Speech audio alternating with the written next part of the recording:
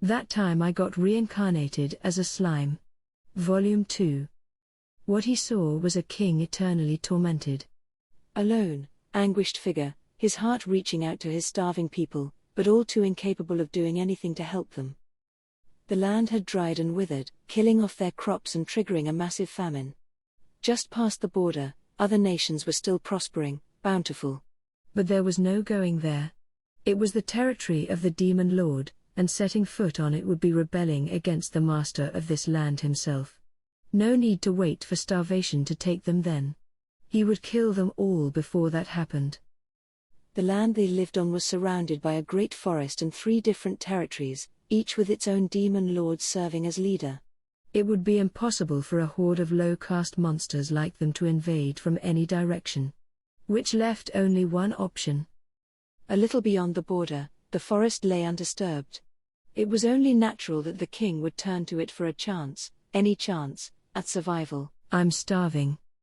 I need something. Anything. His people fell one by one, screaming their unheard pleas. Their numbers weren't shrinking, if anything, they were multiplying. The starvation had stoked the people's natural instinct to protect their species, resulting in a spike in the birth rate. It only made things worse. They had never seen the king smile, even as he distributed his own rations to the children who needed it most. Still, judging by their frail bodies and lifeless eyes, they would surely be dead the next day. Then the king committed a truly taboo act. He gave his own flesh, his own blood, to the one child he had left. And who could have prevented him from attempting to fulfill this all too fleeting dream? All he wanted was to save, at the very least, his own family. It was a crime that no one was able to warn him away from such an act. He couldn't. He saw a world where no one ever ate their fill. And every night, he had the same dream.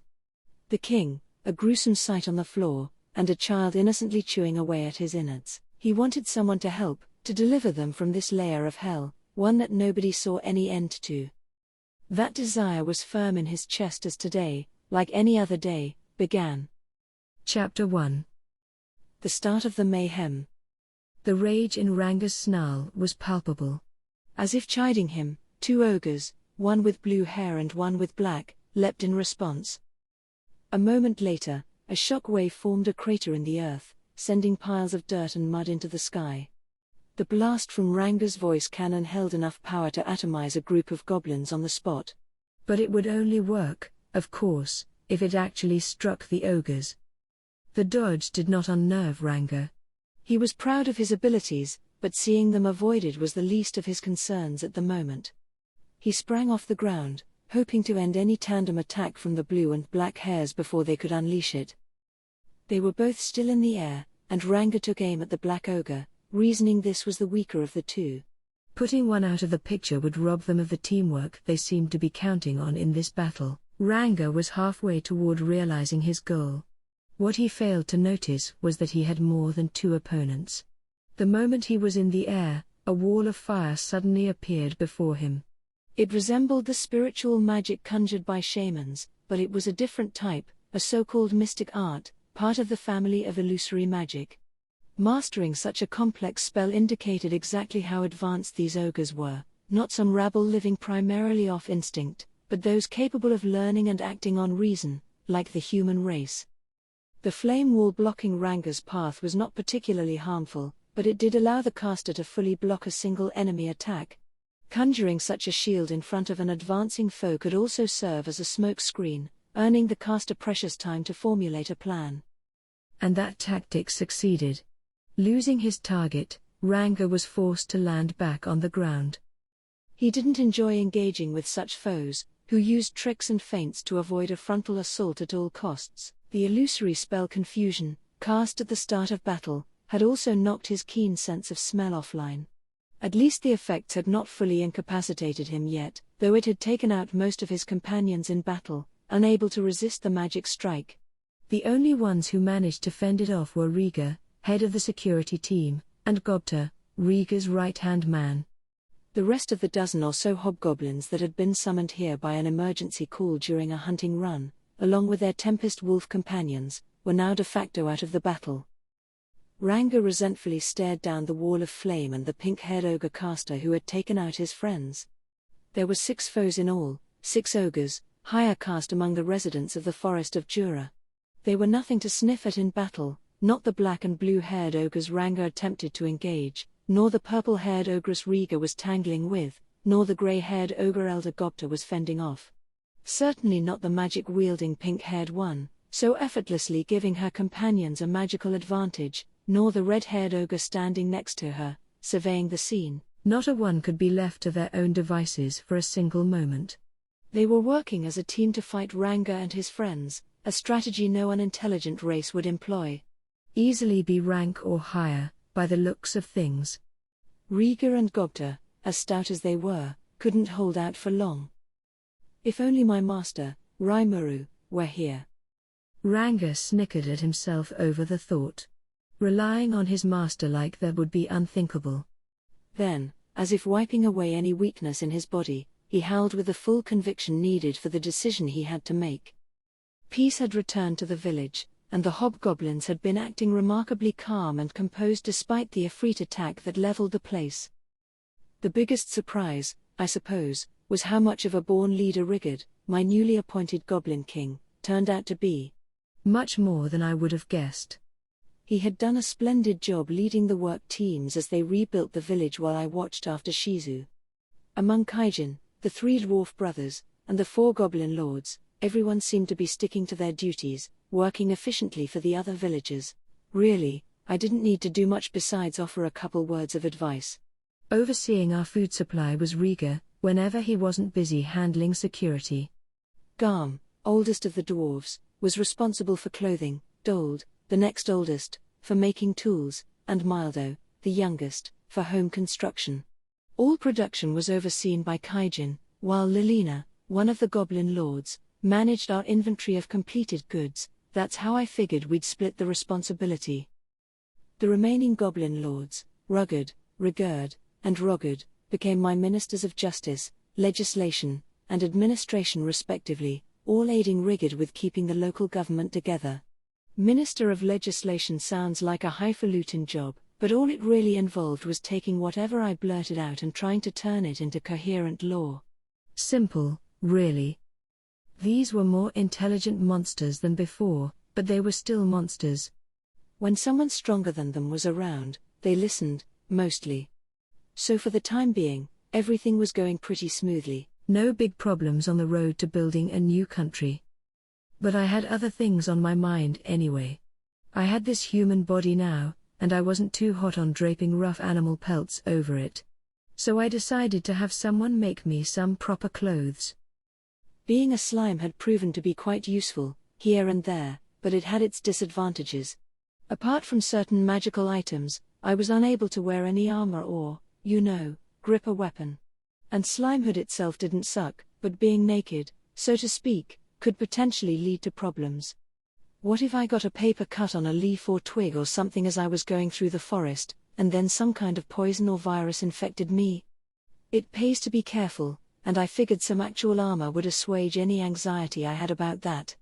I had just about given up on it unless I was able to find just the right magic item, but now that I could turn into a human, the world was my oyster, and the dwarves were making all kinds of stuff from the magical ingredients they seized from monsters after a hunt. So I paid a visit to Garm, hoping to at least acquire a child's-size outfit. He was stationed at our little clothing factory, a log cabin that had come into being when I wasn't paying attention, and he was overseeing a small team of gobliners as they sewed away. Yo, Garm. I could use some clothing for myself. You sure about that, boss? How are you planning to wear it? Ha ha ha, ha ha. Ha ha ha ha. That's what you've got to say? If you think I was planning to be a slime forever, you've got another think coming, man. Ha. Wh? You're growing?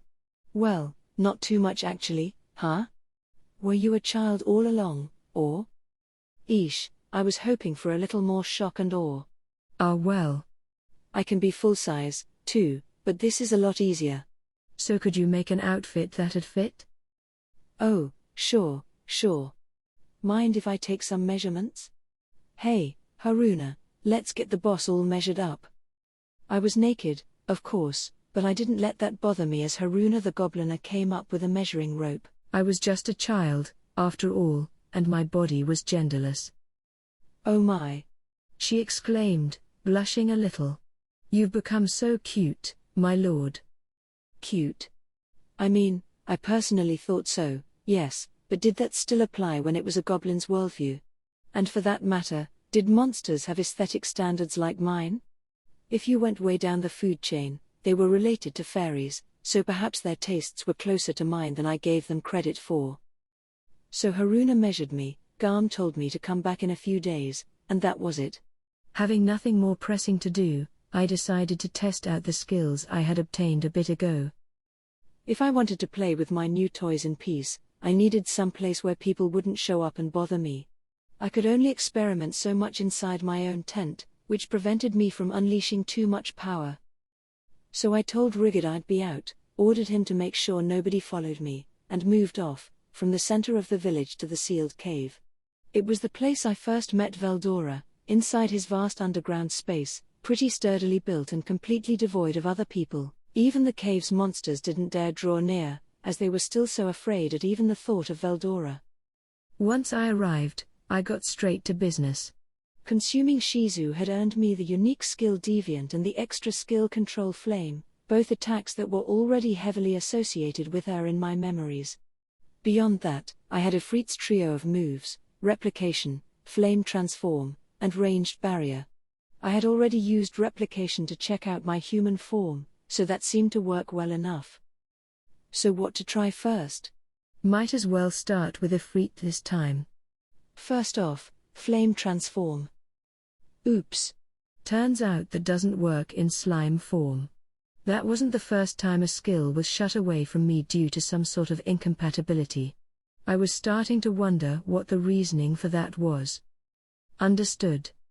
Ifrit is a spirit, a being who lives off spiritual energy. Its flame transform uses its own body as a source of magical energy to unleash its full force. It thus cannot be used while in physical form. So I can't cast it if I'm still made of flesh or whatever? Would it work if I went into black mist mode and gave myself a magical body, then? Let's try it out. I turned myself into Ifrit and attempted to use it. This time, it worked without problem, although my core, the thing that houses me, didn't seem to transform at all. So I needed to be magical, then, to make it work. But that didn't mean I had to turn into Ifrit himself, necessarily, right? I turned myself into a grown figure and tried Flame Transform once more. This time, flame extended out from the tips of my fingers and toes. That seemed to prove it. I couldn't work it very much in regular form, but if I temporarily made myself magical in style, at least, I could manage the Flame Transform well enough. And at temperatures upward of 1200 degrees Celsius, too, just like Ifrit. What's more, I could focus the magic on particular areas for extra heat. As an attack, it seemed pretty powerful. The only issue was that I'd have to use it inside a barrier, otherwise the energy outflow would be so huge I'd immediately drain myself of magic. It was hard to regulate. I'd need some more practice. Good thing I had Control Flame, too, that ought to help keep me out of trouble. Spiritual creatures like Ifrit couldn't last long in the physical world thanks to all the magic they ate up, but with my physical form and Control Flame, a little practice should allow me to cap and unleash the flames as needed. That brought me to Ranged Barrier. This skill locked the heat of flames within a barrier, which I presumed prevented heat energy from leaking out, and, as my theory went, allowed spirits to manifest themselves for longer without wasting magic. Another unique property was that it contained certain physical durability, in case you wanted to keep anyone inside the barrier. I thought of ways I could use this. The largest barrier I could make with it extended out in a semicircle 300 feet or so in diameter, although it didn't affect anything beneath the ground's surface. I could shrink it down until it was covering nothing but my own body, which didn't reduce its effect at all and kept magic consumption at a minimum. This free control meant I could wear it like a sort of light protective layer. It could also prevent magic leakage during a flame transform, not that it would be much help, given that the flames never went beyond the barrier itself. So was heat leakage kind of like losing energy? Was that the reason it sapped my magic? Understood. Flame transform consumes magicules and generates warmth in order to preserve a certain level of heat. The conversion of magic to heat means that leakage of either one essentially causes the same result. All right. I think I understand, a little. So if I keep the flames locked inside the seal, I don't have to waste any energy because it'll stay active without any further work? I'm pretty sure what I learned in physics class on Earth said something a tad different, but, hey, Newton didn't have to theorize anything about magic over there. He had it easy compared to me. If I started asking questions like how does it fully enclose the fire? Or won't it burn out once it consumes all the oxygen in the barrier? I wouldn't get anywhere in this world. Besides, for now, the flame transform wasn't as important as the ranged barrier as a form of self-defense. Would that work if I had it cover me alone, a form I decided to just call my barrier for brevity's sake? I had the perfect skill to test that with. Yep, time for another replication. I had been a little reticent to test certain aspects of my skill set, just in case I damaged myself in the process, but replication provided an efficient answer for that. My copies, after all, had the exact same abilities I did, except for the unique skills. Those were exclusive to me, I guess, and while I could have my copies use those while they were close by, once they went out of my sight, that was it for uniques. All except for my consuming skills, which were closely entwined enough with my slime identity that even my copies could use them a little. As long as I was half a mile or so away from my copies, I had full control over them. Anything beyond that, and they wouldn't be able to parse anything except for very simple commands. I still had an insight into their line of view, however, and my thought communication skill let me give new commands anytime I wanted. The perfect spy tool, in other words, but that was beside the point of this test run. So I created a clone of myself and cast a barrier on it. Then I shot one of my water blades at it. It was sharp as a knife, I could see that much as it ripped through the air, but it shattered into nothing in front of my copy. A perfect block by the barrier. Pretty strong, then. Just like I expected. I then tried practicing to see if I could fire off water blades while keeping the barrier on myself. That turned out to be simpler than I thought. I just had to create a little jet shooter out of my finger and fire away. These shots, in turn, would be enclosed in their own miniature barrier, a bit like a large soap bubble splitting into two smaller ones. That these tiny force fields expanded the blade's strength and range was another unexpected benefit. The testing continued with poisonous breath and paralyzing breath, and along the way, I realized that taking damage while under a barrier consumed my magic. Not with paralyzing breath, the barrier did a fine job absorbing that, but poison mist drained it immediately, dismantling the whole barrier once the magic was gone. Of course, this also meant that as long as I charged up the barrier with enough magic, it would provide some temporary poison protection. I applied more magic to the next barrier and placed it on my clone. A few more shots of poison mist confirmed it. The more magic I laid on, the longer the barrier would hold up. It proved to be pretty damn durable, in fact. Even more so if the barrier was covering the original instead of a clone, I assumed, to the point that poison mist-style attacks were likely nothing to worry about. Now that's armor I could count on. The final experiment of the day involved using flame transform alongside ranged barrier. The results were fascinating. Damn right it's A rank. At least. A flame transform inside a flare circle barrier would expose anything organic inside the barrier to several thousand degrees of heat, scorching them instantly. Being confined to a restricted space did wonders for the attack's strength. It cooked the very air itself, robbing it of all oxygen and searing the lungs of its victims before they knew what had happened. Any creature who breathed air would face little chance of survival. I didn't have to worry about breathing, of course, and my resist temperature tolerance would take care of me anyway. For anyone else, though, it was a death sentence. In a way, it was a relief. Without a body that just happened to be so adaptable to Ifrit's attacks, my chances of victory would have been pretty slim. Still, this was another overpowered skill, and I'd need to deliberate over it a bit more. Shizu had a cancel flame attack tolerance, perhaps a side effect of merging with Ifrit. This kept her safe from fire strikes or extremely hot environments, a bit like my resist temperature, except without the cold protection, although it offered even more insulation against heat. Cancel must have been a higher level than resist in this hierarchy, and considering resist temperature was already an upgraded tolerance, cancel flame attack must have provided a fantastic amount of protection. So all in all, the experiments bore a lot more fruit than expected. Nothing I could have learned inside my own tent, I would have torched the village immediately. Happy with the results, I returned to the village.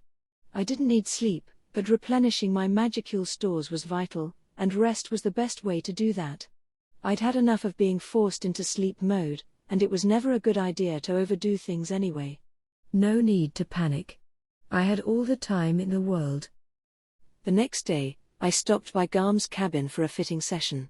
They were still stitching up my outfit, but Haruna had some mass-manufactured armor and clothing for me to try on. Oh my. It looks quite good indeed, my lord.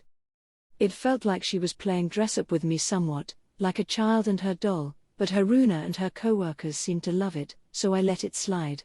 We found an outfit in their equipment that fit perfectly, so I went with that for the time being.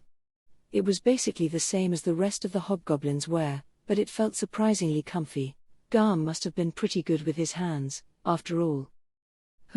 I said, not bad. Easy to move in, and it looks sturdy enough. Ha ha ha. Glad to hear it, boss. Just you wait until your own custom outfit's all wrapped up. I was starting to look forward to it. I had given him the skin from the boss direwolf I dispatched a while ago, so in terms of fashion and function, it ought to be first-rate. I stepped out of Garm's workshop with great anticipation, still in child form since there was no reason to abandon my new outfit just yet. I was expecting a few arched eyebrows, but everyone passing by immediately smiled and opened the road to me. They must have recognized me all the same, which I was pondering when I ran into Rigid out surveying the scene. Hey, Rigid. Things going well? Ah, so Rimuru. He beamed back at me, instantly making out who I was. Things could hardly be going better, and we all have you to thank for it. So you can tell who I am? I'm not in slime form. Ha ha ha. Of course, my lord. The elegance you project from every pore of your body is unmistakable. So now I was just projecting how awesome I was, whether I intended to or not. Not an aura, but just sheer class. Perhaps my naming them all had something to do with it, but regardless of the reason, I didn't care as long as people knew who I was. With that concern out of the way, I decided to stage another experimental session down at the cave, telling Rigid not to bother me unless it was an emergency. I was working with some rather potent offense again that day, and I didn't want to put anyone in danger. Yes, my lord. By the way, I imagine you have no need for food today? The question made me give Rigid a thoughtful look. Oh. Of course. Why did I forget about that? I've got this lovely new human body, and I haven't even tried eating anything yet. Actually, hold on. I think I'm going to eat with you guys starting today. Why you will, my lord? Another beaming smile, which always looked a bit threatening from hobgoblins, but it wasn't their fault. Well, we must hold a feast today to celebrate the occasion. I will instruct Lilina to prepare a sumptuous spread for us all. I was just as happy as he was. I didn't feel hungry, no, but it would technically be the first solid food I'd had in ages. It was exciting. A distance away from the village, I stumbled upon Riga and Gobta. Hey, I said. I guess there's a party at the village today, so try to hunt down something tasty for Lilina, would you?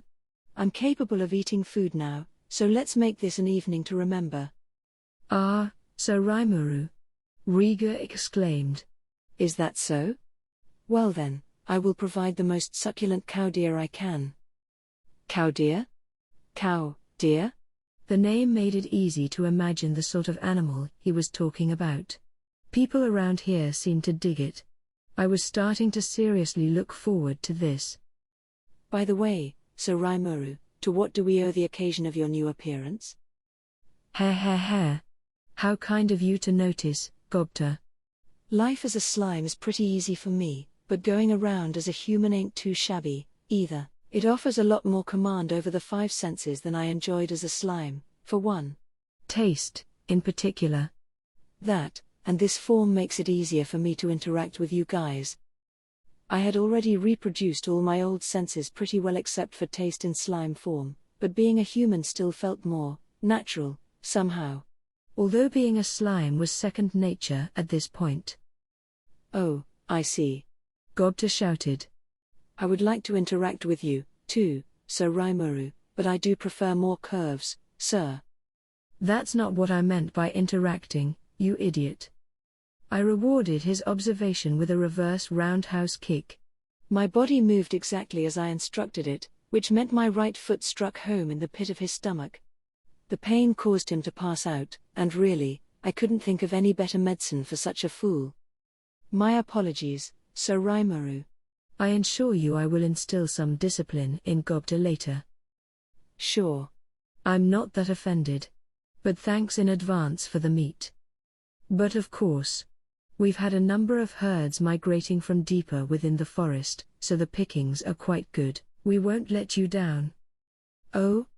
Something up in the forest? Indeed, we occasionally see large-scale migrations of magical beasts, due to changes in habitat or other factors. I doubt it is anything serious, but we are stepping up our patrols. That struck me as odd. He was probably right, it'd be nothing, but you always need to stay a step ahead on these things.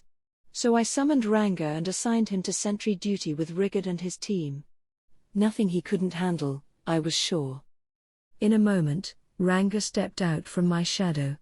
I was capable of summoning him now. My pride forbade me from being unable to do something Gobta could handle with such ease. I had been practicing on the sly for a while. You called, Sir Rimuru? I did. I want you to join Rigard's team in the forest. I doubt you'll see anything, but if you do, keep the team safe. Yes, my lord. I will make it so. His face was meek and docile, but his tail was wagging like mad, as if nothing pleased him more than being bossed around. He was back to normal size now, which still meant he was 6.5 feet tall, or thereabouts, so the wagging didn't kick up any gale force winds, at least. I was glad to see he was listening to my training. Keep a close eye out, Ranga. And if you see anything, Riga, let me know. Ha ha ha. There is hardly a thing to worry about, Sir Rimuru. I hope you have a hearty appetite worked up. He was right. Maybe I was overthinking it. Ranga was at least a B+ in terms of strength, maybe even an A- by now. His class was on the upper end of what you saw in the forest of Jura. He'd be fine. The thought of all that roasted fantasy monster meat in my mouth was making my brain catastrophize over nothing. I'll be sure I do. I'll be in the cave, so let me know if something comes up. Then I nodded at Riga and left. The excitement was welling within me all the way to the cave. Actual roast meat. There was no way I could expect much from Hobgoblin haute cuisine, but if all they were doing was grilling up some meat and plants and such, what could go wrong? They probably wouldn't season it with much apart from salt, but oh well. But hold on. Do they bother adding any seasoning at all? I hadn't thought about it, since I had no sense of taste. They've got to use salt, at least. Maybe I should find some rock salt and build a little supply for myself, just in case. The analysis skill provided by the great sage let me track down some rocks with salt content in them. Predation let me suck it in and extract the salt, and I just tossed the rest. Couldn't be easier. Though was it really all right to use my skills for stuff like this? It has to be. What's the harm in using the tools I have? So with the salt in hand. Oh wait, I was testing out my skills, wasn't I? I was so distracted by the upcoming feast that I lost track of my original mission. I shook the cobwebs out of my head as I headed for yesterday's underground cavern. Today, I wanted to try my hand at some control flame maneuvers. It was, as one would expect, an extra skill to control flame. You could build up your body's temperature and the ambient heat in the palm of your hand, focus it on a single fingertip, or just whip up a campfire on the ground wherever you liked. no actual wood or kindling required. That, however, was it. Hence, why it's an extra skill. Nothing that powerful. I couldn't, set my finger on fire or shoot flames from my palms. I thought I could maybe release the heat from my fingertip like a sci-fi laser rifle, but I was sorely disappointed. And forget about triggering explosions like Shizu did with ease. She was probably fusing this with some of her own magic to do that. Hang on. Fusing with magic? Suddenly, the flame transform I had worked on the day before came to mind. Back there, I had changed my form into a grown adult and infused my own body with that skill, but as I'd thought about it overnight, I realized I could try working flame transform on my internal magic stores instead. For spirit beings, flame transform turned their body into energy waves, but I figured there was no rule that said I had to use it that way. For example, what if I released some magic and worked flame transform on that? And if I could then take the results over with control flame? Received. It is possible to combine the mimic aspect of your predator unique skill, flame transform, the extra skill control flame, and the unique skill deviant. Execute? Yes. No. He. Just like I thought. Yes, it is, then. Pretty surprising to find this unexpected quirk of deviant, before I even had a chance to fully examine it. I felt like I'd been introduced to some new kink, a bit guiltily, but at the same time, I was just beginning to realize the extent of this new world. Report. Flame transform and the extra skills control flame and control water will disappear following the combination. In its place, you will have earned dark flame and the extra skill control particles. Resist temperature will also evolve into cancel temperature. This will eliminate the extra skill cancel flame attack. I gave the order, and the sage did the rest. The results let me earn a new skill far more easily than I would have guessed. Losing control water along the way was a regret, but I figured it was because I could do the same thing with control particles well enough. Time to try 'em out. Dark flame was a skill that let me release flames from my body whenever I focused my internal magic force. I created a field of magic, transformed it into flame, then launched it away, thus creating fire from thin air. I could also adjust the temperature based on how much magic I used. If I wanted to grab someone's head and immediately encase it in flames, it'd be possible, albeit a tad toasty. If I wanted to focus the flames on my palm and shoot them off, no problem. Basically, I pictured it as gathering a bunch of magicules in a single place, setting them on fire, then releasing, somewhat like how my water blades worked. I fired a shot of this at a nearby boulder. It immediately burst into flames, and judging by how the surface was literally melting, it had to be pushing 1500 degrees again, about the same as with flame transform. What a weapon I've stumbled upon. I could probably get it even hotter, depending on how much magic I crammed into it, and if I worked it on a larger scale, maybe I could trigger an even larger explosion. Better practice that. Never know when I might need it. Now I could work these flames however I wanted without thinking too deeply about it, and I suppose I had control particles to thank for that. Working the magicules around me allowed me to control the paths of other molecules in the air, creating heat from the resulting friction. Since I was controlling magic to move these particles around, I could boost the temperature simply by using a little more force. It had come all too easily, but control particles was a fearsome tool to add to my arsenal.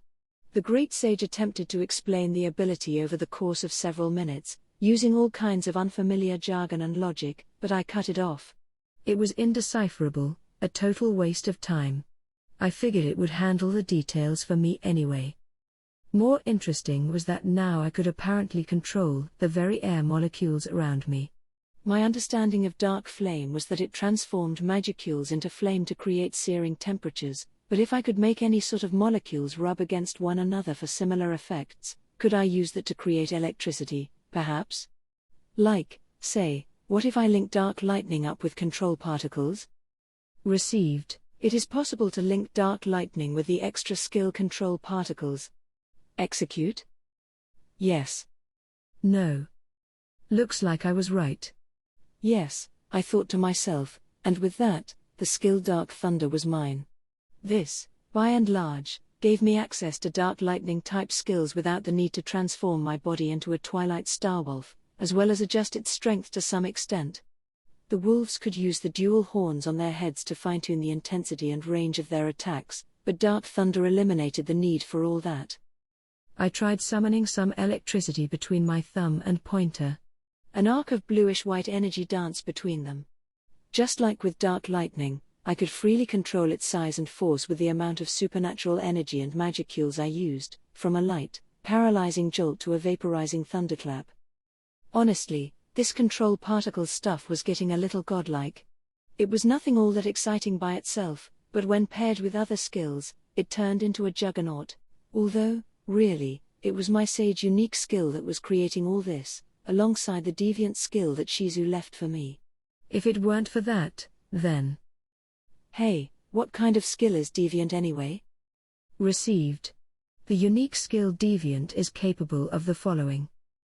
To sum up what the sage told me, deviant's effects could be broadly divided into two categories. Synthesize. Transform two differing targets into a single object. Separate.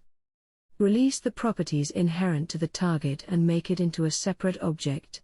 The original object may disappear if it has no physical form.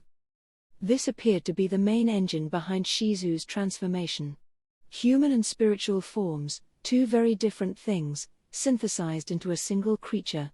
It was hard to say whether Ifrit took Shizu over first, or if Shizu invented the deviant skill to keep Ifrit from staging a complete power grab. There was no way of knowing for sure now, but either way, it was clear I could adapt this skill for a number of things. I already knew that synthesize could be applied to skills, leading to all manner of other combinations. Perhaps it could be combined with magic as well? Maybe fusing flame and wind to create hurricanes? Or maybe I could give magical effects to weapons and trigger a special attack with just a little magic force. To give you my honest opinion, this deviant skill was a scarily good fit with my own skill set. As a slime, I wasn't capable of nervous sweating, but I might as well have been. A few quick experiments had already given me control particles and dark flame, and I now also had full control over electrical attacks. There were tons of monsters left for me to predate and glean new skills from, and I planned to do that as much as I could. And for that matter, could I use the separate function to seize skills from my enemies? Received. It depends on the specific scenario. However, erasing or separating skills etched into the target's soul is not possible. So it couldn't do everything, but it'd work sometimes? I'd need to figure out exactly what was available to separate from my target first. But really, synthesize was the biggest prize with deviant. I was planning to take a lot of skills from a lot of monsters going forward, and seeing what kind of things I could create from them was already getting me excited. I suppose it was all thanks to the great sage, but either way, Predator and Deviant made for a potent duo. It didn't exactly have the most attractive name, but in Deviant, Shizu had given me one hell of a farewell gift. I decided to wrap up that day's session with a few cancelled temperature tests. Temperature covered both fire and ice, I supposed, and considering even resist temperature was enough to handle Ifrit's mega-charged fire, having an upgraded version should handle most attacks tossed my way. Anything short of being launched into the sun like a slingshot, at least. There was a barbecue waiting, and I wanted to wrap this up quickly. But defensive skills directly contributed to the preservation of my life. I had to figure out what I had. Just as I had yesterday, I used a sizable amount of magicules to create a replicated slime body. Something about attacking a cloned, naked human resembling a young girl gave me pause. I could probably summon up some clothing or armor once I was more versed, but that didn't make this any less in bad taste. Slimes were pretty cute themselves, but if I wanted to do any real experimentation, I had to beat up something. I knew from yesterday that I could apply a barrier to block my own water blades. Now, let's try attacking it with dark flame. Using the same level of magical energy as before to smash dark flame against a barrier, I found that it succeeded in fully blocking the heat. Not bad. If it could annul Ifrit's flare circle, it could handle well near anything, I supposed, to say nothing of icicle lance. So I was good against hot and cold, then? Received. Cancel temperature is linked with ranged barrier, thus cancelling the effects of temperature-related attacks. Ah, perfect. If Shizu possessed cancel flame attack, Ifrit must as well, since it let them each handle such high temperature attacks in the first place.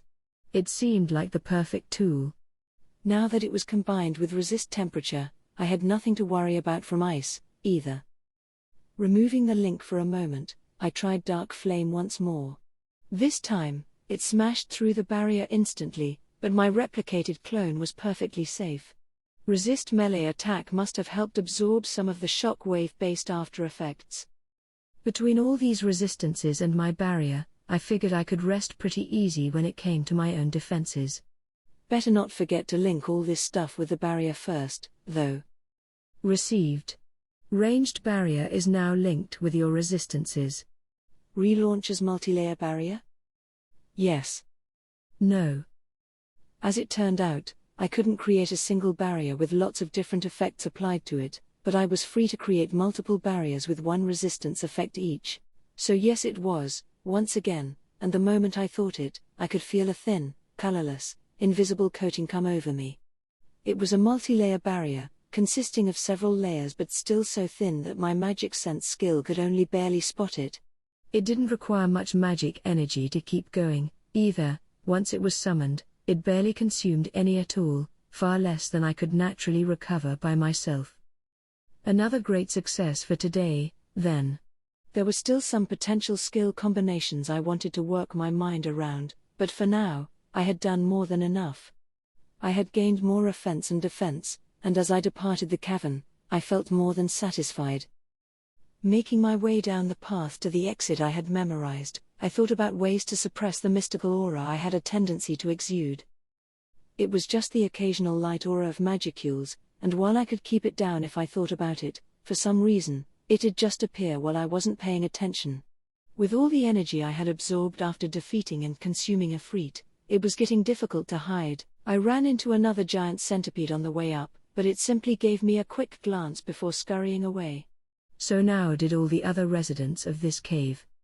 Glad to see I was finally getting a rep around here, but really, it was probably that aura more than anything. The multi-layer barrier did wonders to hide it, but my presence still leaked out a tiny bit, or, to be more exact, the multi-layer barrier itself was exuding a bit of force. It beat letting my power roll off me without any cover, but it didn't really help much. If I could do something permanent about this aura, I could probably pass for a human pretty much anywhere, but... Suddenly, an idea came to mind. I reached into one pocket and took something out, a beautiful, fetching mask. The mask of magic resistance, the lone physical memento I had to remember Shizu by. I had absorbed the broken pieces with Predator and reassembled them with my body. Maybe this mask could block it? It was a magic item, one infused with 4 effects: magic resist, antidote, breathing support, and amplify senses. Pretty valuable, I imagined. Also, the likely reason why Shizu could breathe normally when summoning fiery explosions within point-blank range of herself. Breathing support probably kept her lungs full even as the flames consumed the oxygen around her, not that I needed that with my body. I could synthesize up a respiratory system if I really wanted to, but I didn't. Maybe this mask could convince people that I was breathing, though. It wasn't useful now, but it could be depending on the kind of people I ran into. The other effects, antidote and amplify senses, seemed a lot more useful to your average adventurer, if not to me. The one effect I needed the most was magic resist, which could both dull any magic attacks enemies cast and, hopefully, hide my internal magical force. I put it on. It had an oddly calming effect, and it seemed to fit pretty well. The moment I applied it, the aura pouring out of me immediately dispelled. Nice. Let's go with this whenever I'm bumping around the outside world. So that wrapped up another nagging issue. Good. And I had some nice, juicy grilled meat waiting. As I made my way back above ground, I was filled with glee. My first decent meal in ages turned out to be wishful thinking. The moment I stepped out of the cave, I could instantly feel that someone was fighting. The magicules in the air were stirring, disturbing the surrounding atmosphere. The meat would have to wait. I gave up on it and made my way in the direction of the particle surge. On the other end, I found nothing short of a battle to the death. I could hear screaming as I approached the scene of the battle.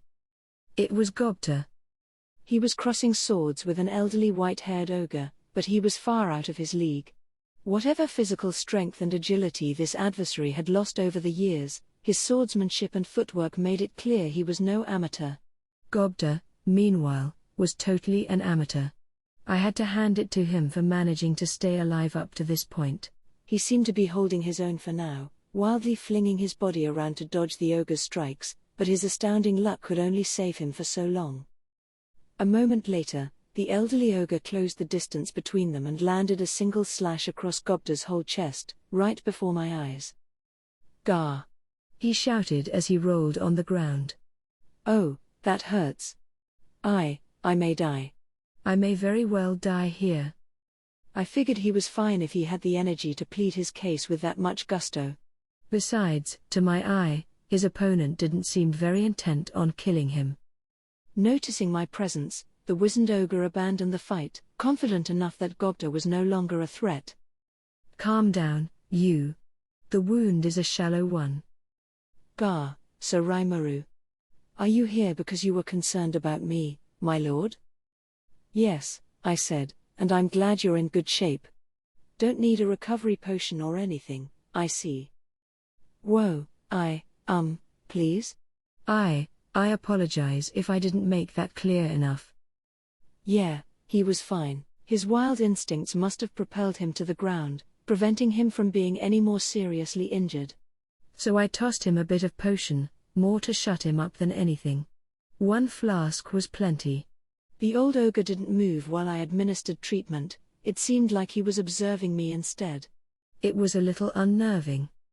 The area around us was littered with fallen hobgoblin warriors and tempest wolves. None appeared to be dead, but knocking them all out without dealing any grievous wounds would have taken some serious talent. A magical strike, perhaps. Farther off, I spotted a purple-haired ogress fighting with Riga. This, too, was sadly one-sided. The ogress, wielding an iron mace that was little more than an enormous hunk of metal, was apparently blessed with superhuman strength. Riga's sword was starting to bend against it, and his wooden shield was long since battered to splinters. It wouldn't be long before he was out of the picture, too. Ranga, noticing me, sprang to my side. "Sir Rimuru," he said, "my deepest apologies." I was here, and yet, look at this disaster. I stopped him mid-sentence. This wasn't Ranga's fault, they just had the misfortune of running into the wrong adversary. These were ogres, one of the highest-level races in the forest of Jura, and no hobgoblin could hope to last too long against them. "Hold your weapons," I softly ordered Riga and the other stragglers. He instantly did so upon hearing my command. The ogress, instead of striking any further blows, gave me a thoughtful look. She was large-framed, muscular, but still in proportion. Her chest was formed enough to make her identifiable as female, and to my surprise, she looked quite a bit more noble than I expected. I ordered Ranga to take the exhausted Riga away. The ogres, while still wary of me, made no move to stop him. Rimuru. I cannot express my sorrow. Riga, covered in scratches from head to toe, could barely form a single word or two between breaths. Against the purple-haired ogre, he had little chance of victory. His skills maybe hovered around B rank on a good day. "Don't worry," I said as I gave him a potion. None of his injuries were serious, so his recovery wouldn't take long. Just get rested and leave this to me. "Ranga, what happened to all these fallen fighters?" That. According to him, magic had felled them all. It was some sort of sleeping spell, and none had managed to resist it in time. Good thing it wasn't a confusion type, at least. That could have been murder. Magic, though. Talk about drawing the short straw. I took a moment to calmly assess the situation. There were 6 of them, and they were a rather odd group, one that totally contradicted my conventional wisdom of the ogre race. They were fully clothed, and dressed well, if simply. I was expecting tiger skin loincloths and little else, but I was wrong. They were big, as I'd pictured, and each one was well built, but their full wardrobe was a surprise. If they were this well dressed, and wielded magic to boot, they had to be highly intelligent, perhaps more dangerous than an equivalent party of human adventurers, even. If you took two races of equal physical strength, the presence or lack of intelligence could make a huge difference in danger level. That went double for such a high-level race.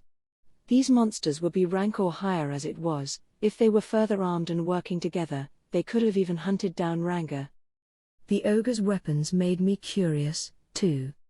That they had weapons wasn't unusual. If even goblins could buy them from dwarves, pretty much anything with a pulse could. But there was a difference between simple clubs and full-on swords. Eastern-style ones, too, very different from the dwarven Western types that worked more like bludgeons. The elderly ogre who felled Gobta wielded a sword that could only be described as a Japanese-style katana. And judging by how he handled it, he was a seasoned swordsman.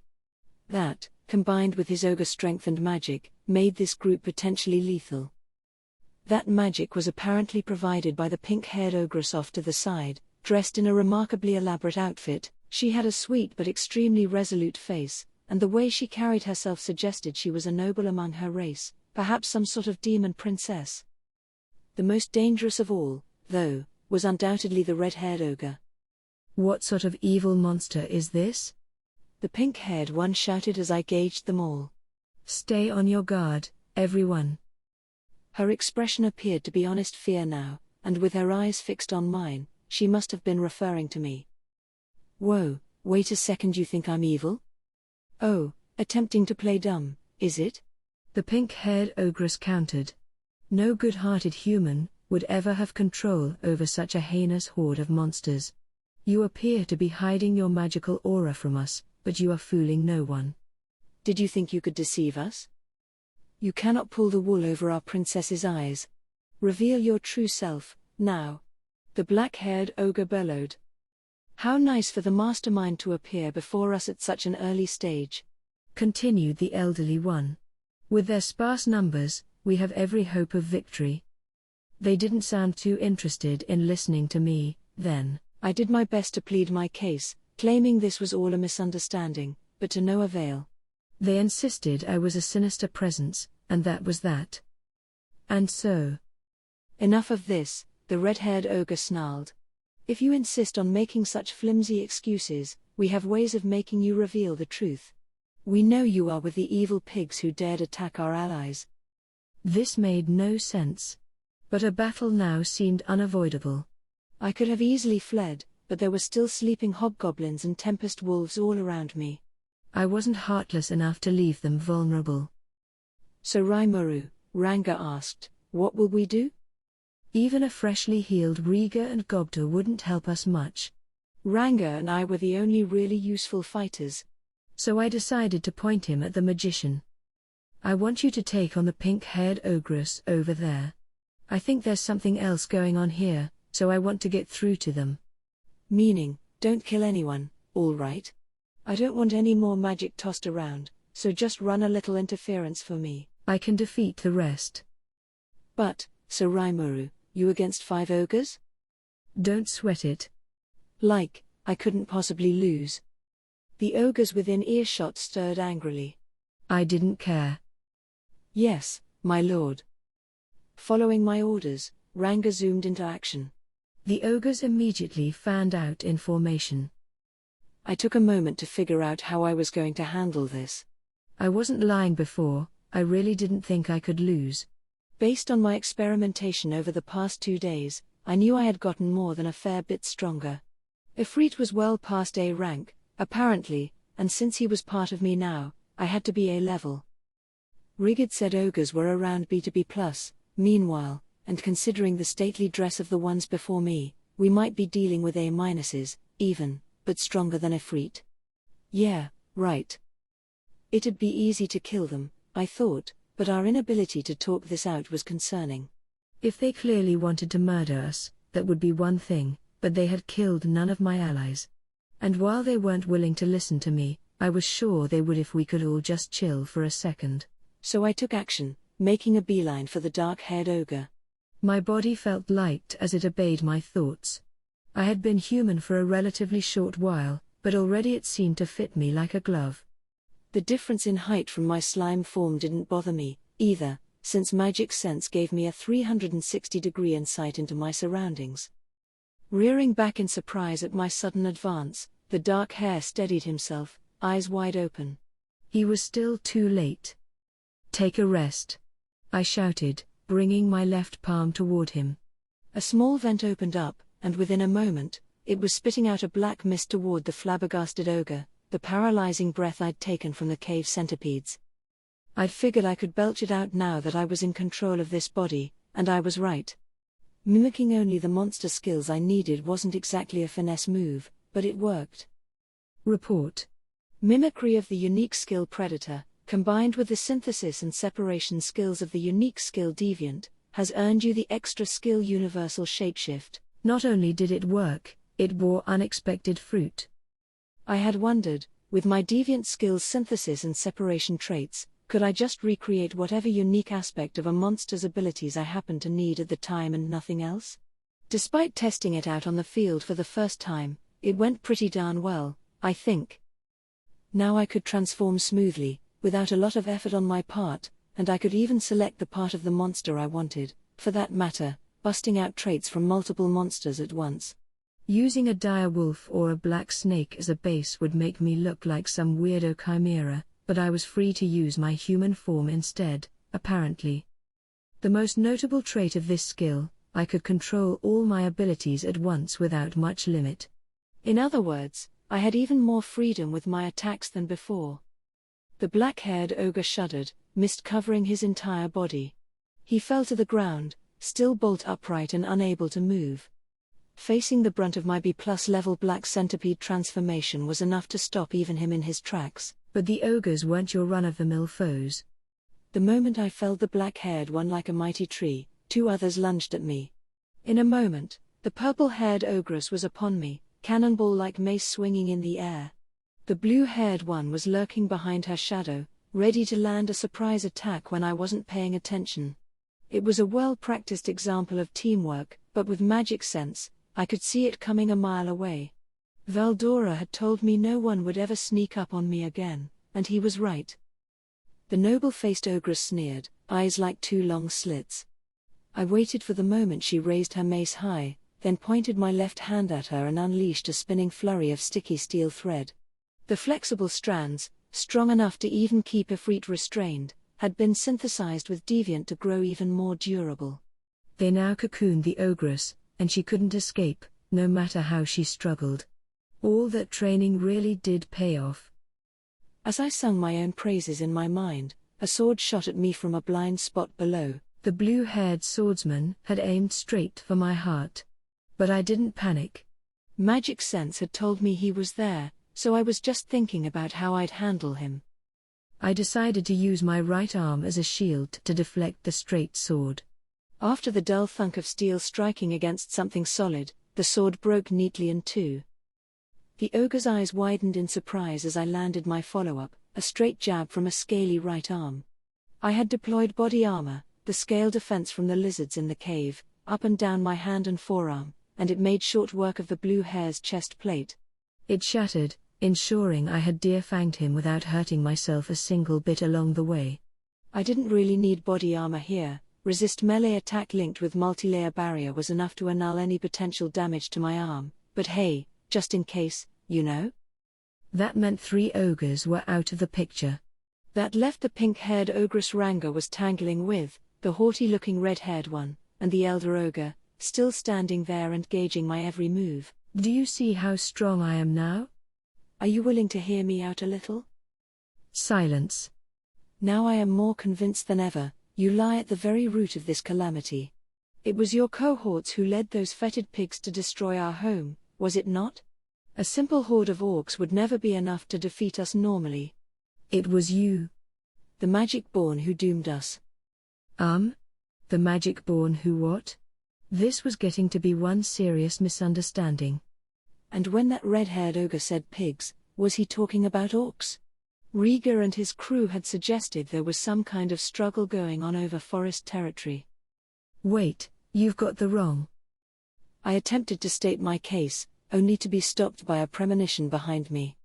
I turned around, the elder wasn't there. Was the other one lecturing me just to divert my attention? In a panic, I turned, blocking a strike from behind with my right hand. It was a shock, someone evading magic sense to get so close undetected. Thankfully, the unique Great Sage skill sped up my thought processes to 1,000 times faster than normal. The elder unsheathed his blade in a flash, and I was just barely in time. But something about my arm felt unusual. My skill set kept me from experiencing pain, but, oops, he had lopped the thing right off. This old guy's skills were incredible. Even with multi-layer barrier and body armor in place, it was like he could cut through paper. MMH. I must be growing senile. I was sure I had decapitated you there. Senile, my ass. His physical skills were no match for his companions, but his speed was ridiculous. He was lethal. Retrieving my amputated arm, I stepped back a little ways. So Rimuru? Stay back. I'm fine. I shouted, shooing Ranga away. The elder was too dangerous for him to handle. He looked confused for a moment but turned his attention back to the pink-haired ogress, apparently trusting me. I will not miss next time, the elder said as he resheathed his sword and readied it anew. No way I would underestimate his advanced age now. I needed to show him everything I had. Apparently waiting for the moment I was fully focused on him, he leapt up, and with a shout of "Die for my comrades!" slashed at me from my flank. Ha! The red-haired ogre shouted, still targeting me. Losing an arm should be the end for you. You were strong, I'll grant you that, but you were arrogant. You thought you could take us on alone, but that was your undoing. He had a unique way of moving, too, one that let him stab at my weaker points head-on. He must have seen me as enough of a threat to not bother keeping alive. Master-level teamwork like this was a huge pain in the ass. I was incredibly strong, so I didn't pay much attention to it, but I was really just an amateur in a fight. Whatever rubbed off on me during phys ed class was about all I had. Getting all serious against a total newbie seemed a little immature, but then again, I did tell them I couldn't lose. I suppose I had it coming. But I still had to make it out of this scrape, by hook or by crook. I considered the situation as I worked to keep the two at a distance. Taking them on with a single arm sounded like a steep order, so I used my predator special skill to reabsorb it. Self-regeneration, the slime intrinsic skill I started with, was good enough to heal me when paired with predator in the past. Hopefully, it could handle more delicate surgeries like this. Report. Combining the mimicry skill of predator with the slime intrinsic skills dissolve, absorb, and self-regeneration has earned you the extra skill ultraspeed regeneration. This comes at the cost of the slime intrinsic skills dissolve, absorb, and self-regeneration. Losing all those slime skills at once seemed kind of a hefty price to pay, but I couldn't complain about the results. I never used those things anyway, given that predator covered for them all. Launching ultra-speed regeneration, I focused on rebuilding my right arm. The arm I had consumed was taken apart and instantly absorbed into my body, and in the blink of an eye, it was back. It was crazy fast, like none of my recovery skills from before. Ultra-speed was right. Oops. No time to gape at my own handiwork. Let's try a quick bluff. Ha ha ha. Ah ha ha ha ha. Did you think cutting a simple arm or two off meant you had won? Well, sorry to disappoint you. I will admit to underestimating you all earlier, though. Time to get a little serious. I removed the mask and placed it in a pocket. The ogres, already spooked at how fast I had rebuilt my arm, were positively stunned by what they saw under the mask. Releasing my full magical aura made my hair begin fluttering in the air. They must have instinctively sensed the danger. You monster. The red-haired one intoned. I'll kill you with everything I have. Ogre flame. I guess fire was his ace in the hole. I was immediately the center of a hellish vortex that might have been 2,000 degrees or more. That little spark? That won't work. It would have vaporized anyone other than me, but cancel temperature meant that it didn't even singe my hair. Seeing his finisher fail so spectacularly sent the red-haired ogre, for the first time, into an obvious panic. He kept his head through sheer force of will, resolutely staring at me. He wasn't broken yet, I had to hand him that, but considering I didn't want to kill him if I could, I kind of wish he accepted defeat sooner than later. Right now would probably be my best chance. The ogres were by and large stopped, wary of what I might try next. Let's bust out something huge to break 'em all at once. And if that didn't work, if they still didn't want to hear my story, then I'd have no other choice but to finish them off. Please let this be enough, I prayed as I made my final move. You want to see what real fire is like? Look at this. I let the dark flame whirl around my left arm. I was hamming it up, I knew, but I had to if I wanted to make my foes grovel before me. My brother. The pink-haired ogress tangling with Ranga shouted, the fear apparent on her face. That flame. Your illusory arts are nothing compared to it. It shocked her, at least. Her brother's ogre flame was a mystical art, one that turned his very aura into flames. Mine, meanwhile, was an innate skill, which must have thrown her a little. Hair, you're right. But I've got something even more fun than that. Now it was time for some dark thunder from my right hand. I needed this to be the clincher, the thing that finally scared them out of their wits. No need to hold back, although I couldn't waste all my magic on it, either. I adjusted the force to around a third of its usual level, then sent the particles flowing. Behold, my true power. I screamed as I loosed a bolt of dark thunder at a handy boulder nearby. It instantly evaporated, and a beat later, a blast echoed. There wasn't even any soot left behind. Just like when I tested it, maybe even a bit stronger. Damn, this thing's crazy. Maybe there was a need to hold back. I knew I had poured fewer magicules into it than last time. It didn't make sense. It should have been a third as strong, enough that I could fire several bolts if I wanted. Received. Compared to dark lightning, dark thunder consumes. I didn't ask for it, but the sage swooped in to explain. Basically, it was stronger since it was more focused on delivering a powerful strike on a limited range, which meant it used far less magic. That was why it did more damage with fewer particles. I was starting to think this dark thunder was a bit more unique than I suspected. Just like dark flame, it was hard to figure out when it was best to use. It made my heart race, and I was the one wielding it. Good thing I didn't try it on myself, I thought. It was nothing I could rely on multi-layer barrier to save me from. So how will the ogres respond? Tremendous. It pains me to say this, but your powers are in a class far above ours. However, as the next in line to lead my band, I was raised to take pride in my race.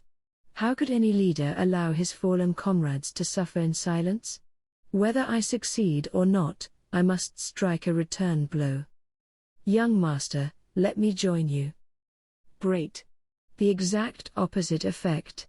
Now the red and white-haired ogres were playing the tragic heroes, their faces bewildered. They were ready to sacrifice their lives against me.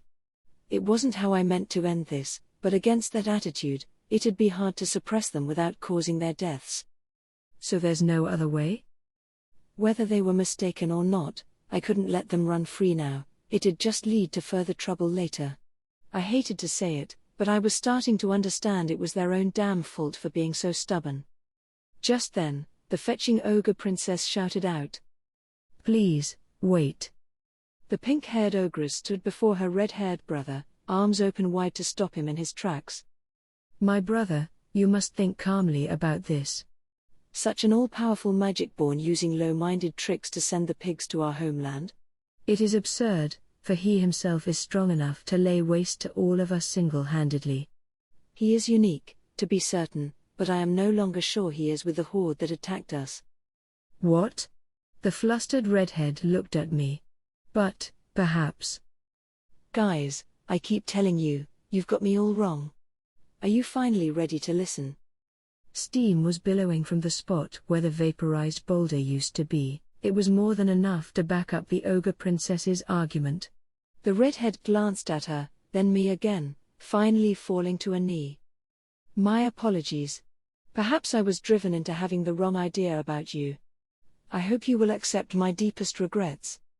So he finally admitted he was maybe wrong about this. I appreciated the thought. It came as a relief.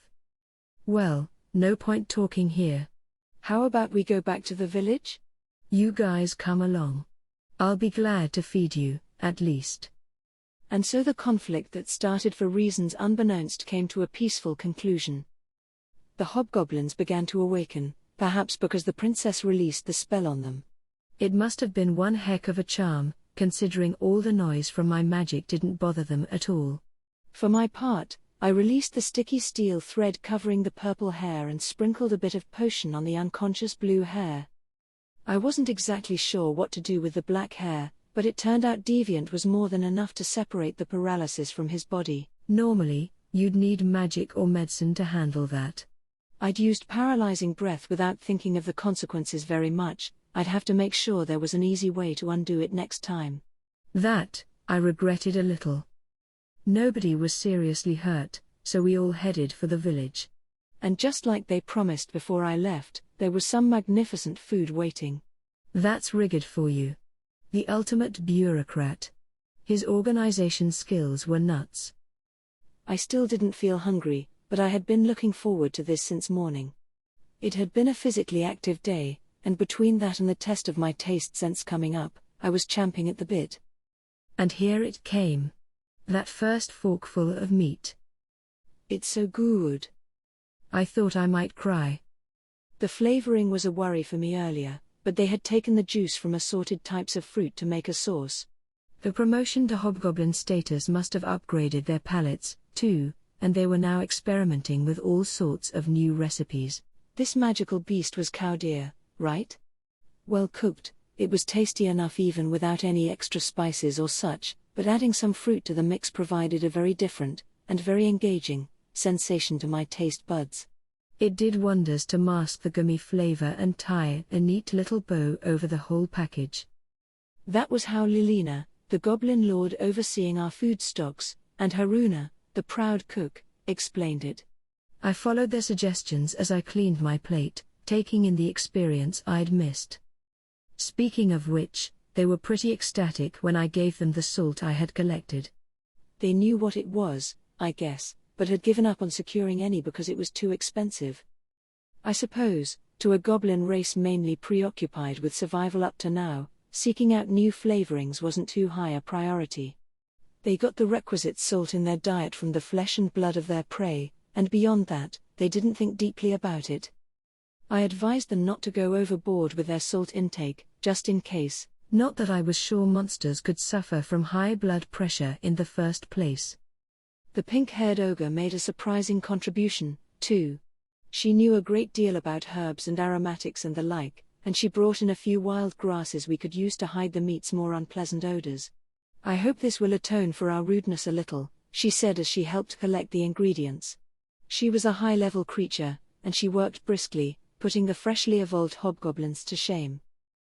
The other ogress, the one with purple hair, was just eating along with the others, though. Perhaps female ogres weren't necessarily banished to the kitchen in their society. If it was this delicious, I wasn't going to care about genders. It wasn't long before Pink Hair was getting along swimmingly with the rest of the gobliners in the village. They'd try to learn as much as they could from her, I was sure. It was nice to have another positive influence around town. All's well that ends well, I suppose. The roast meat feast I was so looking forward to went off without a hitch, and our new companions were all too happy to join us as we drank through the evening. Chapter 2. Evolutions and Clashes. We decided to sit and hash things out with the ogres the next day. We chose the log house built atop the recently burned out public square in the center of the village. Mildo, youngest of the three dwarf brothers, had done a great job crafting it from the basic sketch I drew on a plan of wood. My previous stint as a general contractor gave me at least that much knowledge, as I measured out the dimensions and such as best I could with charcoal on wood and handed it over. It was the great sage, and the new freedom my body offered, that made it possible. Plus, the drafting tools the dwarves brought over. With a bit of effort, you could get something almost as accurate as from a computer. I was starting to feel like I could whip up a skyscraper in no time flat. Mildo had no problem comprehending the blueprint. Maybe my drafting approach was a lot easier to understand than whatever was this world's mainstream. Which made sense. The buildings around here were child's play compared to the kinds of things we designed for the concrete jungles back home. The Dwarven Kingdom had plenty of impressive architecture, to be sure, but in terms of technical execution, it still had a ways to go. Maybe we'd have high-rises built on this square someday. It was amusing to think about. But I digress. I guided the ogres to the house's reception room, looking around to make sure everything was built as I ordered.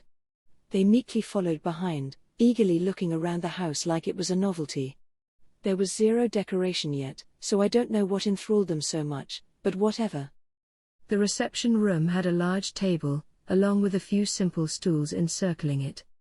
We were all gathered there, Rigurd, the 4 goblin lords, and Kaijin the dwarf as a mediator. 13 in all, counting me. Why did I have Rigurd and the rest here? Because I figured the ogres had some important things to tell us. If something was happening to the forest of Jura, it had come to our doorstep soon enough. I didn't want to be the sole go-to point for every crisis. Rule but don't govern, as they say. Haruna came in with tea for everyone. She gave a quick bow once she was done and left the reception room. It was still a tad awkward for her, but she was beginning to learn some manners. Wonderful progress. I brought the cup to my lips. Bitter, but not distastefully so. I didn't used to be so picky when it came to this sort of thing, but the long-awaited return of my sense of taste was maybe making me more finicky. The green tea-like bitterness played around my tongue. I could feel its heat, too. My body had cancelled heat, I suppose, but I could still feel this. Funny. The ogres seemed to enjoy it as well. I waited for them to settle in before we began to talk. I started by asking why they were there in the first place. They replied that they were fleeing in order to regroup and rally themselves. That, in itself, was disquieting. I had a feeling this would go on a while. If there was a force out there that could defeat ogres, we had a threat on our hands. These would be ranked creatures, even solo, and I could tell that much from yesterday's battle. And these guys here were the cream of the crop. Masters of the forest. The highest class of monster you'd find here, I was told. Better hear them out. To sum up the ogre's story. There was a war, and the ogres lost. That was about it. While I was busy fending off Efreet at this village, the ogres were getting involved in a war of their own. Who on earth could challenge the most powerful race in the forest of Jura to war, and win? It sent a thrill of tension across everyone in the room. Their faces tightened with concern. They attacked our homeland out of nowhere, the red hair muttered angrily. Their power was overwhelming. Those hideous pigs, those orcs. It was an army of them, apparently. And unlike humans, monsters never thought about formally declaring war before having at it. So while the ogres didn't decry the surprise attack in and of itself, orcs attacking them was far from the norm. Why? Simple, the difference in strength. Orcs were D-ranked creatures. Stronger than goblins, but nothing a veteran adventurer would lose sleep over. Ogres, remember, were 2 grades higher than that, rendering a one-on-one battle eminently predictable. And yet, the weak challenged the strong, and they won. I decided to go a bit more in depth. The ogre's home was a fair bit larger than our own village, an informal collection of clans, which together formed a kind of battle-fort home to 300. About as powerful as a small nation's Night Corps, in other words, a force equivalent to a 3,000-strong army of fighters trained to be minus monster status. These ogres lived a life you could describe as militaristic. The clans held battle training with one another on a regular basis, occasionally joining this or that side to assist other races when they fell into conflict with their neighbors. Some of the clans had even made their mark on history, forming vanguard forces of an army for one demon lord or another, and these ogres were descended from them. They lived, in other words, as de facto mercenaries. And the ogres of this world were quickly destroying the image I once had from my own fantasy novels. But that wasn't the issue. They had been defeated by far weaker monsters, and it looked like they were all still in shock, for in this reception room, we were looking at the sole survivors of the entire settlement. The red-haired one had taken his sister, the princess, away from the place while their leader was spearheading a team to defend them from the orcs. She was nobility, after all, a sort of ogre shamaness, and her people put her ahead of everything else in their lives. If only I were stronger, the red hair groaned. The last thing he saw was the orcs, clad in black armor, delivering the final blow on his leader. A giant orc, one that let off an eerie aura. And one other, a figure who didn't bother to hide their own brutally dark aura, one who wore a mask that looked a bit like an angry clown. It was one of the magic-born people, I am sure of it, the shamaness declared. A high-level one. I'm afraid my brother never stood a chance. Indeed, the elder added. We jumped to conclusions about all of you because we saw that fiend in action. We thought you were one with them. Yeesh. Really? Cute lil old me? Getting lumped in with this murderous freak? The way they put it bruised my ego a bit, but then again, I was wearing a mask of my own back there. Perhaps it was natural to associate me with that magic-born guy.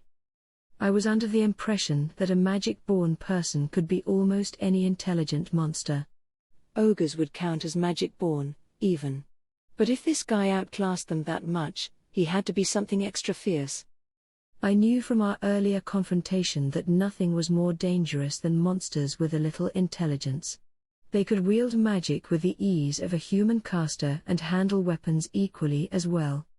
That, combined with physical strength that outclassed humanity's, made them difficult to counter at all. And the higher level the monster, the more disastrous the results could be. It'd be safe to assume we were dealing with an A rank, at least. Not welcome news.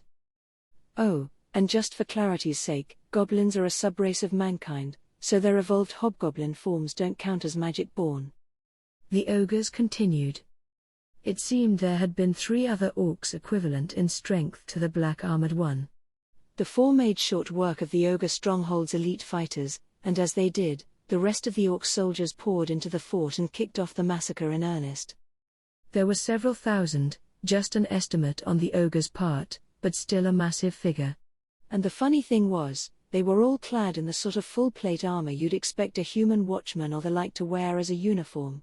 Like a massive wave of metal, steamrolling across the forest. If that was true, this had to be the work of more than simply the orcs. Orcs were human types as well, but they were treated as low-level, unintelligent monsters, like goblins. There was no way they could cobble together the funds for such extensive, and expensive, armor. Plus, there were lots of powerful monsters in the forest of Jura. It'd be impossible for the orcs to avoid attracting attention on the way to the ogre stronghold. It seemed fair to assume they were colluding with some other nation, a nation of humans. But I couldn't guess what they wanted, and that concerned me. If the force was several thousand strong, they couldn't have merely wanted to crush that one ogre site. They were gunning for the entire forest of Jura, at that rate. You know, Kaijin offered, they might be in cahoots with one of the demon lords. Demon lord? Shizu's face flashed across my mind, her final words echoing alongside it. Leon, the demon lord, the foe I'd promised to defeat. Could that be possible?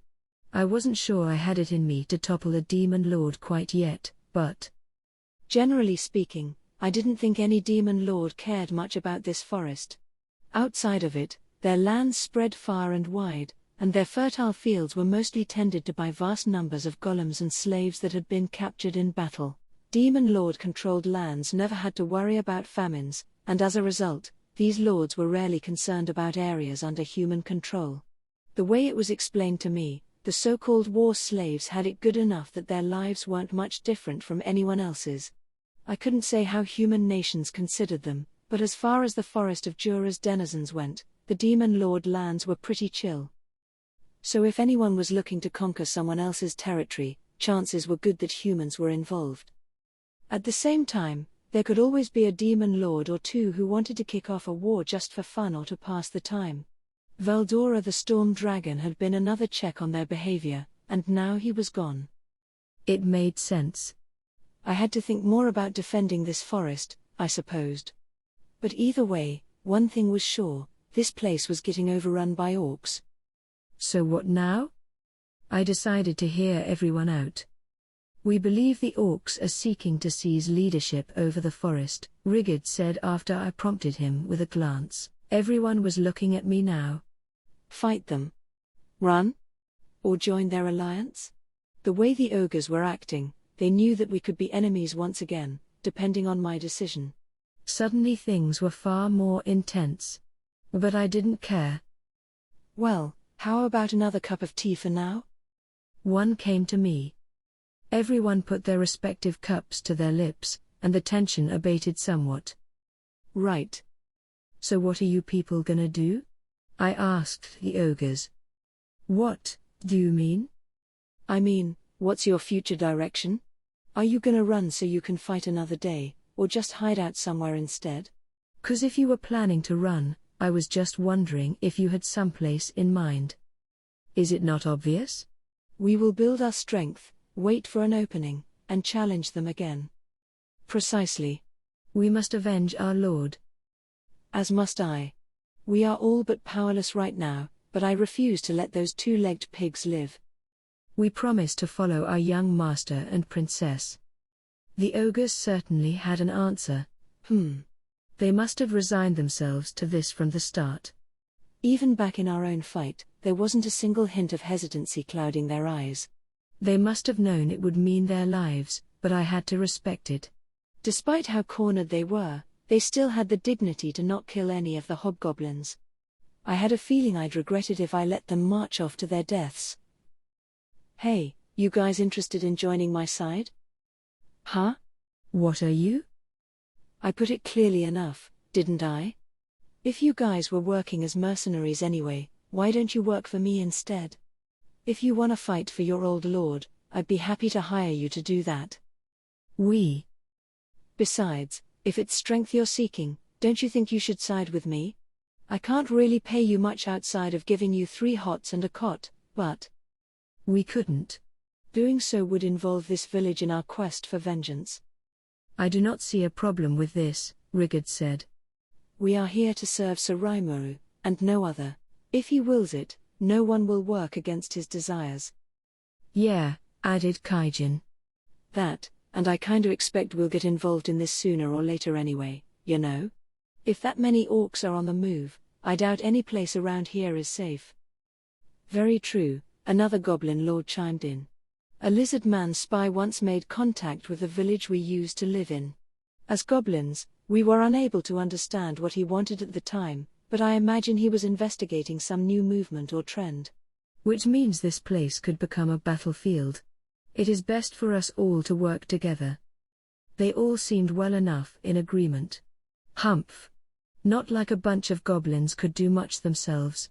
If we had an orc horde coming, we needed as many people on our side as possible. Right, I offered. If you agree to serve me, I think I might be able to make your dreams come true, too. How, exactly? Simple. If you join me, I promise I'll fight with you if something comes up. I never abandon my companions, and if you let me hire you on, I will be glad to cooperate with you. I see. So we protect this village, and in turn, the village protects us? Not a bad proposal.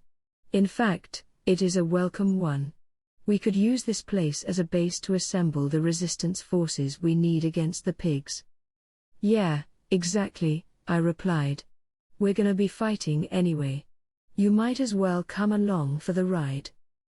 And could this agreement stay in place until the ringleader of the orcs is defeated? Sounds perfect to me.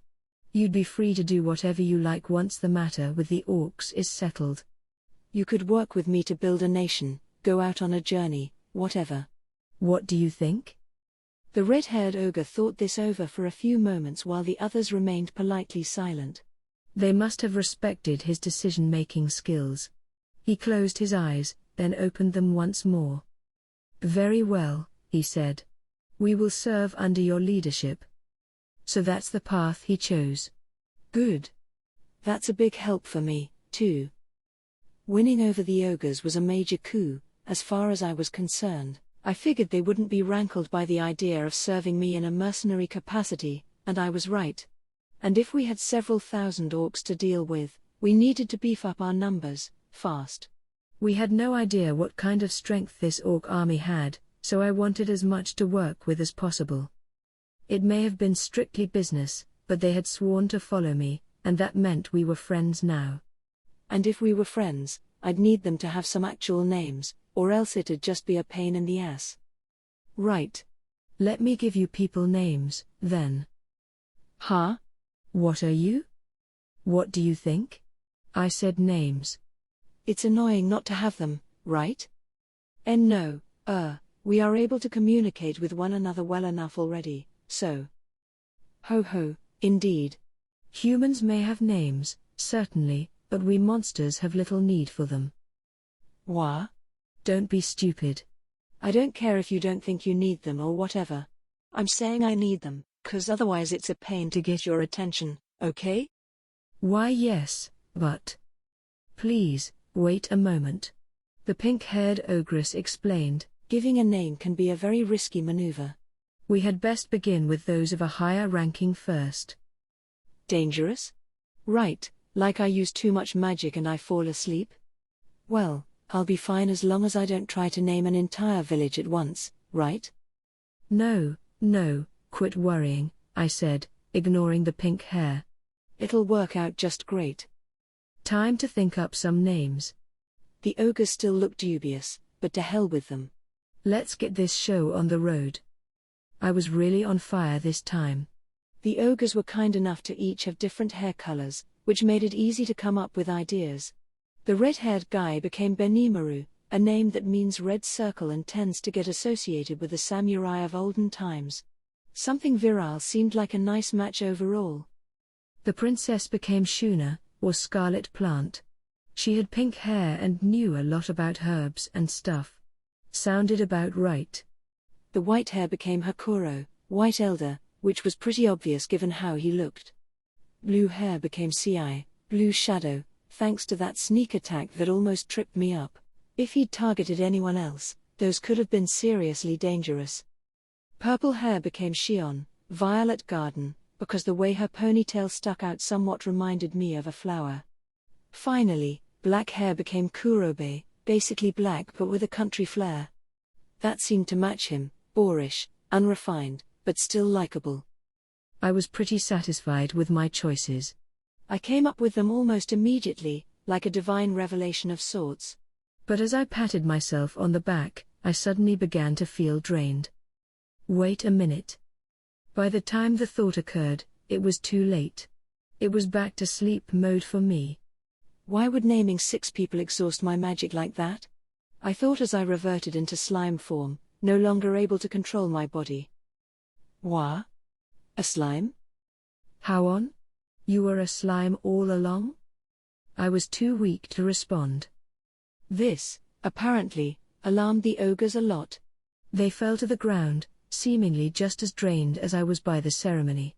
What's going on here? I wouldn't have my answer until my magic was recharged. A night passed. This round of sleep mode, if anything, was even rougher than last time. I was conscious, but it was like everything I saw was in a dream. My memories were vague, like something soft being pressed against me, or like I was floating amid fragrant flowers or something. I had no way of knowing exactly what was happening, but I was probably overthinking matters. Shion. How long are you going to hold Sir Raimaru close to your chest like that? It's time to switch out. Princess Shuna, you cannot be serious. There is no switching out to be done. I will take care of Sir Raimaru, so please, you should rest yourself. Enough of your nonsense, Shion.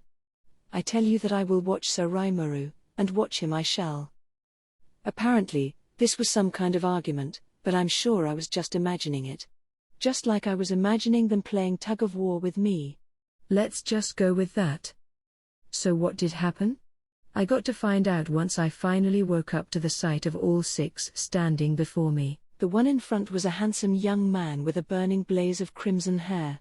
His eyes were just as bright red, and they were fixed squarely upon me, never wavering. Who's this? I thought. But another look confirmed it. It was Benimaru, the ogre referred to as young master by his cohorts. 2 horns, smoother and more beautiful than obsidian, poked out from his crimson locks. They used to be thicker than elephant tusks, but now they were honed, polished, and as thin and beautiful as a work of art.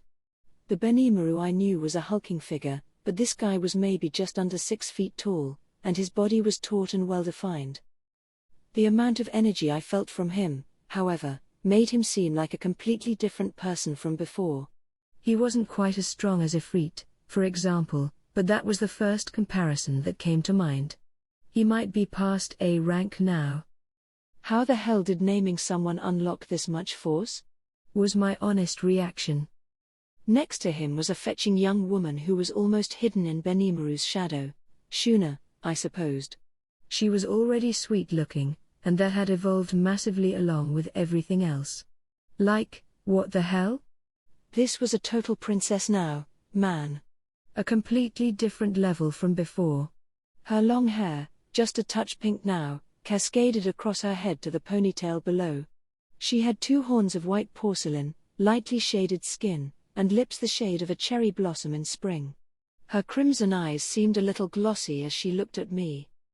Dude, what a babe. Number 2D anime girl could compare. She was smaller, around 5 feet, and the aura she projected made you instinctively want to protect her. Her Koro, the wizened old ogre, seemed far younger now. He had looked about ready to keel over at any moment before, but now it appeared he was maybe just beginning to approach his golden years.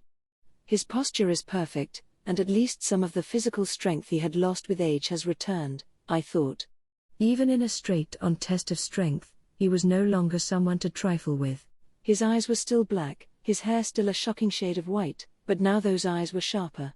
His long hair was tied back, and he had a pair of small horns on both sides of his forehead. He looked like a warrior, and if he took me on now, I wouldn't exactly like my chances.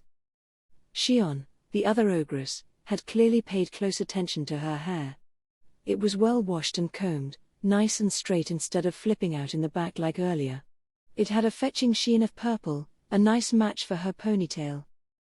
She had a single horn, that obsidian black shade again, and it naturally parted her hair.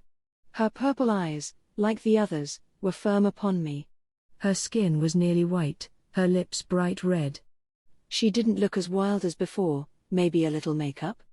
And that, combined with being about 5.5 feet, made her look pretty damn amazing. The whole package was sleek as a supermodel, but she had one extremely unique part, a part that whatever masculinity I had left all but forced my eyes to wander toward. I suppose I was in slime form, at least, so she couldn't see where I was looking. Which was good. I bet she'd look kick-ass in a business suit.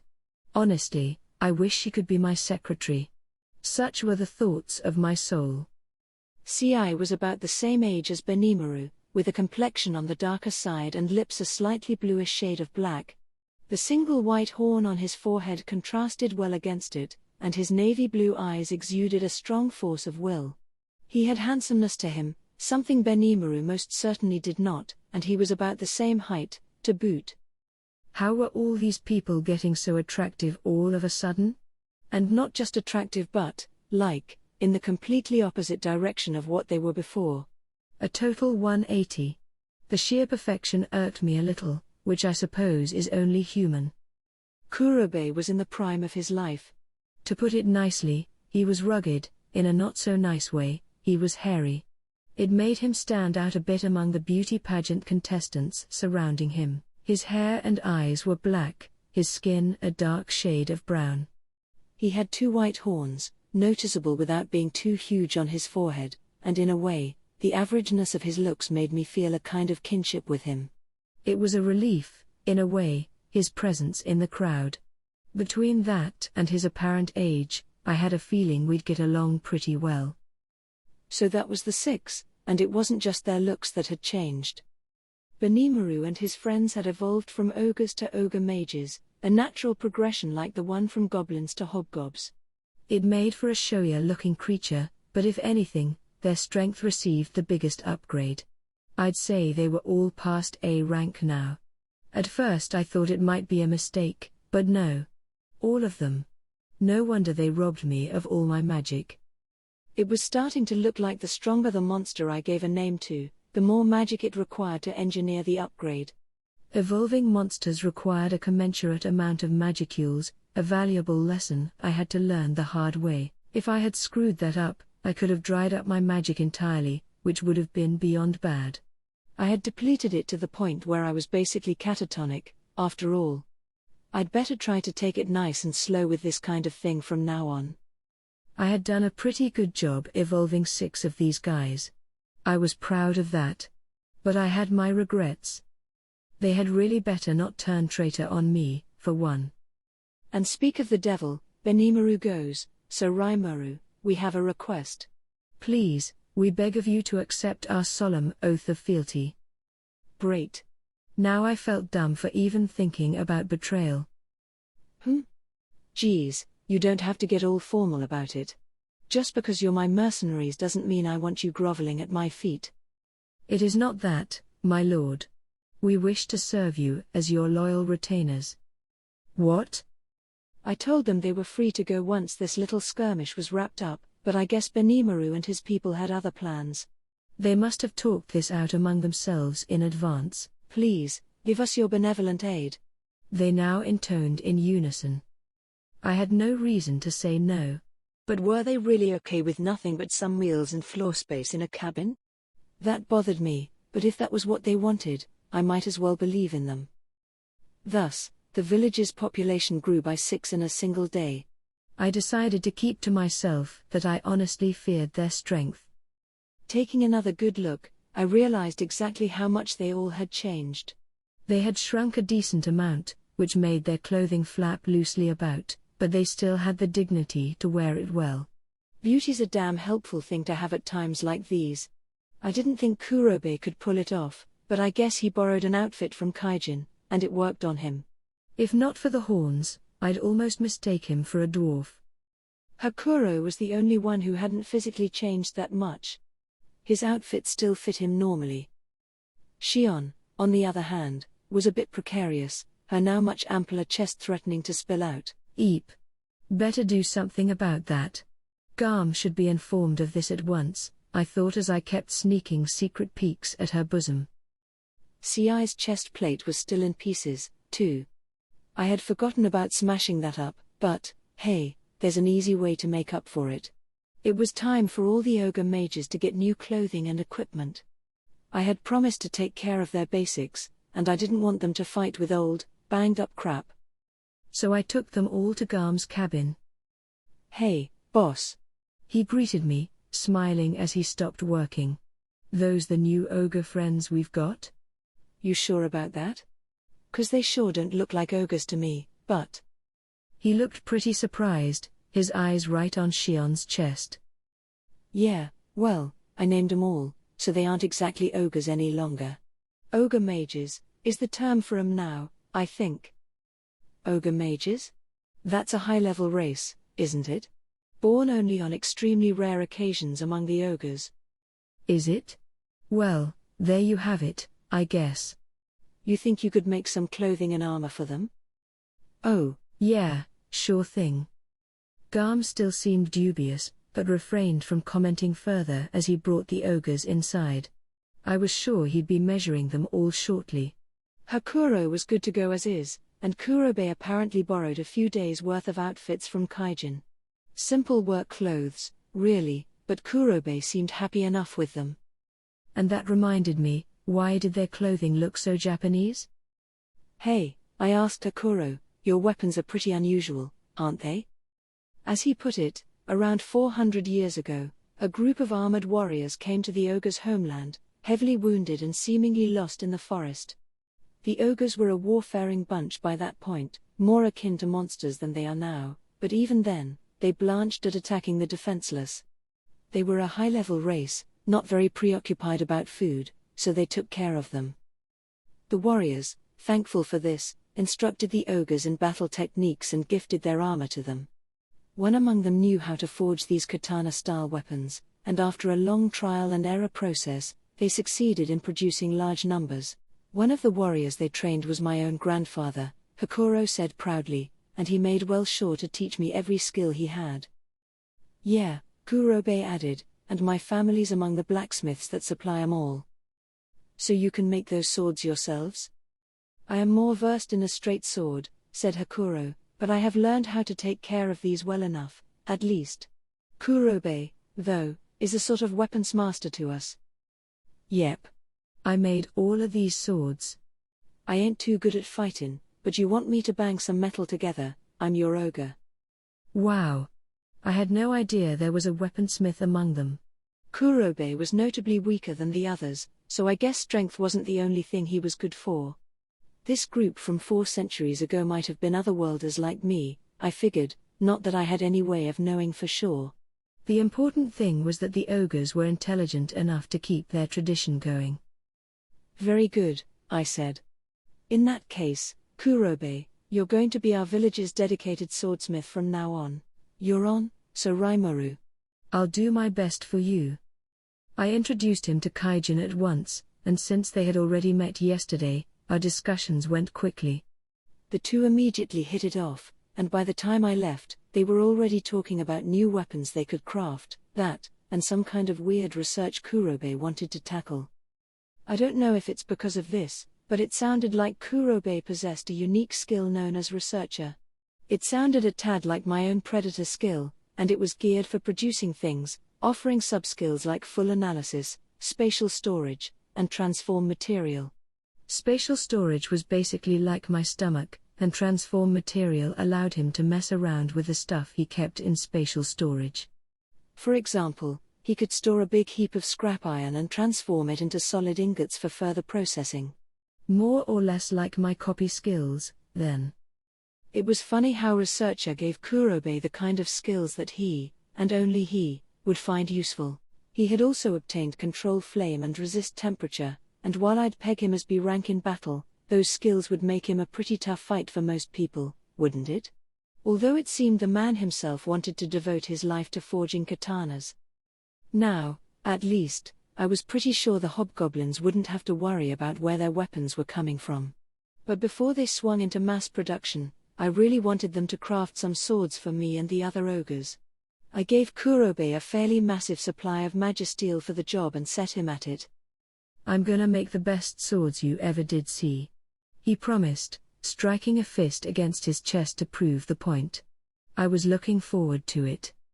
Their measurements taken, Benimaru and Ci stepped back outside, dressed in fur outfits.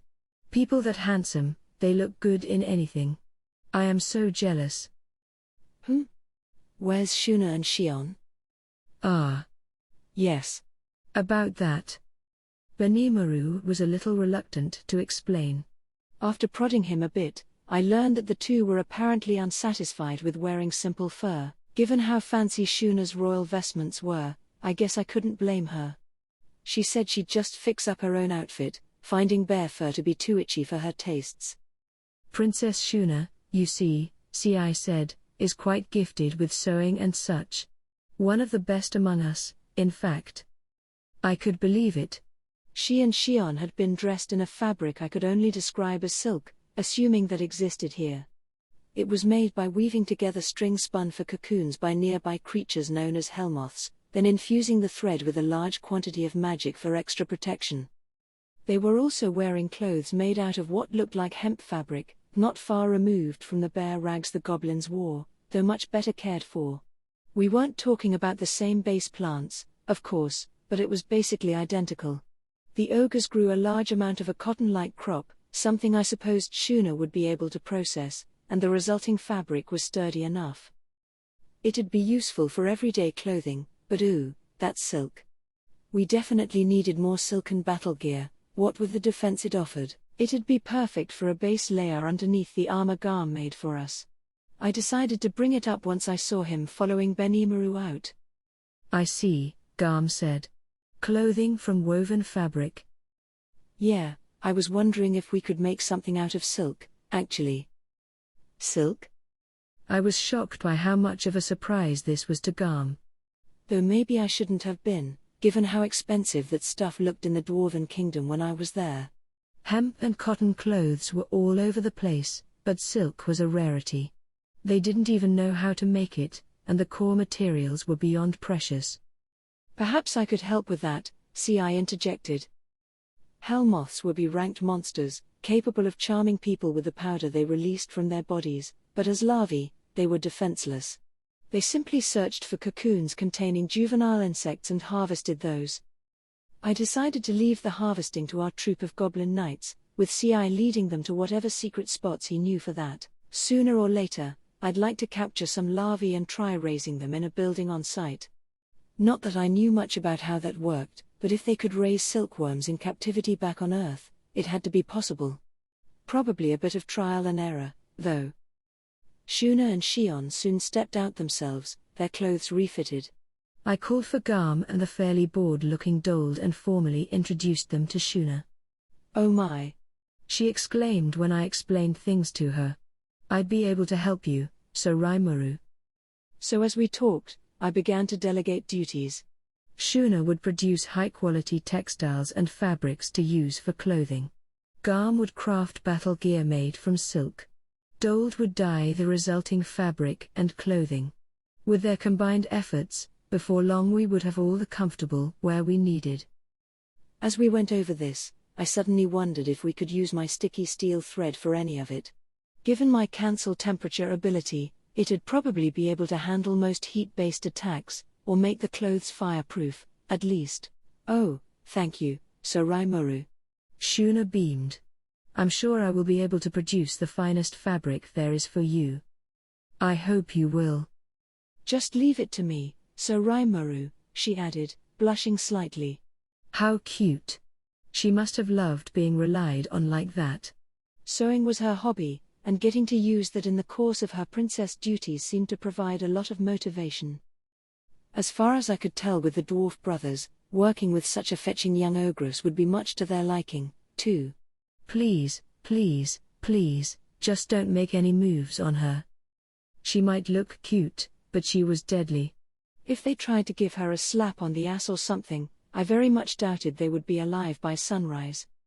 I wouldn't put it past them, either, which was the thing. Being freed of carnal desires like this had made me a fairly cold judge of other people's character. If I wasn't a slime, I'd probably be more worried about my own hide than anyone else's. That was how cute she was. A total demon princess, you'd risk your life trying to ask her out.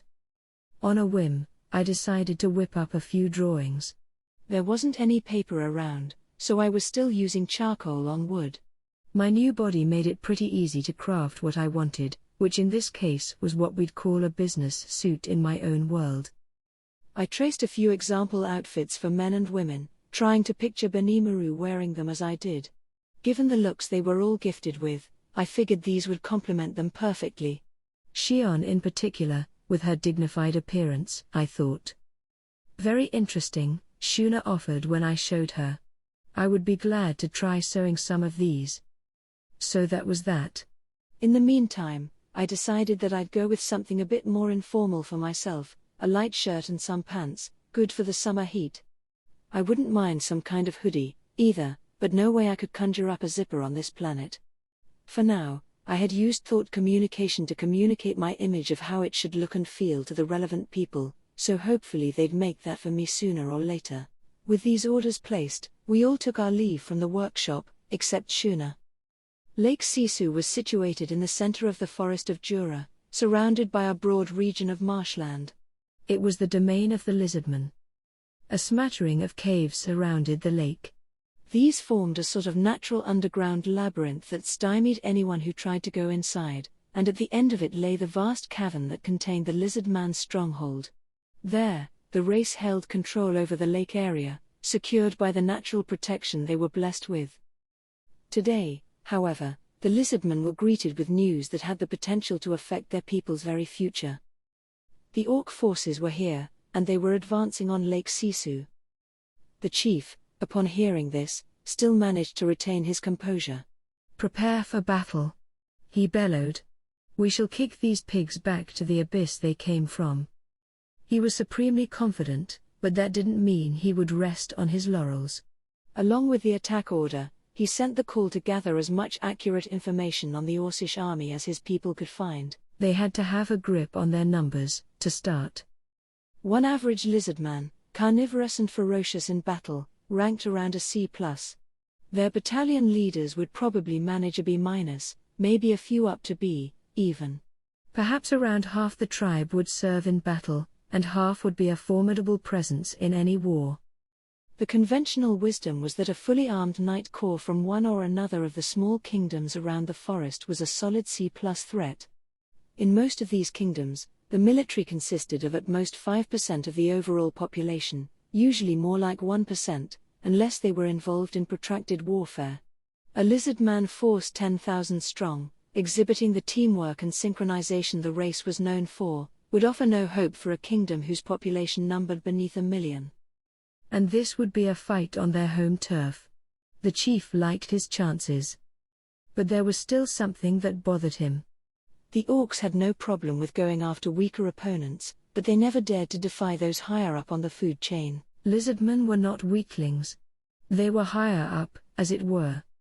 Goblins would be one thing, but what was making them act so fearless against lizardmen?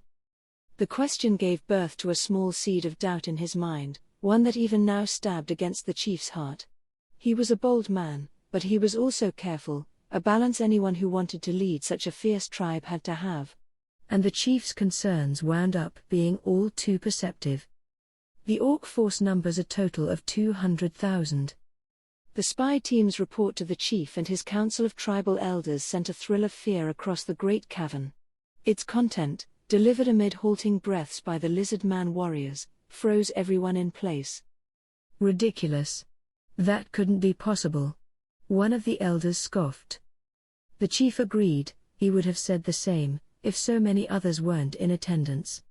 He had a duty to be a rock for his people, unmoved by every ill tiding that greeted them. He couldn't believe it, but he couldn't simply say so. If the report turned out to be accurate, he would have to accept it and come up with countermeasures.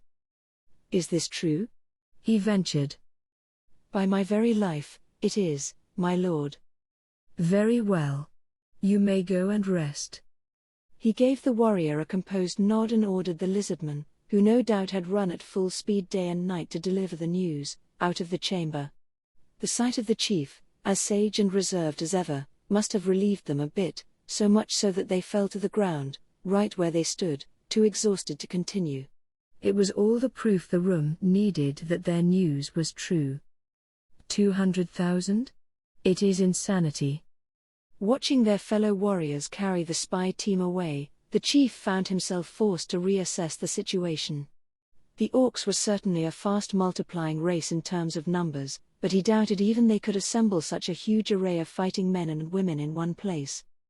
How could they even have the logistics to supply 200,000 hungry stomachs? It would be a gargantuan effort, keeping those supply lines fed. Transporting all that food couldn't have been feasible for such an undisciplined rabble. These orcs are selfish louts, one of his advisors whispered to him, not a care in the world for anyone but themselves. How could anyone have wrangled them into a single cohesive unit? That's the question, the chief thought. Even the most gifted leader couldn't control a force of 200,000 at once, not unless they had absolute control over them all. 1,000 at once would be about the practical limit.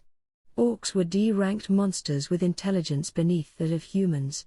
They cared little for anything that wasn't directly in front of their faces. They were foolish, to a man, and the word cooperation didn't exist in their vocabulary. The chief had his hands full managing all the lizardmen who served him, which numbered around 20,000. And that was a race that, by and large, lived in harmony with one another. Add a 0 to that figure, and it was simply beyond comprehension. Is there some manner of genius class among them leading the forces? The chief said to himself. It could hardly be the case, his advisor replied. Anyone capable of maintaining order among them would need to be a unique monster, and I have never heard of more than one such creature appearing at the same time. Indeed, another chimed in. The idea of multiple unique monsters of your caliber, my lord, being born among the orcs. Impossible to think of. The chief nodded as they each shook their heads in disbelief.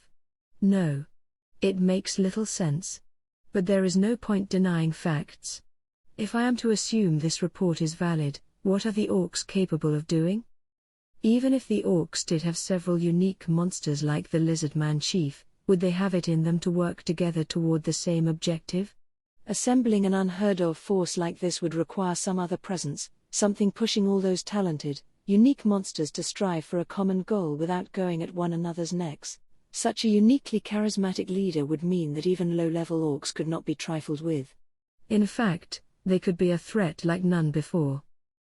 Should I take action under the assumption that such a superior leader is among them? Do the orcs have it in them, so to speak?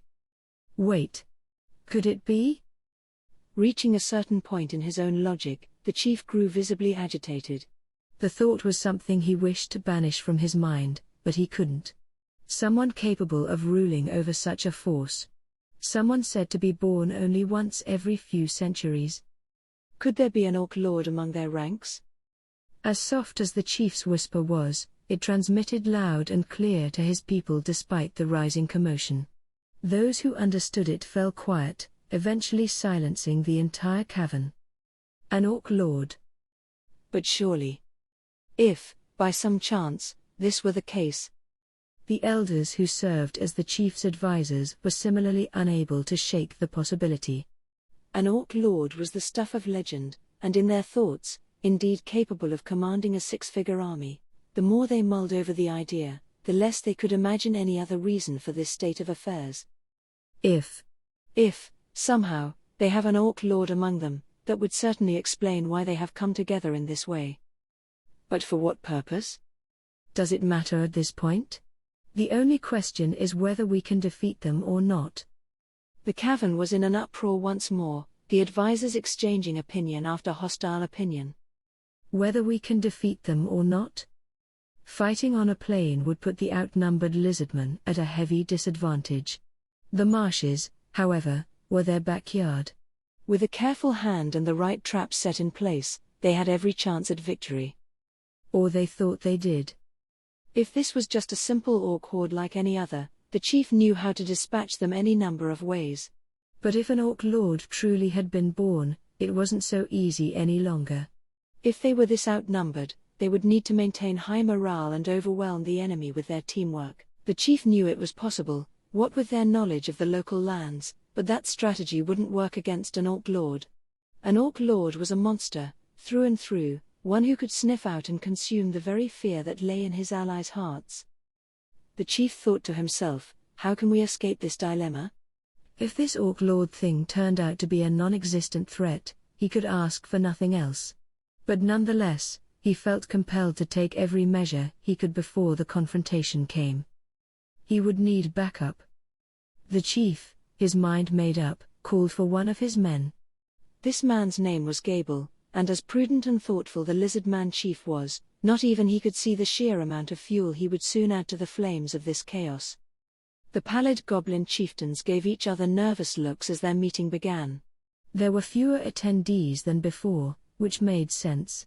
Many had fled in the face of this unprecedented threat, one that could dramatically change the forest of Jura for all time. It all began with the direwolf attack. That, and all the goblins who abandoned the villages that the named warriors belonged to. Despite this desertion en masse, the named fighters successfully fended off the wolves. A savior among them had used his unfathomable strength to protect them. Not only did the named fighters overcome the direwolf's threat, they made them do their bidding, and now they were attempting to rebuild. The villagers who had professed a desire to fight with them in a tribunal some time ago were now gone, moved to the village run by this savior. Goblins, those petty, trifling little things, had no hope of survival unless they lived in groups, coming to one another's aid. But even after all that happened, there was no way these goblins, after abandoning their kin like this, could drive a stake into their pride and beg for forgiveness. No matter how much, deep in their hearts, they truly wanted to. Some had already verbalized as much, in fact. But if they sought to join them now, they would no doubt be treated little different from slaves. Thinking of it that way, it was completely impractical. Fortunately, This savior gave no indication that he wanted to swallow up the villages that surrounded his. Perhaps they could just maintain the status quo, living as they did before. That would be best, yes. But life wasn't that kind to them. One day, out of nowhere, a small group of Orcish knights dressed in full plate mail came to visit. We are knights with the Orcish order. As of this very moment, this land is under our valiant Orc lord's control.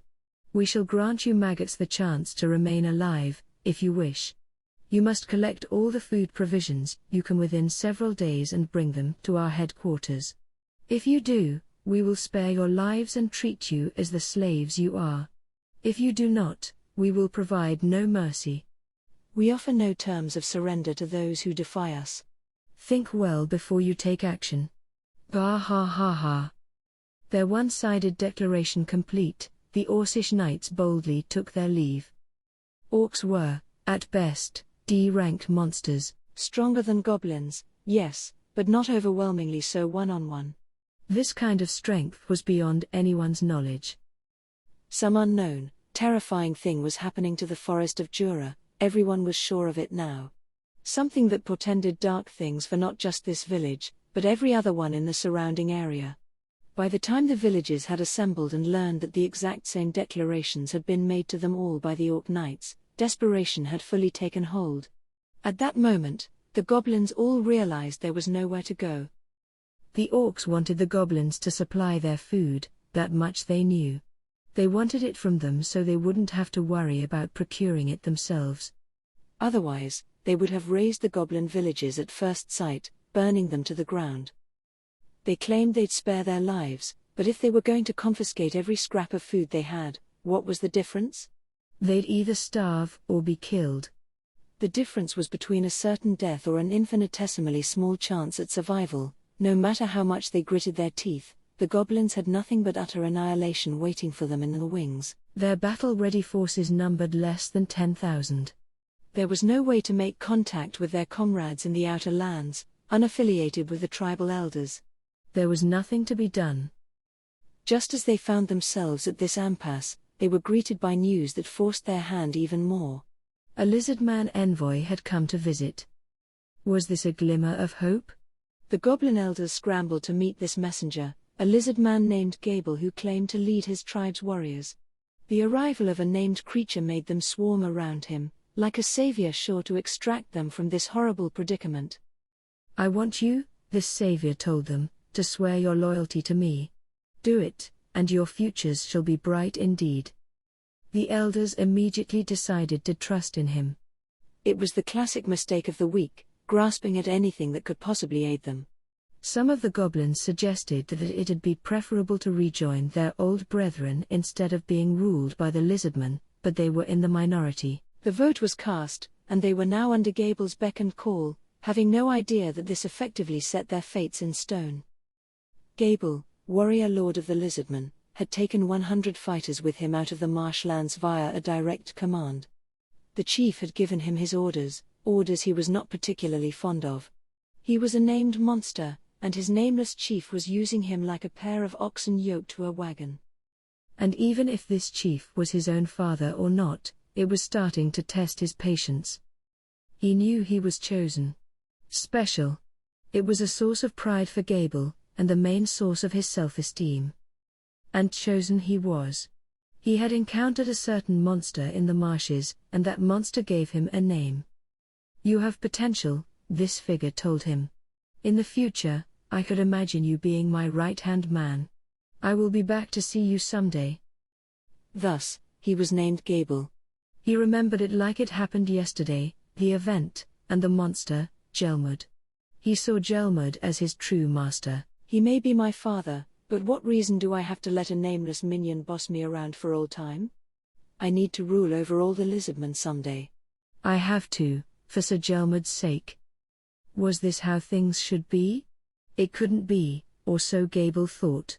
It was a side effect of wanting to be recognized by his father, the ever-stern figure in his life, the great leader of all lizardmen. He was letting his pride overcome him, but he didn't have the vocabulary to realize that. What now, then? The chief had ordered him to travel around the goblin villages and seek their cooperation. He was allowed to threaten them to some extent, but he was expressly forbidden to do anything that could turn them against the lizardmen. A tepid idea, Gable believed. What works with goblins are shows of strength. It always does.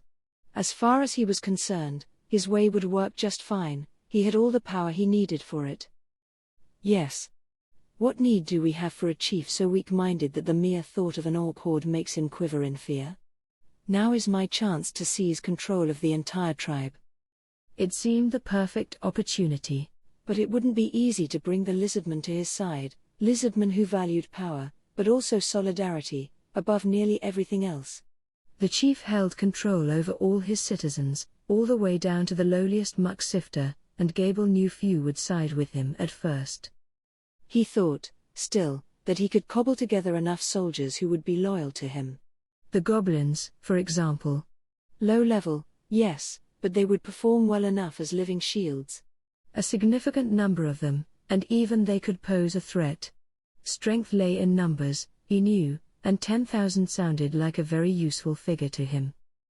Why worry about the orcs? With my powers as the strongest warrior among the lizardmen, they are but a trifle. And I could seize this opportunity to make my father abdicate once and for all. So, one of the warriors with him chimed in, the era of Sir Gable is soon at hand? Ah ha ha ha ha. Indeed, indeed. Very good, my lord. And I promise that we all shall follow you to the end of the world.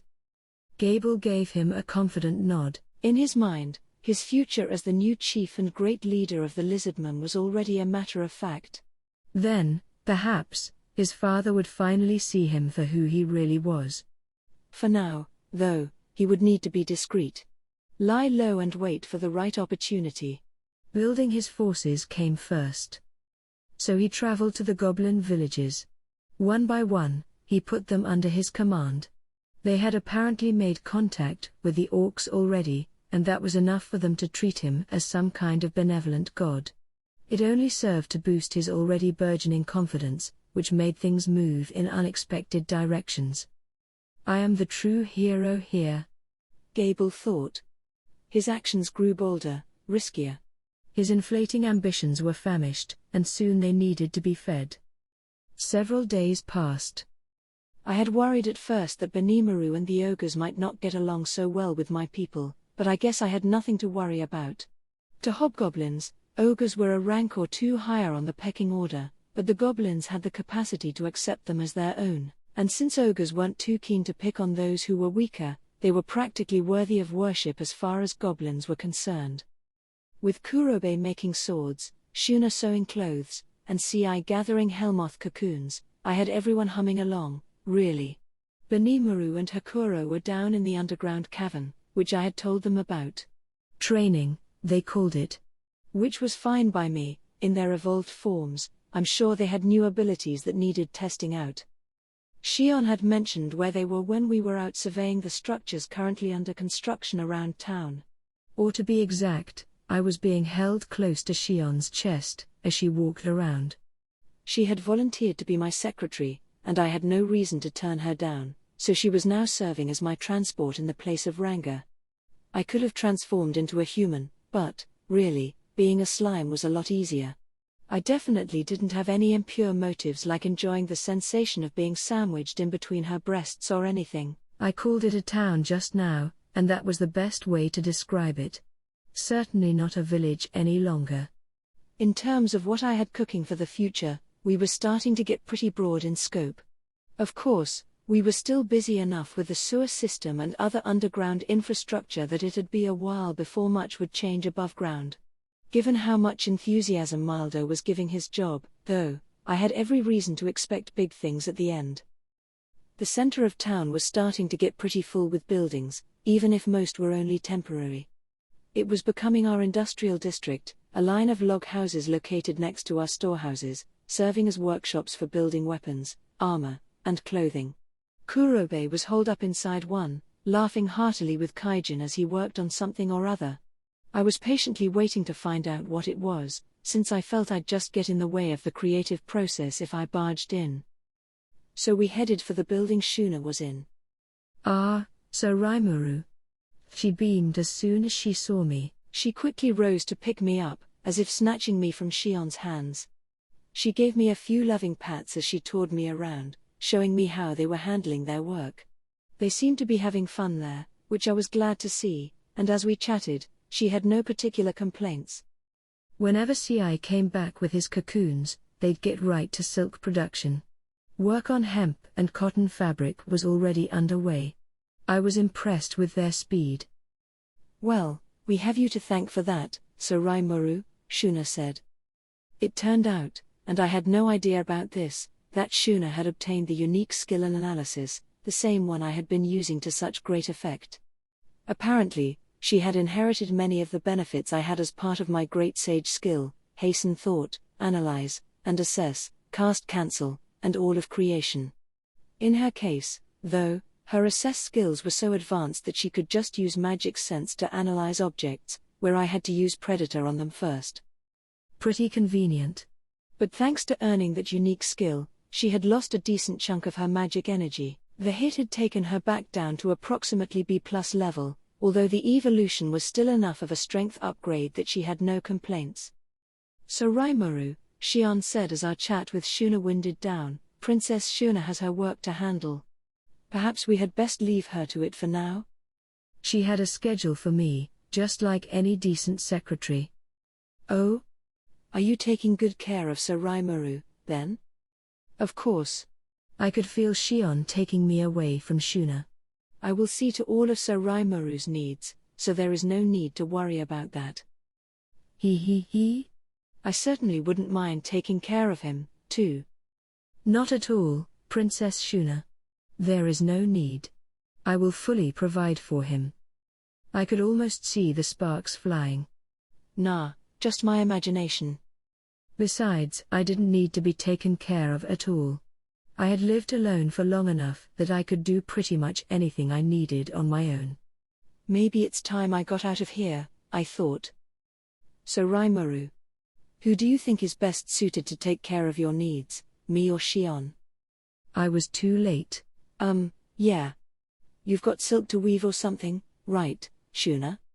I guess you could help out whenever you're free, maybe?" "Help out on what, exactly?"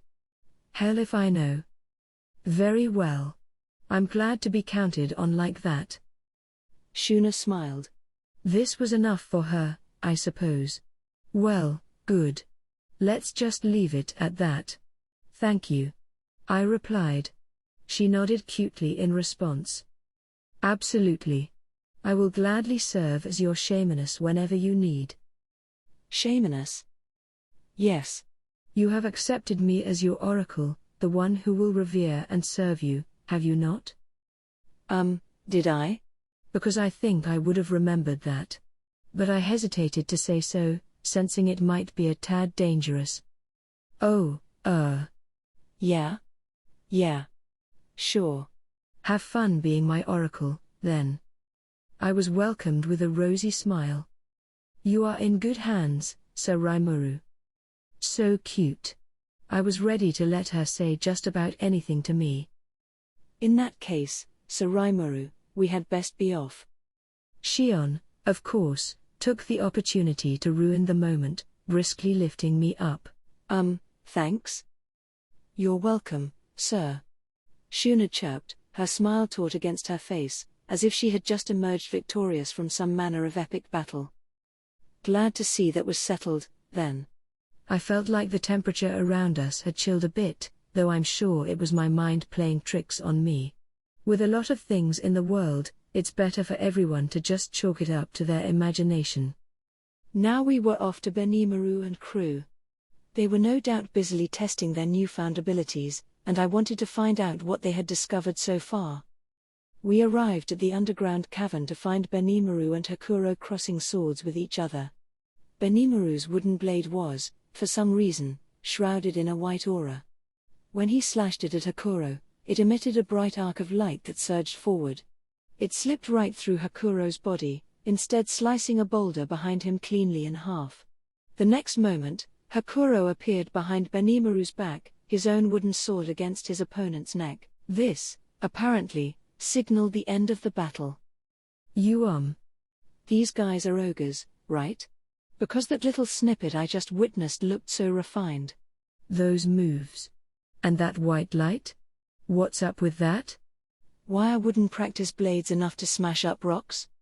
Why bother with the sword at all, then? Hakuro was the first to notice me. Ah, hello to you, Sir Rimuru, he said. A rather nice place, this is. Quiet, too. I do apologize you had to see me like this, Sir Rimuru. Oh, no. I heard you were training, so I thought I would see how it's going. Doing well, I suppose. I think we are coming to grips with this, yes, Benimaru said. Hakuro's regained enough of his youth that he's as strong as a man half his age. Ho ho ho. Indeed, it is as Lord Benimaru puts it. I can feel the power flowing into this withered old frame. Ah, but it's only just begun for the two of us, Hakuro. I am still stronger than you, remember, which should have been enough to win, but...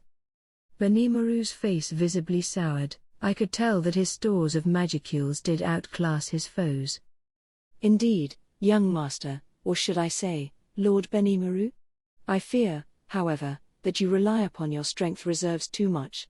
You must lend an ear to your sword, the way I do, and become one with it. I would hate to let myself lose to you until you achieve that. Even before he evolved, Benimaru was a masterful enough fighter to sneak up behind my back. I still remembered how he evaded my magic sense long enough to slice right through my arm, even with multi-layer barrier and body armor protecting it. I didn't want to dwell on the thought much, but he might just be strong enough now to finish the job for good.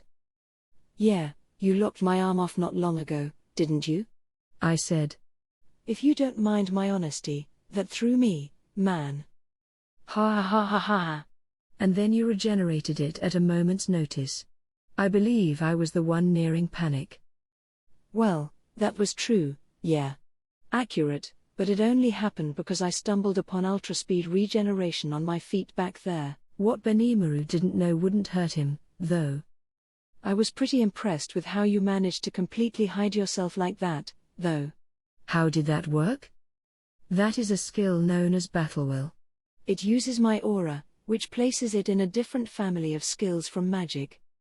As Hakuro put it, Battle Will was a unique sort of art, or technical skill, that transformed the magicules within the body into fighting spirit, thus powering up the wielder's physical form. If one's aura is what comes out while you're not doing anything, fighting spirit is what your body releases while, well, fighting. Although given the auras already available to high-level monsters, it struck me as 6 of one, half a dozen of the other. There were a few other arts, too. Instant Move, for one, which allowed exactly that, or Form Hide, which forced your opponent to lose sight of you. Modelville, which strengthened your fists and weapons, was more of a beginner art, and that was the white light I had just witnessed. They could fire it off like a projectile. It was all a bit like magic, except not magic. No casting time, for one, which made it more useful to put into practice in a pinch. Given how anyone with the right level of intelligence could learn arts, I guess the sight of ogres busting them out shouldn't have been a surprise. Shuna had that illusory magic on her side, too. I suppose it should be a given that high-level monsters had this kind of thing handy, as a rule. Great if they're on my side, really annoying if not. If your garden variety adventurer ever ran into a monster with that kind of arsenal at their fingertips, I couldn't guess how many unlucky sods met their ends that way. I took a moment to say a silent prayer for them. This Battle Will thing, though, was interesting. I definitely wanted to learn about Formhide, which magic sense was apparently powerless against. My human form gave me normal sight, but if I hadn't had that, I would have been wide open to that attack back there. As they put it, the art begins by suppressing your sound, then your smell, then your temperature, then your spirit, and once you reach that level, you no longer even disturb the magicules around you. Definitely a skill I wanted to have. Lord Hakuro was our teacher, Shion explained, and the most powerful swordsman among our retainers. Neat. So, Hakuro, I want to learn that Battle Will thing, and I'd like the hobgobs to get trained in it, too. Mind flexing your muscles some more for me as my official instructor? Ho ho ho. You seek a favor from this decrepit old man? He fell to one knee. It gladdens me to hear. If it be for your sake, Sir Rimuru, I would be overjoyed to exert my weary bones one more time. Sir Rimuru, Benimaru added, you said you planned to build a nation in this land, yes? You were serving as king, and Rigid as your top minister? I know nothing about government myself, but when it comes to military issues, I believe there are few who could equal me. If you wish to appoint me to a role along those lines, I would gladly accept it. Fine by me, but that's kind of a step down for you, isn't it? Nothing of the sort. We serve you now, Sir Rimuru, and we have offered our loyalty. If I may fulfill this by serving as your vassal, then I would gladly put everything I can offer on the line. I wonder how to handle this. He certainly seems earnest. He'd made a similar request a few days ago, but I honestly hadn't given it serious thought yet. Maybe I'm the one who owes him some more respect. All right. I hope I can count on your strength, then. I had to repay his resolve one way or the other, I figured. Now was the time. The time for me and these ogres to firmly, finally, walk hand in hand. That is terribly unfair. So Rimuru. If this is how it will be, I would like to be appointed to a post as well. Sheesh. She startled me. Shion, still firmly holding me up to her chest, was visibly pouting. Oh brother. Did she think I was kicking her out of the cool kids club or something? Guess I'll need to whip up something for her, too. I jumped out of her arms and to the ground, transforming into human form as I did. Before I touched solid earth, I produced a change of clothes from my stomach and put it on, a move I had been practicing in secret. Benimaru and Shion looked surprised, but they kneeled silently before me instead of saying anything. Well then, Benimaru, I hereby appoint you to be my samurai general. From here on in, you will be responsible for running my nation's military affairs. Yes, my lord. I will serve you well, on and off the battlefield. And you, Shion, I hereby appoint as my royal guard. Your duties will remain chiefly secretarial, I suppose, but either way, do your best, all right? Thank you so much, my lord. I will make a full effort every day to serve you as best as I possibly can. So now I've not only named them all, but I've given them 3 classes to work with. They couldn't have been more rapt with joy. Kurobe seemed to be loving his own job, too. I should have given them all formal titles earlier. Shuna and Ci deserved something, too. Just as the thought occurred, a figure suddenly appeared next to Benimaru. It was Ci, and it looked like he had pretty much jumped right out from Benimaru's shadow, the result, he explained, of the shadow motion skill he earned as part of his own evolution. I knew it involved harnessing people's shadows to move from point A to point B in the shortest time possible, but I wasn't too deep on the specifics.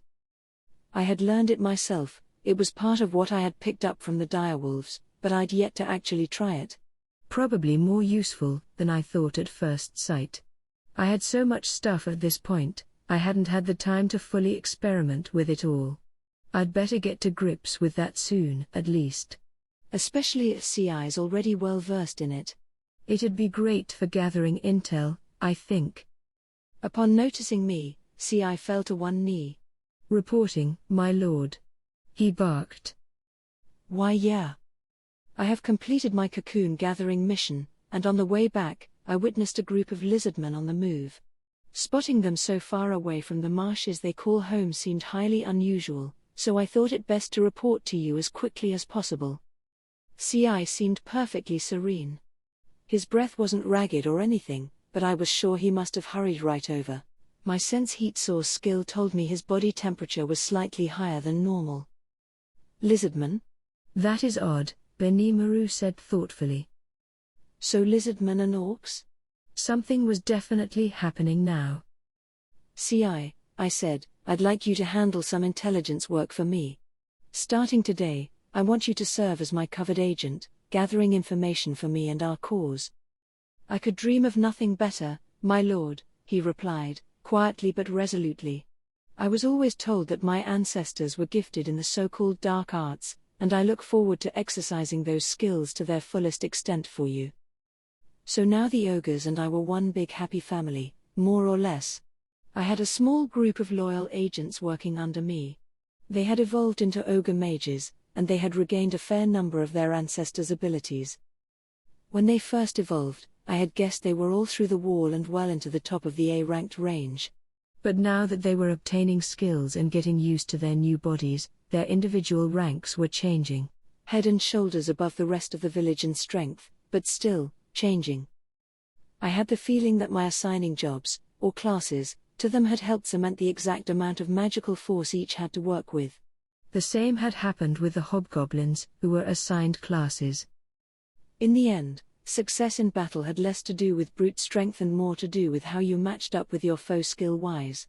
It was really my skills that defeated Ifrit, not whatever my slime body did for me. Seeing these ogre mages obtain unique skills in the same way was fascinating. I had a feeling that Shuna had forced my hand a little bit, but I didn't mind. She did used to be a shamaness, I guess, so the class I gave her worked well enough for me.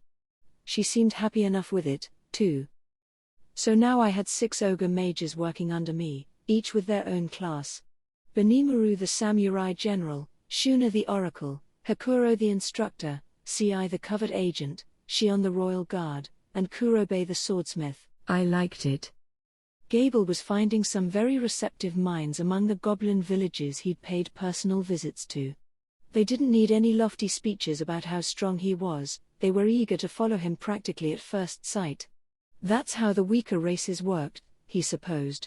And if they showed any sign of defying him, he was ready to whip them into submission. The chief's orders no longer figured in Gable's mind.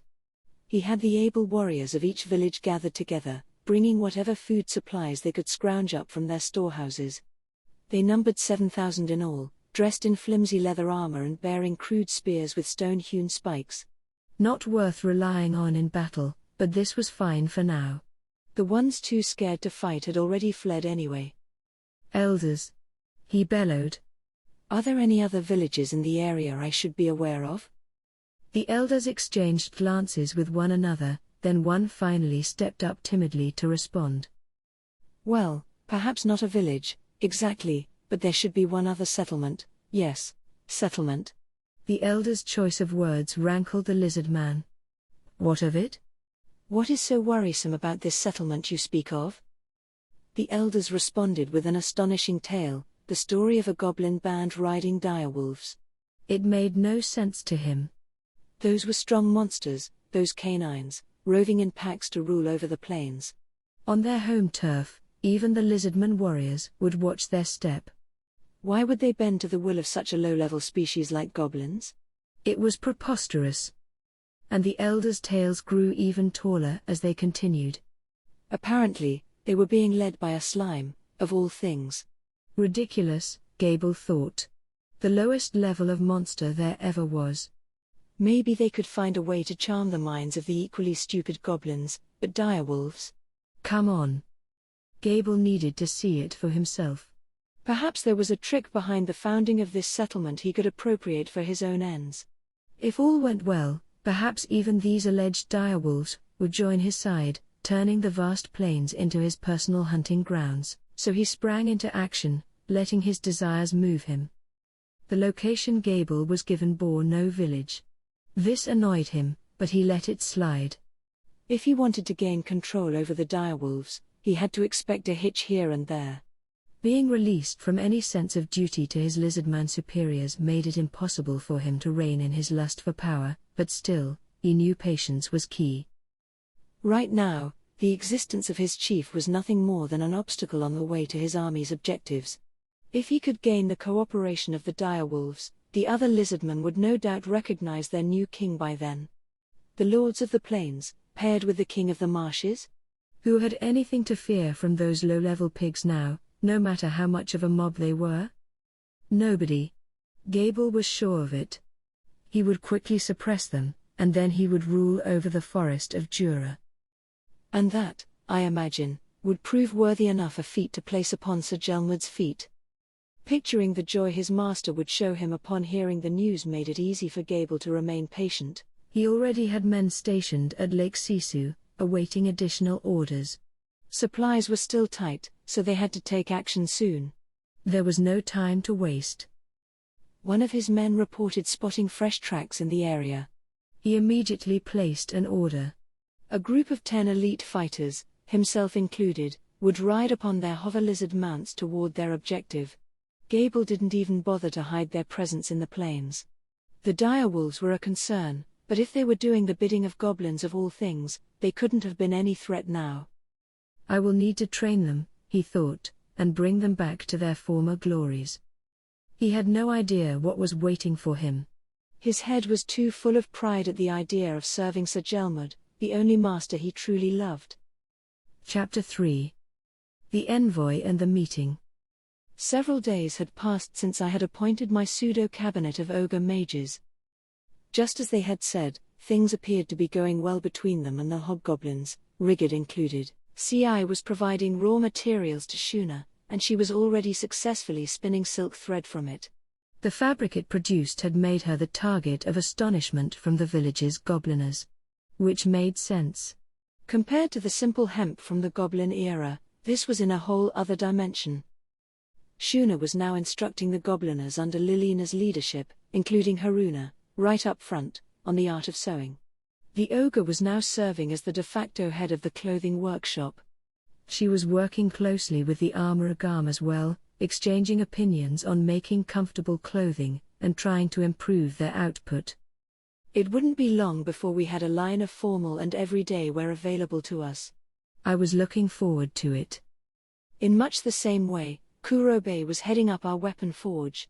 It was a learning experience for him and Kaijin, and they were both better artisans for it. Kaijin was more focused on overseeing our efforts at mass production. It's not like any single person had the stamina to bang away at metal every single day for weeks on end, but he still had a wealth of knowledge to glean. He probably thought it best to leave the nuts and bolts of weaponsmithing to Kurobe while he focused on his passions in the realm of research. It was already producing results.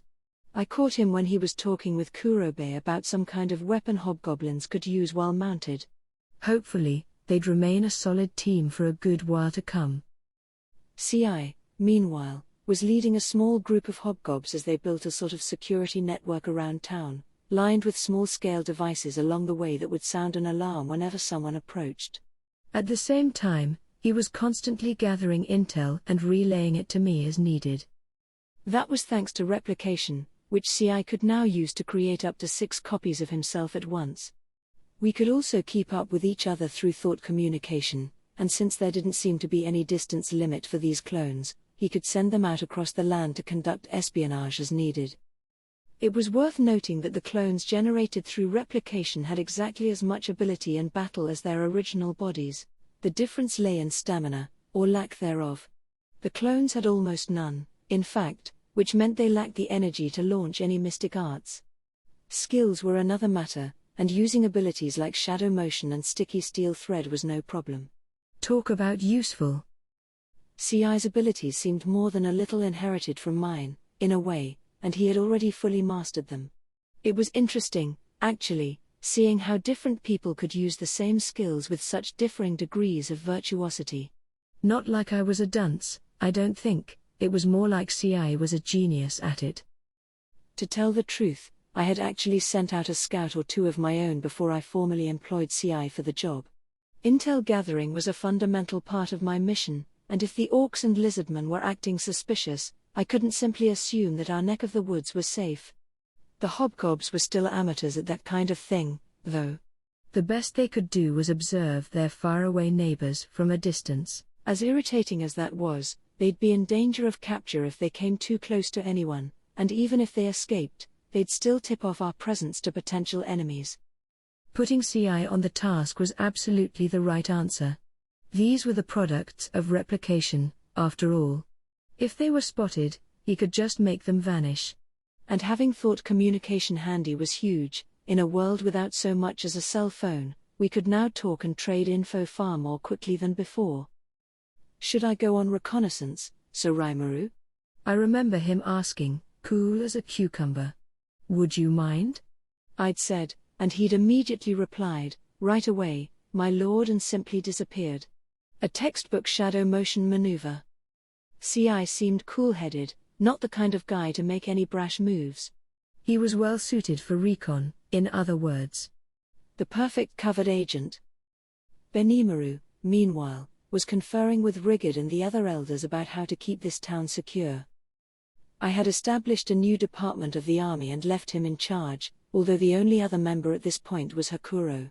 Riga and the rest of the town's security force were busy securing food and natural resources. I couldn't draft them into the army that easily. I'd probably have to reorganize them at some point and field volunteers. That appeared to be what Benimaru was talking about with Rigid. I'd like to create an organization suited for combat, he told me, selected from worthy candidates willing to dedicate themselves to battle duty. Would that be all right with you? Sure, I said. Sounds great. Let me know once you've got a roster handy. I wanted to leave the whole thing to him, really, but that felt a tad too irresponsible, even for me. I was charged with making the final decisions, and I had to fulfill that duty, at least. We were still basically a collection of monsters, but little by little, I felt like we were forming an actual nation of sorts. It was nothing I could have done, or at least, done this quickly, without Benimaru and the other ogres. I'd hope I could rely on them for a while to come. That just left Hakuro, standing in front of me even now, wooden practice sword in hand. He was a master of the sword, there was no doubting that. You underestimated him at your own peril. He was elderly, but his spirit was like nothing else. Having this new human form and everything, I thought I'd learn some sword skills of my own. This was, to say the least, extremely optimistic, as was the prospect of learning new arts for myself anytime soon. My last experience with that sort of thing was back in middle school phys ed, and I'd never even held a sword before. No way it'd be that easy. I figured I'd be a quick study, what with hastened thought and all that, but Hakuro quickly taught me the error of my ways. He had that, too, it turned out, so I had no advantage at all from the get-go. The end result? I basically stood there and let this ogre mage beat me up for an hour or so. The ease with which I had been learning skills had probably spoiled me. Unlike those, arts were earned strictly through training and concerted effort. It was never going to be quite that easy for me. And while magic seemed a bit like arts, they essentially ran on two different engines. Yeesh. Icicle Lance came to me just like that, too, when I absorbed it. No point complaining, though. I might be able to do the same with arts as well, but it looked tricky. There would be no shortcuts with this, I'd just have to give up and admit that it'd take constant, extensive practice. Oops. Now was no time for mulling over this. I had my own practice sword in hand. Manifesting as an adult slowed down my reaction time, which meant I was in child form so I could devote my all to this. Launching magic sense, I honed my consciousness on the world around me. Sense heat source and keen smell were also activated. Question. Enhance ultrasonic wave to evolve the extra skill sense sound wave? Yes. No. Ah. Good job, Sage. Just what I was hoping to hear. I thought yes to myself, and with that, I opened up a treasure trove of information, the movements, temperature, smell, sound, and everything else related to the magicules surrounding us. Now there was nothing that could escape my senses. That gave me an extra jab of confidence as I took on Hakuro, his sword casually lifted up to his chest. The next thing I felt was a dull blow to the crown of my head. It couldn't have been a cleaner strike, no pain, no damage. He didn't put any force into it at all. Still, though. That was skill, not speed. We were on completely different levels. What was that? Ho ho ho. I call that haze, he explained with a smile. It is part of my form-hide skill set, and the more magic I invest, the more I can dilute the presence I project. I believe you have the ability to obtain it for yourself, too, Sir Rimuru. It didn't sound very likely. It apparently took him a good century or so to learn, so I didn't like my chances that much. Yeah, I'd sure like to, sometime. Hakuro nodded approvingly. It hurt my feelings a little, but I couldn't do much about it. Arts weren't skills, after all. They took time. And whatever advantage I had in skills, and I had a big one, I was sure, it was nothing compared to what Hakuro could do. I didn't think I was acting all high and mighty, but he sure humbled me there. And maybe I could just cast a flare circle and be done with him, but that wasn't the point. This was a swordsman. One born as a nameless ogre, tirelessly practicing his skills in the shadows, away from public sight. No wonder he was the strongest in his tribe. I doubted he had shown a full effort yet, and I was sure his newfound youth only made him tougher. In an ideal world, he'd be known across the land for his talents. That's what I honestly thought. Right, Hakuro said, smiling like a doting grandfather. One more time, then. Before we could make another move, though, we heard the sound of a large bell ringing. Something had triggered CI's alarm system. Thank heavens for that. I had no chance of beating Hakuro, and I was ready to call it a day. So we headed for Rigard's residence instead. He ran right up to us once we were in sight. He tended to do that a lot. Maybe my mere presence stressed him out a little. I have news to report, Sir Rimuru, he said, half in a panic. A lizardman envoy has come to visit. Lizardman? I was expecting that unwelcome visit sooner or later, but I guess they're here, huh? Ahead of the orcs, no less. Well, I was ready to deal with either. Let's hear this one out. I headed for the town's entrance to greet this envoy. They hadn't arrived yet, instead sending an advance messenger who told us to bring everyone in the village out front. I asked why the guard didn't just shrug him off, but he was riding a hover lizard, a fairly large mount reserved only for the night classes, and I'm sure that must have made Rigard pee his pants. If this was a troop of night-level lizardmen, no goblin village would stand a chance. They'd be ripped apart. And if a knight was first to greet us, I could only imagine what the main outfit looked like. We'd need to mind our manners. There were 4 of us there at the entrance, me, Rigard, Benimaru, and Hakuro. I made sure everyone knew to tread carefully. Absolute politeness, unless I say otherwise, I said. Yes, my lord, Rigard said, the rest nodding with him. Where is Shion? Benimaru said. Apparently, the word politeness reminded him of something. Oh, I think she's been cleaning my place since morning, but… what? For some reason, Hakuro appeared shocked at my reply. Is that a problem? No. Not at all. Indeed, Benimaru added. She has grown. It should be all right. This was starting to concern me. And as it turned out, I should have been alarmed. Shion was soon there at the entrance, providing tea. Working hard as my secretary, I figured. I wanted to compliment her on it, and then I took a sniff. This is tea, right? There were these weird, seaweed-like leaves flopping over the edge of my cup. It could not have been any potable beverage. I looked to Rigard, seeking out a possible explanation. He averted his eyes. What the heck?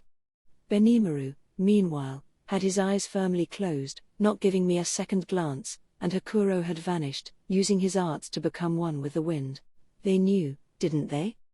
And all the time, as I hesitated, Shion was looking right at me, waiting for my praise. How am I supposed to heap praise on her for this? My instincts were screaming at me to dash the cup against the ground, but was I doomed to this fate all along? Why the hell did I have to be human right now? It would have been a lot easier to deal with this as a taste bud-free slime. Just use Predator to take it apart, and I'd be perfectly safe. Too late to curse my bad luck now, though. Stealing my resolve, I slowly reached out for the cup in Shion's hand. Just as I did. Ooh, some tea? I was just feeling a bit thirsty. Gobta, freshly back from his patrol detail, grabbed the cup and emptied it in one gulp. Nice one, dude. Perfect. A warm round of applause for the man. Shion's face was now a mask of pure anger, but Gobta didn't bother noticing.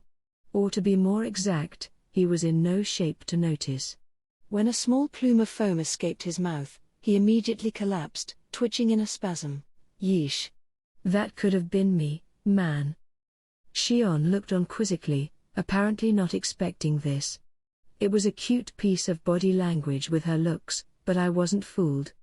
From now on, she was banned from any work involving food or drink. Shion, I said, next time you make anything you want people to eat or drink, make sure to run it past Benimaru first, all right? Benimaru shot me an icy stare. Like I cared. You're the boss, man, I silently replied. You handle it. He joined Shion in staring awkwardly at the ground. I still felt vindicated. If anyone had actually gotten hurt here, what would they do then? Oh right, I guess Gobta did, kinda. But. He'll be fine. I'd have to thank him later for serving as my inadvertent taste tester. And I'd also have to count on Benimaru to keep the body count from rising any more. By the time we heard the full lizardman envoy thundering toward us, about an hour had passed from the initial alarm call. I reverted to slime form, enlisting Shion to hold me in her arms, just in case, I explained. I couldn't help but feel overall safer as a slime. Shion was all gung-ho about her guardian role, too, and there was no reason to throw shade on that. I bet she wants to make up for that tea disaster, besides.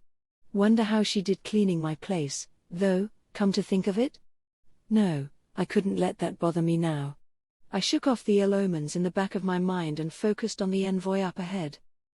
There were around 10 lizardmen, and after a moment, one of them, chest puffed out, dismounted his hover lizard and sauntered up. The leader, I guess? Thank you for greeting me. I will give this village, too, the chance to submit to my rule and authority. I hope you will consider it an honor. Talk about a ridiculous opening line. This wasn't a negotiation so much as it was a declaration. I was too dumbfounded to have an easy response. What was this idiot going on about? And none of my companions knew what to make of it, either. I apologize, sir, Rigid offered, but asking us out of the blue to submit to you like this. PFFT. Have you not heard yet? Those pigs, the orc race, are on the move. They will attack this very village before long, and I am the only one who can save your puny, pathetic hides. According to this lizard man, at least, we were already his loyal subjects. Certainly, if we were about to be overrun by an orc horde, seeking solace under the direction of the lizardman was one option. I was still waiting on CI's report, but until we knew exactly what we were dealing with, it paid to work together, perhaps. Still, though. Yes. I understand there are some among you who have tamed the direwolf race to do your bidding. Whoever accomplished this task, I will gladly appoint as one of my top advisors. Bring him here now. Okay. We could fight together, yes, but what if the team we aligned ourselves with was a pack of idiots? The great thing to fear is not a competent enemy, but an incompetent ally. Napoleon or someone said that, right? It sounded true to me. An incompetent ally would be nothing but a drag on my style. Especially in an environment as volatile as a battlefield. And especially if the ally was my boss, simply entertaining the thought made me shudder. I gave Rigid a glance. He was silent, mouth agape. Benimaru was scratching his head, looking at me like he was asking permission to rip this guy apart. I wasn't about to give it, but I still wasn't sure how to react. I was struck dumb, even more so than I was with Shion's tea. Hakuro crossed his arms and closed his eyes, wordless. Was he sleeping? Shion, meanwhile, still had me in her arms, which she had tensed up out of anger. Whoa, you're crushing me, lady. I jiggled a bit to remind her I was still there. She apologized, breaking into a cold sweat. She had a hair-trigger temper, it seemed. I'd have to remember that. Being held by her sure wasn't bad, I thought, but it came with some danger. She had obtained the dual skills of steel strength and strengthened body, making her one book you absolutely couldn't judge by its cover. Based on her act just now, she wasn't in full control of her own powers, and getting strangled to death wasn't on my bucket list. I'd have to watch my back around her. But, yeesh. I had no idea the envoy would be such a damn fool. Okay, I said, trying to move things along. I guess I'm the one who tamed the direwolves. Or, more like made friends with them, maybe? Huh? You, a lowly slime? Enough joking. Let me see some evidence. Then I'll decide whether to believe you. This guy had a bad habit of giving orders from whatever mountain peak he believed he was standing on. I was starting to get irritated. Refusing to listen to the other side in conversations like this. Someone needed to knock this dude off his high horse. I occasionally had to deal with company presidents and government officials in my construction job back home, but not even they treated me like such an idiot. One thing I learned quickly with those guys was that the only way to beat them was refuse to play their game in the first place. Teaming up with idiots would earn you nothing. So I decided to switch tactics. Ranga. Here, sir, he stepped out from my shadow. He had been adopting it as a sort of standby post as of late, another way to adapt shadow motion, I supposed. Good. This guy wanted to ask you a thing or two. Could you hear him out? That's right. I tossed the ball over to Ranga. Not because I was lazy or anything, I just figured Ranga would be more effective at dealing with this bozo than I'd ever be. Assuming I wasn't worth the space I took up in the world just because I was a slime was ruder than even Rigid was when we first met. Could anyone blame me for wanting to bow out? Besides, this dude hadn't even noticed my aura yet. He couldn't have been anyone special. It was all pretty weird, really. So Ranga, accepting my order, turned to face the lizardman. A single glare from him was enough to make even the stout-looking guards in their iron chest pieces take a step back in self-defense. And why wouldn't they? Ranga was huge. Not shrunken down at all. The whole of him was right there. My master has ordered me to interact with you. Speak, and I will listen. Ranga was using coercion as he talked. It struck home among the warriors, who were now frozen in place. One, though, wasn't, the envoy, who looked a tad groggy but still maintained his stately, puffed-out posture. I had to hand it to him, maybe he had more willpower than I thought. Ah. Yes. It is you, then, the alpha or what have you of the direwolves? I am Gable, warrior lord of the Lizardman tribe. I am charmed to make your acquaintance. I am, as you have just heard, a named Lizardman. Will you abandon this slime and join with me instead? How utterly brazen. I wanted to knock him out, but I held back. I had to take the high road here. Just let it slide. I'm a grown-up, so just chill. And you chill, too, Shion. You're going to permanently dent me with that vice grip you've got on me. A few more jiggles, and she bowed in apology. I really wish she could bottle up her anger a bit more. Why was this lizard Gable acting like he owned the world, though? I didn't know him from a hole in the ground. I silently cheered Ranga on. Go get him, boy. You filthy lizard. How dare you mock my master?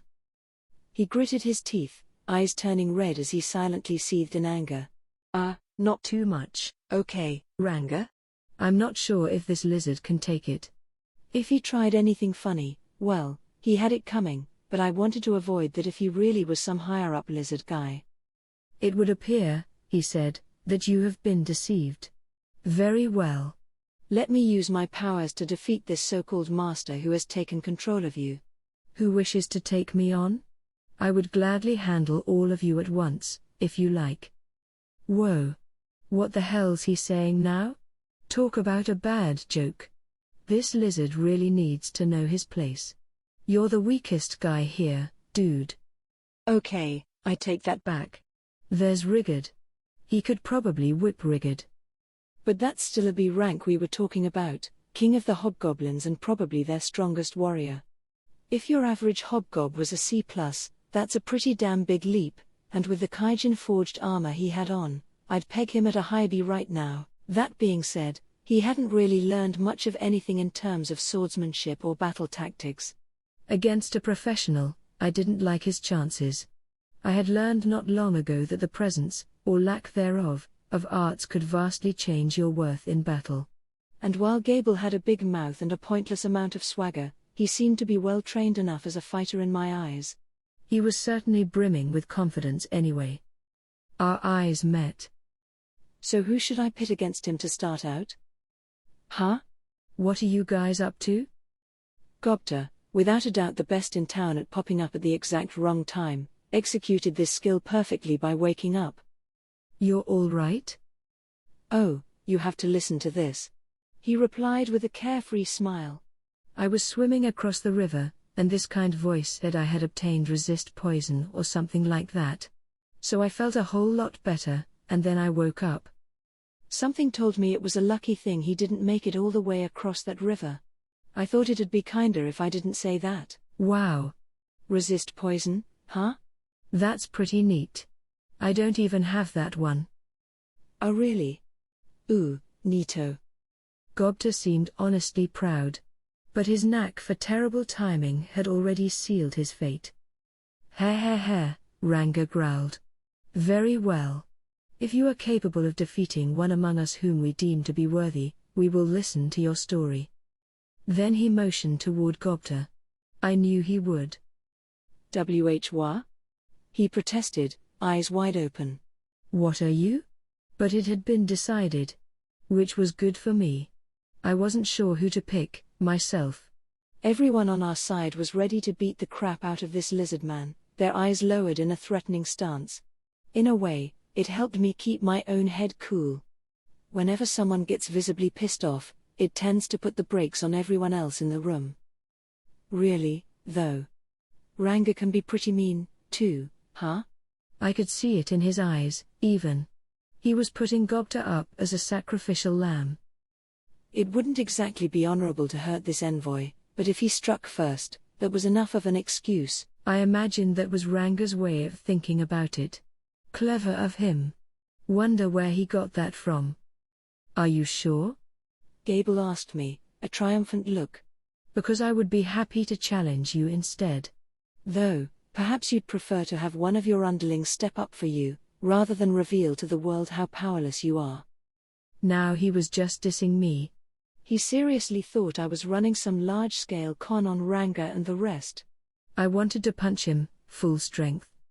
My head was distinctly no longer cool. Don't show him any mercy, Gobta. Get him. Lose, and I'll have Shion cook a 5-course meal for you. Wait a second, sir.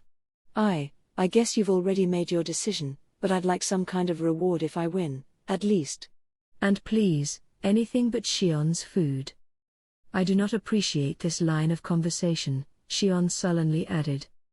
He was right, though. I had the stick, now I needed a carrot. I figured a taste of Shion's homespun efforts would be enough to make him fight like his life depended on it. I knew it was pointless, I mean, he had no chance, but I wanted to think of a reward, then. All right, I said. In that case, I'll have Kurobe make a weapon for you. How's that sound? Oh really? Come on, Gobta, have I ever lied to you? And no, not lie, exactly, maybe kind of withheld things from me sometimes, but...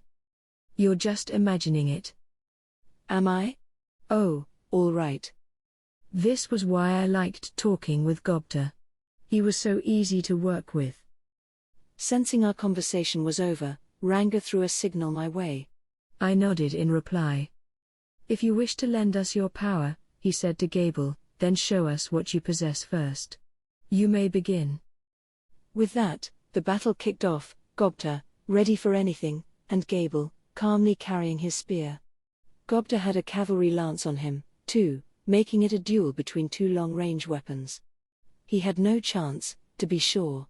His usual weapon of choice was a dagger. Humph, Gable replied, lecturing his foe despite the fact that the fight had already started. You may be more than a mere goblin, but even a hobgoblin is no threat to me. We are the lizardmen, the mighty descendants of dragons. Aren't you coming? Well, here I come, then. Ignoring the boast, Gobta hurled his spear right at Gable. He was serious about this, more serious than I expected. Impudent fool, Gable listlessly muttered as he batted down the missile. That, apparently, was exactly what Gobta wanted. For just an instant, Gable's attention was focused on the thrown spear, and the hobgoblin took that instant to disappear. Wait. What? If my eyes weren't deceiving me, Gobta had just executed a perfect shadow motion move to hide. Perfect enough that even Gable lost sight of him. Where are you? He shouted, furtively looking around. But by then, the battle had already been won. Flying out of the shadow behind Gable's back, Gobta flung himself into a midair spin as he executed a kick. I figured Gable had no idea what happened. The rear attack came as a total surprise, and he took it straight to the back of his neck, immediately causing him to black out. Gobta had aimed right where neither Gable's armor nor his helmet could protect him, and he aimed well. Even the stoutest built of lizardmen couldn't hold up against a direct attack on such a vulnerable collection of nerves. His scales would keep the blow from turning lethal, but he would no doubt take a while to recover. Which meant that Gobta actually won. It is settled. The victor is Gobta. Ranga's proclamation was almost drowned out by the cheers and applause from the ogres. Gobta soaked it up for a moment or two. Man. Gobta, of all people, dominating a warrior lord lizardman? I figured Gable was B+ or so, and he was down in one stroke. I had to hand it to Gobta. He'd matured. I was shocked, and I'm sure I wasn't the only one. Well done, Gobta, Ranga said as he nodded approvingly. I always knew you had it in you. Yes, chimed Rigard. Excellent. You have shown the world what hobgoblins are truly capable of. He might just be right, Shion observed. I think I'll forgive what you said a moment ago after all. A masterstroke, Benimaru said. You have grown stronger than when we last fought. Indeed, Hakuro said, eyes sharp and focused on Gobta. Quite impressive. I wonder how he may respond to further training. Damn. Being complimented by the likes of Hakuro? This day might just change Gobta's life.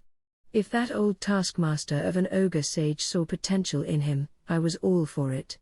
It had helped divert Hakuro's attention away from me and training, at least. Though. Wait a second. Was everyone else here expecting him to win? I took another look around, and that was that vibe right now. I was the only one who doubted him. Better make amends for that. I knew how to read a room. Yeah, good job, Gobta. That blew me away. I'll make Kurobe start on your weapon before nightfall. So what about Gable and his lizardman entourage? The warrior lord had no external injuries. He was knocked out but otherwise unaffected. As for his men, they had been frozen in place before they even had a chance to form a cheering section. They still had no idea what had just happened. Hey, we won, okay? I yelled at them. And I gotta turn down the offer, too, all right? If you want help fighting the orcs, we'll think about that, but for today, you mind leaving us in peace? And don't forget to take him with you. That was enough to stir them to action. And with that, our attempts at a cross-species summit were over. I was happy to see that idiot go, really, but we still needed to formulate a future plan. I gathered us together in a small hut I had built next to the largest lodging quarters in town for meeting purposes, ordering Rigard to call for everyone else we needed. I will summon them at once, he said, sending Gobta out for them as I used thought communication to get CI over.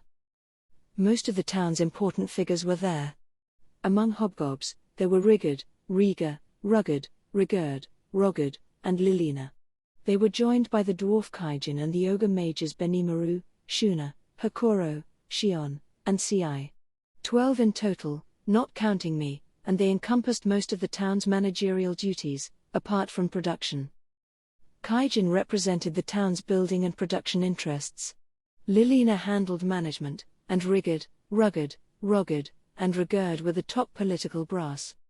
Rigard was in charge, and the other three were his ministers, although I hadn't assigned them concrete duties yet. Better get on top of that. Benimaru and Hakuro were our military, CI our intelligence, and Riga our security. This meant our government now consisted of 6 departments, with the military and covert ops sections newly founded by me. We were still weak as an organization, but it had worked well enough so far.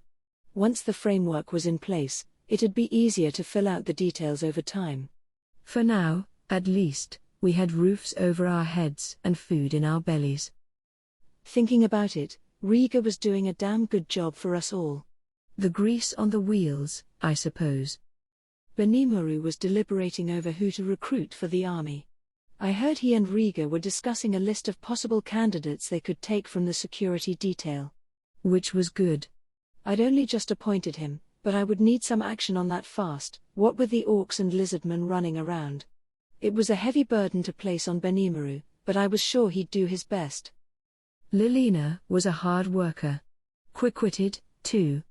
She was our city manager of sorts, but in terms of her duties, she was mainly responsible for our agricultural efforts. She had picked up some wild potato plants and succeeded in cultivating them. They grew quickly and provided a great deal of nutrients, which did wonders for our food situation. She was also involved with things like taming magical beasts for livestock and building fish hatcheries, a pretty decent range of projects. This was in addition to managing all our stocks, the things we made, the resources we harvested, the materials we gathered. The Secretary of Agriculture, Forestry, Water, and Livestock, all in one. We were still small, which was what made that possible, but going forward, we'd have to adapt with the times. If we started building trade relationships with the human race, I'd love to pick up some vegetable seedlings from them.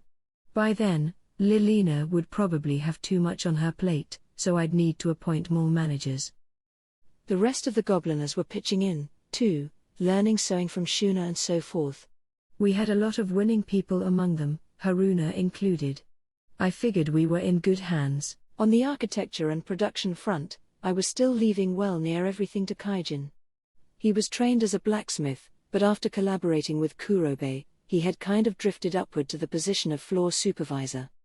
They had divided their workload pretty well, as I saw it, Kurobe at the forge, Kaijin working on new ideas. We're still pretty busy putting everything together, he told me, but once things settle down, I'd like to devote myself more to creative things. I had a feeling Kurobe would be joining him before long, once the current wave of weapons production wrapped up. Hell, I wouldn't mind joining them, even. But before that, I just needed things to, as Kaijin put it, settle down. Once CI returned from his latest recon trip, the entire gang was at the conference room. Time to kick this off. With my signal, CI began his report. It was generally divided into 3 parts: the state of things in the other goblin villages, what was going on in the marshlands, and the orcs' advance. Each area had 2 CI clones devoted to it, nimbly gathering intel. A few were still out in the field, rooting around for more. We all fell silent, listening to his tale. First, the goblin villages.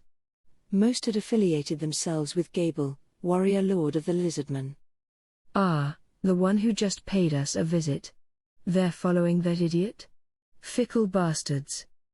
The goblins who refused to this had run for the hills in a state of panic, several attempting to flee to human territory. No one gave them much of a chance at survival. It was one thing if they lived in humble forest villages in uncharted lands, indeed another if they crossed the border. It's natural for anyone to want to keep their homelands protected, and the humans would undoubtedly give them no quarter. I didn't know what kind of firepower the nearby humans had, but I was sure it'd make quick work of exhausted goblin stragglers. Which meant the goblins had little choice but to live hidden in secrecy, which didn't exactly paint a rosy picture for their future. CI had some more information on Gable for us, too. He had apparently gathered the fighter goblins from the assorted villages to assemble a force some 7,000 strong. They were now camped at the foot of the mountain range near us. Quite a number. They had accepted the exact offer given to us, safety against the orcs, in exchange for whatever food resources they had. I suppose it was the best decision, but with all their food in the hands of others, they were doomed to starve, regardless of how the orc battle turned out. It was completely careless, really, thoughtless of the village elders who agreed to the proposal. Guess they figured it was better than getting their heads caved in by an Orcish axe. Or were they betting that a substantial number would survive the war? That there'd be enough to keep going afterward?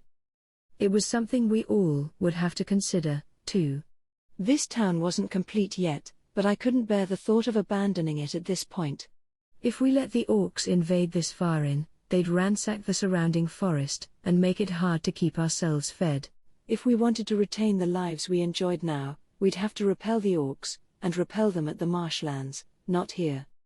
Speaking of the marshes, the Lizardman chief had been summoning some armies of his own. A force of 10,000 had already been assembled, safe and well fed from the fish in nearby Lake Sisu.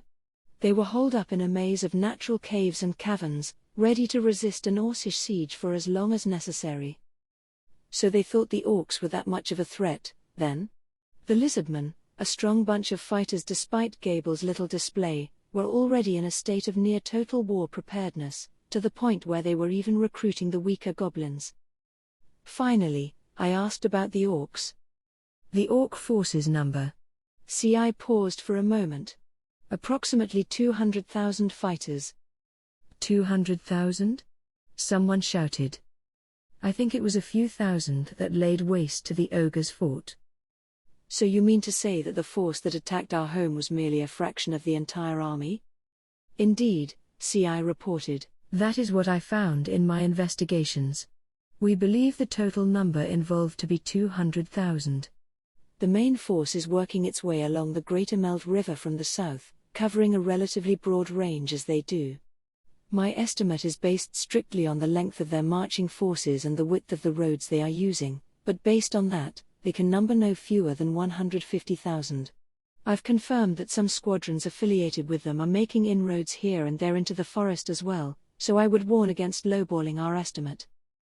A massive parade of orcs, occupying entire roads for miles on end, as far as the eye could see. Do we know where they're headed? Yes, my lord. The force is aiming for the marshes that spread around Lake Sisu, working straight through the Lizardman territory. However, with their current trajectory, they will reach human territory immediately afterward. It is unclear where their ultimate objective lies, but if they continue along a straight line, they will be unable to avoid confrontation with a number of different human kingdoms. Wow! What are they thinking? Wait a second, if all they wanted was control over the forest, would they simply stop once they destroyed the Lizardmen? What did they want anyway? What do you think about all this, CI? Are the orcs seeking to destroy the Lizardmen?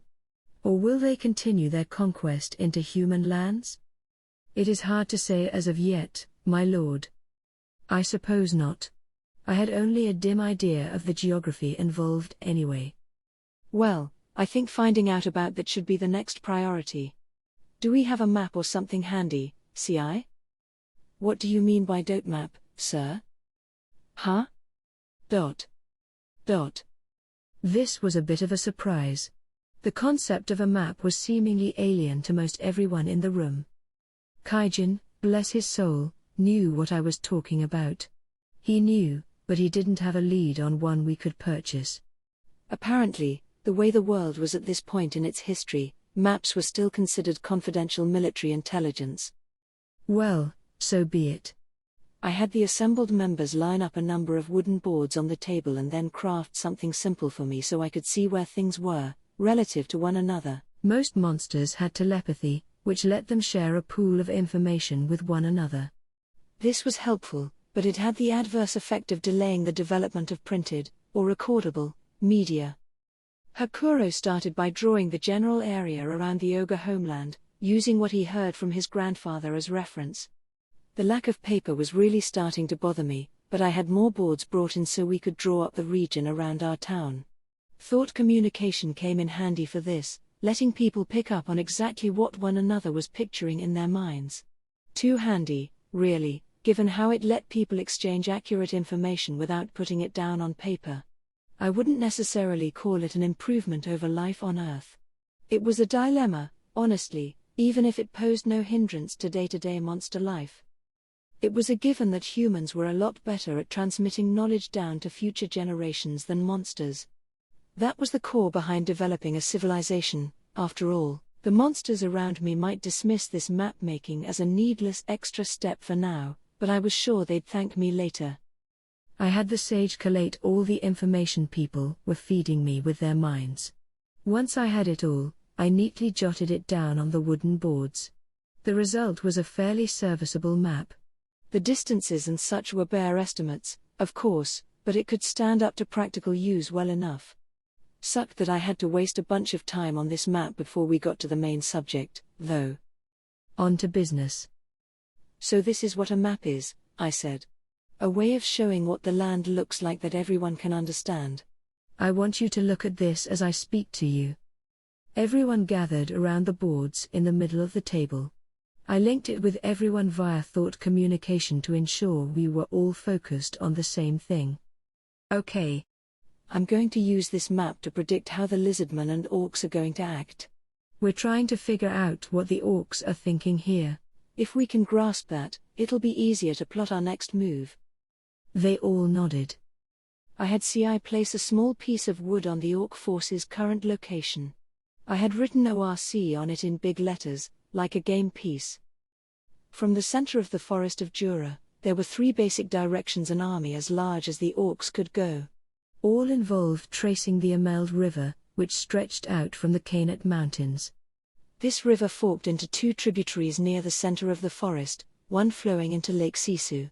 The larger branch moved upward in a north-south orientation, traversing nearly the entire continent. Toward the end, it made a slow curve before dumping out into the ocean to the east. The forest hugged this river for much of its outward flow, and generally speaking, the area east of it was occupied by the Eastern Empire, human lands. After exiting the woods, the Great Ameld fed the fertile plains that were ruled over by demon lords. That plurality was important. Shizu had said as much as well, that the demon lord Leon was just one of them. It sounded a bit odd, the idea of multiple demon lords, but there you go. For all I knew, Leon and the one who gave Rigard's son his name were 2 different people. The topic deserved more exploration, but that would have to wait. We were trying to suss out the orcs' invasion route and ultimate objective. According to CI's report, after leaving their habitat near the Demon Lord lands, the orcs had been making their way along the Great Ameld. It was the only route large enough to hold an entire army, but apparently, they had also been sending squadrons into the forest, picking off the stronger monsters that might threaten them along the way, including the ogres. They were after food, I wagered, but it still seemed odd. What do you think? I asked as I moved other wooden pieces around to simulate the orcs overtaking the ogre fort. In what way, my lord? I mean, why would they send a splinter force off like this? Why couldn't they just march right through the forest? Moving such a large force, Hakuro said, would be very difficult, what with all the trees in the way. Made sense. But in that case, why raise our homeland at all? Benimaru asked. If we weren't in the way of the main force, why couldn't they have left us be? A good question, actually, Hakuro replied. They were right. The orcs didn't seem to have any motivation for picking off higher-level foes not directly in their path of advance. They could seize their food stores, yes, but if that was the sole objective, they paid an extremely dear price for it. The orcs numbered several thousand, but that was still a pittance compared to the main force. Why devote so relatively few fighters toward such an obviously tough opponent? Was food really the only reason they were willing to accept so many casualties? Remember, Benimaru said, they didn't even offer to hire us as mercenaries. I can only conclude they were prepared to kill us all from the moment they arrived. Shuna nodded. Very true. My sense threat extra skill told me as much. They were fully hostile toward us, nothing more, nothing less. So the orcs wanted the ogres dead. And that wasn't all.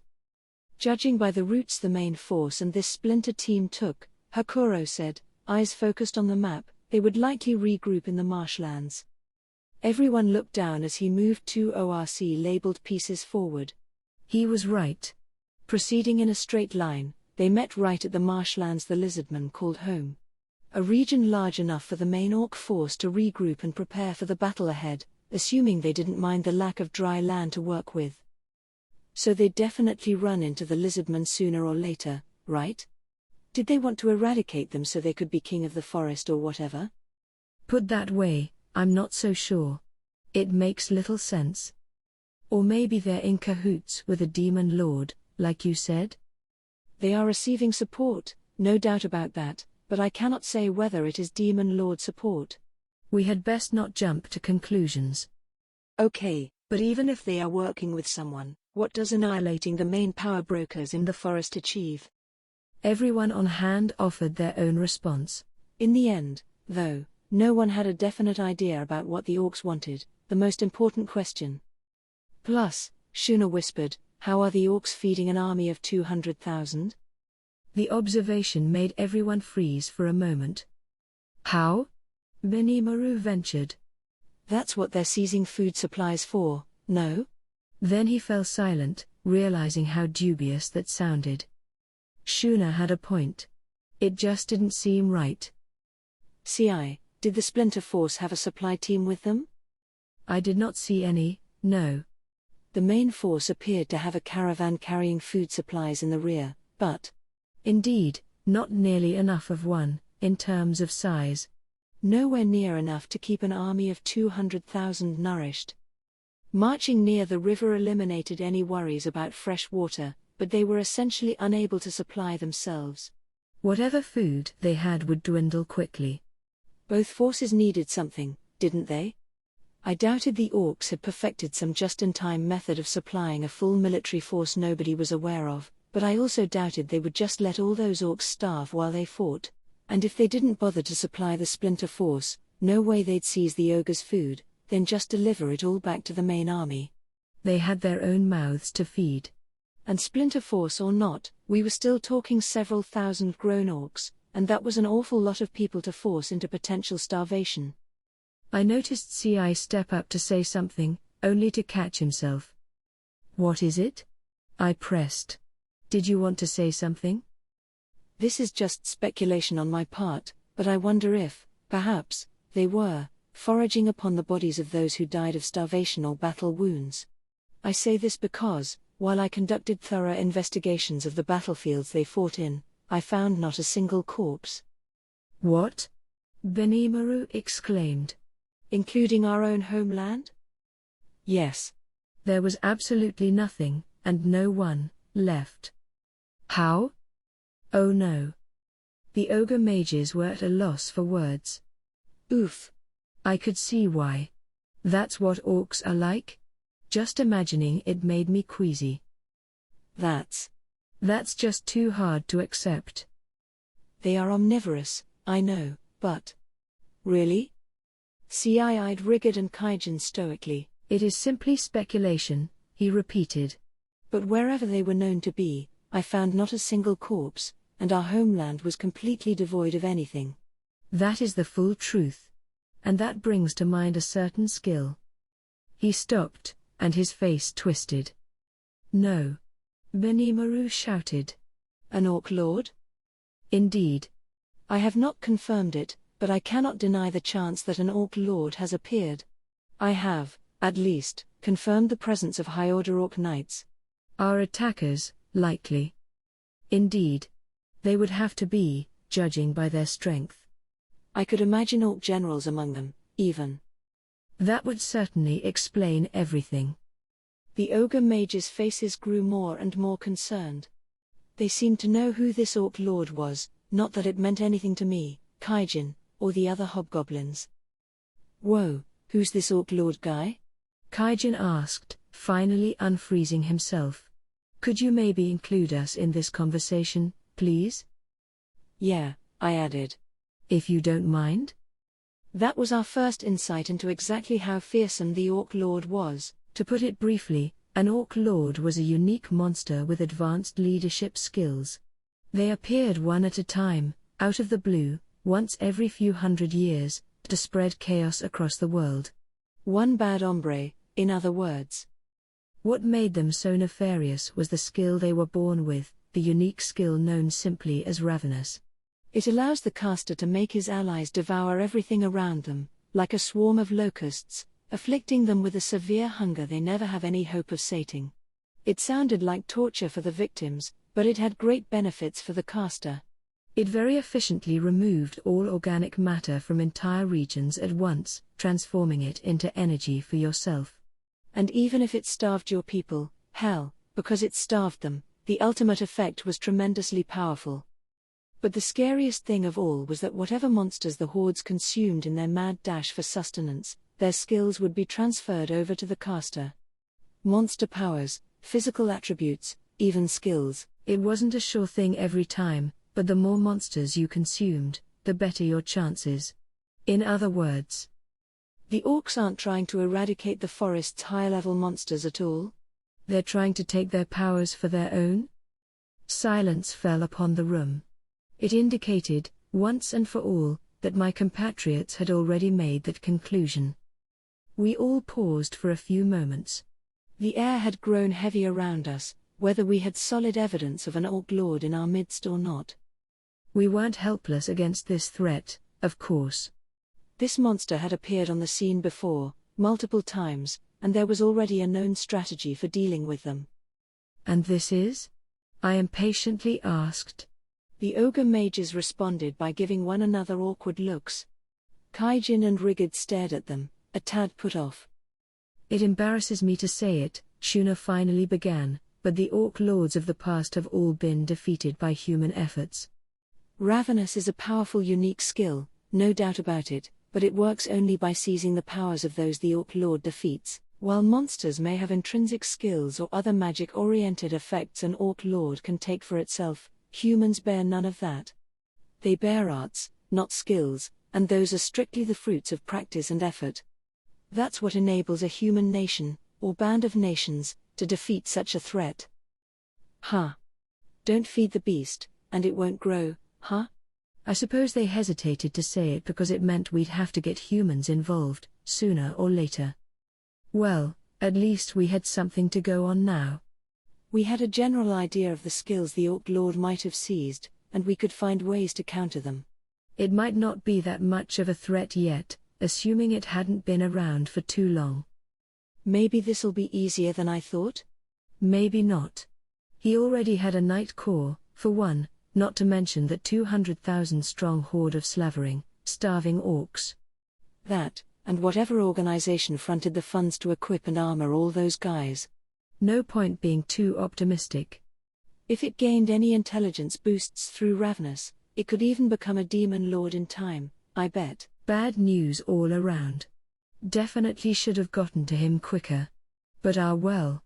Right now would have been a great time for some lofty hero to show up, but I didn't have one handy, to my regret. All right. Let's see if this orc lord exists or not, before anything else. If one's really been born, I suppose we should get a message over to Cabal and the rest of my adventurer friends. Yes, my lord. Rigid nodded at the idea.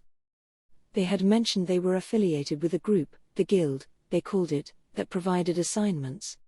Maybe the Guild could help us out. If Cabal provided an inch I was expecting more pushback, really, but none made itself known. Cabal and his friends were certainly kind to us before, at least. No stereotyping or the like. I figured I could sell a few hunks of magisteel I had left to raise the money for the Guild's help. They might turn down passing monsters, but they couldn't turn down the right price, that, or I could just have the dwarf brothers negotiate on our behalf. An orc lord would threaten the humans as much as us. We had a lot of chips to bargain with. In fact, if we knew that humans would play a key role in this, perhaps we should send a message out ASAP.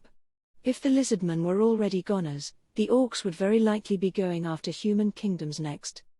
And whether they could feed off humans or not, 200,000 orcs would be a life or death threat to pretty much any nation out there. For now, we needed more information. That was my watchword as I continued the conference, but suddenly, CI stiffened, wincing. What is it? Well, he began, one of my replication clones has made contact with someone who insists upon communicating with you, Sir Rimuru. What do you think? Contact? And they name-dropped me, even? Who the heck? I still didn't have many acquaintances in this world, really. Was it Cabal, maybe, speak of the devil? Nah. It took them several weeks to travel here from their home base, they said. Over a month's round trip, not possible. This contact has not given me a name, my lord. She simply seeks to send you a message, and she is quite adamant. She is a dryad. Everyone's eyebrows whipped up in surprise. A pretty well-known monster, I guess. No. Rigid exclaimed. It has been several decades since a dryad has last made itself known, has it not? They have practically vanished. Why would one appear now? To the hobgoblins, they were all but mythical figures. And judging by the ex-ogre CI's response, they must have been pretty high level. One who had spotted and made contact with CI, despite how gifted he was at concealing his replications. That proved the caliber we were dealing with. Better not get this dryad angry, then. All right. I'll meet with her. Guide her over here. It would appear my thought was correct. Not long after I gave consent, the conference room door opened to reveal a new figure. It had not lost a second to the CI replicant, even when he used shadow motion to guide him back. Calling her and it would be rude. She was a woman, and a beautiful one. Her hair was green, her skin light, her figure well-toned, chiseled, even, like a Nordic goddess. Her luxuriant lips were a shade of light blue, matched perfectly with her deep blue eyes. She looked about 20 years old by human standards, but human she definitely was not. She was semi-transparent, and any observer could tell that her body had no weight or actual physical presence. Dryads were, indeed, descended from the fairy races, as close to a form of spiritual life as one was likely to ever witness. I later learned they served as the guardians of the treants, the living tree people that were another high-level presence around the forest. In terms of ranking, they were easily A or better, up there with Ifrit, and no doubt a terrifying presence for Rigid and the hobgobs. But what did she want? The conference table was enveloped in silence. The dryads, long-lived though they were, rarely left their holy sanctuaries. They were heralded by some as the wardens of the whole forest of Jura, and only a few lucky ones would see one for themselves. They were fabled to exact divine punishment upon the wicked, those who damaged the forests. Benimaru and the other ex-ogres reacted much the same way as Rigid. But the dryad didn't let it faze her. She sized up the room for a moment before locking her eyes upon my figure. My greetings to you, leader of the monsters, and your followers. I am Thraini, a dryad. It is nice to meet you all. She smiled, like a bud sprouting into a flower. That was all it took for me to wonder, am I being too wary of her, perhaps? She had a fairy-like beauty, that was absolutely true. You too. My name's Rimuru. We can keep it casual here, okay? None of that leader of the monsters crap. I hated nicknames enough on Earth. I didn't want any here, so I made sure to do away with it before the rest of the room could introduce themselves. So, I said, still trying to overcome my embarrassment, what did you want to see me for? Thank you. I have come here to discuss the events taking place in this forest, events which, I imagine, you all are aware. As one of the Forest of Jura's appointed wardens, I cannot allow this series of calamities to go unaddressed, and so I have appeared before you. I do so because I hope to join in your conference. She nodded and turned to each of the participants before turning back to me. Thraini, huh? A named monster, then. High level, no doubt. But why here? Benimaru dared to ask. Surely there are races more powerful than the goblins you could have turned to for assistance. This is the most powerful outpost in the nearby region, the Dryad replied. The others no longer exist, their people now affiliated with the lizard man known as Gable. The treants are incapable of moving from location to location and thus interact little with other races. If they were blighted by an outside enemy or natural disaster, there would be little they could do to defend themselves.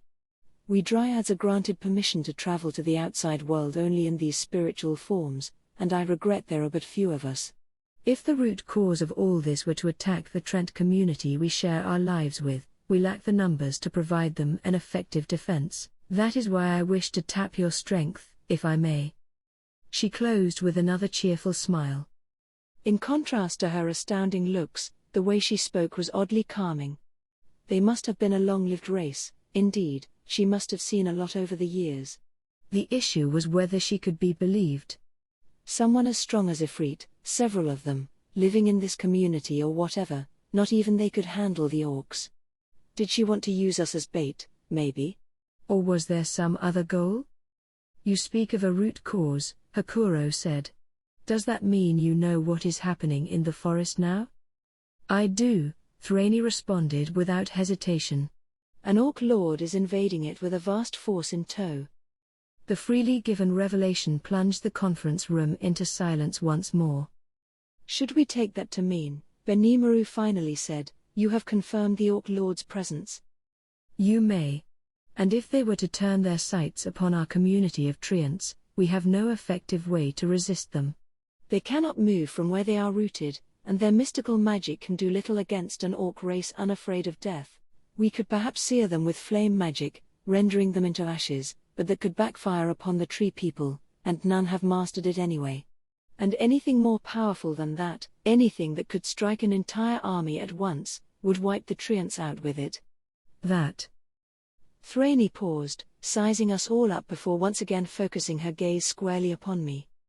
In addition, we have found that a high-level magic born is working behind the scenes to support this Orc Lord. As Dryads, we must prepare for this. We are unsure which demon lord might be behind them all, but we are not interested in letting these intruders do whatever they like with our forest. Her eyes seemed to sparkle even more as she spoke. As one of the most powerful creatures of the forest, Thraney exuded a presence in the room that was electric. It was like energy coursed across her entire body. Well, we'd like to help, but what did you want us to do, exactly? I would like you to defeat the Orc Lord, Thraney immediately replied. This rendered everyone speechless. Whoa, I protested, this monster is, like, crazy-ass strong, isn't it? Why would someone like me have to take him on? Thraney responded with a quizzical look. But the ogre mages here are intending to fight against the orcs, though, aren't they? And you plan to contribute to the effort yourself, right? You were the one who extended a hand to save all those defenseless goblins, not long ago. I had thought you would show similar kindness to us and the treants.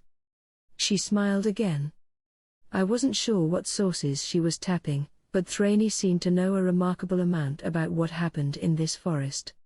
She must have looked at my assorted exploits in this world and concluded that I was a sort of omnipotent Good Samaritan. Perhaps the secluded lives the Dryads led caused them to assume the best of everybody they met.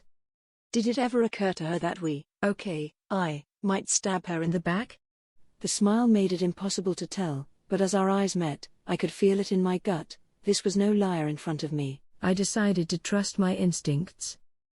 If her story was true, we really did have an Orc Lord on our hands, as well as a high-level magic born lurking around behind him. I didn't know exactly how I could contribute to the cause yet, but if she trusted in me, I might as well repay the favor. I took a deep breath. But before I could speak. Of course. To our leader, Sir Raimaru, the Orc Lord is no more of a threat than a passing cockroach. Shion stole my thunder, a bold look of determination on her face. Geez. I'm not a god or anything. Wish she could have conferred with me first. And why is it already a given that I'm the one doing the orc slaying around here? Before I could protest, Thraney gave me another smile. Oh! She exclaimed.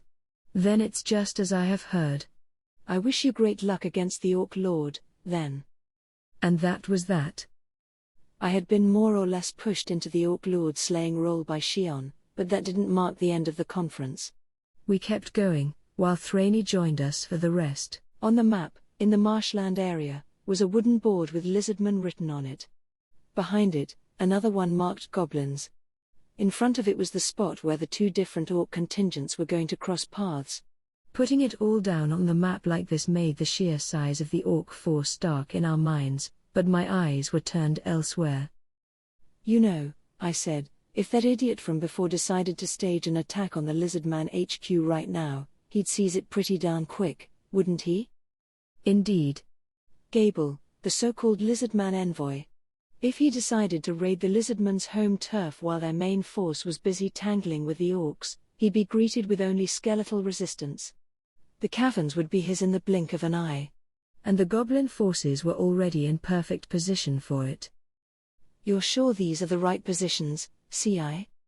I am, sir, CI said.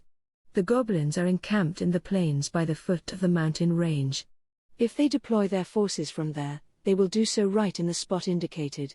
I trusted him at his word, but why were they just sitting around there instead of joining up with the other lizardmen? That was the thing. But I had to remind myself that I was making some pretty big assumptions, too. Gable had no reason to attack his fellow lizardmen. The odd way he chose to position his forces gave me pause, but there was little reason to dwell on it, I thought. Maybe I'm overthinking it. I'm kind of an amateur at this, so. No, interrupted Hakuro, eyes sparkling. I think you may have a point.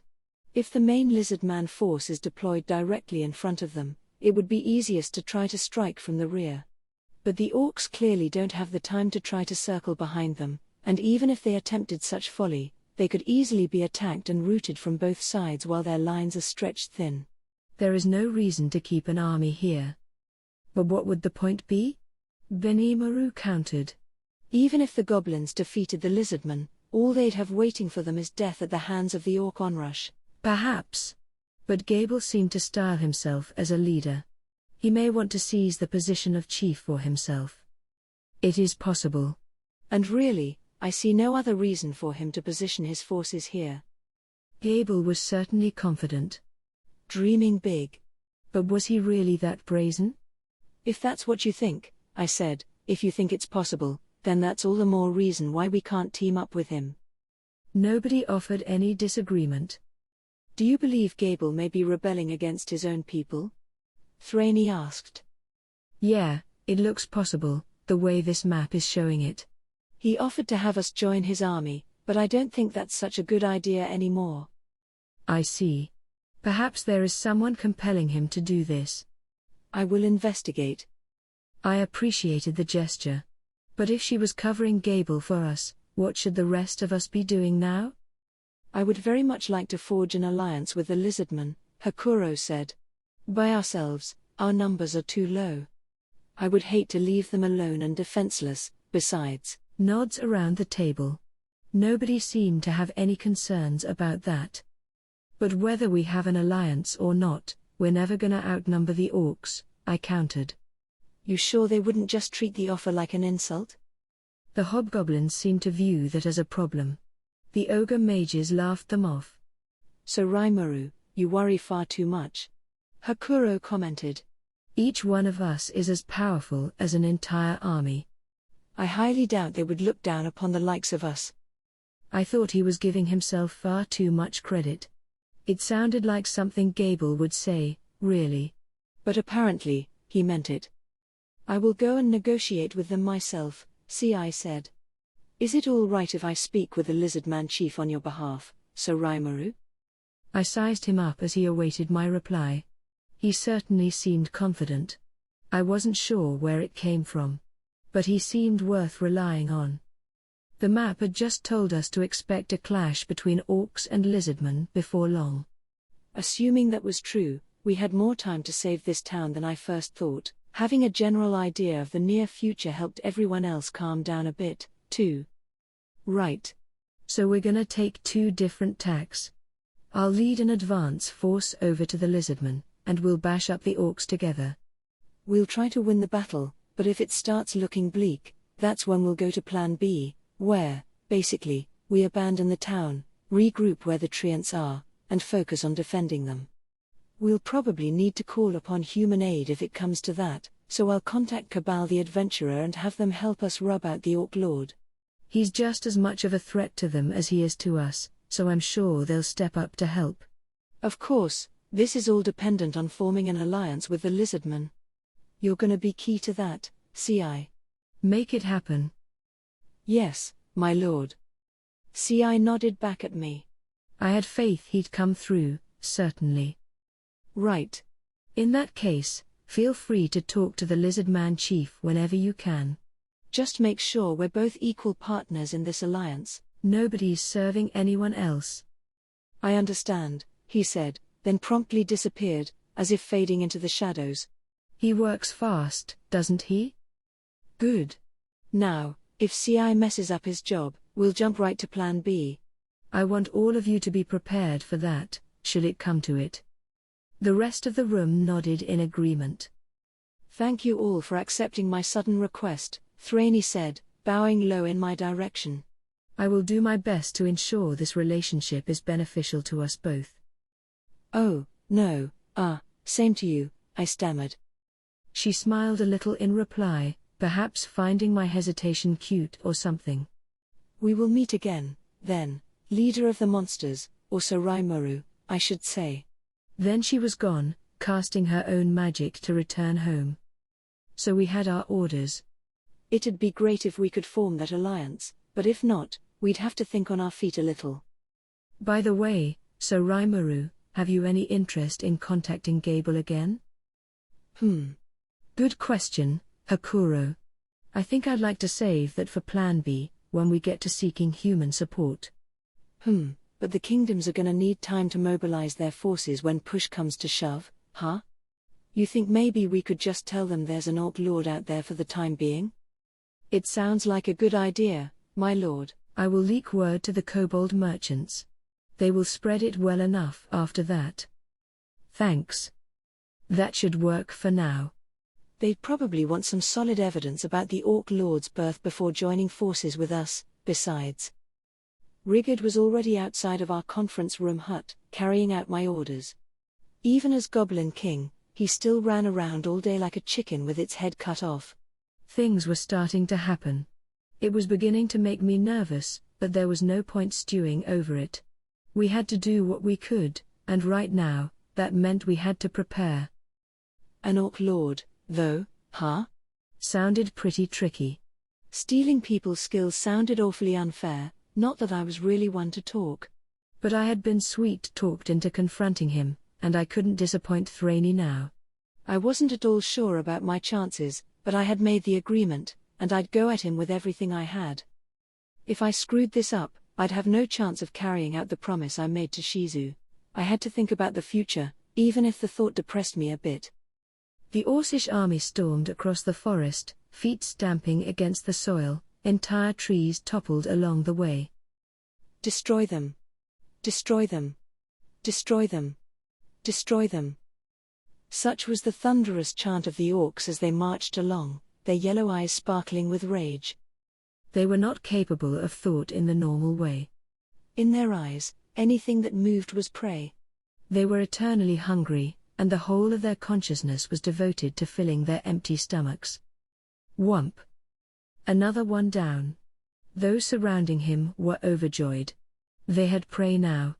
At one point, they might have been friends, but now, he was just a slab of something edible. He looked like he was still breathing, but all that meant to the others was that his meat was fresh. Those lucky enough to have been marching alongside him immediately took to taking the body apart. The liver was taken to the leader of their little group, with the rest snatched up on a first-come, first-served basis. Crunch, rip, smack. The air was quickly filled with the repulsive sounds of flesh and bone being torn apart. They were forever hungry. And the hungrier they got, the more powerful they became in battle. That, right there, was the hidden benefit of the unique skill known as Ravenous. The more orcs that fell and were eaten, the hungrier the survivors grew, the stronger it made the entire army. They numbered 200,000, a city's worth of famished slaves under the Orc Lord's rule. There would be no salvation for them, as they worked feverishly to fill their stomachs. It was all too futile an effort in this endless hellscape. Now the homeland of the ogres was before them. The orcs were D-ranked monsters. The ogres, with a grade of B, made them cower in fear. Never in their dreams would they dare challenge them to a fight. But look at them now.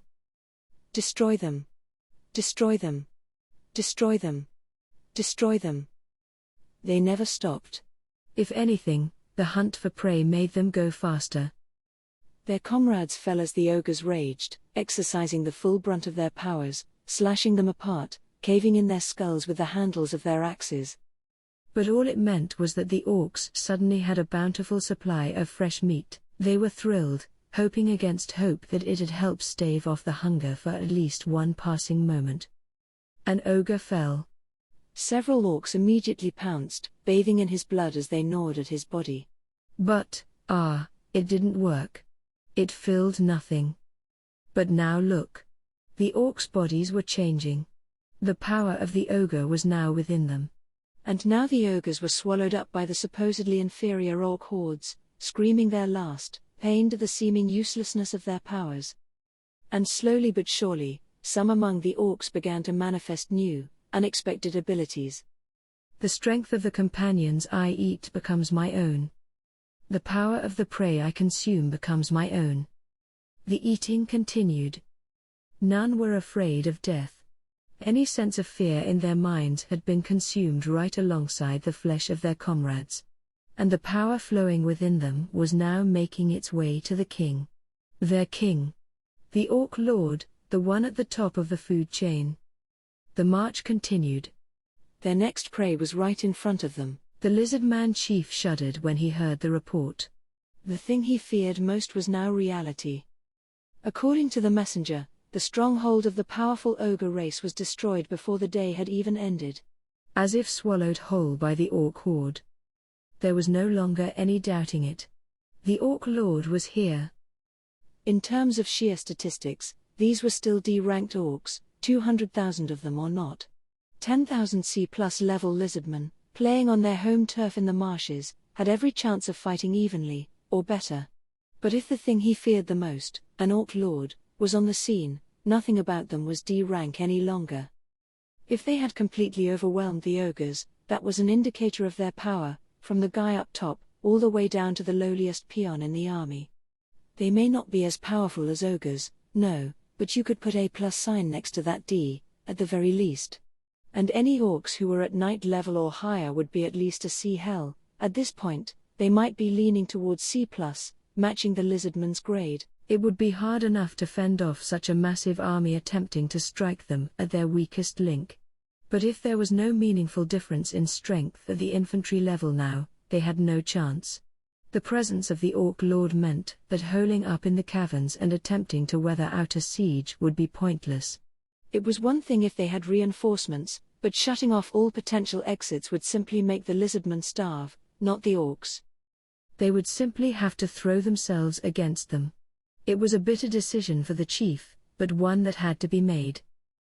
Gable, sent away to gain the goblins' support, had yet to report back. They couldn't waste time searching for him, it would only make their foes even more of a threat. The chief began to fear that he would have to lead the forces himself. A soldier ran up, shouting, "Chief! We have an intruder. He wishes to meet with you in the limestone grotto entrance." The chief's guards readied their spears in response. "Calm yourselves," he said. He could feel the presence of a strong aura nearby, more powerful than anything he had felt before, and he realized it wouldn't pay to do anything to stoke its owner's anger. Any battle would lead to untold casualties, most likely, and he couldn't detect any hostility to the aura anyway. "Whoever it is," he said as he composed himself, "he is very brave, coming here alone. I would like to see him. Bring him over." "But what about the risk, my lord?" "This aura is on the level of a magic bonds. If we wish to drive him away, we will have to pay dearly for it. He does not seem to be an immediate threat, so we have no reason to immediately threaten him. Shall we line the chamber area with our elite troops, then? Please." "But I want no one to move an inch until I give the order. Make that clear." "Yes, my lord." The chief nodded to his royal guard and waited for the uninvited guest to appear. They were in a natural labyrinth, one with countless hidden nooks and crannies. If this magic-born level foe attempted to cause any trouble, they would have ways of handling it, if it came to the worst-case scenario, that is. The chief's hope was that they could talk this out instead. Now the aura drew nearer, its size telling the chief everything he needed to know. Anything foolish, he thought, and not even 100 of my elite force may be enough to defeat him. After a few more moments, one of his men brought a single monster into his chamber. He was dark-skinned, his hair black with hints of blue, and eyes a lighter blue that were cold as ice. He was about as tall as your average lizard man, not gigantic by monster standards, but he looked composed, impervious, ready for anything. The power he seemed to exude was overwhelming in itself, even as he was surrounded by several lizard man warriors to keep him in check. 100 other troops were stationed around the chamber, ready to leap at this visitor whenever their chief instructed. The chief looked at the visitor, then resigned himself. If this goes wrong, he thought, I may have just wasted the lives of everyone in this room. Such was the extent of this monster's aura, exponentially larger than anything he knew. My apologies, the chief began. We have been so busy with our own preparations that I fear I cannot provide you with the proper courtesy you deserve. May I ask what brings you here? His choice of words angered the younger lizardman in the chamber. What need was there for all this politeness before a complete unknown like this? The chief appreciated their concern, but now he was anxious. If they did anything to displease this visitor, they may never step out of this chamber again. The young warriors had far too little experience and lacked the ability to accurately gauge their foes. They hadn't lived as long as the chief nor developed their danger-sensing skills like he had. But not caring at all about the chief's concerns, the monster spoke. My name is Ci. There is no need for excessive ceremony. I am merely a messenger. Betraying the chief's worst fears, the monster serenely introduced himself. There was nothing savage about his demeanor as he regarded the chief, not caring at all about the grumbling guards around him. Ci, is it? A named monster. That would explain the overwhelming sense of power anyway. And this named monster was being employed by someone else, a thought that made the chief imagine a cold sweat running down his back. Allow me to state my business. My master wishes to form an alliance with you and has requested that I make the necessary arrangements. I feel we have good news for you. My master cannot bring himself to simply watch idly as the orcs decimate your ranks. That is why he has requested this alliance. It was no nightmare scenario for the chief after all. This master did sound a tad uppity and forceful, yes, but some aspects of the offer deserve to be heard. The chief thought about this monster, Ci, and the goals of the one he served. Whoever he was working against the orcs, at least. Before I respond to your proposal, may I ask you a question? Let me hear it. The reply was simple, but it confirmed to the chief that the other side was willing to negotiate. It came as a relief. Well, then. If it is an alliance you seek, is it safe to assume that your master is willing to work alongside us as we confront the orcs? Indeed. As I told you, he does not wish to see you annihilated. He wishes to fight alongside you, if possible. Then let me ask another question. What does your master think is the root cause behind this orc activity? Ci fell silent for a moment. A bold smile began to cross his face. Are you asking whether it is an orc lord we are dealing with? Then let me give you a piece of information I guarantee is the truth. My master, Sir Rimuru, has received a request from the Dryads, the wardens of the Forest of Jura, to slay the Orc Lord. He has solemnly promised to do the deed. I hope you will consider that as you make your decision. This reply offered even more for the chief than he expected. The revelation that Dryads were involved caused everyone in the room to stir. And the man before him had just confirmed that the Orc Lord was very, very real. Whatever master this monster served, did he have the power, truly, to defeat this menace? Considering Ci had dropped the name of the Dryads, one of the top-level presences in the forest, it seemed safe to assume he was telling the truth. Nobody was dumb enough to speak of Dryads if doing so would spark their ire. It was said they could see all and hear all, through the very trees that populated the forest. All forest residents knew that their names must be handled with respect. The term alliance suggested that the lizardmen would not be subjected to servitude. They would be treated as equals. It was an offer, the chief reasoned, that had to be taken. But before he could speak, another group of lizardmen bounded into the chamber. Chief. There is no need to listen to such talk. Indeed. We are the proud lizardman race. Why does some total stranger think he can simply stroll in and curry our favor? They were Gable's men, part of the group that stayed behind while their leader set off to secure the goblins' support. The chief had bidden them to stay, fearing them too hot-headed to be useful in delicate negotiations with the goblins, and now he was paying for that error. He wished he could click his tongue and make them vanish. Certainly, There was no telling exactly how powerful this master and his people were. But simply dismissing them out of hand, over the authority of their chief? This visitor was demanding a lot, it was true, but he was a messenger, and these rank-and-file lizardmen had no right to treat him like garbage. Besides, the visitor's demands were not, in themselves, a problem. The envoy represented a monster powerful enough to be relied upon even by dryads. In terms of level, he must have been equivalent to the lizardman, or higher. And in the world of monsters, it was all about survival of the fittest. Here was a higher-level presence seeking their help. Any perceived rudeness could be quickly forgiven. Even this envoy possessed a frightening amount of force, a magic born through and through. Get on his wrong side, and he could easily become their enemy, and taking on a magic born like this before the orc horde arrived would be the epitome of foolishness. The chief eyed Ci, trying to read his emotions. The envoy's eyes were still squarely upon the lizardman leader. Phew. That was a relief. He couldn't afford to let a witless bystander ruin this offer. Silence. He shouted, shutting down the chamber as he signaled to his guards with his eyes. I will be the one who decides what we do. You do not have the right to intervene. Take them to the brig. A night spent in there should help them see the error of their ways. The two transgressors were quickly whisked away, shouting, Chief, please reconsider. And Sir Gable will never allow this. But they no longer mattered. He turned back towards Ci and lowered his head. Please forgive the rudeness of my people. I think I would like to pursue this alliance with you. However, the affairs I must deal with at the moment force me to remain here. Under normal circumstances, I would love to confer with your master at the location of our choice, but I am afraid I cannot spare a single moment. Would it be possible for him to come to me instead? He swallowed nervously. This was asking a lot, he knew, of someone much more powerful. He knew it could anger the envoy easily enough, but Ci showed no concern at all. I accept your apology. I am sure my master will be delighted to hear your reply, and I look forward to working together with you.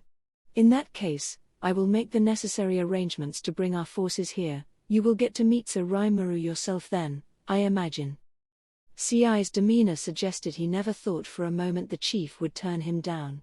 Or, the chief suddenly thought, if I did turn him down, that would be it. The end of the lizardman's luck. And that is no idle speculation, he thought. Without this meeting today, without this alliance, our people could very well have perished. The envoy, Ci, had declared that the Orc Lord was real. The worst-case scenario in the chief's mind was already in motion, and now there was a glimmer of hope that they could survive it. It filled the chief with a great sense of relief. Let us convene together, then, Ci said, 7 days from now. I ask that you do not hurry yourselves into any type of conflict before then. I would also advise you to watch your backs for the time being as well. Very good. I look forward to meeting your master. The monster nodded at the chief, then disappeared from the spot, without a sound, as if fading into the shadows. 7 days. That would be enough, he thought. Hole up in their caverns to keep the orcs from getting any stronger, and wait for their reinforcements. He didn't know what kind of numbers his newfound friend would bring, but even someone as powerful as Ci alone would be a great help. If his so-called master was taking on the Orc Lord himself, then the lizardmen needed to grant him all the support they could. It was an uncertain, wait-and-see approach, but it certainly beat risking their lives in a confrontation that offered almost no chance of survival. Now, at least, the chief knew what must be done. Prepare for a siege, men. We must reserve our fighting strength until the reinforcements arrive. Yes, my lord. And so the lizardmen holed up in their natural labyrinth, lying low and quiet for the clash to come. Abel opened his eyes. It took a moment for him to recall what had happened. When he finally did, he shot out of bed, livid. Are you awake, my lord? The lizard man serving him said. Yes. I apologize for alarming you. I must have fallen into his trap. His trap? Indeed. That impudent fool, and his clever tricks. Meaning, sir? meaning that fighter who defeated me was the true leader of the village. What? His men began nervously conversing with one another, digesting this devastating piece of news. It explained a lot, in their minds. The little sneak pretended that slime was their leader to distract my attention. He played the part of some foolish peon, then struck me right when my guard was down. Of all the dirty tricks, my lord. And to think the direwolves, of all the monsters, are willingly cooperating with such a small-minded weasel. So much for the so-called masters of the plains. Just a bunch of mangy dogs, in the end. The work of a coward, through and through. Unworthy of ever crossing blades with a warrior such as yourself, Sir Gable. Quite, yes. I offered him a chance to duel with me, fair and square, and now I see how much of an error in judgment that was. Ah, I see, sir. Indeed, there would be no other way I could imagine you tasting defeat otherwise. Bah!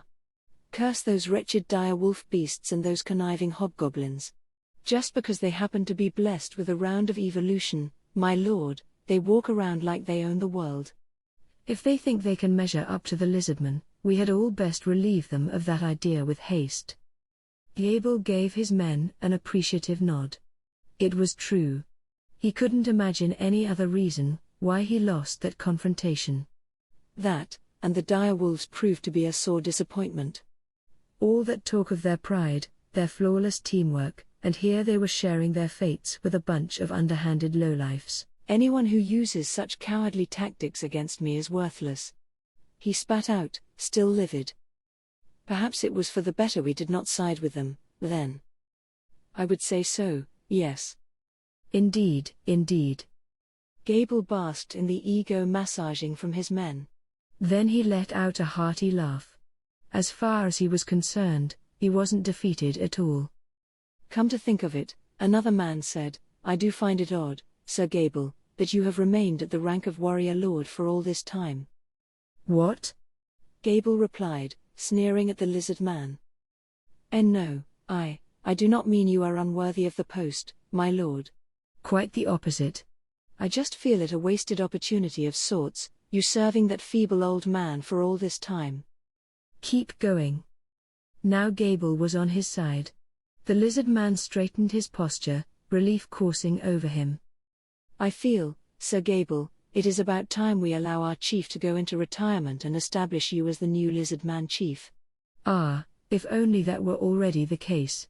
Then, perhaps, we would not be so thrown by the orcs as we are now. The others quickly stepped up to agree. Exactly. Once Sir Gable shows his true strength, that stubborn old fool will soon take the hint and step aside. It will be a new era for the lizard man people, and nothing would make me happier than seeing it come to life. Very true. It is time for a new wind to blow across our homeland. Gable nodded at the shouted adulation.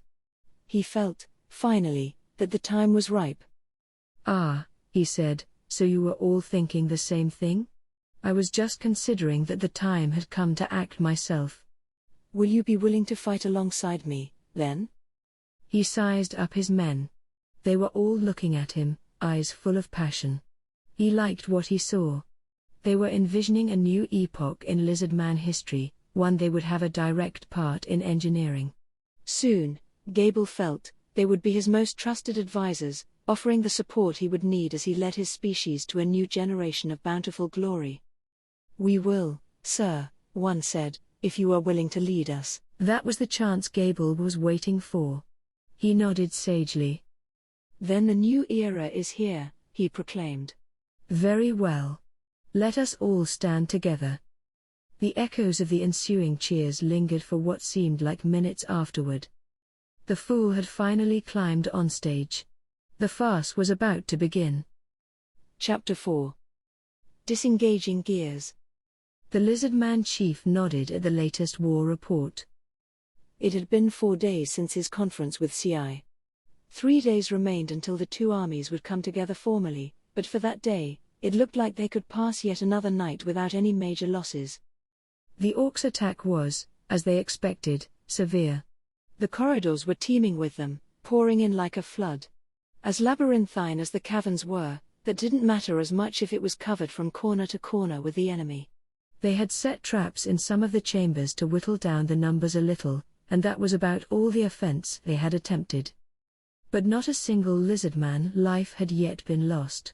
They had focused on the defense effort, trying to keep casualties as low as possible, and it was paying off. Their knowledge of the caverns played a major role, as did the lizardmen's ever-rising morale. The network of cave paths ensured that their escape routes and emergency access passages remained untouched. The teams facing the brunt of the orc attack switched in and out in shifts, ensuring that only the bare minimum of troops engaged the enemy at any one time. The lizardmen had their chief's uncommon leadership skills to thank for their success so far. But the chief refused to rest on his laurels. He knew that things were still under control mainly due to the promise of coming reinforcements. The warriors who had actually fought the orcs reported on the astonishing amount of strength their foes exhibited, a far cry from anything an orc should be capable of. It was clearly the result of their orc lord's special skills, and if they had opted for a full frontal clash, the lizardmen would have been decimated. They had lost nobody, but only because of their single-minded focus on defense. The lizardmen's elite troops had not seen their defensive networks penetrated yet, but with the sheer numbers they faced, they couldn't let their guard down for a moment. They had to keep their foes from growing any more powerful, no matter what. For now, everyone among the lizardmen had to admit that the chief was right. He had strict orders in place: if any fighter was wounded, he was to be replaced on the front lines immediately. Anyone dying in battle would be consumed by the orcs, and that would only make them stronger. Everyone understood that they needed to be careful, thorough, and that the defensive lines must be protected at all costs. And it was only for 3 more days. 3 more days until the reinforcements came, and they could stage a counterattack. Then they could use the caverns to their advantage and fight back, or, at least, devote more men to offense instead of defense. Little by little, they all believed, it would turn the tables and bring this seemingly endless stalemate to an end. It was a hopeful scenario for the chief to picture, one that relieved him a little. And it was at that moment when an aide told him that Gable was back. Gable was beside himself with anger. "What is this?" he thought as he hurried to the chief. The proud lizardmen, burrowing in their holes like cowards, hiding from the pigs. "Well, no worries now. I have returned. And now we can fight with the pride of true lizardmen. It gladdens me to see you again, Gable." "Were you able to gain the confidence of the goblins?" "Yes, my lord. They only number approximately 7,000, but I have their support, and they await our orders." "I see. Hopefully they will be of service to us." "Are we off to battle, then?" Gable asked, his tone already growing confrontational. He was back, and he had no interest in letting the pigs have the initiative. He was sure the chief, his father, had been waiting for his arrival with bated breath. But the reply he received was nothing like what he expected. "No, not yet. While you were away, we received a request to form an alliance. Their forces are set to arrive here 3 days from now. I plan to wait for them, formally agree to the alliance, then discuss strategy at that point. After that, we will go on a full offensive." The news was a complete surprise to Gable. It did not sit well. "What? Our chief wasn't waiting for me at all? Relying on these mystery reinforcements from who knows where, all for the sake of defeating a stupid little herd of pigs?" It was unacceptable to Gable. "My chief, if I take the lead, the pigs will be eliminated in a flash." "Please, give me your order to strike them down." "No," came the cold reply. "We begin 3 days from now. You had best rest yourself today. You must be exhausted." The chief was wholly uninterested in the idea. Gable seethed with anger. Tossing him aside in anticipation of these reinforcements? Unforgivable. "Chief." "Father, you have to get a hold of yourself. I fear your advanced age is making you fail to see reality." "What? What is the meaning of this, Sir Gable?" the head of the chief's guard asked, while the chief himself eyed his son suspiciously. Gable sized the two up, his gaze filled with pity. He felt oddly calm now. He had been patient with his father as the leader up to this point. There was much about him that he still respected, even he had to acknowledge his innate leadership skills. He certainly did not hate his father, the leader of all lizardmen. If anything, it was his desire to earn the praise of his chief that drove him from day to day. The refusal to give him any rankled Gable. In that case, he reasoned, let me stand above him and make him recognize me. That was the best way to word it, though Gable's pride made that difficult for him to accept, deep down. He nodded, then sent the signal to his men. Father, he bellowed across the chamber, your era has ended. Starting today, I will serve as the new chief of the lizardmen. With the declaration, a battalion of goblins swarmed into the chamber, stone-tipped spears aimed at the chief and his guard. Gable's own elite guards stood by him, ensuring there would be no unwelcome resistance from the outside hallway. Gable, what is the meaning of this? The chief spat out, at a higher octave than usual. It was a rarity to hear, and it only made Gable feel even more superior. Father, I thank you for everything you've done for us. Now, I want you to leave the rest to me and enjoy life in retirement. With another order, Gable's team disarmed the chief and his guard. Answer me, Gable. What is the meaning of all this? Perhaps, Father, using our maze-like corridors to fight the orcs was a good idea. But it spreads our fighters out too sparsely around the entire structure. We have no way of staging a useful counterattack, and it dooms us to exhaustion sooner or later. Don't be ridiculous. I told you, once we confer 3 days from now, we will get back on the... Too little, too late. We are lizardmen. We are strong, and that strength is at its best in our homeland, the marshes.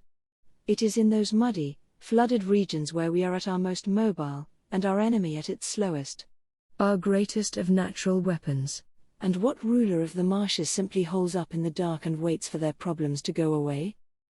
He took the chief's weapon in hand, a spear that served as the symbol of the lizardman leader.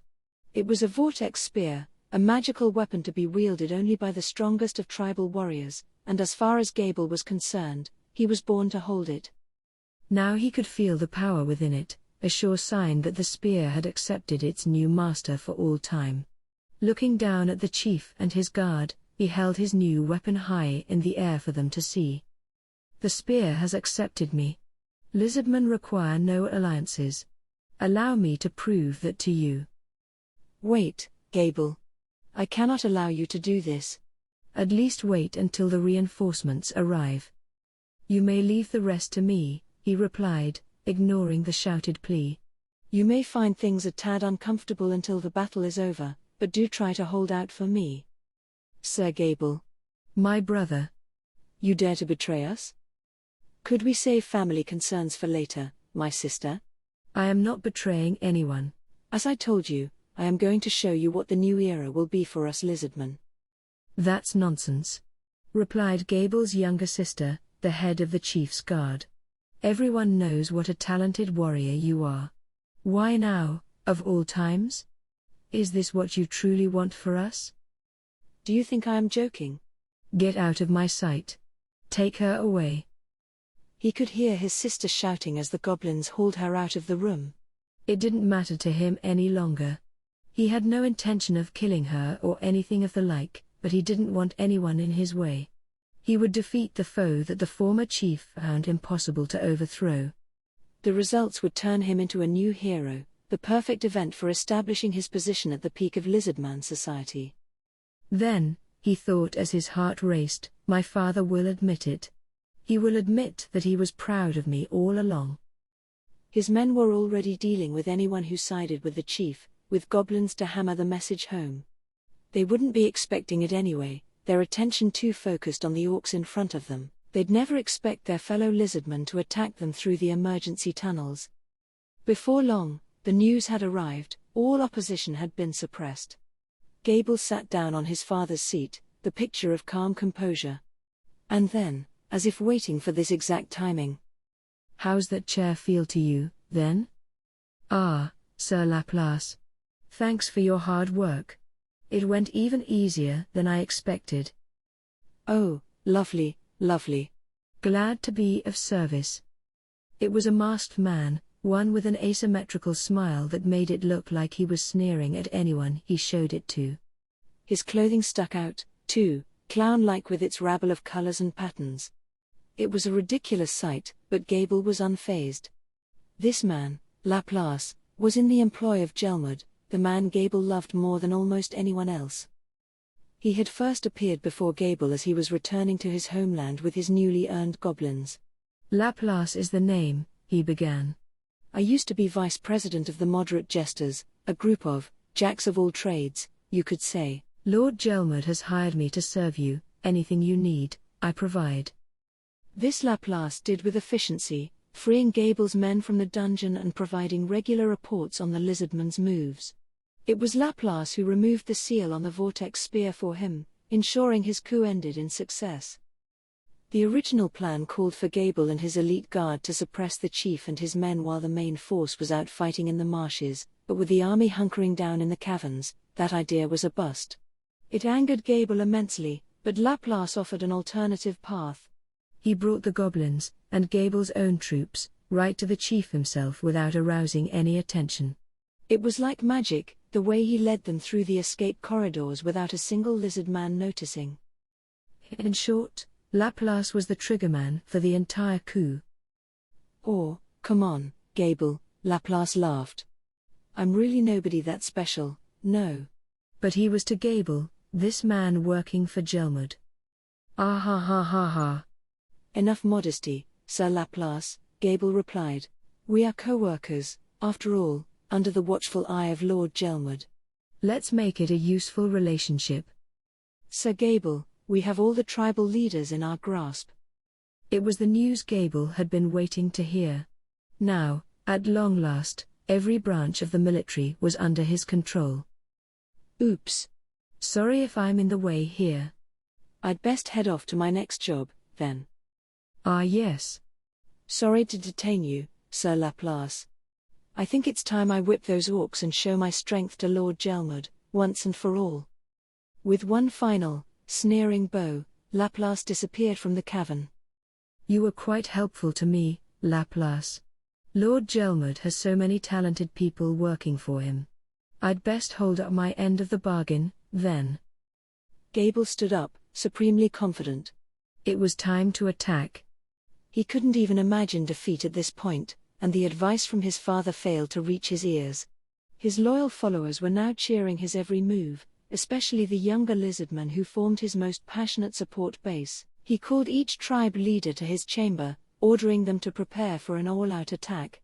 To teach those pigs exactly how daring and brave the lizardmen truly were, as he put it. The order was greeted with cheers from every tribe, weary from days of siege warfare.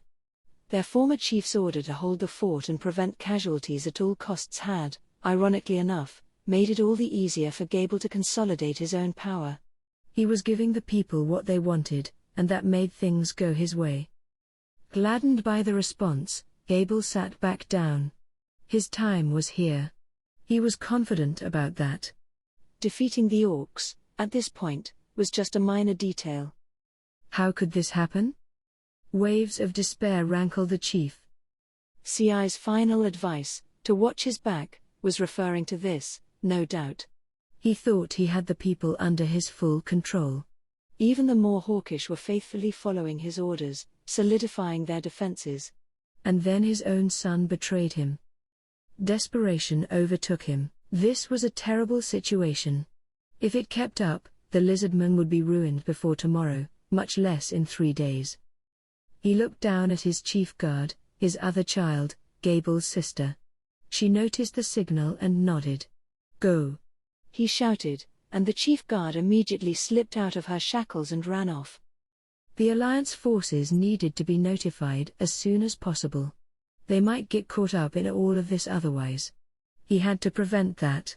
His pride as a lizard man, and as a leader, demanded it. That envoy, the man named CI, didn't bother hiding his aura from him. Once they were out of this natural fortress, they might be able to follow it to wherever he was now. It was a slim chance, but it was all he had to offer his chief guard. The lizardmen guarding the dungeon had taken measures to restrain both of them, but, perhaps out of distaste at the idea of abusing their former leader, they were not doing so with very much fervor. She quickly took advantage of that to escape.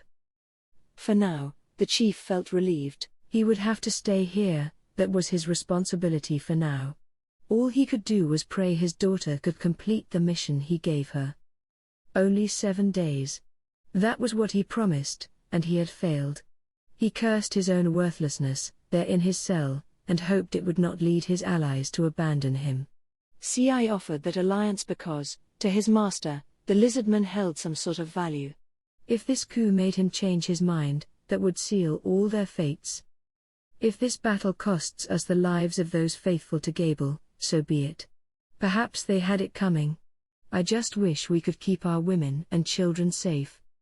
They had yet to even formally enact the alliance. The chief fully understood that he was wishing for the stars. But one desire still ruled over him, the desire that this tragedy wouldn't spell doom for all the tribes he oversaw. He felt he owed them that much, after all these years, and no one could blame him for it. The chief had a good idea of what was about to happen. Once Gable was in control of all the tribes, he would immediately order an attack. They would have nothing left in the corridors, not even any defense mechanisms. Without any fresh soldiers to replace the wearied frontline fighters, and against an orc force that grew stronger as the fight wore on, it would only be a matter of time before their defense began faltering. The women and children of each tribe had been evacuated to a chamber deep in the heart of the maze. They would then have nobody to protect them. How did this happen? Wailing about it now was pointless. I will have to be the cornerstone of our final defense. I have to, at least, buy them a little more time. Just a little more time. That was the best he could offer right now. On that day, the marshes were completely covered in orcs. An observer in the air would have seen them swarming for the cavern entrances like so many ants. But even that was only a small part of the horde. Many were still in the forest, making their way toward the marshland region. And the main force, marching northward along the river, was still coming. They faced no resistance, nothing preventing them from covering the marshes and descending upon the caverns like an avalanche. Now, though, there was a commotion in one small corner of the horde, the first clash between orc and lizard man out in the marsh. In these lands, the lizard man was king. Powerful in combat, they were capable of nimble, quick movements in the muddy, overgrown swamps they called home. That was how the battle began, a handful of fighters hiding in the tall grasses, sneaking up on a clutch of orcs. Everything was going exactly as Gable had hoped. His father, the former chief, and all those still loyal to him were shut up in a large underground chamber, and now he was back on the surface to reorganize his newly united troops, taking full advantage of the twisty access paths that crisscrossed over one another inside. The defensive forces were still in place. Gable planned to wrap up the fight before they exhausted themselves. He didn't have an exact bead on the number of troops at the orcs' disposal, but judging by the natural abilities of the two races, he figured there was nothing to worry about unless they were outnumbered 10-1 or so. So what if they were throwing a ton of orc bodies at them? That didn't change the core fundamentals of this matchup. Plus, he had ordered his fighters to take a stick-and-move approach, dealing a blow or two and quickly falling back, just in case. Staying on their toes like that would let them regroup as often as necessary, readying themselves for the next strike. Over time, it would cull the orc numbers drastically, dealing them a decisive blow. The orcs on the inside would lose contact with the outdoor forces, and with that, they'd be forced to retreat. The lizardman's natural agility in these marshes made that strategy possible. Gable was no talentless fool. He lacked his father's ability to instantly gauge the entire theater of war in one glance, but the way he led his fighting men and women was worthy of praise. He had inherited a lot of talent from the former chief. Lizardmen were naturally attracted to the strong, the powerful. Merely talking a big show wouldn't be enough. Gable's men loved him, and the love proved that he was more than just bravado and mindless courage. But would it be enough? The final line of defense, the forces tasked with guarding the largest underground chamber, numbered 1,000 strong. That room was now filled with nothing but women and children, non-combatants. The grown women could fight if it came to that, but there was no use relying on them. That was why 1,000 fighters were defending them, spread out across the assorted hallways linked to this room. Each defensive line planned to gradually fall back over time, grouping en masse around the site of the final stand. Everyone else, 7,000 goblins, around 8,000 battle-ready lizardmen, was under the direct control of Gable. The new chief believed they could win in straight combat, without using whatever geographical advantages the labyrinth offered. Thus, only a skeletal defense team was left inside, every remaining available soldier sent off to the marshes. The initial strike came as a complete surprise to the orcs, who found their battalions cut off from one another and heavily damaged.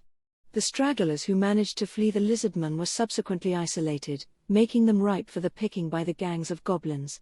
For a bunch of freshly minted soldiers, they performed magnificently, following Gable's orders to the letter. As they should have. Their lives were riding on this, too. It was hard to predict in advance, but the armies under Gable were showing a remarkable amount of synergy. So far, so good. Behold, Gable thought. There was no need to fear this herd of pigs at all. My father's age has clouded his mind. He fretted far too much about matters. Once he sees what I am capable of out here, I am sure he will recognize me as the new chief. We'd best clear the marsh of these pigs before long. Gable wanted this to be decisive. He wanted no room in his father's mind for doubt about his son's superior abilities. And even now, the cheering he heard in the distance seemed to indicate he was on the right track. Look at that. These orcs could never hold a candle to us lizardmen. He liked what he saw, as he surveyed the marshes before him. But this would be the end of his streak of luck. He had been expecting piles of dead orcs, and their foes' morale subsequently crumbling. He was not aware of what made the Orc Lord a truly terrifying foe. His father did, and now, that single difference of opinion was making its presence known. Splish, crunch, splish, crunch. The orcs appeared to be advancing over the bodies of their kindred, on all fours, attempting to gain purchase over the muddy land. It was only when one grew closer that the truth became clear. It was actually a banquet, a feast upon the dead, and it was enough to make an observer's hair stand on end. Even the most seasoned fighters on the lizardman's side felt sick to their stomachs viewing it. An eerie aura began swirling around the orcs. One fighter, rearing back in horror at the scene, lost his footing. The orc soldiers immediately seized upon his body, dragging it through the mud, ripping all the limbs off. The first lizardman casualty of the battle, and the turning point for the entire war. The Orcish infantry gnawing on the bare flesh were transferring the lizardman's abilities to the Orc Lord himself. It would not be a perfect duplicate like the ones Rai-Maru could engineer with his predator skill, but it had one advantage: it could give the caster not only the consumed victim's skills, but also their innate physical traits. Whatever the Orc Lord managed to absorb from the body, he could then feed back to the rest of his army. This was known as the food chain, another ability unlocked by the Ravenous skill. It let the orcs function both as a horde, and as a single conscious entity. Ravenous did not work the way a well-trained direwolf pack did, but the effects it could have on an enemy could be just as devastating. It was exactly why the Lizardman chief feared, above everything else, losing any of his men in battle. Doing so meant losing any inherent advantage his species brought to the table. Even if the orcs couldn't fully seize the skills of their foes, they could still gain some feature of the Lizardman, and it would instantly be gifted to every member of the horde. Perhaps they'd grow webbing around their feet, letting them more freely move through the mud. Or perhaps scales would spontaneously appear over the more vulnerable points on their bodies, boosting their defense. They were little changes, yes, but they would have dramatic effects on how the battle would turn out. "Do not fear them," Gable shouted. "Show them the power we enjoy as the proud Lizardman race." It was enough to inspire his men that little bit further. They knew they were fighting on familiar territory, and they were certain they had the mobility advantage.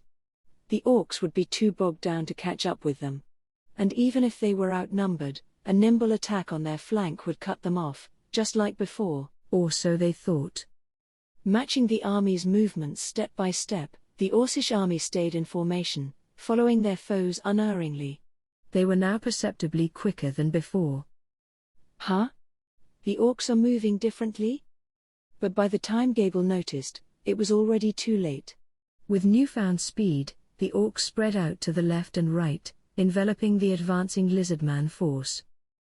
In perfect order, the 20,000-strong force had completely sealed off the escape route Gable's men used to have. The new chief had pushed his men too far into the fray, placing too much confidence in their mobility and figuring they could easily get away if need be. But right now, Gable's force was pitted against the 10,000-strong splinter force that had attacked the ogres, plus another 30,000, the advance force from the main horde. Half that number were now behind the lizardman. It gave Gable pause, but only for a moment. He decided to try breaking through the army in front of him. If things turned against him here, the lizardman would be surrounded on all sides and annihilated, to say nothing of the much slower goblins, and while Gable didn't see the goblins as much more than cannon fodder, he wasn't heartless enough to simply abandon the whole lot at once. "After me, men!" he shouted as he began to run forward. "We're breaking through the orc encirclement." If this was a typical Orcish army, one not under the effects of Ravenous, Gable's desperation tactic might have had a chance. But now, that was only a hypothetical. The reality was much harsher. In a moment's time, the powerful attack the lizardman launched at the orcs before them ended with a whimper. And at that moment, the lizardman army, and by extension, Gable himself, doomed themselves to defeat.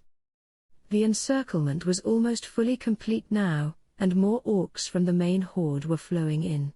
There was no refuge from the enemy, in any direction. They were like a bug surrounded by a boundless number of army ants.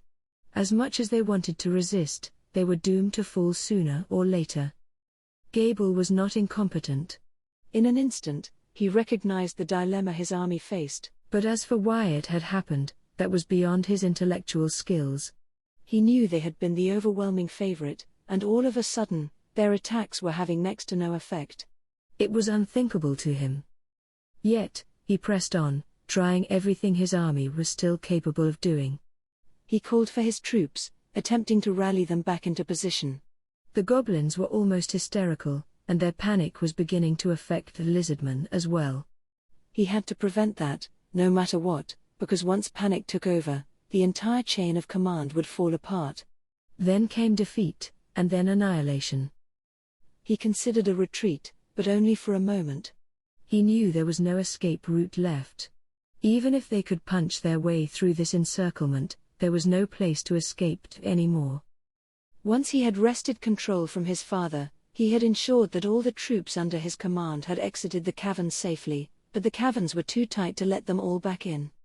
It would be a stampede if he gave the order, the entrances quickly becoming choked with crushed and mangled goblin bodies, and they would be left waiting for death at the orcs' hands. Assuming they could even reach the caverns now.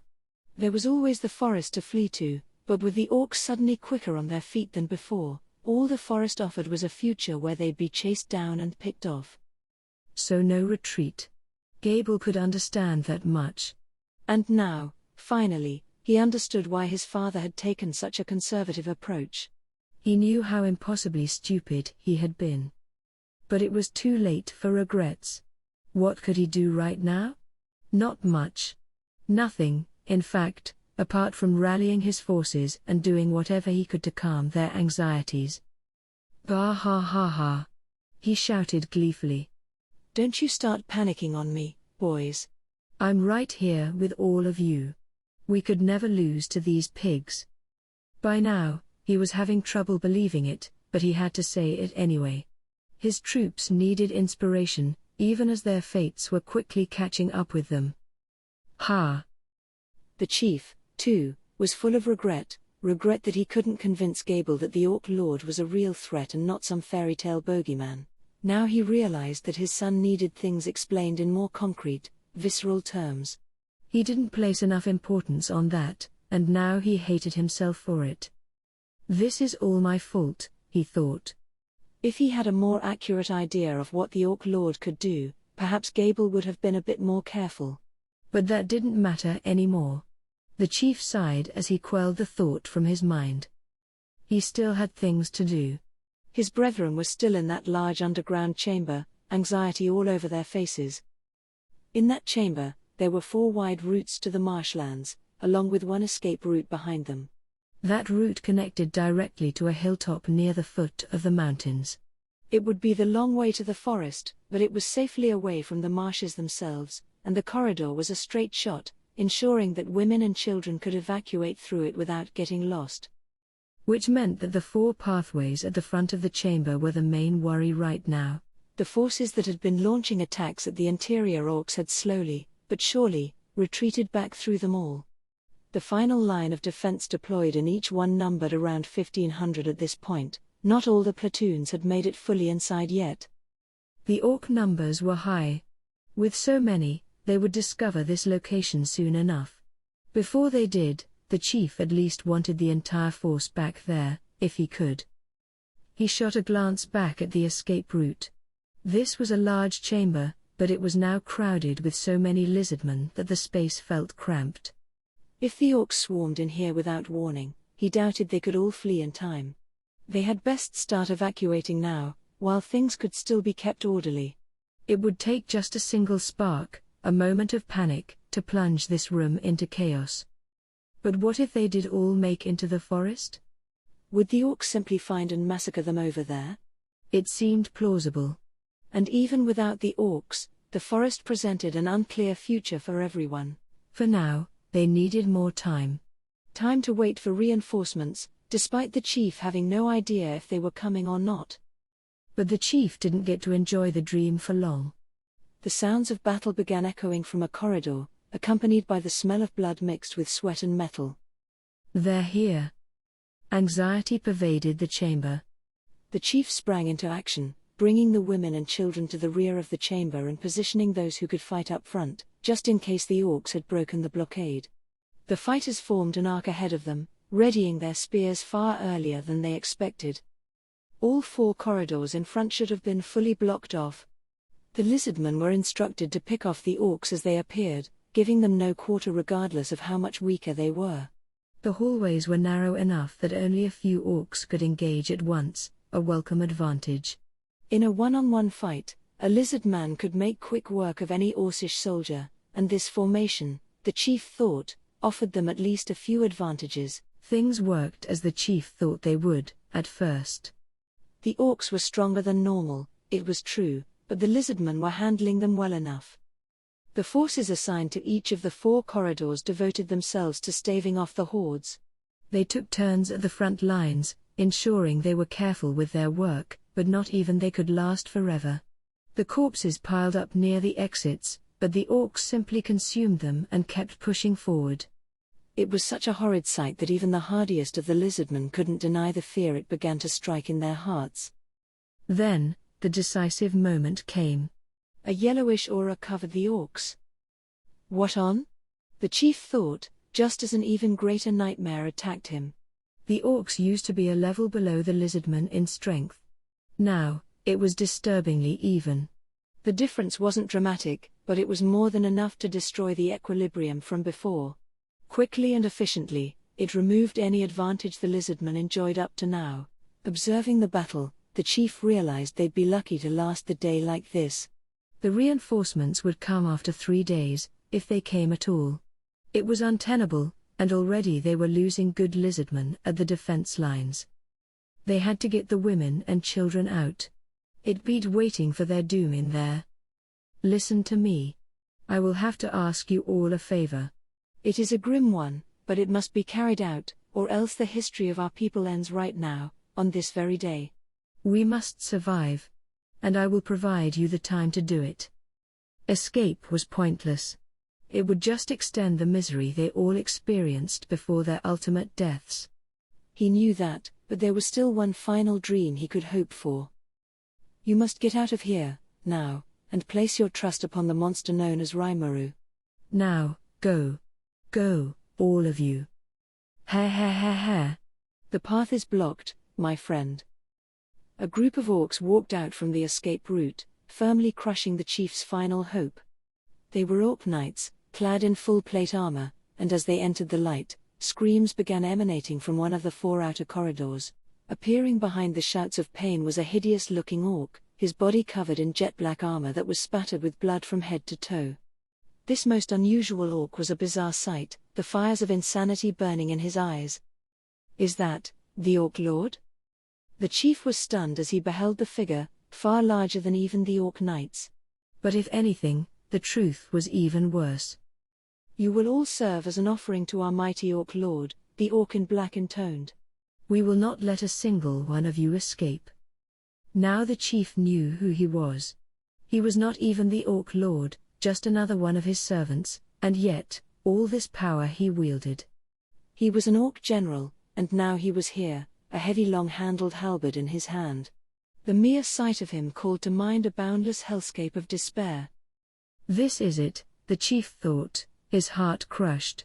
But I won't go down that easily. Ha ha ha ha. You will be a worthy adversary for me, Orc General. I gladly accept the challenge.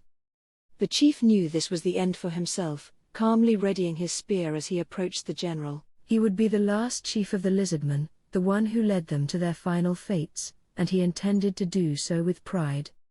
The chief guard of the lizardmen ran through the forest, the orders still fresh in her mind. Her exact destination, though, wasn't clear. As much as she honed her senses, searching for a trace of the aura that belonged to the envoy known as CI, she could find nothing. So instead she ran, trusting in her instincts. Lizardmen were nimble creatures in the marshes, but less so on dry land. Her breathing was ragged, her heart felt like it would explode, and she could feel herself growing more fatigued by the second. But she never stopped running. She had a bare minimum of duty for the monster who offered them an alliance, and she intended to fulfill it. It had been around 3 hours since she began running. It had been a constant run ever since she slipped out of her bonds, and while her mind was still strong, a single moment's distraction and she was likely to fall on the spot. She knew the truth well enough. There was no guarantee that the monster CI was anywhere ahead of here. If he was, there was no guarantee he would lift a finger to help. The thought was starting to occur to her, maybe she should just keep running. For good? Away from home? No. How could I betray my people? My own father? She tried to banish the thought, focusing on other matters. As far as she was concerned, the charge engineered by her brother Gable was something she should have stopped. She knew that, above everything else, what her brother wanted was their father's approval. But she could never bring herself to tell the chief. She respected Gable too much, as her brother, and as a lizard man warrior, and she thought he would become a splendid chief in time without her butting in on his affairs. And now look at what that earned them. Perhaps this was just the result of 100 happenstances coinciding at once, knocking everything out of whack. But she couldn't help but think it. If only she talked things over with him more, as a sister, maybe they could have avoided all of this. And if that was the case, she had a responsibility to uphold. No, she couldn't abandon her homeland. If she stopped running now, she'd never run again. So she kept at it. Someone was watching her. Someone that she, running with all her might, could never have noticed. He was nimbly leaping from tree branch to tree branch, following her every move without a sound. Now he smirked to himself, a bit of drool falling from one edge of his lips. He was waiting for the moment. The instant when her exhaustion took her, and she could no longer move. And when it did, he soundlessly descended in front of the chief guard. His arms were long, like a gorilla's, his legs those of a carnivorous animal. His head and torso, however, unmistakably identified him as a member of the horrifying Orcish race. Gay hair. You appear tired. Your muscles must be so well toned, so delicious. Pain filled the chief guard's eyes as she looked at the monster. He was a high-level orc, no doubt about it. And he had more with him, a few dozen behind his back. Survival was not in the cards for her. You. Gay hair. Bah ha ha ha. I am one of the generals of the Orcish army. Consider it an honor to take up residence in my stomach. An orc general? The chief guard readied the spear on her back. But it was clear to everyone involved how this fight would go. She was already slowed by her fatigue, totally bereft of the strength she would need to defeat the orc general and his men. She knew it was hopeless. But she was ready to fight anyway. Her pride dictated it. Ooh yeah. Now this is getting good. The mysterious man did a little dance where he stood, his cheerful voice booming. His eerie-looking mask and clothing were like nothing else on this planet. Laplace, the man who had exchanged a few words with Gable earlier, was playing with 3 crystal balls, as if teaching himself how to juggle. Each one was about the size of a person's head, and images were visible inside them all. A keen-eyed observer would be able to see that each one depicted a scene from a battlefield.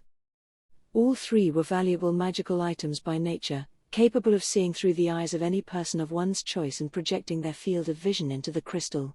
Only one person could be followed with each ball, and that person had to physically touch the orb to make the connection work, so Laplace could only track 3 at once. But that was more than enough for his needs. He had connected the crystals to 3 of the orc generals he found easiest to control, and now he was using them to steal glances of the current battle.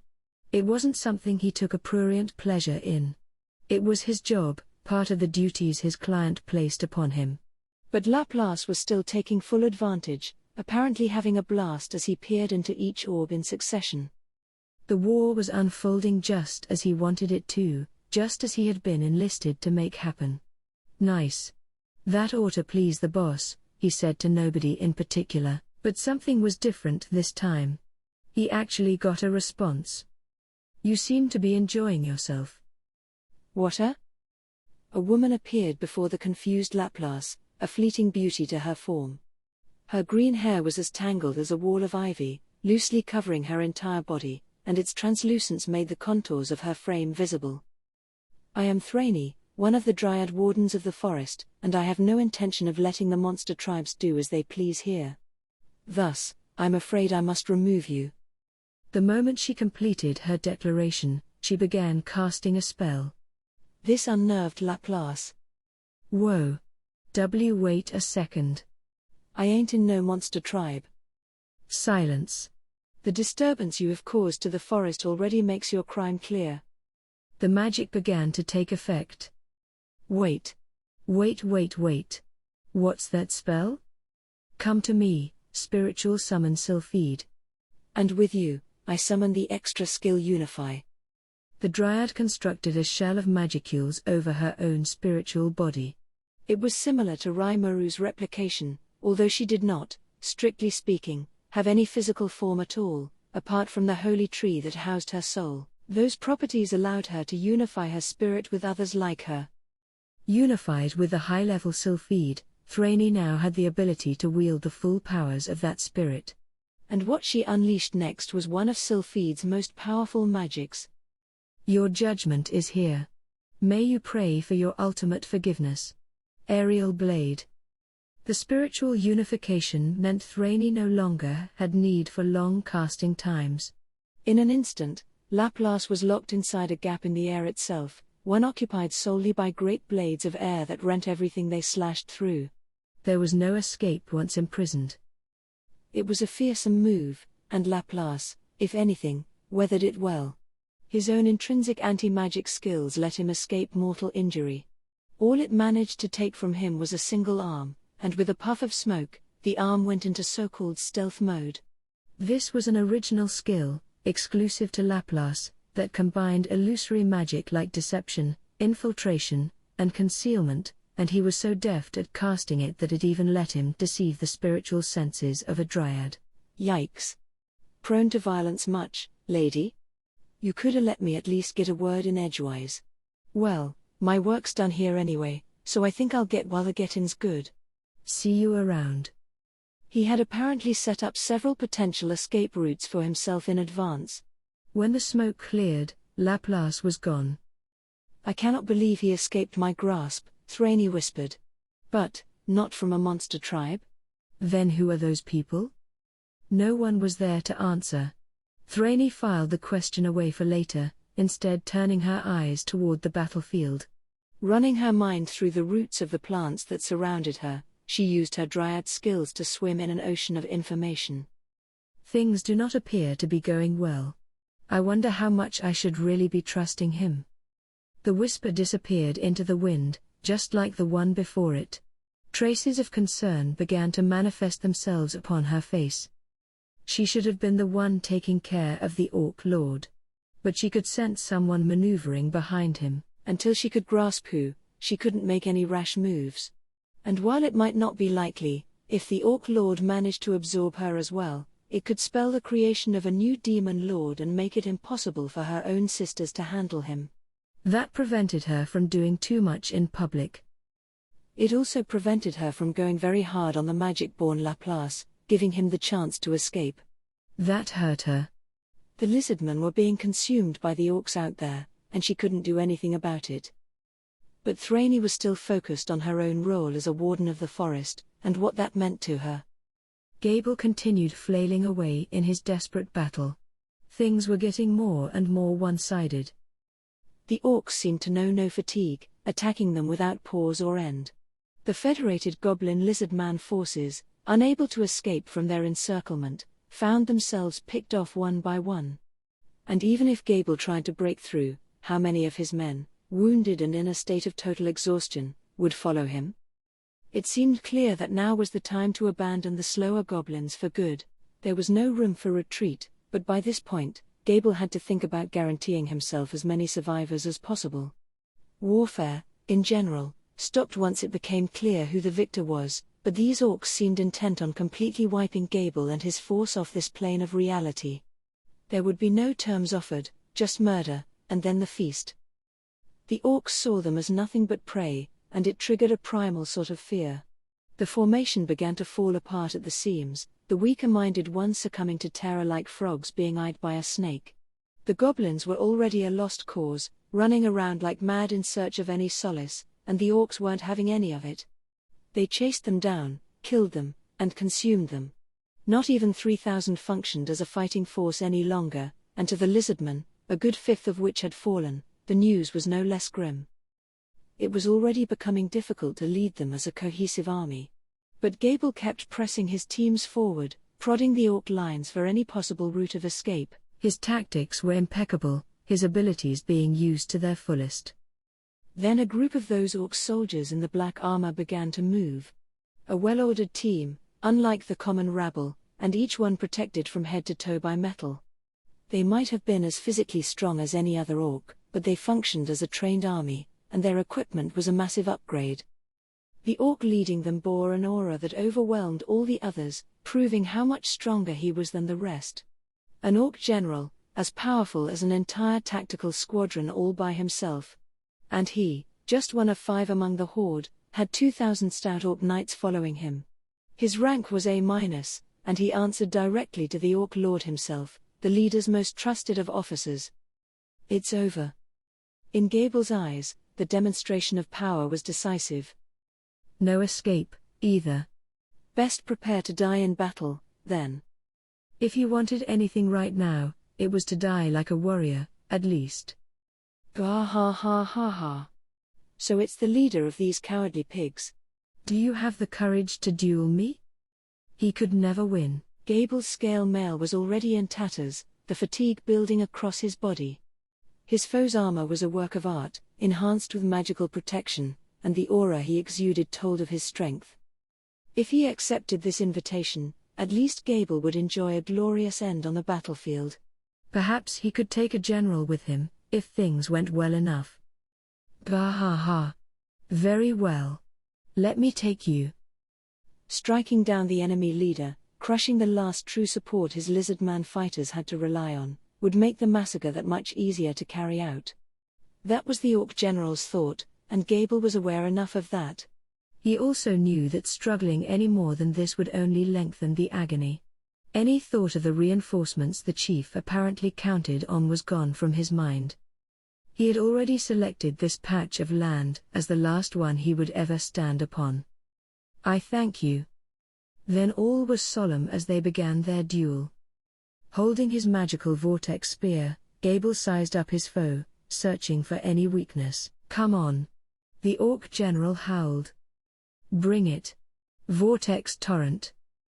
With all his remaining force, Gable released the most powerful attack he could, a killer move, combining his latent lance skills with the magic his current weapon provided. But Chaos Eater. The Orc general spun his own spear in the opposite direction, cancelling out the force of Gable's vortex. It began whirling faster and faster, unleashing its own aura that took on a sickly yellow color before descending upon the lizard man. Is he trying to eat me? He rolled to the side, relying on instinct, but the aura continued to close the distance. Gay hair. Just another reptile, the general laughed. Your kind deserves to slither along the ground. Gable refused to give up. At least one strike, that was all he wanted. He grabbed a clod of earth, throwing it at the Orc general. As childish as it must have looked, he had to deliver at least one clean blow.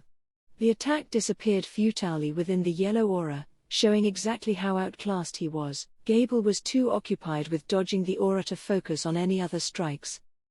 The Orc general thrusted his spear at him, a twisted smile on his face. Whoa. Better not get distracted, there. A familiar voice reached Gable's ears. At the same time, he felt himself being launched backward, just barely avoiding the hilt of the Orc general's spear. What happened? The confused Gable thought. Then came a roar that deafened the battlefield, like the heavens had fallen upon it. Gable thought it was another Orc trick at first, before realizing it wasn't. Even the Orcs, with their insurmountable advantage, were visibly panicking. The tides were changing anew, and violently so. Chapter 5. The Great Clash. Just as Gobda was reaching out to rescue Gable, I was checking out the battle from above. It was a pretty fearsome sight. The Orcs must have thought they had a massive advantage, and now we'd just flipped the chessboard on them. Just us, and a few ogre mages, really. I couldn't blame them for freaking out. I kind of was, too. After I sent CI after the lizardman, I decided to start assigning battle posts. We wouldn't all head out there. I wanted a setup that could work quickly on its feet. We didn't know what we'd be dealing with, so I had to be sure we could extract ourselves fast if need be. That was my watchword as I gave the order to prepare for war. The construction effort across town was continuing to go without a hitch, but we still had no real defenses in place. Not even an outer wall, since it'd get in the way of the building boom. No way we could weather out a siege or anything. It was much more logical to picture ourselves bringing the battle to them. Along those lines, I told the people not joining me to prepare to travel to the Treants. They might have to set off before we made it back to town. Before any of that, though, I had to assemble all the monsters in town and tell them what we had decided on. I tried to act as kingly as possible. The final battle will be waged in the marshlands, I began. If we win there, we good. If we don't, I'll let you know via thought communication, so I want you to abandon this place and flee to the Trent settlement. I'll also ask the humans for help, if it comes to that, and you'll likely fight alongside them against the Orcish army. I'll be honest with you, this isn't some gang of little kids. I'm planning to win this, but if I don't use that as an excuse to lose your heads. You gotta stay calm and follow the plan. I was once again up on some kind of pedestal, like an offering to the gods. Delivering these lofty speeches was honestly embarrassing, and this whole setup made it even worse. In some ways, the idea of giving lectures like this ever again was more distasteful than the horde of orcs. Perhaps that was why I hardly felt scared at all about our predicament. Monsters can be sensitive things and succumb to the emotions of the crowd pretty quickly. They all listened intently, picking up on the confidence I was inadvertently radiating, and I guess it worked. Maybe that embarrassing display was worth it after all. Now, the people joining me in the primary force. The monsters slowly grew more excited, not knowing what to expect. I guess they all wanted part of the action. I didn't remember them being so warlike, but who knows? Whatever. I didn't let it bother me as I continued. For this battle, we will deploy with a team of 100 goblin riders with Benimaru as their commander. Hakuro will be his aide-de-camp, and Shion will be our main point man on the field. CI will be joining us, although he's elsewhere at the moment, and I suppose Ranga will be my transport. That is all. Any questions? I could hear small commotions arise among the crowd. 100 must have seemed like an awfully small number. I saw Shuna make her way to the front, serving as their voice. So Rimuru, she asked, isn't that far too few people? And I didn't hear my name called, either. What is the meaning of this? The meaning? Well, you know. As a princess and all, I hesitated to expose Shuna to a life and death situation. That was one reason. But I had another, even more valid one. This whole operation was focused on speed. We'd only have 100 and change on our side, although Ranga could probably command a few more. I wanted speed, and that meant the infantry would stay home. Shuna and her lack of skill as a Tempest Wolfsman would be a liability. Plus, I was still only working with around 600 hobgoblins, evenly divided by gender. Around a third were assigned to Riga's security force, another third devoted to the construction effort, and the rest were women and children unsuited for physical labor. My force was small, yes, but how much could we spare, really? Yeah, well. You know, Shuna, I'll need someone to lead the rest of the people here. If we have to negotiate with Treants and Dryads later, Rigard's gonna have a hell of a lot on his plate, right? Your presence would do a lot to give the women and children some peace of mind, too. It sounded plausible enough, as I tried to convince her with it, and it basically seemed to work. In that case, I will live up to the role, she said, which was a relief.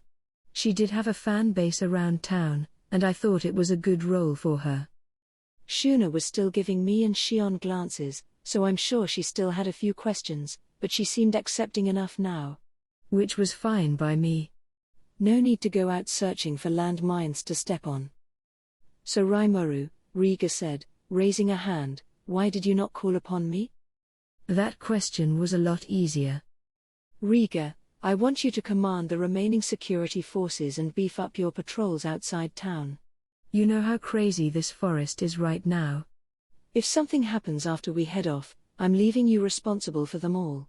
Make me proud. I had both Riga and Rigard nodding at my reply. A number of powerful magic beasts, the kind that usually dwell deeper in the forest, had started showing up here and there closer by. With that in mind, it was pretty easy to have them see things my way.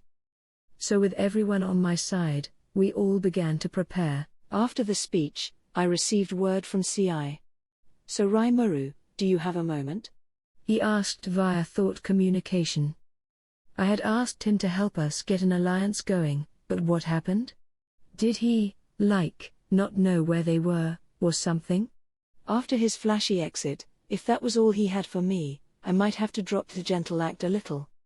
It worried me a bit, but I should have known that wasn't the reality. Unlike me, CI was actually somewhat capable. I was able to meet with the Lizardman chief. He seemed willing to accept the alliance, but he asked for you to personally come see him, my lord. That was surprising. It wasn't even half a day since our conference ended, and he had already extracted a promise from the guy. Talk about capable. And handsome, to boot. I almost resented him. As I tried to get that under control, I replied, sounds good. We're gonna fight this out in the marshes anyway. You're already there? Oh, yes, my lord. Shadow motion made the voyage to the marshes rather smooth sailing. It allows me to immediately travel to any individual I personally know, but tracking down the chief's exact location took me some time. As he put it, CI used shadow motion to reach the marshes, then deployed his army of replicants to scope out the area. Gobta could only travel via shadow motion for as long as he could hold his breath, so CI outpaced him. It appeared that his physical corpus was already back. I wondered if having a replicant contact the Lizardman chief was really the best thing. The mere fact he could control multiples at once still astonished me. It was nothing I could pull off. Well done. So when would you like to hold the discussions, sir? He asked, shrugging off my compliments in a way Shuna or Shion never would. We'll probably need time to prepare, and the goblin riders will need a few days for the journey. A week from now, maybe? It'd be more like 2 weeks if we were going on foot, but a goblin rider wouldn't need 5 days. I reckoned we'd take around 2 days to prepare, so a week should be fine. Gable had his own transport beast, but it didn't look nearly as fast as a Tempest wolf. If we arrived at the Lizardman caverns before he and his men returned, we might wind up getting caught in whatever he was planning. I wasn't completely sure it was a coup yet, but it always paid to watch your back at times like these. We needed to stay on top of the situation if we wanted to keep the initiative on our side. A little late, in this case, would be just right. So 7 days. Very well. I will work to make it happen. He ended the link. I wanted this alliance to be firm, in writing, as soon as possible, but I knew it'd be hard to trust someone you'd never met before. But if we waited to prepare until after we shook hands and declared the alliance done, the orcs would be knocking on our collective doors in an instant. If the whole thing fell through, I was planning to pull back our forces at once. If they weren't willing to work with us, we'd wait for the orcs to swarm them, then hustle off to the Treant Sanctuary. It sucked for them, but I wasn't here to give them lip service. This was war, and I had people counting on me. There had to be a line in the sand. They sounded open to the idea, though, so maybe I was just catastrophizing again.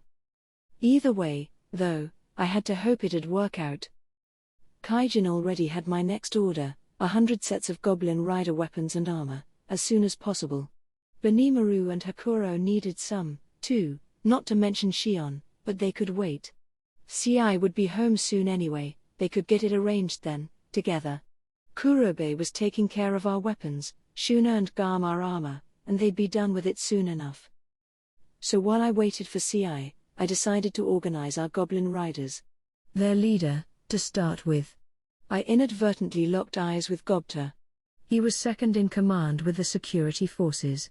It seemed suitable enough. Hey, Gobta, are you free? NHH? Whenever you say that, I have a feeling it never works out too well for me. Ah, you're just imagining things. You're going, too, right? Gobta stopped short of replying. I smiled at him. He froze. Of course. He shouted nervously. I didn't appreciate the weirdness of that act, but I chalked it up to the ominous aura I could feel behind me. Well, guess a smile from Shion was more effective than anything I could cook up in slime form. She nodded at Gobta's reply, looking down at me as I mulled over the power she wielded. So Gobta was our goblin rider leader. No one had any complaints, despite his occasional wobbles. They recognized how capable a hobgob he was. Riga was just as enthusiastic about the decision, so I didn't foresee any problems. By the way, have you asked Kurobe about the weapon you promised me yet? Boy, I sure didn't, huh? Oh yeah, of course. Really? 'Cause you look kind of like you forgot. Damn, he's sharp. Ha ha ha. You're such a worrywart, Gobta, my boy.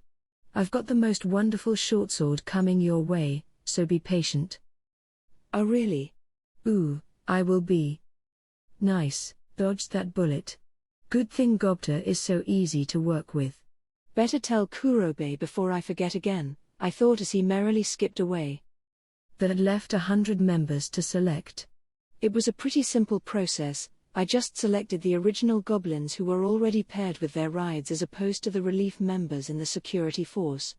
I handed their names over to Kaijin, asking him to get their equipment ready. Just as I was done wrapping this up, CI came back. I apologize for the delay, he said as he appeared from Benimaru's shadow like some master ninja. You could just fall in love with him, the way he moved.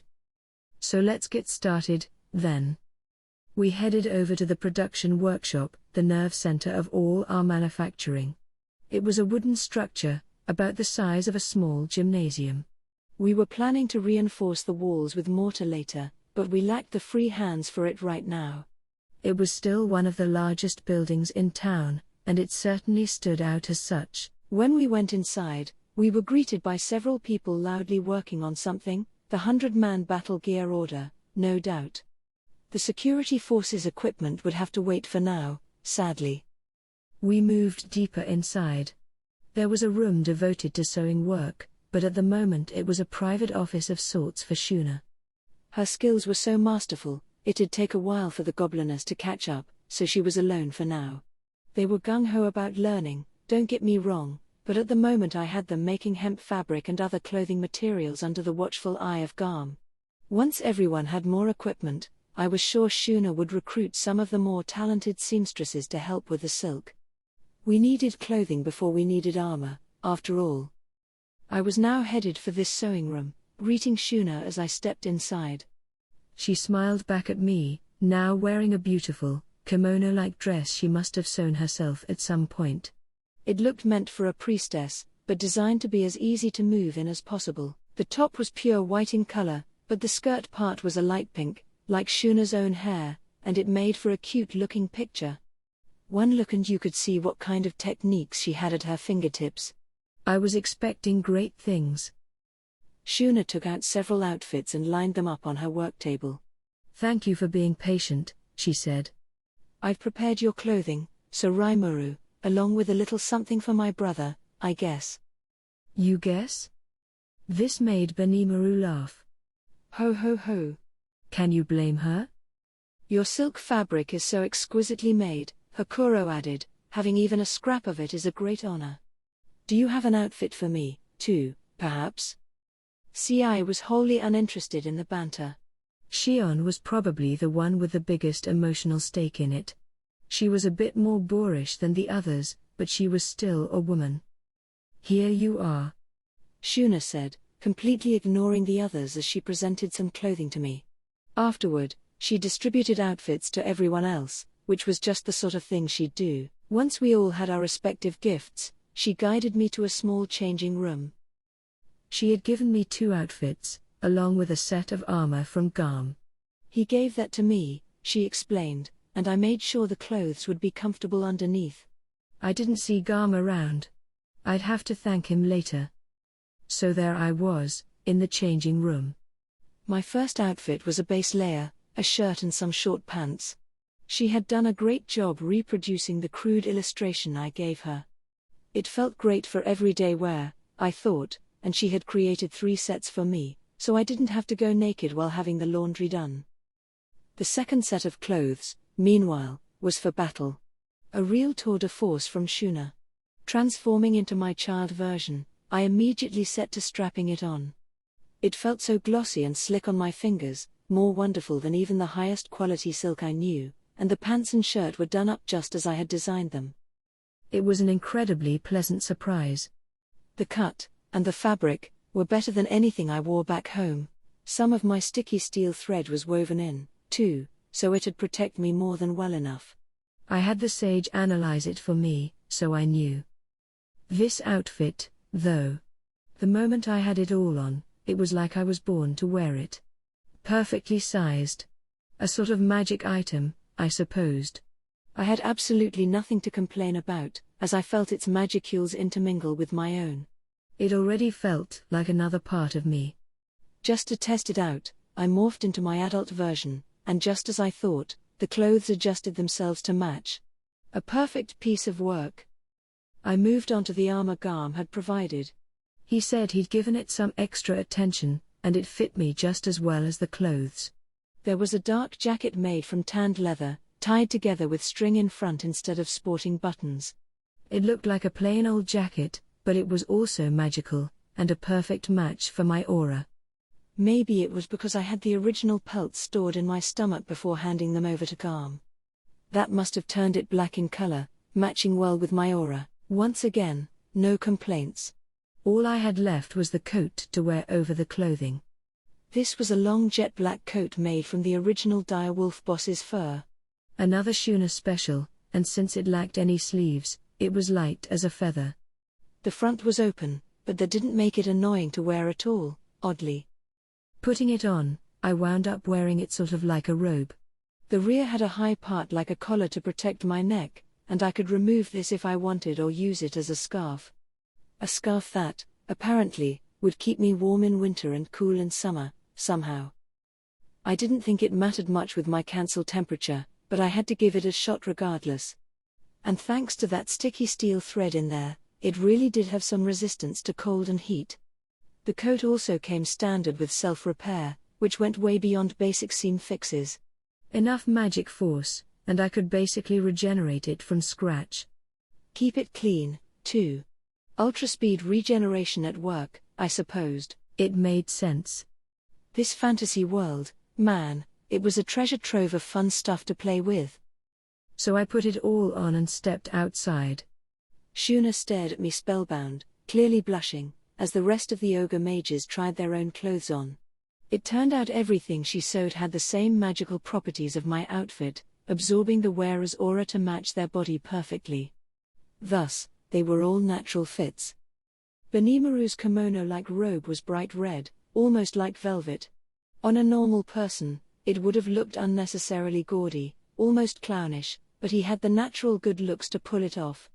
Hakuro, meanwhile, had an outfit of pure white, like a mountain hermit, no excessive decoration to get in the way of battle here.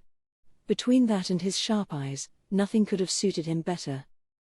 Ci's robe and pants were both a dark shade of blue, light, airy, and no doubt hiding an arsenal of covert weaponry inside. Shion went with a Western-style dark suit of purplish blue, exactly what I had drawn up, and framed her as the capable executive assistant she was. All these outfits, mine included, became magical by nature the moment they contacted our skin.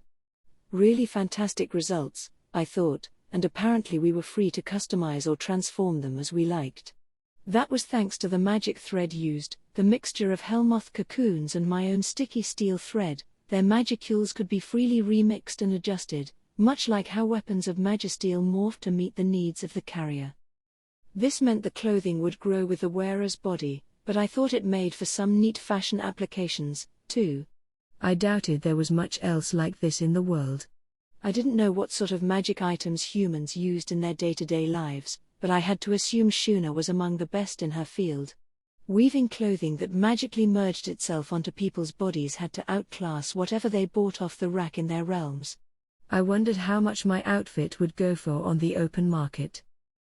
"Oh, I have this for you, too," Shuna said as she handed me a pair of shoes made of leather and resin. "I think they'll go wonderfully with your cute little legs, so Raimaru." I tried them on. They fit and offered supreme comfort. "Ooh, these are nice. Dold made these for me," she said, smiling. Apparently, both he and Garm were too nervous about how I'd react to hand them over directly. So why weren't they too embarrassed to ask Shuna? They probably just wanted an excuse to talk to her. She had pairs for everyone, shoes for me, Ci, and Shion, sandals for Benimaru and Hakuro. Even the sandals were top-notch pieces of work. I was sure enough of that, given how well my own everyday sandals felt. So we had our new clothes, sort of reinventing ourselves in the process. We left the workshop in a state of near bliss, waved off by Shuna's gentle smile. Next up was Kurobe's forge. I hadn't seen our smith lately, busy as he was with the creative process. He hadn't even appeared at the deployment speech I gave earlier. I knew he was doing fine. He was just the type to get totally absorbed in whatever he tackled. I did ask him to make weapon production his top priority, too, and he had apparently been spending well near every waking hour on the effort. Kaijin told me as much before our conference. The door to the forge was open when we showed up. It was fully equipped with tools he brought over from Kaijin's workshop, with the raw materials for his work kept in an adjacent storage room. I had granted him a pretty decent supply of magisteel. He had everything he needed along those lines, but he was a little nervous about the lack of other metals on hand. We needed to examine the nearby mountains for a permanent ore supply, but our lack of time and resources meant that had to wait. Until the construction frenzy died down a little, staff shortages were going to be a chronic issue. I could hear banging from inside the forge, waves of heat wafting out from the door. This was the only high-temperature forge in town, run by a furnace made from clay blocks heated with control flame. It turned out better than I anticipated. We were planning to build more once we got to grips with this one. Lots of things in the works, not enough time to tackle them. A real pain. So we went inside and grabbed Kurobe's attention. Once he noticed, he greeted us with a smile. "I was expecting you," he said. "There's something I'd really like to show you all." I could tell he was eager to show off his latest work. A little too eager, in fact. He spent the next 2 hours talking about everything he had crafted, my eyes glazing over along the way. Yes, I know, it's all great, can I get out of here, please? I almost said it out loud a few times before stopping myself, he just looked too happy. I was hoping Shion would step in, always eager to have her say on anything, but she just sat there and stared at all the weapons lined against the wall, enwrapped. Weaponry was a hobby for her, I guess, as it was for all the ogre mages. They carefully studied every inch of what they were given, grasping it in hand as they took in every word of Kurobei's guidance. Benimaru had an elegant, flowing long sword, Hakuro a large staff with a sword hidden inside, Ci a pair of ninja-style blades. They all looked happy with them, and I could see why. Each one was a perfect fit for their owner. One thing did bother me, though. Shion's war blade. It's kind of too big, isn't it? Oh, it's fine, Shion said with a laugh. The scabbard's covered in magical power, so I can make it disappear with a moment's thought. That's great, but it wasn't what I asked. Isn't it kind of impractically large? But Shion's smile informed me that further protest was useless. If she could handle it, fine, but it was far too large for a regular person to pick up. I doubted even Kaijin could have made that. Dwarves were pretty strong, but they would need 2 hands just to move it. Shion, meanwhile, could unsheath this massive hunk of iron with a single arm. I realized, at that moment, that angering her would never be a good idea. This is probably the largest weapon I've ever built, Kurobei said, smiling confidently as he watched Shion. I figured she could take advantage of it. And he was right. Shion couldn't have looked happier. Finally, it was time for my own weapon. For you, so Rimuru, I got this. It ain't complete yet, this is just the beginning. You talked about a sword with magic ore in it, and that's what I'm in for.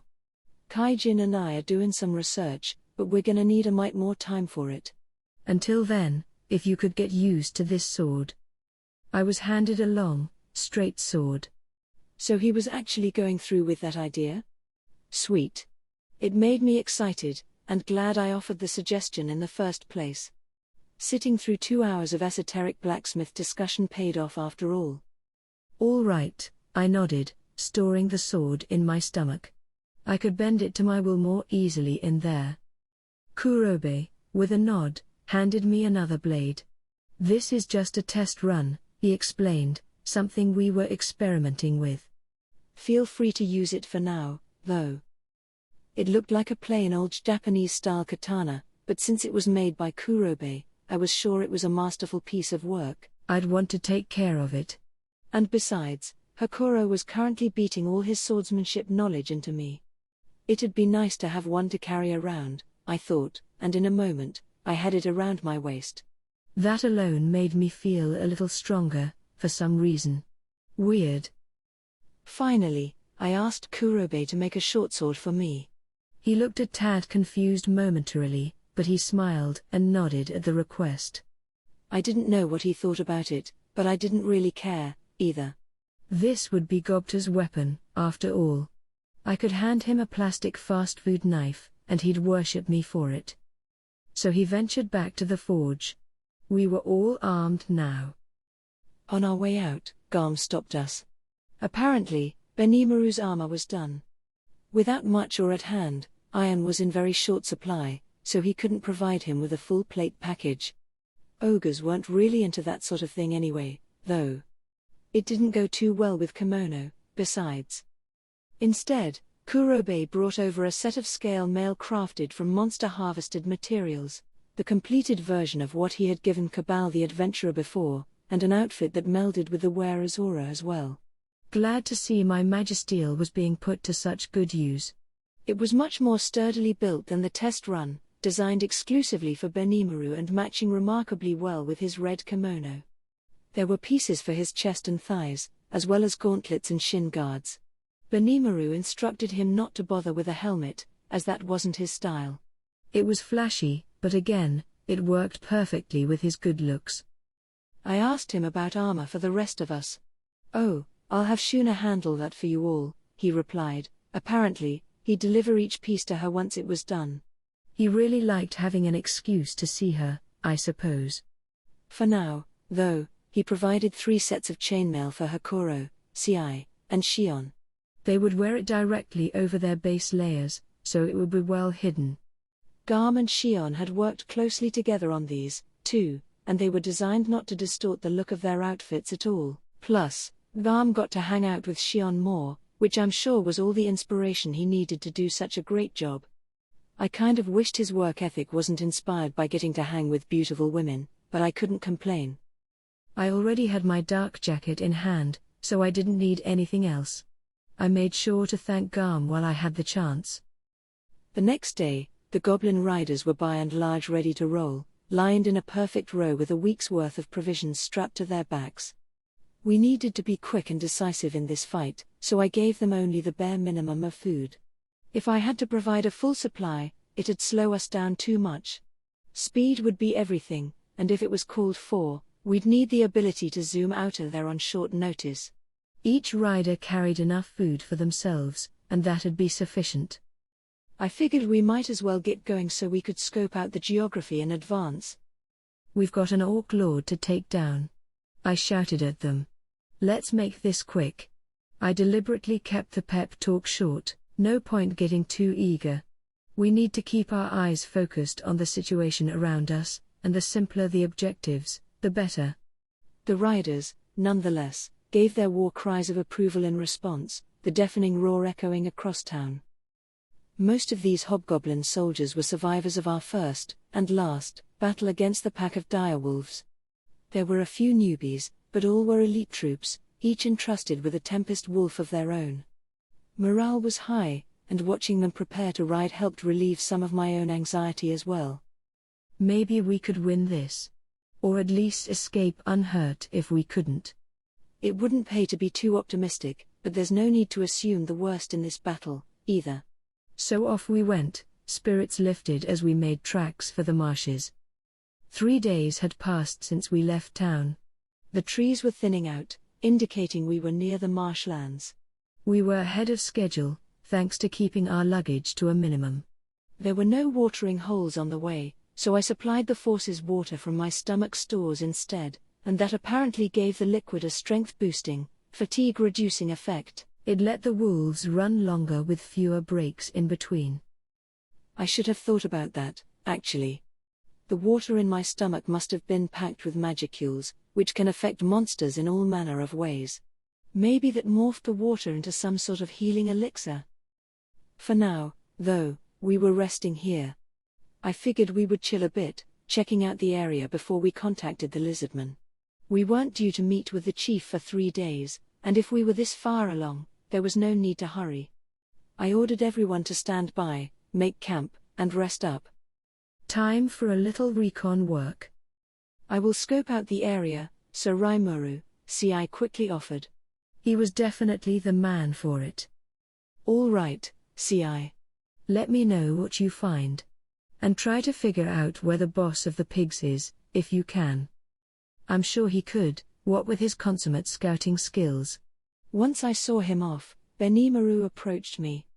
So Rimuru, he asked, is it all right if we go all out in this battle?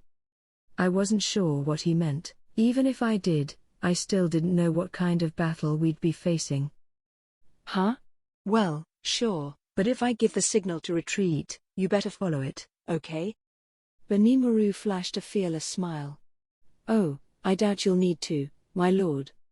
We've made it this far, and we're ready to annihilate them all. Right? He certainly sounded confident, at least. It was a good match for his naturally rugged looks. Hopefully we'd have a victory to back that up. It wouldn't look cool if he gave me all that bravado and lost. I was sure he'd be bursting with shame, but I wondered if the thought of losing had even occurred to him. I doubted they ever worried much about such things. But well. Shion, meanwhile, was still marveling at her sword, smiling as she whispered, "I'll let you crack as many skulls as you want soon," and other creepy reassurances to it. At times, she acted mega ditzy, and other times she exhibited this serial killer streak. The more I knew about her, the more danger I sensed from her. Let's just pretend I didn't see that, actually. Hakoro, for his part, was as cool as always. As serene as a mountain pond, you could say, the sign of a well-seasoned veteran of battle. Then I heard him whisper, "I do hope some of them will provide a challenge." Oh great. Him too. I was at a loss. Where did all this ogre self-confidence come from? They're about to fight an army they've already lost to once. I'd figure a little more caution would be in order, I thought as I sighed. About an hour into our camping prep, I received a message. Is now a good time, sir? My thought communication sprang into action as I rested, watching everyone at work. What is it? Did you find something? Well, I found a group engaged in battle. What? Gable? No, not him. There's only one lizard man, someone I believe to be a close aide to the chief. Here against a group of orcs, one high-level orc, plus more under his command. Around 50 in all. A close aide? All alone? Yes, my lord. The battle has only just begun, but I feel the outcome is already clear. It would appear one of the higher-level orcs is seeking to torment the lizard man in order to show off his strength. What should we do? Could you defeat this higher-level orc and his men? It should be simple, sir. More of that confidence. I figured I could trust CI on that. But what about that lizard man? I couldn't just let him die, but if the orc wanted a fight, now would be a good time to scope out their abilities. Thought communication allowed me to see the world through CI's eyes, a pretty handy feature, in my opinion, but unlike myself, CI couldn't keep the link going indefinitely. He needed to rest that muscle, so to speak, on regular occasions. This applied to everyone else, too. They could receive all the thoughts they wanted, but sending them was subject to certain restrictions. If anything, the fact I could send all I wanted made me a freak of nature. We could have linked together more closely if CI weren't so far away, but no point complaining to him about that. All right. Try to observe them for as long as you can and relay what happens afterward. I feel bad for that lizard man, but keep your distance for the time being. Step in if you think the battle's gonna turn fatal. Yes, my lord. The connection expired. Sounds like something's up, then. No way a lizard man would be alone in the outer regions of the forest otherwise. I was hoping to rest and take my time gauging things, but I guess that wasn't going to happen. I gathered everyone together. Listen, people, I said, we're not camping. It sounds like something's going down. I saw the faces of the goblin riders tense up. So we're fighting? One asked. Likely, yeah. Our enemy number's approximately 50, so I want to see 2 of you tackle each one. Remember, the Orc Lord's capable of absorbing the abilities of dead enemies. So don't push it. If you think you're in trouble, get out of there. Are we clear on that? Yes, sir. They cheered, Gobta leading them on. Right. I'll get their position from CI. Once we're there, I want you to surround them, then rub them out as quickly as possible. And remember, don't push yourselves. Aren't you worrying a little too much about this, Sir Rimuru? Benimaru interjected. Because I think we have an extremely capable crew of riders here, to say nothing of us. You think? Well, I suppose it's up to you guys, then. Get moving. Yes, my lord. I watched as Benimaru and Hakuro led the riders off. Shion was staying with me. The riders could handle the infantry-level orcs, but I wanted to see this high-level officer for myself. The more I knew about our enemy, the more I'd have to work with in the upcoming battle. I had CI and Shion working on my side. I doubted it'd be too dangerous for me. Thus, we mounted Ranga and made a beeline for CI. We reached CI as he deflected a sword slash from an orc that had just jumped off a tree limb. The orc bore a pair of heavy scimitars, curved to look like enormous meat-cutting knives but thick enough to slice through bone. The long arms on the Orcish races made it hard to estimate their offensive range. CI engaged in a little back and forth with him, his constant array of leaps and dodges bringing him precariously close to defeat at times, to an outside observer. I wasn't worried, though. This orc was, in my eyes, pretty weak. Unlike Hakuro, whose strikes seemed impossible to avoid even with the instincts of a born hunter. I could still predict this orc's moves just by looking at him. It was cute, in a way. Who are you? The long-armed orc shouted at me, his face a mixture of pig, wild boar, and human. Here to be consumed by an orc general? Ah. This was the high-level one, then? The orc general? How dare you act so rude around Sir Rimuru? Shion fired back, staring the general down with her unnervingly cold eyes. Oh. You. I looked down at this new, faint voice. It belonged to a lizard man, looking up at me. She appeared to be cowering, wounded from head to toe and just barely breathing. She had lost a lot of blood. I doubted she'd last long unaided. I knew I had asked CI to remain impartial for as long as possible, and I guess he followed my orders to the letter. He wasn't at fault for that, but now I wish he had stepped in a bit earlier. I was starting to look like a total villain, and I figured it was time for a good deed to make up for it. Drink this, I said, tossing the lizard man a recovery potion. She hesitated for a moment but quickly drained the bottle. The effect was dramatic. In an instant, all the cuts and bruises were gone. What on? Impossible. The orc general and lizard man both expressed their surprise simultaneously. Nice. That ought to improve my rep a little. Good thing I earned some brownie points with these guys before the big meeting with the chief. As I patted myself on the back, the lizard man approached me. Please, sir. Please, I need you and your envoy to rescue my father, the lizard man chief, and Gable, my brother. She was on one knee, head bowed down, as if praying to me. What? I was about to ask what happened to her when the orc general came rushing in. Get in my way, and I'll eat you first. He bellowed, crossing his scimitars in front of him. He was probably trying to catch me by surprise, but with my magic sense, that was never going to happen. I nimbly leapt backward to dodge the incoming strikes, but I didn't even need to bother with that. In a flash, Shion was in front of me, landing a single slash with her heavy blade. The orc general instinctively recrossed his swords to block the attack, but Shion's sheer force knocked them right out of his hands. The extra skill steel strength put her power off the charts, even by non-human standards, so I should have expected as much. Worthless beast, she murmured, angrily staring the orc general down with her well-defined face. You cannot stand still for a single moment while Sir Rimuru is deigning to speak? Damn it. All of you, seize this wench at. None of the orc underlings responded to the order. It was understandable, given how they no longer existed. They hardly put up a fight at all, then Rimuru said, riding up to me. Hardly worth my time. Yeah, Sir Rimuru, added Gogta, riding alongside him. Oi, talk about a letdown, huh? Going 2-on-1 almost made me feel bad for them. They had apparently wrapped up the encirclement and massacre, just as I ordered. The speed with which they had carried out those orders shocked me into silence. Hakuro was just cutting down the few surviving orcs behind them. Maybe I was worrying too much. Why, you're kidding me? The orc general managed to gasp out. Then things got even worse for him. Just as I was about to order CI to interrogate him, everything finished. Die.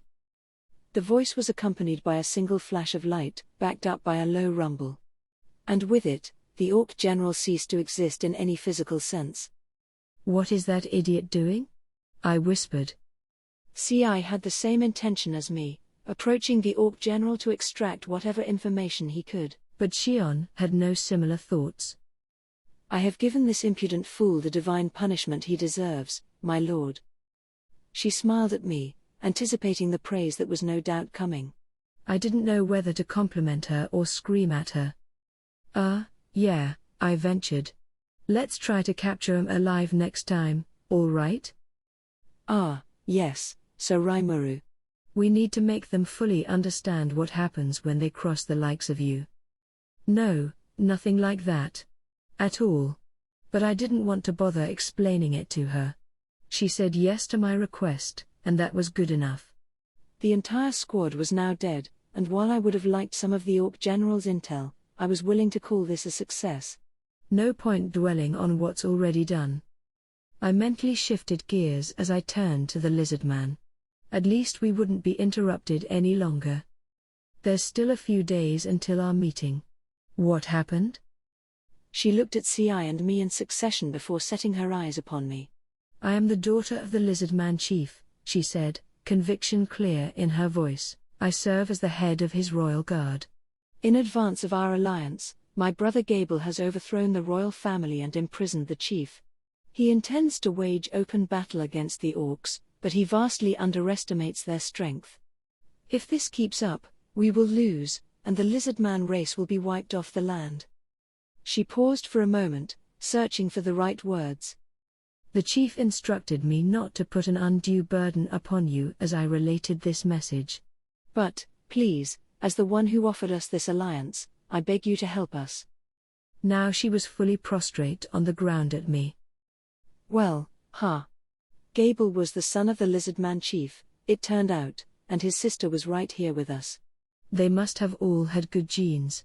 It was a pity how Gable turned out. Still, I couldn't let anything happen to the chief. So now what? Well, keep in mind that we haven't forged this alliance quite yet. The chief knew he couldn't count on us to get involved with an internal dispute at this point, so he sent you over to keep me informed of things. Is that how it is?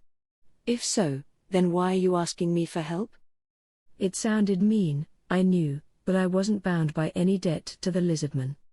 It'd be one thing after I signed on the dotted line, but it'd still be a lot more intelligent for us to get out of there. I was also starting to resent her not having a name, either. I had heard monsters could tell one another apart via the subtle vibrations they emitted as part of their emotions, but as an ex-human, it was all Greek to me. I felt weird calling her a lizard man and Chief's Guard leader, though. As my mind was veering off track, she looked straight up at my face. I thought, she said, that ones who have evolved to be as powerful as yourselves may have the strength to rescue us all. If the dryads who watch over this forest have recognized your skills, then I only hope you have the mercy to help. I fully know how selfish this is, but please. Ah, well said. Shion suddenly burst out. You have a great deal of potential, indeed, if you have noticed the full glory of Sir Rimuru strength. I am sure the lizardmen shall be saved, just as you hope they will. We're already dedicated to destroying the orc forces, besides. Great. Here we go again. I had the weirdest sense of déjà vu all of a sudden. I had appointed Shion to be my secretary, but she had a real knack for tossing more and more work into my inbox. Ah well. We were in for a fight anyway. Might as well cooperate as much as we could, as long as we didn't get hurt along the way. CI, can you shadow motion yourself to where the chief is? I can, sir. All right. I hereby order you to rescue the lizard man chief. If anything gets in the way of our alliance, eliminate it. Yes, my lord. So you'll? Oh, thank you so much. The lizard man was beside herself with gratefulness. Which I was fine with. But again, I had no intention of getting myself killed for her. Keep in mind, I'm not planning to sacrifice myself or my people for this, all right? I would expect as much, yes. I would also like to serve as your guide, if you like. Good, glad to see she wasn't offended. She probably knew she was asking a lot, and that she couldn't heap all the responsibility on our shoulders alone. There wouldn't be much point to calling it an alliance otherwise. I appreciate the thought, I replied, but CI will reach the chief a lot faster operating by himself, I think. Can you hold your breath for approximately 3 minutes? CI asked. Yes, absolutely. I can hold out for 5, in fact. All right. You can join me, then. Is that all right, Sir Rimuru? Sure, no problem. Take these, too. I gave CI a few recovery potions. If he was fine with it, I was, too. I had no reason to refuse her as long as she wasn't a drag on my men. You could probably dilute these to 1/10 of the strength and they'd still do the trick, as long as the injury's not too serious. Use 'em on anyone who needs 'em. If anything happens, I'm just a thought communication away. Yes, my lord. He nodded and saluted me. We're off, then. The lizard man bowed deeply before turning to CI. He placed his hands on her hips and began shadow motion, disappearing from our sight in an instant. I'm sure the chief is in good hands with him, Benimaru said approvingly. And given CI's skills, I figured he was right. With CI taking care of the chief, I went back to my original work of surveying the battlefield. Things had ramped up, apparently, so I didn't have time to waste. All right. Let's go see what this Gable guy is up to. Can we help him, do you think? Shion asked. I shrugged.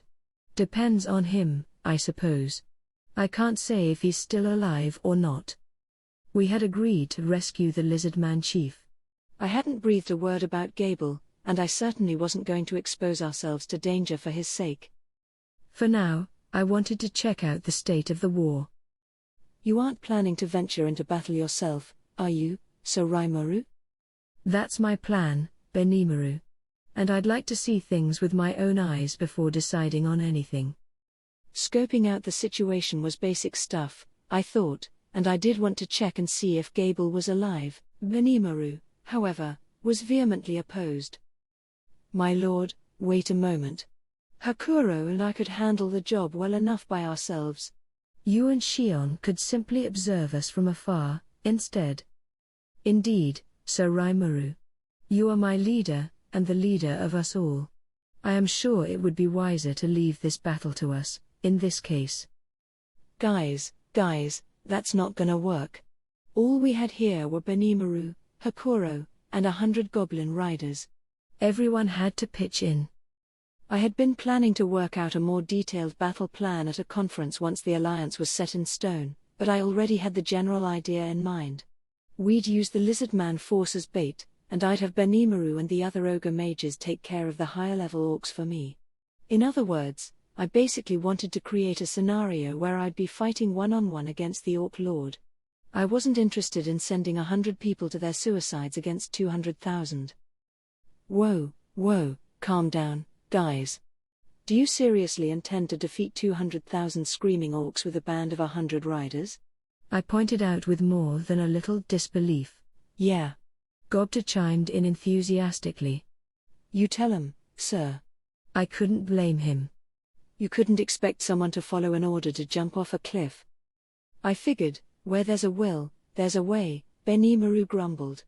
Only Hakuro and Shion agreed with him. I was starting to wonder if all these ogres had a screw loose somewhere. Will can only get you so far, guys. I was planning to give them a fair bit of leeway, but maybe I should tighten the reins a little instead. They had already lost to the orcs once, they should know how scary they all were. That was my take on their reaction, but I didn't verbally share it with them. They were all acting like their evolutions had wiped the slate totally clean. Well, anyway, I'm gonna be watching the situation from the skies above. I'll give out orders depending on how things go, so I'll let you handle the details on the ground, Benimaru. All right. Fair enough, then. That seemed to appease him well enough. But I was still nervous. I'd never done anything like commanding an army before. I played a lot of strategy games on the PC, but I had no experience directing actual flesh and blood around. So my intention was to watch the action from overhead and stick strictly to handing out orders. I'd use thought communication to link up with everyone and keep them abreast of developments. Benimaru would then use that to command the ground forces, although I'd have ultimate authority over whether we retreated or not. So is that clear? I said to the assembled goblin riders. You are to follow the orders of Benimaru, unless I give specific orders myself. Also, don't do anything you think might get you killed. This isn't gonna be our last stand, so don't fool yourself into thinking it is. Rah! The riders roared their approval once more. I warned them not to get too hot-headed, but war was war, and they were raring for one. We will not let you down, Raimaru. Shion said, Benimaru nodding next to her. Hakuro was as unaffected as always. I'm sure it'll work itself out. But between the way overconfident ogres and the level of excitement among the goblin riders, I had a feeling I was getting in over my head. So I swore to myself, if things get too hairy, Retreat, retreat, retreat. I was about to sprout wings from behind my back when I realized that my clothes would get in the way. Wings granted me the ability to fly, that I knew from past experimentation, but this was an unexpected snag. Then I recalled what Shuna told me. The magical thread used in the clothing could transform itself, to some extent, based on the will of the wearer. Now I know what she meant. Picturing myself with wings, I could feel 2 holes automatically open over my back. The wings came out, and the holes closed themselves. This customization is pretty nice. Better thank Shuna and Garm again later. It would take about an hour of running to make it out of the forest, but in the air, it took barely any time at all.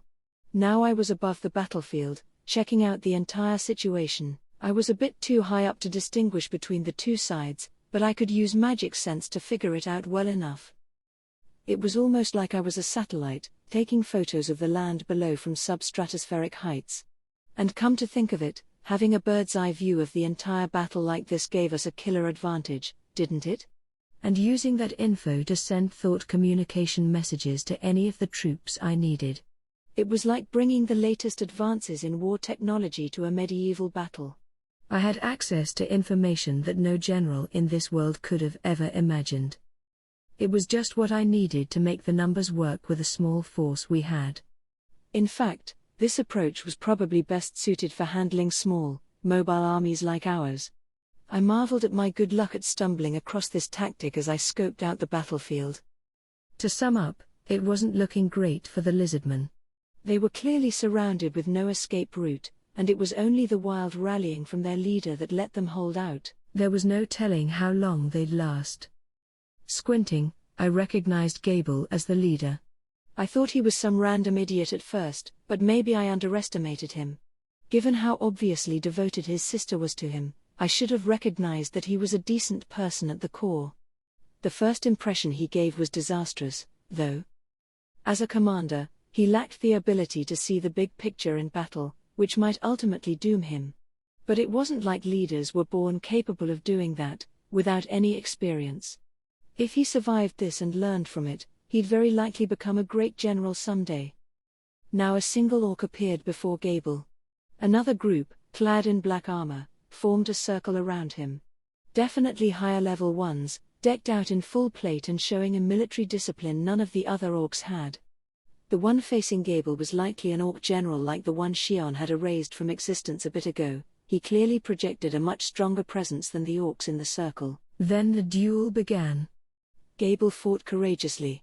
His considerable nimbleness and skill with a spear as he faced off against the orc general made me wonder if Gobta had had any chance at all, in fact, without that shadow-skipping trick. Sadly, though, the difference in strength between him and the orc general was just too much. Little by little, Gable's body was being ravaged by cuts and wounds. I hated to let him die. And if that's what I thought, the answer was clear. I gave my orders. Ranga, can you shadow motion yourself to Gable? Yes, my master. As with CI, Ranga could directly travel to anybody he'd personally met before. Which simplified things for me, definitely. Gobta, you go there, too.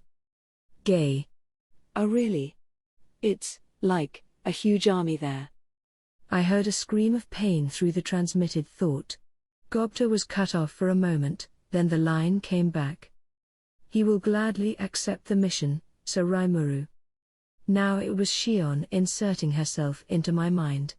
I didn't know what had happened to Gobta, but I suppose I didn't need to. Great. I want you two to rescue Gable for me. Get going. Gobta would get to Gable first while Ranga was distracting the rest of the horde.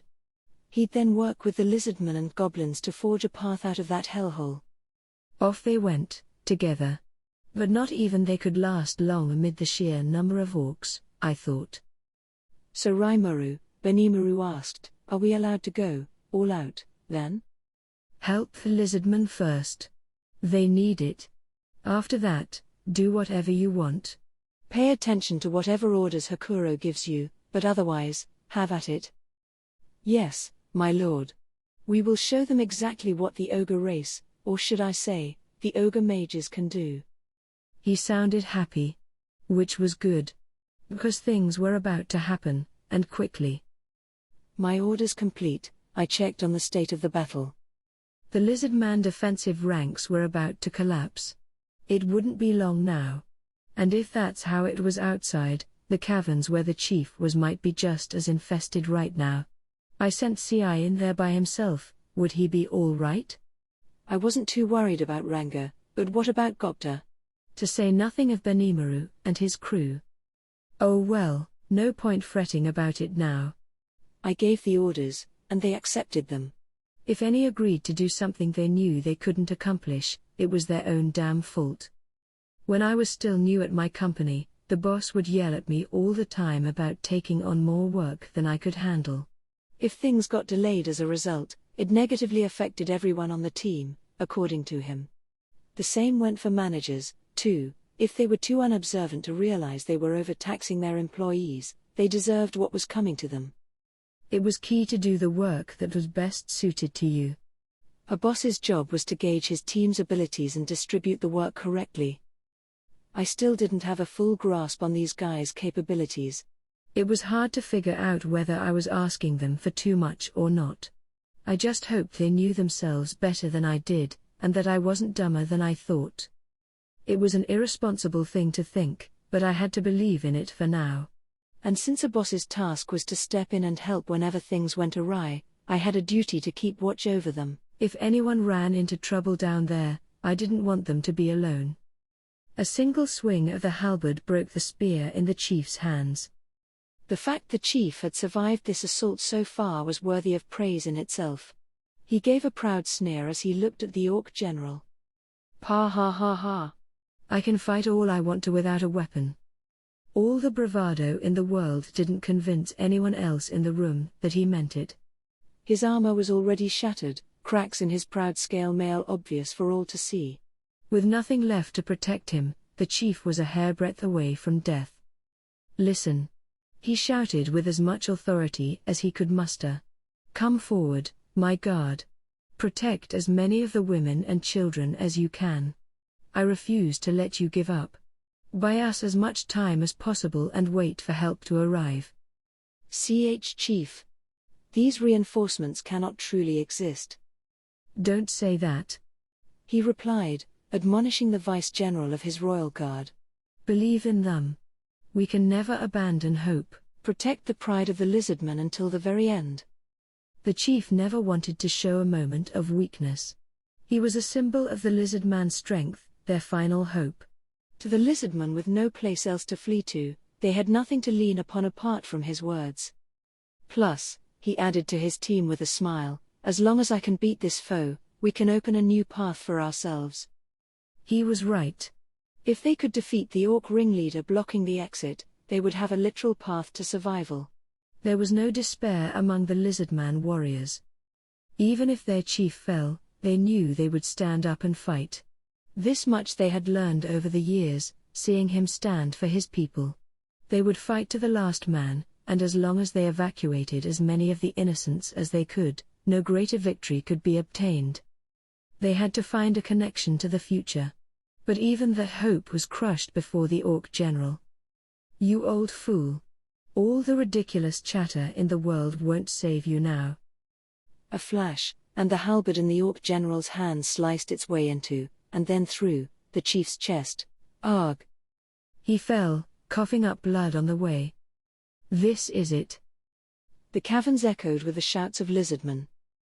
The orc general stepped forward, aiming to land the final blow upon the chief, only to be stopped by a small team of fighters.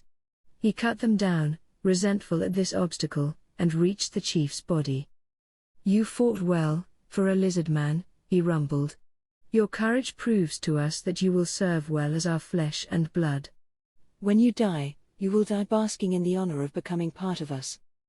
He aimed the blade of his halberd upon the chief's neck, lifted it up, and... I'd rather you didn't do that. We have a promise with the chief. Was stopped by the voice of someone who appeared in front of him. At that moment, the arrival of this man, CI, completely changed the destiny of the lizard man race. CI smiled a thin smile. He felt, truly, that he had served his master well. To him, this was nothing Benimaru could ever manage, whether he was son of the past king or not. The two had been rivals since childhood, and sooner or later Ci would have become his loyal subject, serving the lord that led the way for the entire ogre race. But that was all in the past. Now, he had a new master in Rimuru. And the thought pleased him. The ogres had enjoyed a long era of peace, undisturbed by any kind of conflict. To them, the monsters of the forest were nowhere near challenging enough, and as of late, they haven't even had any rampaging lesser dragons to deal with. It was a good thing, Ci knew. But he could never deny that he wanted to make full use of all the skills that had been hammered into him. Then his settlement was attacked by orcs. He cursed his powerlessness on that day. He had assumed their end would come quickly afterward. They were rudderless, unable to avenge their friends and family. But now, he was happy, and thankful for his happiness. Under his new master, he had been granted a chance at vengeance. He would never let his pride weaken his guard. That single defeat had taught him a great deal. Along with the humiliating memories, he had etched into his heart exactly how foolish he had been all along. He had polished his arts for his master, eliminating his foes, honing everything he had within him. Nothing delighted him more than having orders to follow. And now, Ci was ready to faithfully execute them. Looking up at the silent man, the chief recognized him as the monster who had met with him earlier.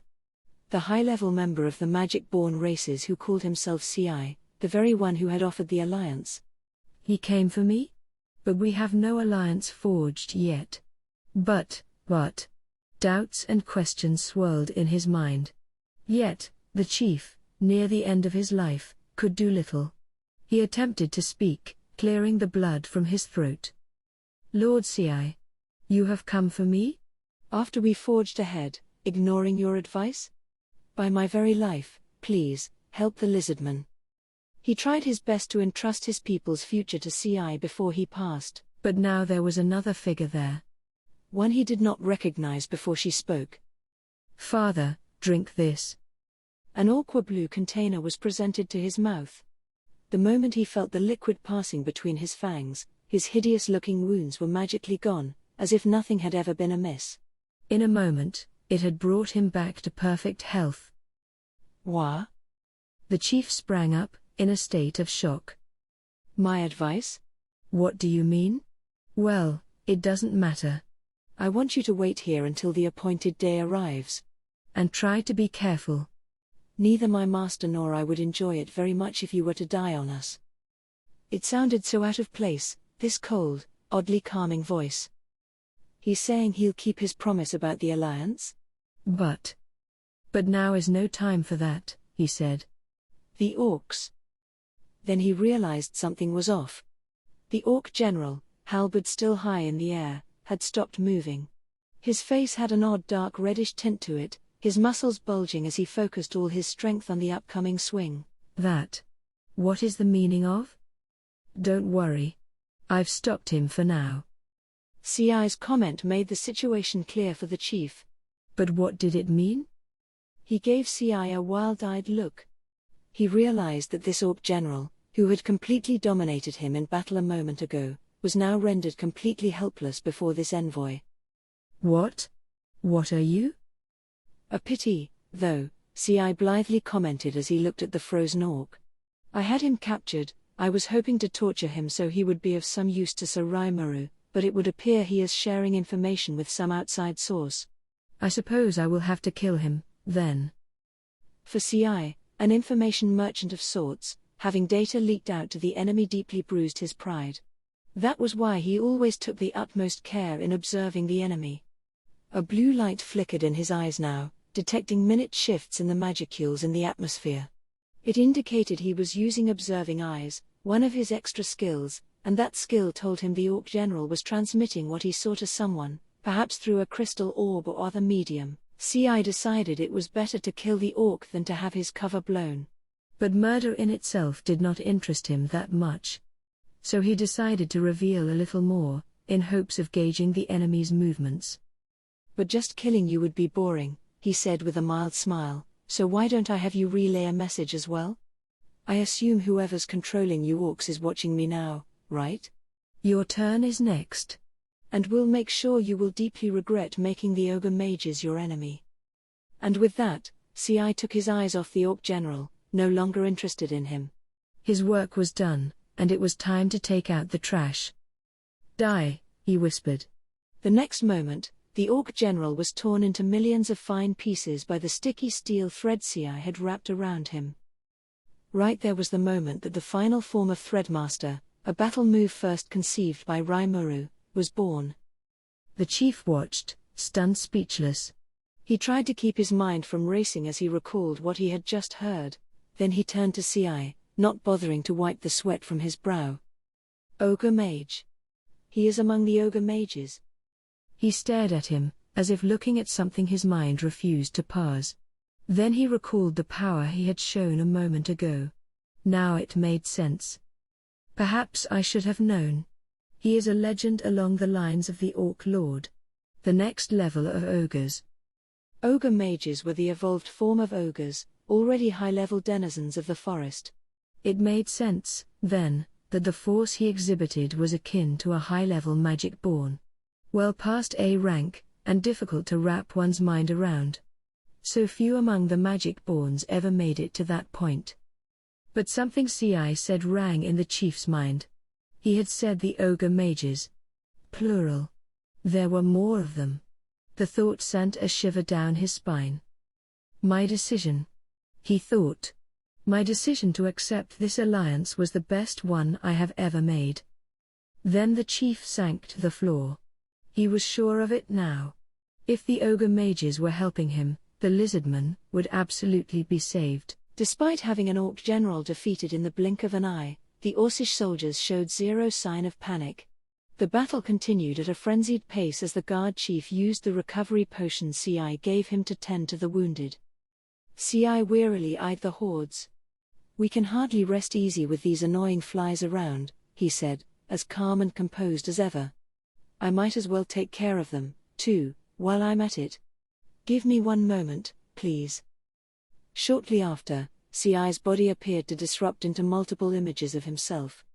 5 shadows leapt forward, each one identical to Ci, right down to his clothing and equipment. They were copies, made with his magical replication skills, and each one silently began taking action. Heading for the corridors, they stood before the lizardman doggedly propping up the hall's defense. One was stationed at each of the 5 exits out of the chamber, including the evacuation route. The lizardman stared in awe at them but let them through regardless. You may rest for now, each one said as he went down his individual paths. As they did, the lizardmen were greeted with an unbelievable sight. The Orcish soldiers, who had seemed like demons from hell itself just a moment ago, were helpless as Ci mowed them down by himself. The same sight was unfolding in each of the corridors. Demon wire slash. An efficient, glittering machine of death. In a moment, the sticky steel thread deployed across each corridor was infused with magic power, moving exactly how Ci wanted it to. There was no place to run from it, especially in these tight underground halls. The moment he executed the move, the Orcish soldiers found themselves instantly sliced and diced. It was perhaps lucky for them that they were incapable of fear. From the lead man forward, they were being massacred without even a moment of resistance. Ci showed them no mercy, no pity for even a second, slaughtering the orcs like a hunter reaping the lives of prey caught in his trap. The orcs to the rear feasted upon the bite-sized pieces of orc chopped up by the web-like network of string, ran full steam forward, and got killed themselves. The corridors were a twisty mass of passages, and now they were the sole domain of Ci. He had his wires laid out in a dizzying number of ways, and he could alter their locations at any time. To him, the orcs were simply bothersome pests that needed to be exterminated, far too frail to be considered truly enemies. His replicants silently, efficiently, followed their orders as they carried out the carnage. The lizardmen were too shocked to say anything. The scene before them played over and over again, filling them with awe and fright. It was strength on a completely different dimension, the work of a person whose power surpassed anything they could even envision in their imaginations. Beyond this, Ci thought, the replicants could take care of things themselves. He left the sixth copy there as a contact point, just in case, and then began moving again, undetected by anyone. He was on his way back to Rimuru, his master, seeking a new role for himself. After Gobta and Ranga went on their way, Benimaru thought in silence for a moment. "If I could ask," he said to the hobgoblins within earshot, "can all of you use shadow motion?" The Tempest Wolves, Ranga's clan, could use it. What about their partners on the battlefield? "Not by ourselves, like Gobta can," replied one of the riders, who sported an eye patch. "But if we're with our partners, we can, yes." "Yeah. We're one with our partners, body and soul." "Good to hear," Benimaru said, nodding contentedly. "We're going to slash our way into the encirclement from the outside, so I want you to shadow motion yourselves to Gobta." So Rimuru sent him ahead first so it'd be easier to transport the rest of you there. "Oh," another hobgob commented. "Wow, so Rimuru's pretty smart." "Yeah." So he had Ranga divert the enemy's attention while he had Gobta shore up the lizardman's position. "And then we charge in, regroup with Gobta, and while the enemy's confused, we turn the tables on them. Right?" Benimaru nodded. There was a smile on his face, betraying his delight at everyone understanding Rimuru's train of thought. "That's exactly it. And if you understand it, charge in there, now." "Yes, my lord." Thus, the goblin riders began their first onrush into the war. That left only the 3 ogre mages in the area. Benimaru began to stretch out his body, not a trace of concern in his mind. As a fighter race who worked as mercenaries and such, ogres bore a particular emotional attachment to having a master to rely on. Earning a master to serve for the rest of their lives was the single sincerest wish they all shared. That, and Benimaru's warrior past changed his outlook on the world. He knew he tended to act selfishly most of the time. That was why he had hesitated to take over the role of Ogre King, back in the day, not that it mattered now. Having such a lofty position would mean he would never have been allowed on the battlefield where death was a constant presence. Now, things were different. He could play a front and center role all day if he wanted. He liked where he was, and he had 2 of his friends with him, following him without complaint. "It is coming soon," Hakuro observed, stretching out his body to prepare. "It is," Shion chimed. "We must thank Sir Rimuru for providing this chance." They, along with Benimaru, saw Rimuru as their master. That was why they felt so safe relying on each other. They were working together for a common master, and Rimuru enjoyed his position leading them both. "All right. Shall we kick this off, then? The first battle and the glorious victory we will eventually offer to Sir Rimuru?" The ogres nodded at Benimaru's words, and instantly, the 3 took off at top speed. They ran through the lush trees and grass, almost flying along the ground, the smell of water growing stronger in their nostrils. They were upon the marshlands in the blink of an eye, smashing through the orc hordes on the outer perimeter without dropping their speed for a moment.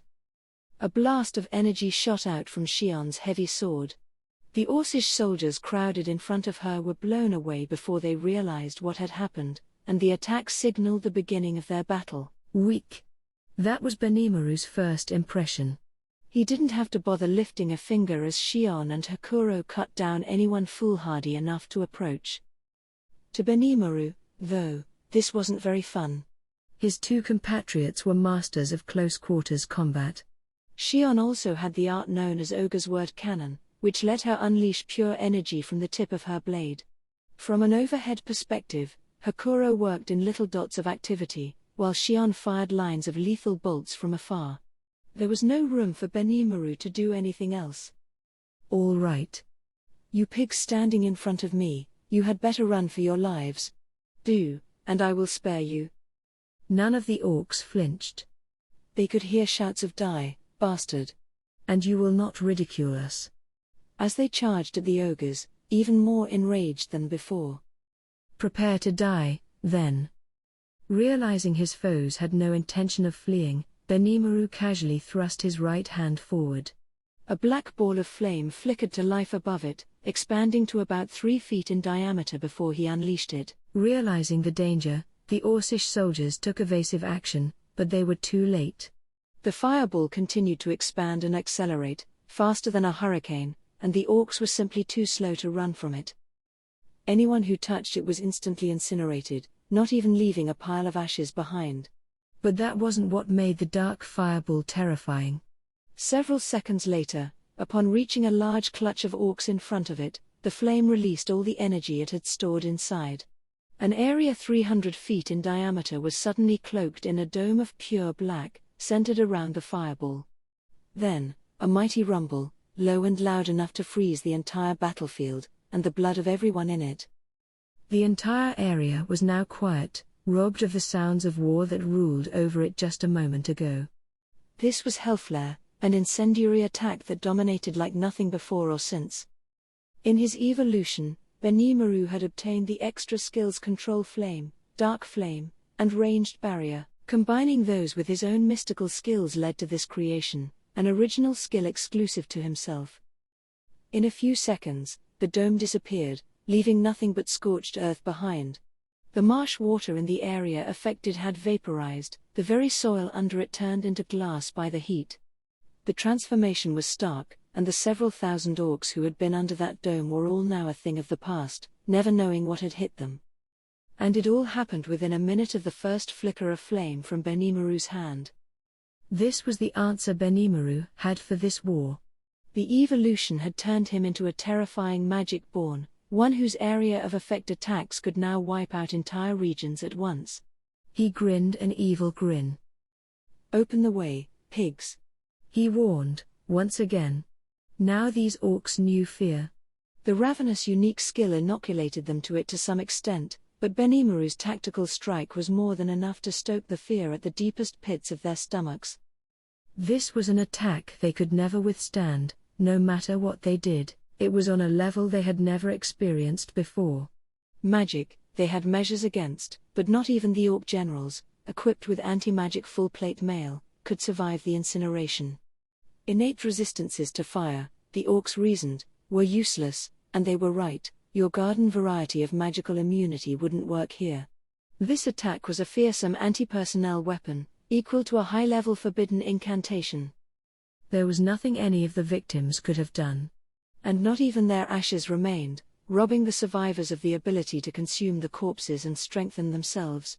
No orc soldier could handle a high-level magic-born, and his debut struck fear in their hearts. In a panic, they began to stampede, totally out of control. Nothing could knock them back to their senses now. The only thing in their minds was running, quickly, anywhere away from there.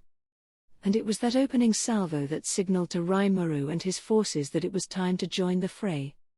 Tossing a glance at the chaos he had just unleashed, Benimaru began striding forward. He was perfectly casual, as if taking a stroll in the park, and the two ogres with him were the same.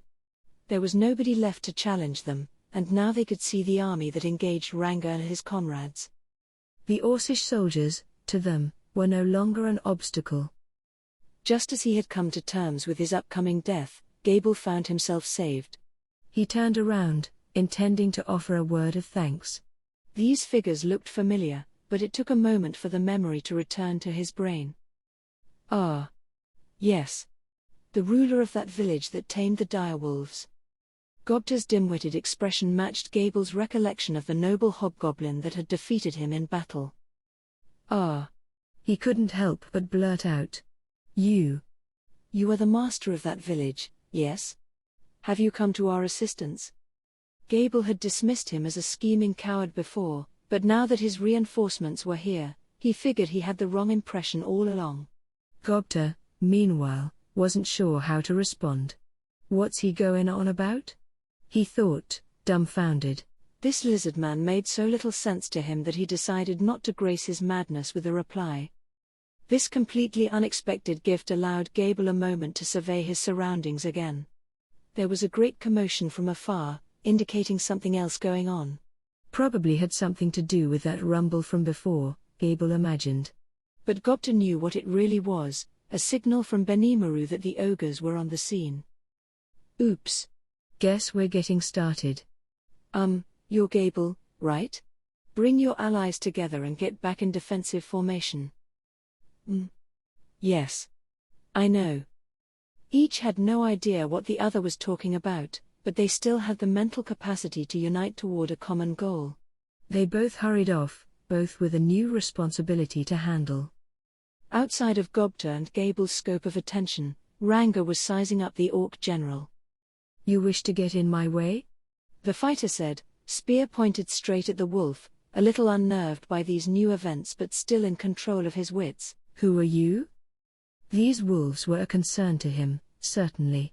The Orc general had a feeling that the low rumble from before was a sign of even clearer danger, but he couldn't simply leave the wolves unchallenged. "I am Ranga," came the low, half-growled reply, "the faithful servant of Sir Rimuru." The two glared at each other. "Rimuru, you say? I've never heard the name, but if this Rimuru seeks to defy us, we will destroy him." Now the Orc general had no interest in Ranga. If he wasn't aligned with a demon lord or high-level magic-born whose name he was familiar with, he felt free to kill him without regret. That rumbling roar suddenly seemed a lot more important to investigate. He distractedly thrust his spear forward, attempting to skewer Ranga and end this fast. Ranga effortlessly reared back, dodging the strike. Crafty little dog. Now the Orc general gave Ranga a closer look. Then he noticed, this wasn't any regular wolf at all. "What? Come on. Just a simple magical beast. Why am I letting him worry me so much?" He assumed his sudden trepidation was just his mind playing tricks on him. "How dare some lowly animal bear its fangs at me?" he shouted, giving orders to his team of elites. The Orc knights fanned out, surrounding Ranga in a perfectly timed maneuver. Following their general's direction, they focused each of their spears on the wolf. There was no point challenging some animal to a one-on-one duel, he thought. Ranga chuckled. He hadn't felt this heartened in ages, able to release his full instincts as an apex predator. With a howl as long and loud as he could muster, he unleashed his aura. After spending so long in the shadow of Rimuru, he had been heavily exposed to his beloved master's aura and used it to picture himself as the magical beast he was. Something drove him to pursue this form of himself, and now Ranga realized it was time for his instincts to awaken. He could feel the power surging within. His muscles grew, propelling him to his full, 16-foot-tall frame. His claws enhanced themselves, his fangs transformed into steel like daggers, but what stood out most were the two horns that now grew from his forehead. This was the form of his master, the one he saw in the past. The Tempest Star Wolf. And now he had evolved into that. The howl made the Orcish soldiers shudder, but they felt no fear from it. Their Orc general was right by their side, and the ravenous skill had dulled their hearts. Ranga gave them a disinterested snort as he glanced at their leader. This was no threat to him now. He could feel his true strength, and it was time to show it off. Sensing the flow of power, he focused his magic on his horns. The Orc general picked up on this higher-level transformation, and he knew the danger involved. He hurriedly ordered his soldiers to spread out, but he was too late. A flash of light ran across their ranks. Then the sound came, the crack of thunder as pillars of electricity shot up from the ground to the heavens, accompanied by a small army of tornadoes. Ranga had obtained the dark lightning skill, and while he couldn't directly control lightning the way Rimuru could, his two horns allowed him to define its range and power. And he had something else, the extra skill control wind. This was, in a way, an inferior version of the control particles skill Rimuru had picked up. It let Ranga raise and lower the local atmospheric pressure to generate wind gusts, and combining it with dark lightning provided a lethal 1-2 punch. Ranga knew that, his instincts told him so, and he used it on his foes without a moment's hesitation. Control wind was his now, and he used it to generate a staggering pressure difference in the air above. This was the area he used dark lightning on, and the ensuing beams of electricity filled the exact area he wanted. The result was a writhing maelstrom of upward and downward air currents, eventually gathering themselves into a single massive vortex. This led to several large tornadoes, exuding electricity as they ran roughshod across the battlefield like a great death-dealing storm. The Orc general was instantly rendered into a pile of carbon, and his nearby soldiers were quickly picked off by the storm and thunderbolts. Once the tornadoes left the scene, there were no more orcs nearby. Ranga's broad-range attack skill, Deathstorm, thus made its first impact on the world. Ranga watched contentedly as his tornadoes stormed across the land. It had not affected any of the lizardmen, and even at maximum range and force, they did nothing to damage him. It emptied his magical reserves, of course, but not enough to render him immobile. He wagged his tail, realizing it had worked perfectly.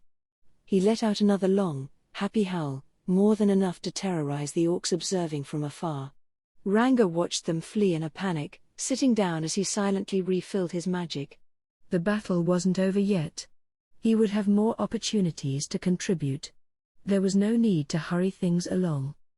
Gobta appeared to be doing well, too. The lizard-man force was starting to gather itself back together under the watchful command of Gable. The goblin riders had rejoined Gobta, and together they were mowing down the orcs that had so tormented the lizardmen and goblins not long ago. It wouldn't be long before Gable's men were a coherent force again. And now, they could see Benimaru and his friends, walking in from far away. Ranga nodded to himself. Victory seemed assured now. Gelmud was looking into his crystal ball. He didn't like what he saw. Damn those worthless bastards. In a fit of rage, he dashed the orb against the ground, shattering it into a million pieces. It had been showing the proceedings in the forest from the eyes of an orc general. Gelmud had chosen that vantage point to take in what he expected to be the ultimate realization of all his ambitions. But now, the last of his intact crystal balls was a murky shade of black. All three of the soldiers he had entrusted orbs to had died in combat.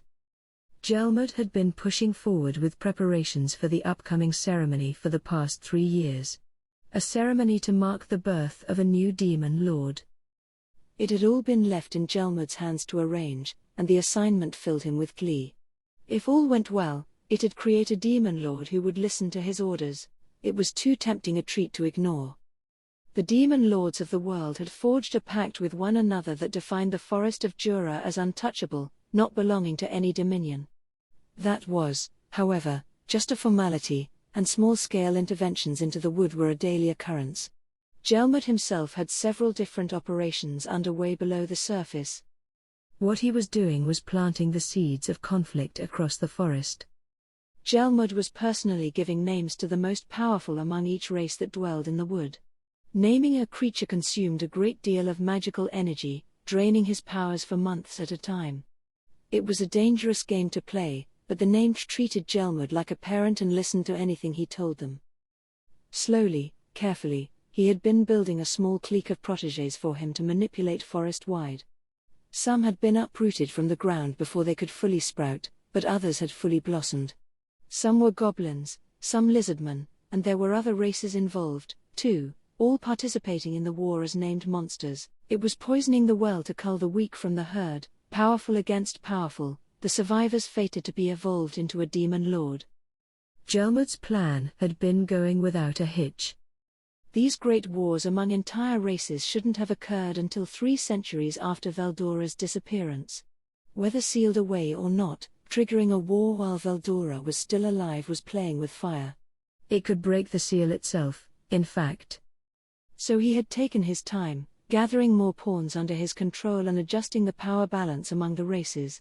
And now that Veldora had vanished far earlier than he anticipated, the whole thing was starting to fall apart.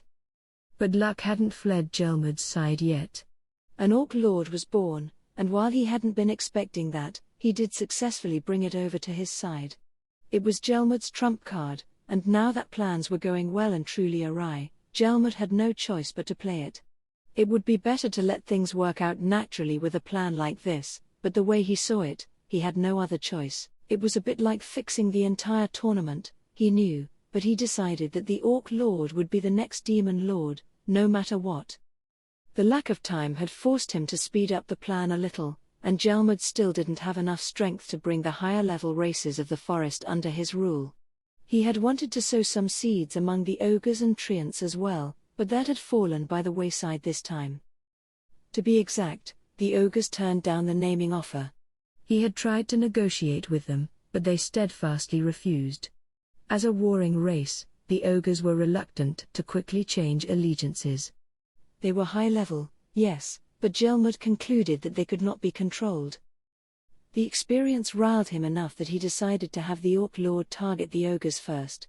The way they easily steamrolled over the ogre homeland assured Gelmud that he was on the right track. He had sent a magic-born employee over to keep tabs on things, but it wound up being unnecessary. The Orc Lord was growing steadily, and even his underlings were now nearing A rank. It made Gelmud rest a lot easier at night. Rubbing out those annoying ogres first eliminated the last seed of anxiety for him. The treants were harmless as long as their lands were not directly threatened. He could take his time crushing them. Everything was proceeding as planned. He had once feared the demon lords who ruled over him, but now, it was Gelmud's turn to man the strings. It wouldn't be long now, and when he topped it all off with the lizardman's destruction, all he'd have left to tackle were those stupid goblin weaklings.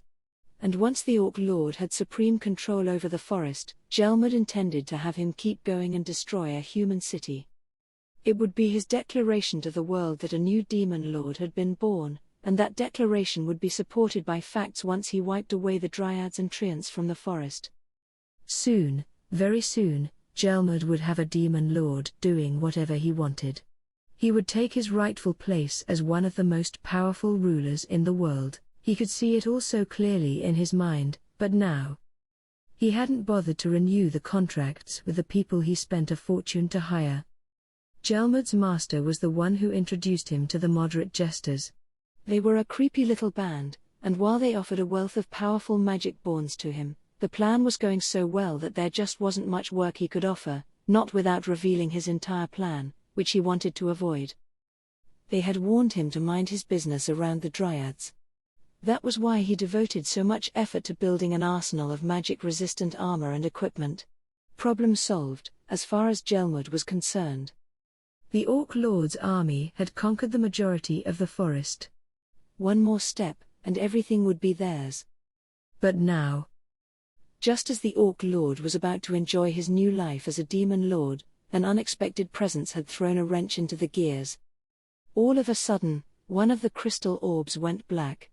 One of the 5 Orc generals, the commanders who answered directly to the Orc Lord, had been killed. Gelmud grew confused, then panicked. He realized that if things went awry, not only would there be no place in the table among the world's elites for him, his master might decide he wasn't worth having around any longer. The realization came to him at around the same time his third crystal ball went silent. All hope seemed lost for his ambitions, and for himself. Gelmud flew outside, casting a flight spell to propel him forward. There was no time to bother formulating a plan now. He had to get to the marshlands, and he needed to be fast. Chapter 6. The Devourer of All. It was a sight to behold. I kept up my vigil on the battlefield from above, taking in the reality unfolding on the ground. Flashes of light ran from corner to corner, blowing away dozens of orcs at once. A loud roar rumbled in the sky as a black dome-shaped something appeared, then disappeared after a few seconds and left nothing but a bunch of glass fused into the earth. All the orcs there must have been burned into nothing. I could tell what had happened easily enough, but I felt like my heart was still having trouble accepting it. Before it could, tornadoes swirled across the field, sending gale-force winds in all directions and burning the orcs alive with bolts of lightning. It looked like one of the black-armored orcs had either been incinerated or torn apart. My honest appraisal of all this, what the heck? With every swipe of her sword, Xion was cutting down great quantities of orcs. Her blade was glowing a dim shade of purple, infused with her aura. A flash of the same color shot through the air with every slash, cutting Orcish soldiers in half with the shock waves. The sword was no kinder to those it physically struck, some literally exploded. A single slash had a range of 20 feet or so, slicing through everyone unlucky enough to be in its path. She smiled a graceful, fetching smile as she danced her way through the hordes. The attacks just kept coming, uninterrupted, and not a single orc could lay a claw on her. Her strength was simply overwhelming. But there were a couple other guys in battle that made Xion look like a rank amateur. Those were Benimaru and Ranga. Let's tackle Benimaru first. What was up with that freaky black dome thing? I had a vague idea when I first saw it, I'll admit. A combination of my control flame, dark flame, and ranged barrier, I guessed. He used a barrier to freeze the space, control flame to accelerate the particle motion inside, and then dark flame to convert the excited particles into searing flame. It'd instantly cook everything in the enclosed space, like Ifrit's flare circle except with an even larger range. It disappeared in the space of 2 seconds, but with temperatures this high, that was enough. It was a scarily efficient killing device, and the neat thing was how, unlike a nuclear bomb, it didn't affect the outside area one bit. Not a single shock wave or burst of energy leaked out from the barrier. He must have ranged it carefully to control the temperature inside, and I could only imagine how hot it must have been. No way anyone could have survived. The only real problem, I supposed, was the way he took this incredibly dangerous skill. He developed it himself, I later heard, naming it Hellflare, and tossed it around with hardly a second thought, apparently. Now for the other guy, wolf. Ranga. Transforming into a Tempest Star Wolf out of nowhere was kind of freaky, I thought, but it was the skill he immediately unleashed afterward that really threw me. I suppose that was how you were supposed to use Dark Lightning, without placing any limits on it. And he even controlled the wind to enhance its effects. Dang. What was that? Understood. I believe the individual Ranga combined Dark Lightning with the extra skill control wind, taking advantage of the differences in temperature and atmospheric pressure to create bursts of up and down flowing currents, thus creating whirlwinds. Huh. Neat. I don't get it. So he generated tornadoes to attack a wider range than he could with just lightning? Well, it sure worked. It knocked out an entire section of the orc horde. It consumed a ton of his magic, though, so I doubted a second strike was coming anytime soon. Which, I mean, if he could rapid-fire stuff like that, I think we'd need to redefine everything about how war even worked on this planet. Gauging all of this made me realize something. The brakes I had subconsciously been applying to myself all this time, they had nothing like that. No concept that some skills were a little too dangerous to unleash, and just lob them willy-nilly at enemies. That was a given in the survival of the fittest world they were born in, I imagined, and really, maybe I was the one being weird about it. It'd suck if I held back and my friends paid dearly for it. Over in my old world, there was this tacit agreement that, yes, we've got all these devastating weapons and stuff, but we can't actually use them. They were more for deterrence. But was that really the case? What's the point of spending so much money on weapons you could never use? Taking all that time to develop them? They're meant for launching when the times call for it, no? And if you're not supposed to use them on innocent citizens, did that suddenly make it okay to use them on the battlefield? I think if you got your brains blown out in a war, you probably wouldn't care much about the exact murder weapon that did the deed, wherever you wound up. Maybe that was the whole point. You needed to show people that you were strong if your weapons were ever going to serve as a deterrent. Maybe there was nothing wrong with that at all, actually. Look at Ranga, for one, he's just sitting there, observing, and nobody's daring to go near him. They're as deterred as they can get. I mused absent-mindedly to myself for a while. The battle had been raging for around 2 hours. Benimaru had popped off 4 of those Dark Dome attacks. Not even he could deploy them in rapid succession, but I guess they didn't sap that much of his energy. Ranga's attack, meanwhile, was proving more of a one-and-done thing. I guess he put his all into it, which explained his current comparative silence. It certainly helped cow his opponents into submission anyway. As I saw a bunch of orcs running around in a panic, trying not to get caught in Shion's attack range, I decided to analyze the situation a bit. I felt oddly calm now. Benimaru decided where to attack first, but I had ultimate authority over where to go last. I wanted to strike the enemy hard on a specific spot, attracting our foes to Shion and hitting them where it hurt. Hakuro was busy handling the commander-class enemies for me, and I would hardly call that a battle. He approached them soundlessly and diced them up in an instant. The Ravenous unique skill let the armies boost their leaders' strength by consuming the dead, so making the bodies themselves vanish was apparently a priority for him, which I appreciated. Part of his model art, maybe? I could see him release an aura from his palm, burning the corpses, or melting them, really. We proceeded along those lines for a while, with me spotting an enemy commander and sending Hakuro over to erase him. We were overwhelming the orc armies, and zero cost to ourselves. I kept up my watch, trying to stay as efficient as possible. Even the more eager ogres realized that the tables had turned by now, I was sure. They weren't attacking as frantically as they were before. They kept their distance from Benimaru and Ranga, fanning out their formations so they weren't bunched together. At that point in time, the orcs had suffered about 20% casualties. Over 40,000 had lost their lives. And it wasn't until then that the enemy's nerve center, the Orc Lord, finally took action. The Orc Lord, a pig-headed monster who redefined ugliness, came to the front. He had 2 orc generals with him, both clearly a level above the orcs from before. Their dull, yellow eyes were brimming with hatred, and I could see their auras all the way from up here. Benimaru, Shion, Hakuro, and Ranga were now lined up together to engage them. Even Ci was there, now next to Benimaru. They were clearly ready to rock. So how strong's this Orc Lord, then? I had no idea, really, but it seemed that all the powers he gained were starting to make him lose control of his own sense of self. Maybe that was why he was so late to react to us. I wasn't so sure I needed to worry much about him. Either way, though, we couldn't let him get any stronger. Now that Benimaru and everyone else had arrived, I figured the sooner we took him down, the better. I took my mask out from my pocket and put it on.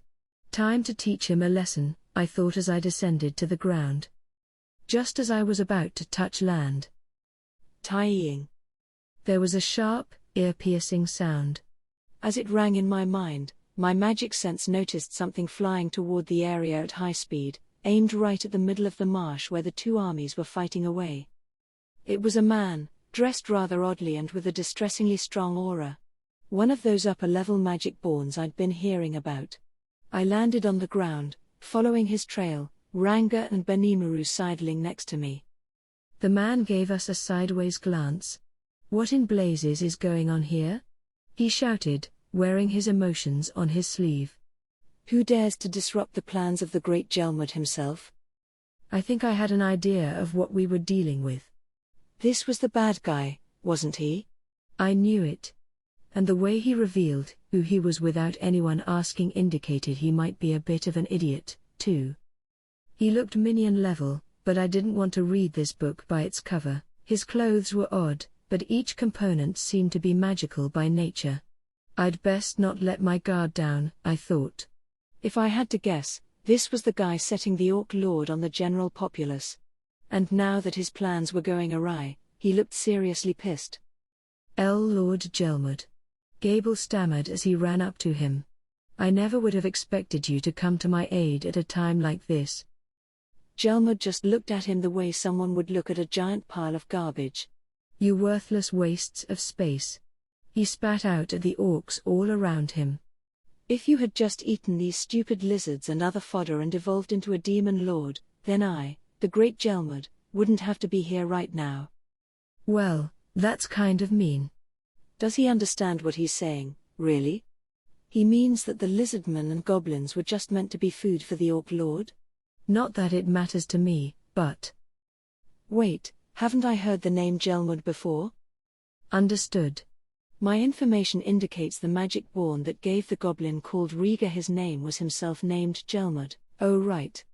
Gelmud was the guy who named the first Riga, the older brother of the current one. Did he name Gable, too, then? The lizard man himself spoke up before I could pursue the question further. Eaten these lizards? Ha, ha ha ha. Talk about your gallows humor, eh? You'll find I am still perfectly hale and hearty, Lord Gelmud. Ever since you granted me your name, I have done my best to exercise the full potential of my abilities. Ah, so it was him. But naming a monster just so the Orc Lord could consume him? That made an awful lot of sense, actually. Eating a named monster with enhanced skills and strength and all that, would make the Orc Lord that much more powerful. But why not name the Orc Lord himself, then? A lot of this guy's MO still made little sense to me. Huh? Oh. You, Gable? Gelmud asked while I was pondering this. I wish you could have fed yourself to the Orc Lord sooner than now. As blundering and worthless as you are, you still bother to haunt this world? Well, so be it. Now that I am here, I might as well help you shuffle off to your grave. Gable, I hereby command you to become the Orc Lord's strength. Your death will be the greatest thing you have ever done for me. He was gesturing wildly at the Orc Lord now. The Orc Lord didn't budge. He simply looked at Gelmud with his sunken eyes and opened his mouth. Evolve into Demon Lord. What is that? Da. Your brain must be the size of a walnut, Gelmud muttered.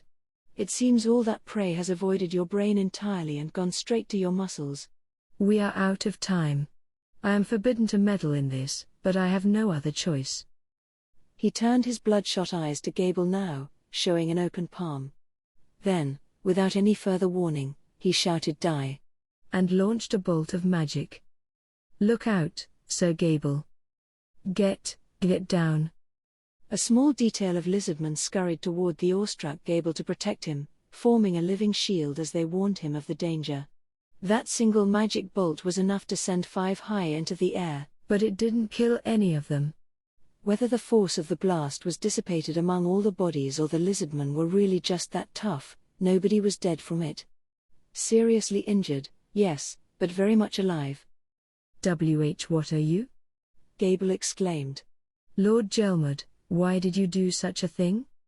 So he was using and abusing Gable all this time, and now that things weren't going perfectly according to plan, he was gonna kill him?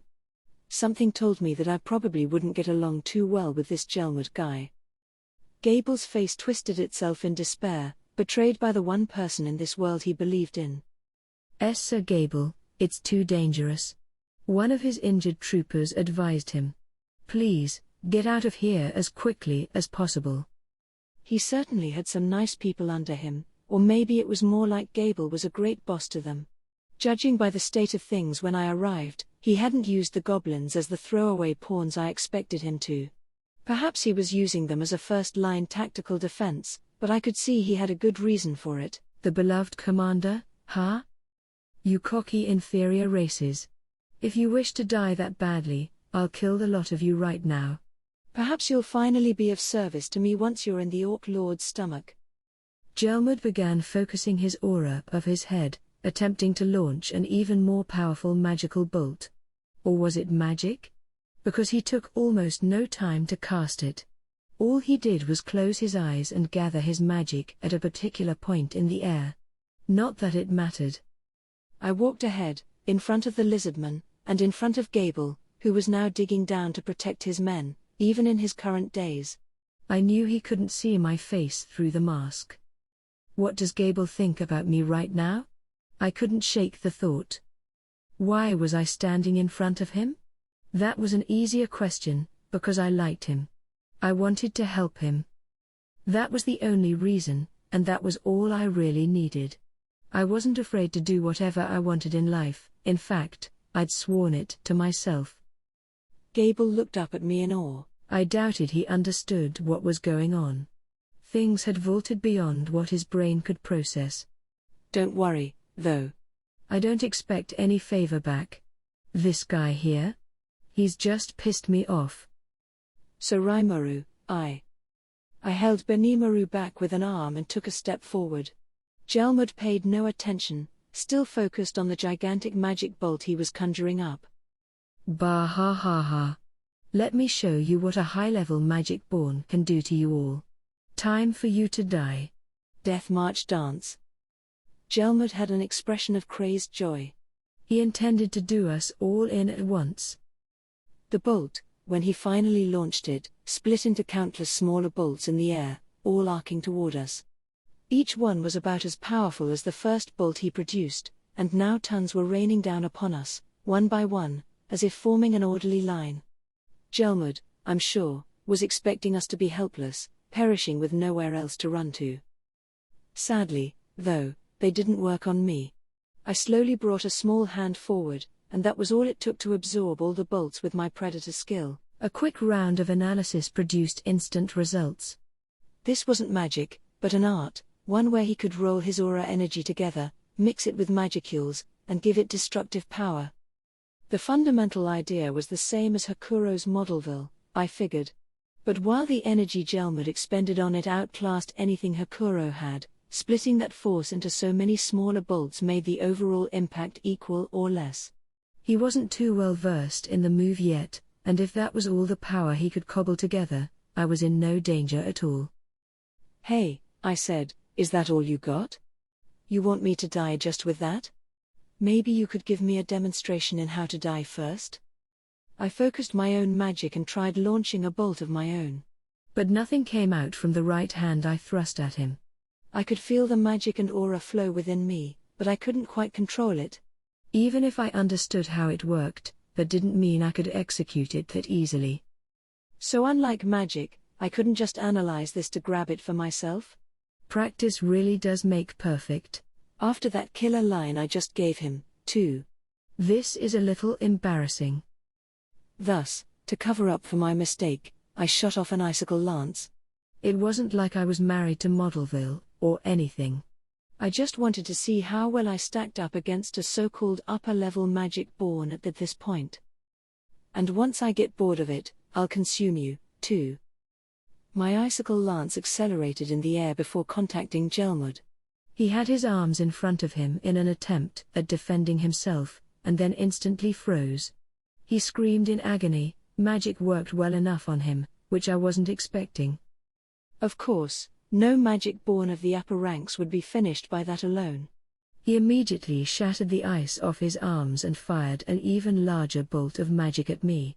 No fancy tricks this time, just a big, blunt hunk of magic, crafted with everything he had. Die. How dare you inflict pain upon me? I'll blast you to smithereens. But he couldn't. I just ate it up with Predator again.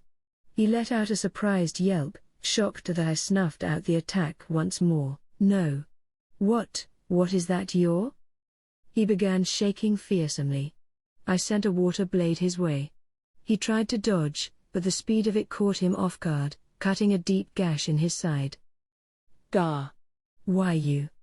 That was not magic? So it wasn't that he couldn't guard it, he just didn't. He apparently thought Waterblade was magic, so he attempted to counter with an anti-magic barrier instead of expending the energy to dodge it. That barrier was probably why the icicle lance didn't do much lasting damage. Gelmud began chanting a spell, fervently attempting to heal himself. Wow, he's got that kind of thing, huh? He looked like a freak, but maybe he was more multi-talented than I thought. Guess the magic-born name wasn't there for show. Maybe I ought to exercise the old arsenal a little myself. Benimaru, Ranga, and the others were keeping a safe distance away, staying on the ready but apparently content in letting me handle matters. Shion was probably expecting me to go all out, I imagined, but she didn't look disappointed in me. She was hooked, in fact, eyes sparkling with delight as she watched. Hakuro and Sei, meanwhile, were ready to join me at a moment's notice, just like I figured they would. The Orc Lord and his minions didn't seem like they were going anywhere, either. Now was the time, I supposed. I casually sauntered forward, stopping once I was next to the still cowering Gelmud. "Hey, can we get serious now? You were gonna show me what a high-level magic-born can do, weren't you?" Then I kicked him. Hakuro could have easily dodged it, I was sure, but Gelmud took the full brunt of it. I could feel the sensation of bones breaking against my foot. Must have been a more telling blow than I thought, or was Gelmud that much of a wuss? Oh wait. I have multi-layer barrier and body armor on me, don't I? That probably had something to do with it. Why you? I am a magic-born, and you. As I pondered over what I had just done, Gelmud began to unleash his full aura in a rage. Yep, he sure was an upper-level guy. But it was still at only about the level of Shion or Ci, lower than Benimaru, in fact. Did that make him an upper-level magic-born? I knew I shouldn't have worried. With a sudden dash, I launched myself toward Gelmud's chest, aiming a fist right at the pit of his stomach. I felt no pain as I propelled it through his magical defenses. They dulled the effect of melee attacks, apparently, but they couldn't fully dull the effects of my punch. A look of anguish spread across his face. I paid it no mind, landing a flurry of strikes. He could do nothing to keep up with them.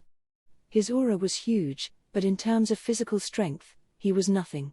Long-range strikes must have been his forte, and most projectile attacks were completely helpless against Predator. I never thought much about it, but against long-range attacks, I had a pretty insurmountable advantage, I supposed. Let's try some long-range moves of our own, then. I adjusted the water blade I fired a moment ago, creating a ball of liquid, then I tried infusing it with poisonous breath and paralyzing breath, seeing if it could all mix together. I then tossed the resulting ball, about the size of a fist, at Gelmud. It wasn't as fast as I thought it'd be, given that it wasn't pressurized like water blades. It was slow enough for Gelmud to react to, and he fired back with a magic bolt of his own. That water blade from before must have taught him to do away with the taunts and such. But it wasn't done yet. The ball exploded into a spray of fine mist, spreading all over Gelmud's body. Gah! He shouted in anguish, writhing in the mist. Just as I hoped. Now I knew how to modify the water blades themselves. And, wait.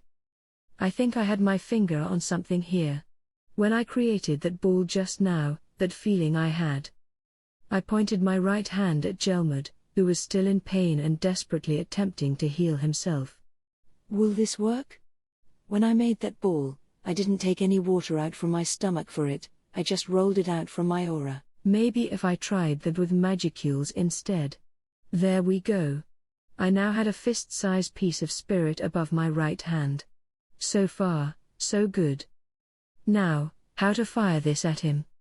Slowly, I pushed it forward, as if executing a breath-type attack. I felt something push lightly against my palm, and then the ball of spirit shot forward as fast as a water blade. Guess it worked. Hakuro's eyes burst wide open. He's learned Modelville, I could hear him whisper. Still unrefined, though. So now I had my own magical bolts. We'll just ignore the second thing he said for now. Once I learned something, things would fall into place pretty quickly. I was sure I could burn more magic to boost its strength, too. That shot just now missed, sadly. I'll hit the next one, I thought as I stared Gelmud down. What are you? How? Not even an upper-level magic born such as I could. He was interrupted by the bolt of magic knocking him cleanly off his feet. I was still just practicing, so I didn't put too much force into it, but it still beat one of my punches, it looked like. Next I fired several in succession. Smooth sailing. It'd just be a matter of time before I fully mastered it. Time for more practice, I decided as I targeted several shots on Gelmud. I then simply stood there as they all hit home. Geez, I'm more merciless than I thought. I think I got a little too excited about learning this new attack. Still, this dude was way too weak. His store of magic was definitely beyond A level, I'd grant him that, but he still felt weaker than the ogre mages. What's with that? Understood. The ranking system, as defined by the human race, makes its calculations based on the quantity of the subject's magicules. However, even if two subjects with the same quantity of magic fought each other, the competitor with skills and arts that consume this magic more efficiently would have a decided advantage. A subject's level is an arbitrary figure, with no official method of calculation, and is thus not reflected in an individual's ranking. Ah. So levels didn't count as far as the sage was concerned. Not like you can really say what level you are in life, and have anything to back that up with. This wasn't a video game, after all, some things you could only figure out by actually fighting dudes and seeing how you stacked up. Maybe that was why Hakuro, already high level to start with, exhibited such a startling change in physical strength with his evolution. You could have all the power in the world, and it meant nothing if you couldn't harness it. Gelmud proved that much. I couldn't lose. Yeah, no, I said tauntingly, you can go around calling yourself a high-level magic born all you want, but you don't look like much of anything to me. Or do you have some kind of last resort you're hiding? Yeah, what kind of skills does he have? 'Cause I didn't feel like I was in any kind of danger, but I wanted to glean as much intel as I could. I wasn't letting my guard down, my mind was on the Orc Lord's potential moves, but he still didn't seem interested in moving at all. All right, he said, I will let you join my cause. Soon, I will. I punched him. Does he listen to anything people say? Arg. Stop. Wait a minute. I have the backing of a demon lord behind me. You will not get away with this. Oh, now he comes out with that. Man, what a pain in the ass. So? I asked. And what are you gonna say when you run back crying to this guy? You don't think he'd actually let you stay alive after this, do you? Gelmud began visibly shivering, face painfully tense. Gah. Get away from me. He stammered the words as he crawled backward. You're dead. The Demon Lord will never forgive this. The Demon Lord, huh? Leon, hopefully, I had a date with him already. I doubted I could take him right now, really, but I was curious how strong he was. I knew there were multiple Demon Lords running around, but were they all about the same, power-wise? This guy seemed to know a thing or two about them, and I'd love to pick his brain for a while, but I'd hate to blink once and have him slip through my fingers. I had to think about that as I interrogated him. Hopefully he'd stay just as loose-lipped as when he revealed his role in all this. A pity I couldn't just consume him and gain all his memories. That worked for magical knowledge, for some odd reason, but even that was kind of the luck of the draw. I could always extract skills from that, though, which almost seemed like cheating. Speaking of that, I quickly decided to use my sticky steel thread skill to keep Gelmud in place before he got any funny ideas. He had already been levitating into the air, chanting something, probably attempting to fly off, I assumed. But that was no problem now. Damn you! He shouted, attempting to unravel himself as I approached him silently. Stop, get away. Hey! Orc Lord! Over here! Help me! Now he was seeking salvation from the very Orc Lord he called a fool and a dunderhead a moment ago. Talk about a lost cause. I always respected a leader who had the high regard of his staff, but I hated the opposite. Especially when they treated the people under them as disposable. I was merciless against that. He probably had a lot of juicy skills on him. No need to waste any more time. But having the chance to speak to Gelmud beforehand made the thought of eating him more than a little unpleasant. The heaps of corpses that now surrounded him made his heart cry out in pain. I'm hungry. Hungry. You? A high orc kid? Why don't you just die already, you worthless brat? All of us are starving now. O great magic born, grant us your mercy. Don't touch me. You'll get your grime all over my clothes. Wait. You. Is it all right if I eat this? Of course. No need to restrain yourself. Eat until you've had your fill, so you can grow big and strong. Thank you, O great magic born. I will never forget this. It is fine. From today forward, you may consider me as your father. Ah yes. Let me give you a name. Your name shall henceforth be. Scenes from the past flashed in his mind. Memories of the first time he was picked up by the magic born who adopted him. And now he was following his adopted father's orders, hoping to repay the favor any way he could. The two shared the same mission, to transform the forest of Jura, this bountiful place, into a second paradise for the orcs. So they could abandon their own starvation-racked, disease-ridden homeland, so barren of anything that even the Demon Lord no longer paid it any mind.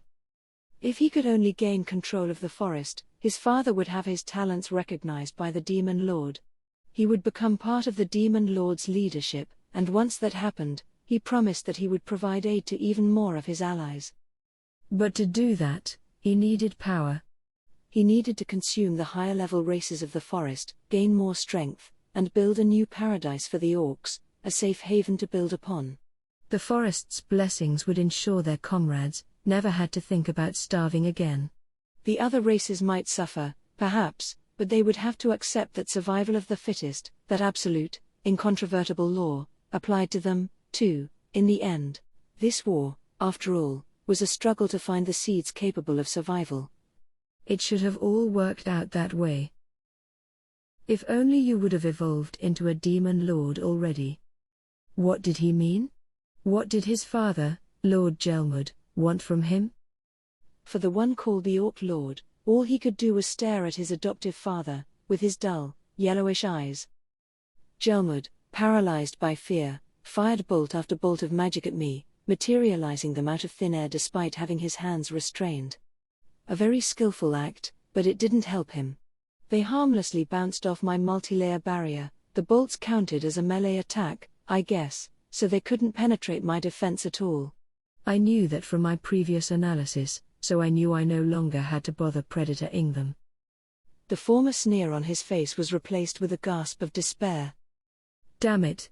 He shouted. Help me, Orc Lord, I mean, Geld. Ah. So he had named the guy after all. I suppose he wanted to conceal his relationship to the Orc Lord, for reasons I couldn't surmise. He said he was forbidden to meddle before, which I imagined had something to do with it. That, at long last, stirred the Orc Lord to action. Did he want to help Gelmud? Well, all right. He was free to do whatever. I promised Thraney that I'd take him out anyway. It looked, externally speaking, that he was little more than Gelmud's puppet, but I didn't care. It wasn't like picking off the guy behind the scenes was gonna neatly end all of this. I had no reason to hate this orc. But that didn't mean I could let him live. Watching him as he closed the distance between us, I gauged the situation. None of this felt threatening in the least. I couldn't estimate his magic stores since I hadn't made physical contact with him yet, but I figured it wouldn't be too far from Benimaru's. And that was still around half of Ifrit's. If I gave this a serious effort, it shouldn't be too tricky. My main concern was what would happen once all these Orcish soldiers were leaderless. Well, it's about time you stood up, you good-for-nothing idiot. Ha ha ha. I don't know who you think you are, but you're about to get a taste of real strength. Get him, Geld. Show him what it means to defy me and... With a wet, squishy-sounding thud, Gelmud's order was cut off mid-sentence. His head rolled along the saturated ground a few feet. The Orc Lord had done a marvelous, if somewhat forceful, job of chopping it right off his shoulders. Crunch, splish, splorch. Uck, gross. He's eating the dude. The Orc Lord, upon walking up to Gelmud, had not hesitated a moment in using his meat cleaver-like weapon to decapitate the man. Once that was done, he started to slash away, carving the body into small, bite-sized pieces that he immediately hurled into his mouth. It was a low-born, pathetic, and all too suitable ending for Gelmud. So this pig guy wanted him dead, too, huh? Or was this his Orcish instincts at work? Either way, it wasn't exactly great news for me. The dull, yellow eyes now had the glint of youth and intelligence to them. He had regained his sentience, something he had once lost to the power he gained from all the different races he had tasted. I wasn't anticipating this. Talk about biting the hand that feeds you. The resulting aura was like nothing I had experienced so far today. Confirmed. The Orc Lord's magical energy has expanded in quantity. He has begun the evolution process to a demon lord seed. Evolution complete. The individual Geld has completed the evolution to an orc disaster. Oh. That was the world language talking, wasn't it? Neat. Wait. Stay focused, man. He's really done it now. There I was, figuring I could whip him anytime I wanted, and now look. Cut me a break, man. This was completely my fault. I knew I shouldn't have gotten so cocky. Gelmud was so much weaker than I anticipated, and I figured killing the main guy behind all this would wrap everything up, neat and clean. Boy, was I wrong. Too bad I didn't kill him when I had the chance. Okay, new rule from now on. When you can kill a guy, just do it. I'd have to keep that in mind.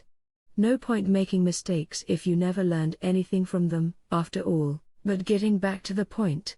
What should I do with this guy? I couldn't stew in my own juices forever. He's gonna have to be taken down, one way or the other. Things were now moving along by themselves, regardless of what I thought. Reality wasn't willing to wait for me. Grara. I am an orc disaster, the devourer of all. My name is Geld, the demon lord. To Geld, I suppose, he was just bringing to fruition what Gelmud wanted for him this whole time. Gelmud wanted him to become a demon lord, and he simply selected the quickest way to evolve into one.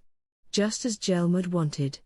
No servant could have been more loyal to his master, and I sadly didn't notice that in time. All I could do there was groan out what a monster. His eyes were now youthful, full of sparkling energy and intelligence. His mere presence was intense, severe, on a scale like nothing Gelmud had ever achieved. This was a demon lord. A monster whose magic energy had multiplied into something almost overwhelming. He certainly deserved the title. The world language suggested this was a demon lord seed, too. The real evolution had yet to happen, maybe? I better kill him right now, I realized, or else he really would become a disaster for the world. Benimaru and the other ogres were positioned for battle. They could see how much of a threat the demon lord Geld was.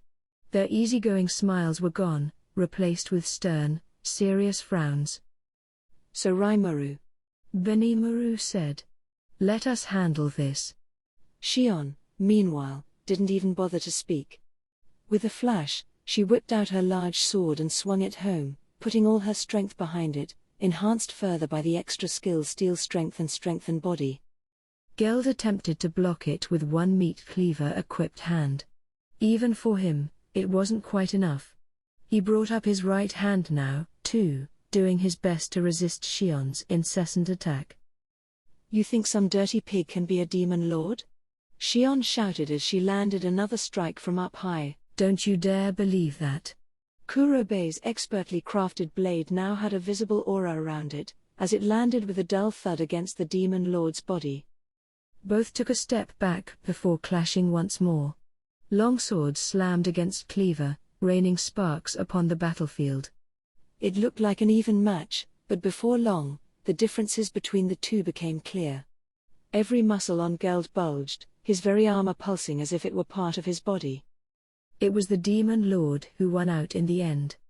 His muscle outclassed Shion's, even with strengthened body and all of that. The evolution had greatly enhanced his physical body. It made me want to sigh in despair. Shion was tossed back, and Geld pursued her. Realizing the danger, she attempted to deflect the blow, while leaping backward to reduce the impact. The damage upon her was clear nonetheless. She winced in pain. It'd be a while before she was ready to move again. But Shion wasn't the only one here. As Geld landed the follow-up attack, a middle-aged samurai stood strong behind him. It was Hakuro, and with a speed even I was just barely capable of following, he drew his sword from the staff it was hidden in. The blade glowed with a constant light, energized by the battle force housed inside the wielder. Its brightness indicated exactly how focused Hakuro was on this. No one could block or dodge him now. A streak of metal ran across the demon lord's body, cutting it cleanly in half and even slicing off the head on the way back up. That had to be enough, I thought, but I was still being far too optimistic. Geld's body reconnected itself, thanks to a yellowish aura that regrouped all the parts with tentacle-like tendrils. The completed body then leaned down, grabbed its head off the ground, and reattached it like nothing was amiss. The horror movie-like scene silenced everyone for a moment. Even Hakuro was obviously surprised. Now I knew the most fearsome thing about the demon lord Geld was his otherworldly healing skills. For now, this monster wouldn't have any resistances, but once he gained them, he'd be impossible to kill. Then, demon wire bind. CI used his sticky steel thread to apprehend Geld. He had been lurking within Hakuro's shadow, waiting for the perfect timing to restrain the demon lord's moves. Get him, Benimaru! He shouted. Benimaru was already on the move, suddenly unleashing a hellflare strike. Only a small dome opened around Geld. Whether he was deliberately keeping it small or was short on energy after deploying 4 of them, I didn't know. Geld, restrained, had no means of escape from the barrier as it became engulfed in high-temperature flames, doing their level best to incinerate the demon lord. The power of the heat was unaffected by the size of the dome, giving us a guaranteed death. Or so we thought. Several seconds later, the dome was gone, and Geld was just casually standing there. Benimaru grimaced at the sight. Hellflare was a powerful move, yes, but it was designed for efficiency. It was focused on doing its deed within only a couple seconds. It was incapable of keeping the burners on for extended periods of time like a Efreet could. Generating Efreet-style temperatures with relatively little energy was an impressive feat, don't get me wrong. But a target with enough resistance could easily focus on defending itself to survive the blast, I suppose. If Benimaru could make it last longer, the flames would eventually overcome any resistance or regenerative skills. That, or maybe he could focus further to make the fire even hotter, capable of burning anything in the world. But no. It wasn't wholly ineffective, though. Geld had no heat resistance, his skin was burned horribly. The resistance his aura offered was all that kept it from being a lethal blow. He had probably gained something along the lines of self-regeneration, like what I had in slime form. The burned skin was already sloughing off, with new skin being generated from underneath. And the moment Geld whispered something, he began to heal quicker than ever. He must have inherited, or seized, Gelmud's own healing skills. Combined with his own inherent abilities, he could probably heal almost as fast as me with ultra-speed regeneration. The battle continued as I watched and analyzed. Ranga aimed an extra strike at Geld before he could fully heal from Benimaru's damage. He focused his dark lightning on a single point and released it, much as I had before. Nothing fancy, just a killer amount of force. It hit Geld directly, freezing him. He was burned and blackened, and as we watched, he fell to the ground. This time, I was sure we had won. And why not? Not even I was sure I could withstand that kind of attack. If it were a replicant of mine, it'd be burned to a crisp. I guess we all wound up pitching in on this kill. Hope they don't think any less of me for it. I doubted any of the ogre mages could have taken him on solo and had any chance. That attack just emptied Ranga's energy, too. Dark lightning consumed a ton of it, with obvious results. He was now curled up on the ground, unable to move. I wish he could have kept a bit in reserve, but I couldn't blame him for not doing so at a time like this. Besides, it was over now, right? Then I heard something, so this is pain. The blackened, charred demon lord was back on his feet. Guess not, then? No way, I whispered. This monster was totally beyond all common sense. I wasn't sure this was reality any longer. Before my eyes, the demon lord had just ripped off both his arms and eaten them. An orc general ran up to him. My lord, let my body join yours. They nodded at each other, and that was that. The orc general was killed, then casually cannibalized. Man. And with every bite, that charred skin fell away, revealing yet another fresh layer underneath. Then he grew entirely new arms, driven by the muscle and fiber gained from what he consumed. He could use that to cast self-regeneration on himself as many times as he wanted, I imagined. Talk about an incredible healer. I mean, seriously, if we don't kill this dude in one hit, we're never getting out of this. Or maybe we'd have to render him into nothing but atoms to finish him. The one thing we knew for sure, though, was that my 5 strongest underlings could pool their abilities together, and that still wasn't enough. Then the demon lord let out a guttural battle roar. Not enough. He screamed, his yellow aura coursing across his body. More. More, let me eat more. Consume them all. Chaos Eater. Like sentient tendrils, the yellow aura extended its way toward the nearby piles of bodies. They instantly corroded their flesh, consuming them whole. If anything, it was this yellow aura that was the true driver behind Geld's power. It was another application of his unique ravenous skill. Part of that skill involved rot, something that could literally rot anything that it made contact with. If the target failed to resist it, it was corroded and killed if it was organic. Fearsome indeed. Instinctively sensing all this, I ordered my troops to retreat. Fall back. The moment I did, the ogres stepped back. Tell Gobta and the lizardman not to come near here. What about you, Sir Raimaru? Benimaru asked. I opened my mouth to reply. I was cut off. You will become my next meal. Die. Death March Dance. The same attack Gelmud tried out earlier, but now it was much more of a punisher. Not only was far more energy packed into it, but each tiny magic bolt had rot added to it. Get hit by one, and even the ogres would be gravely hurt. I had to do something. I was no longer able to keep my body from quivering. This was something that came from instinct.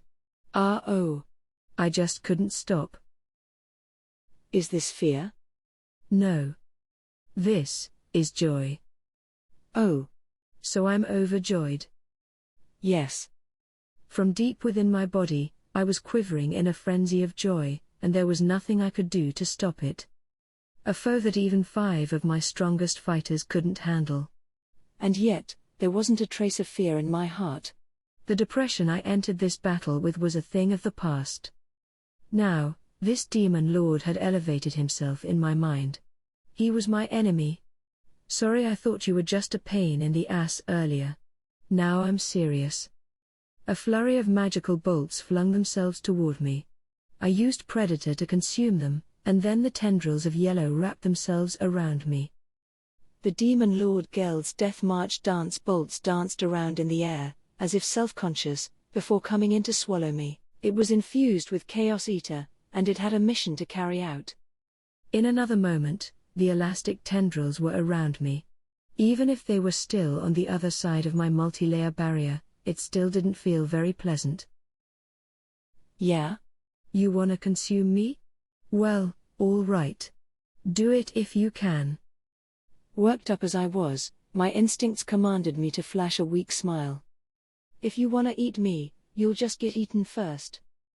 Silently, I removed my mask and put it in a pocket. It was time for my clash with the demon lord Geld. An impartial observer would probably assume that I'd have a hard time defeating the demon lord. But slowly, I took out my sword, the yellow aura still around me. I didn't like that aura, but it wasn't dealing me much damage. I didn't have resist rot in my arsenal, but it must have been dealing melee damage upon me, nothing I couldn't cover for with ultra-speed regeneration. Closing the distance between us, I slashed at Geld. He cleanly blocked me with his meat cleaver, sending me somersaulting. I should have expected as much. I couldn't take Shion in a sword-on-sword clash, and she just lost to this guy. And Hakuro, who was on another plane of existence from me swordsmanship-wise, could do little against him. I tried another slash, moving at hyperspeed to confuse my foe, trying to find any weakness I could from every angle I could think of. I knew it was pointless, but I couldn't stop going through the cycle. Whenever I was blocked or swatted away, I just kept going back, testing it all out. It assured me of one thing. I was weak. I thought back to the 5 fighters I had directly under me, as well as Shuna and Kurobe. They had each inherited part of my skills, and in terms of using them, they were already far more expert at them than I was. A refresher. Ranga, Dark Lightning, Control Wind. Benimaru, Dark Flame, Control Flame. Hakuro, Hasten Thought. Shion, Steel Strength, Strengthen Body. Ci, Shadow Motion, Replication. Shuna, Analyze and Assess. Kurobe, Research. Even among the most typical of skills, the differences were obvious. The ones they inherited were either downgrades or incomplete versions of my own. Absolutely a step down, in all ways. But they were using them all far more effectively. If I fought each one-on-one, I was pretty sure I could win. Several at once? No way. That was how strong my fighters had become. And despite that, the demon lord Geld probably could take them all in one go. And win. My sage analysis of the battle results told me so. They all lacked a truly decisive weapon, and sooner or later they'd run out of energy and lose. This wasn't a foe I could beat if I fought normally. Emphasis on normally. The ogres could use their skills far more deftly than I could. Why was that? For Hakuro, that was mainly just his high level at work, but what about the others? There were a few reasons. They mixed the skills with their own arts, or their instincts allowed them to unleash their full potential without holding back. They had adopted the skills for themselves, and they could use them more efficiently than I ever could. That's what made them strong. Through my sage-based simulations, I knew I'd have trouble defeating several at the same time. But was that really the case? And, really, was I weak at all? To answer that, let's start with an assumption. Most of my skills were wrested away from other monsters. I wasn't born with them, so I needed to start by understanding exactly what they were in the first place. You aren't automatically handed a driver's license just because you're tall enough to sit behind a steering wheel, and you sure couldn't expect to win a professional race that way. But when I found myself transferred to this world, I did already have a skill or two. The skills I was born with, ones I could use as freely as snapping my fingers. So all I needed was a single order. All right, great sage. Smash that foe for me. Received. Switching to auto battle mode. And there was my answer. The demon lord Geld was overjoyed. Monsters with some actual backbone to them, and 5 at once. Any monster formidable enough to make Geld feel pain would be more than welcome inside his stomach. He could eat the strongest he could find, and that would put him even farther down the road to demon lord evolution. Just as he was about to swallow them up, another monster blocked his way. Geld was hungry. He had taken severe damage, and he needed flesh and blood to heal himself. That was why this monster in his way riled him up so much, this strange creature wearing a mask. Worthless minion, he thought. He bore almost no palpable aura and looked like just another human. He had seen him sprout wings and fly, however, so there was no doubting his monster origins. The demon lord intended to kill this thing along with the 5 tidbits he already had in his sights. But it was so strange, Geld's attacks seemed to do nothing. He would lose his 5 snacks before long. Now this monster was standing before the demon lord, all alone. It removed his mask, revealing its true face, though it was more girl-like in appearance than anything, with hair as silvery as the moon.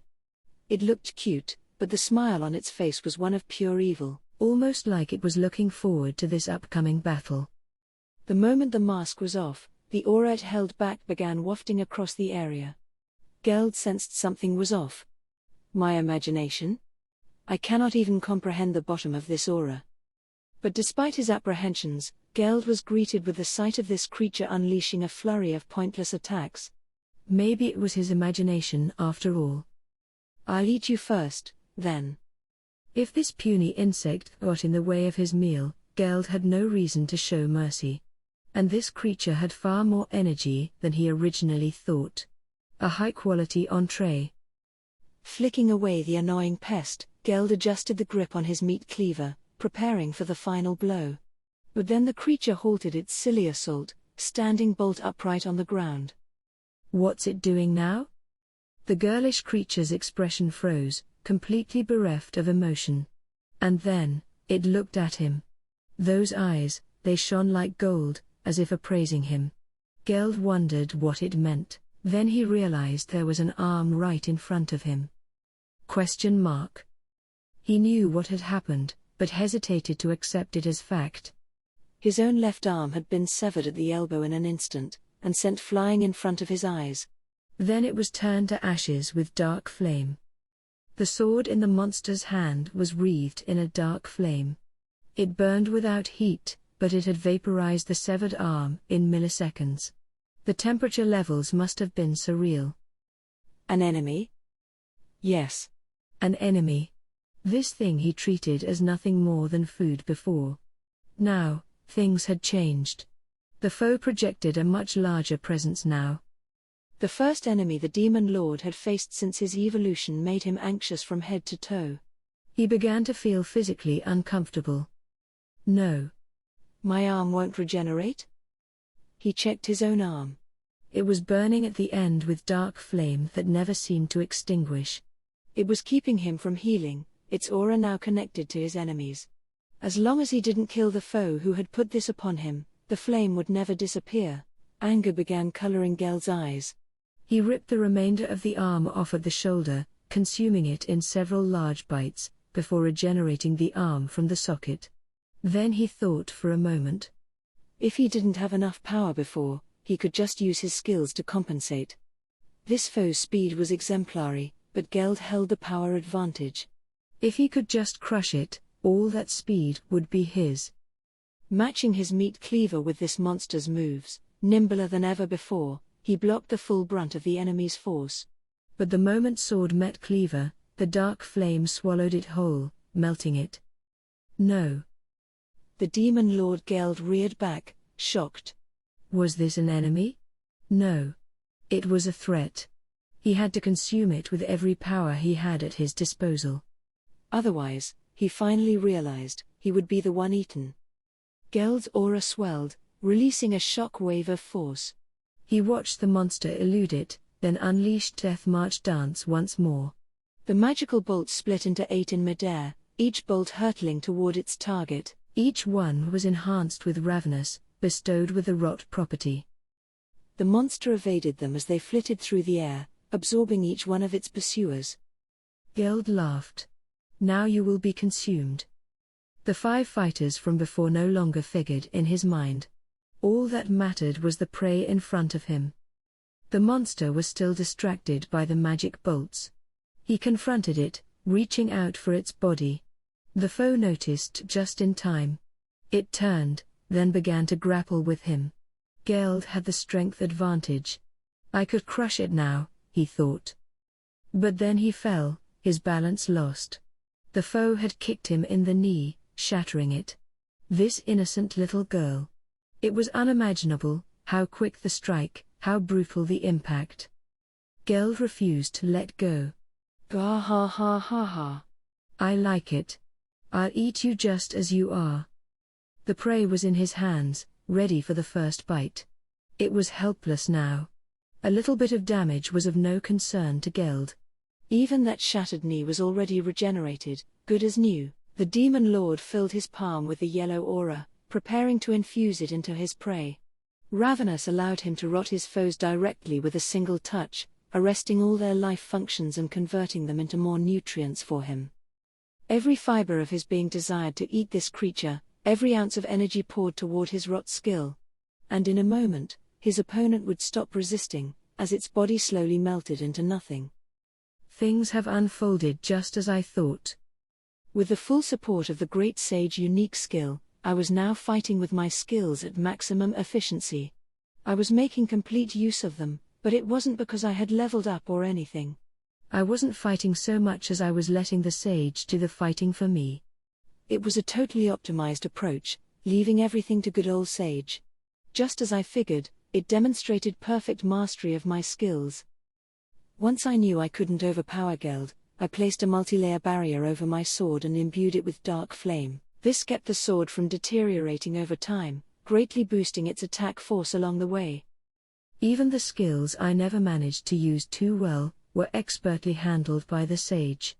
It processed all the data at hand and always chose the most effective move to make next. It was covering the entire board as it figured out how to handle the demon lord, like a chess problem. But even then, I couldn't let up. Geld was starting to keep up with me speed-wise, and if this battle kept going, it might get worse. And if Resist Flame was one of the potential upgrades, I had nothing on him. Hell, for all I knew, we were already at that point. And besides, everything I had for myself applied equally to the demon lord Geld.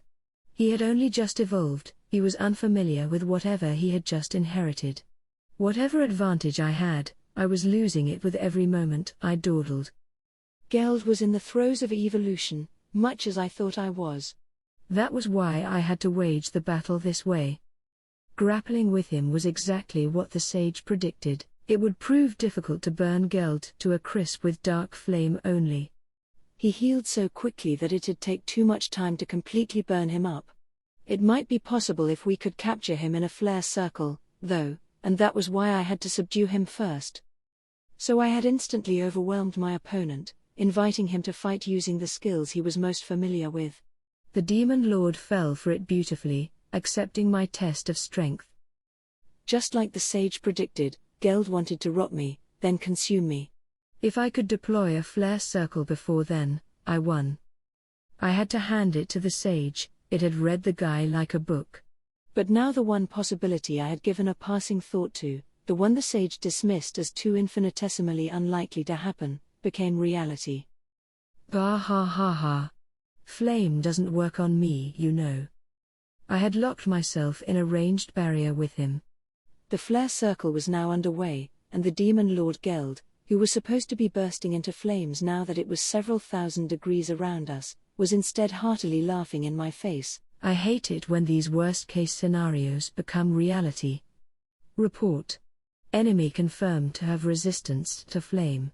Requesting immediate alterations to plan.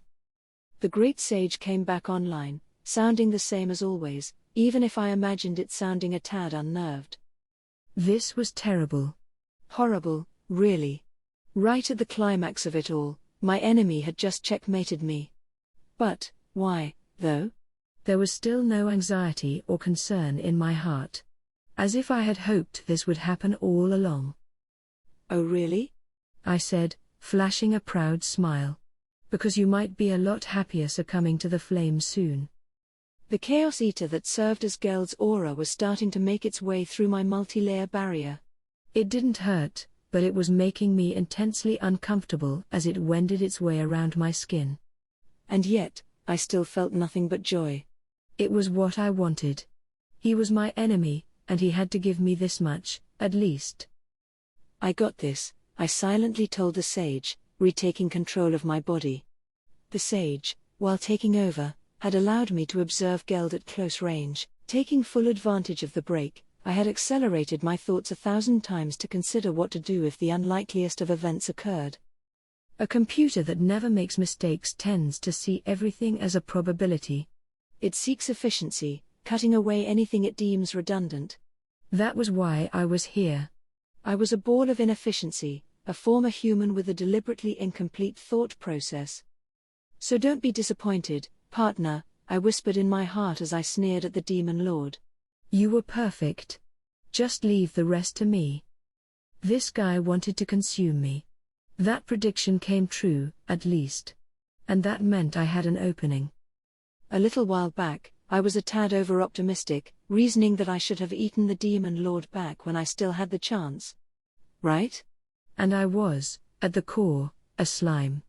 I had exactly 3 intrinsic skills: absorb, dissolve, and self-regeneration. They were gone now, merged with assorted other skills, but I also had a unique skill, predator, that was an enhanced version of them all. It suited me perfectly as a slime. Nothing could have worked better with my inner essence. I doubted that my evolved ultra-speed regeneration was any less incredible at healing than whatever the demon lord was sporting. Which meant that if we started consuming each other, I was bound to win in the end, right? Report. The probability of you executing Predator first is. The probability doesn't matter. Quit worrying. I told you to leave the rest to me, didn't I? Either the demon Lord Geld rots and kills me, or I consume him first. It couldn't have been any simpler, and I was ready to do it, even if my chances were exactly 0%. Why? Because that was my plan from the very start. The demon lord, apparently pretty sure of his own victory, was now trying to melt me, looking every bit as elated as I was. I could take advantage of that, pretending to be rotting away, weakening, as my body fell apart. Apart, and over him. From my opponent's palm, through his arm. And by the time he noticed, the operation was underway. Letting my instincts take the wheel, I had engaged my enemy the way that slimes naturally do. Concern now crossed his face. He tried to peel me off, but he couldn't, I was already all over his body. You see now? Sorry, but all that strength of yours doesn't mean too much now, does it? GNH. No, What are you trying to? Ha! If you thought you had an exclusive license on consuming stuff, you're wrong. Nailed him. And Geld knew it. He winced at my words. But I still wasn't necessarily at an advantage. We were, for the moment, at a stalemate. He was using his healing skills to resist my predation, and I was using ultra-speed regeneration to keep afloat over his rot attack. We were eating away at each other, like an Ouroboros come to life. The great sage was too much of a perfectionist to ever come up with something like this, but it was exactly what I wanted. Whichever side consumed the other was the winner. The rules were so easy to understand. And getting myself into this situation in the first place was a requirement if I wanted to win. It wasn't that I came up with the idea after the sage's tactics failed, I just followed my instincts, and this was what resulted, really. Instead of relying on unfamiliar, unseasoned skills, I relied on whatever my instincts willed for me, at the root, and executed what they told me. The slime's absorb and dissolve skills had been merged into Predator, and so I was doing what those instincts wanted for me. I am, after all, a predator. Geld, your ravenous is a powerful unique skill, I'll grant you that. But you're not a predator. You're a scavenger. You can eat anything, which is incredible, but I'm adapted for catching and consuming. And that gives me the advantage. If we're gonna keep eating at each other, I'll be the one to gain new skills from it first. My predacious instincts will it to be done. I can analyze and obtain skills even from living creatures, but you, Geld, you can only steal them from their corpses. And that's what will decide this. It was hard to say how much time passed, we were still consuming each other. I concentrated on predation, assured of my victory, when I started to hear the strangest voice. I can't afford to lose. I ate my own comrades. I can't afford to lose. I have to become a demon lord. Because I ate Lord Gelmud. I can't afford to lose. My comrades hunger. I can't afford to lose. I must eat until I am full. The thoughts flooded my mind. They belonged to the demon lord, I assumed. Talk about stupid. Think whatever you like, I've already won. But I can't afford to lose. I ate my own comrades. I committed a terrible crime. I can't afford to lose. Look, can you forget it already? Let me tell you. This world's all about survival of the fittest. And you aren't fit enough. So you're gonna die. But I can't afford to lose. If I die, I leave the sins of my crimes to my comrades. I don't mind if I, alone, am sinful. I did whatever was needed to avoid starvation. I will become a demon lord. I will accept all the hunger in the world, so no one else has to feel this famine. I know I can. I am an orc disaster. The consumer of all. And you're still gonna die. But don't worry. I'll eat up all those crimes for you. You, what? Eat my crimes? And not just yours. I'll eat the crimes of all your friends, too. The crimes of all my friends. How greedy of you. You think so? Yeah. I am greedy. Does that make you feel better? If it does, then just rest a bit and let me eat you already.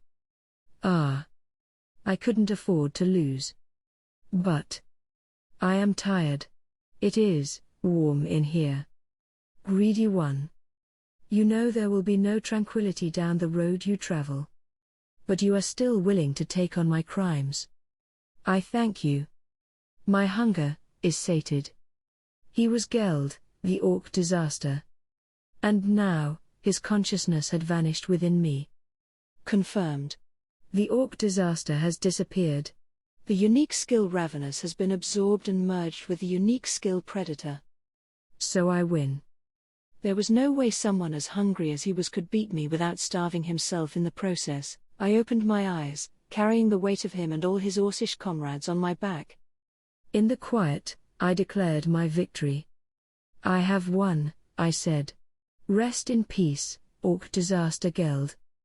I could hear the cheers from the goblins and lizardmen, along with cries of anguish and despair from the orcs. Their conquest was over. They knew it, and from the thoughts they shared as they cannibalized one another before, they knew it was all caused by Gelmud's nefarious plans.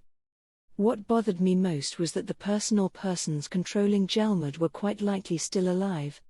He talked about having a demon lord patron backing him up, and there was no way to tell if that was the truth or not. I'd probably need to be careful, but careful about what? I had no idea. And I could hardly leave these orcs to their own devices. We had problems left to solve. The next day there was a very important meeting, one that would go down in history as the one that established the Great Forest of Jura Alliance.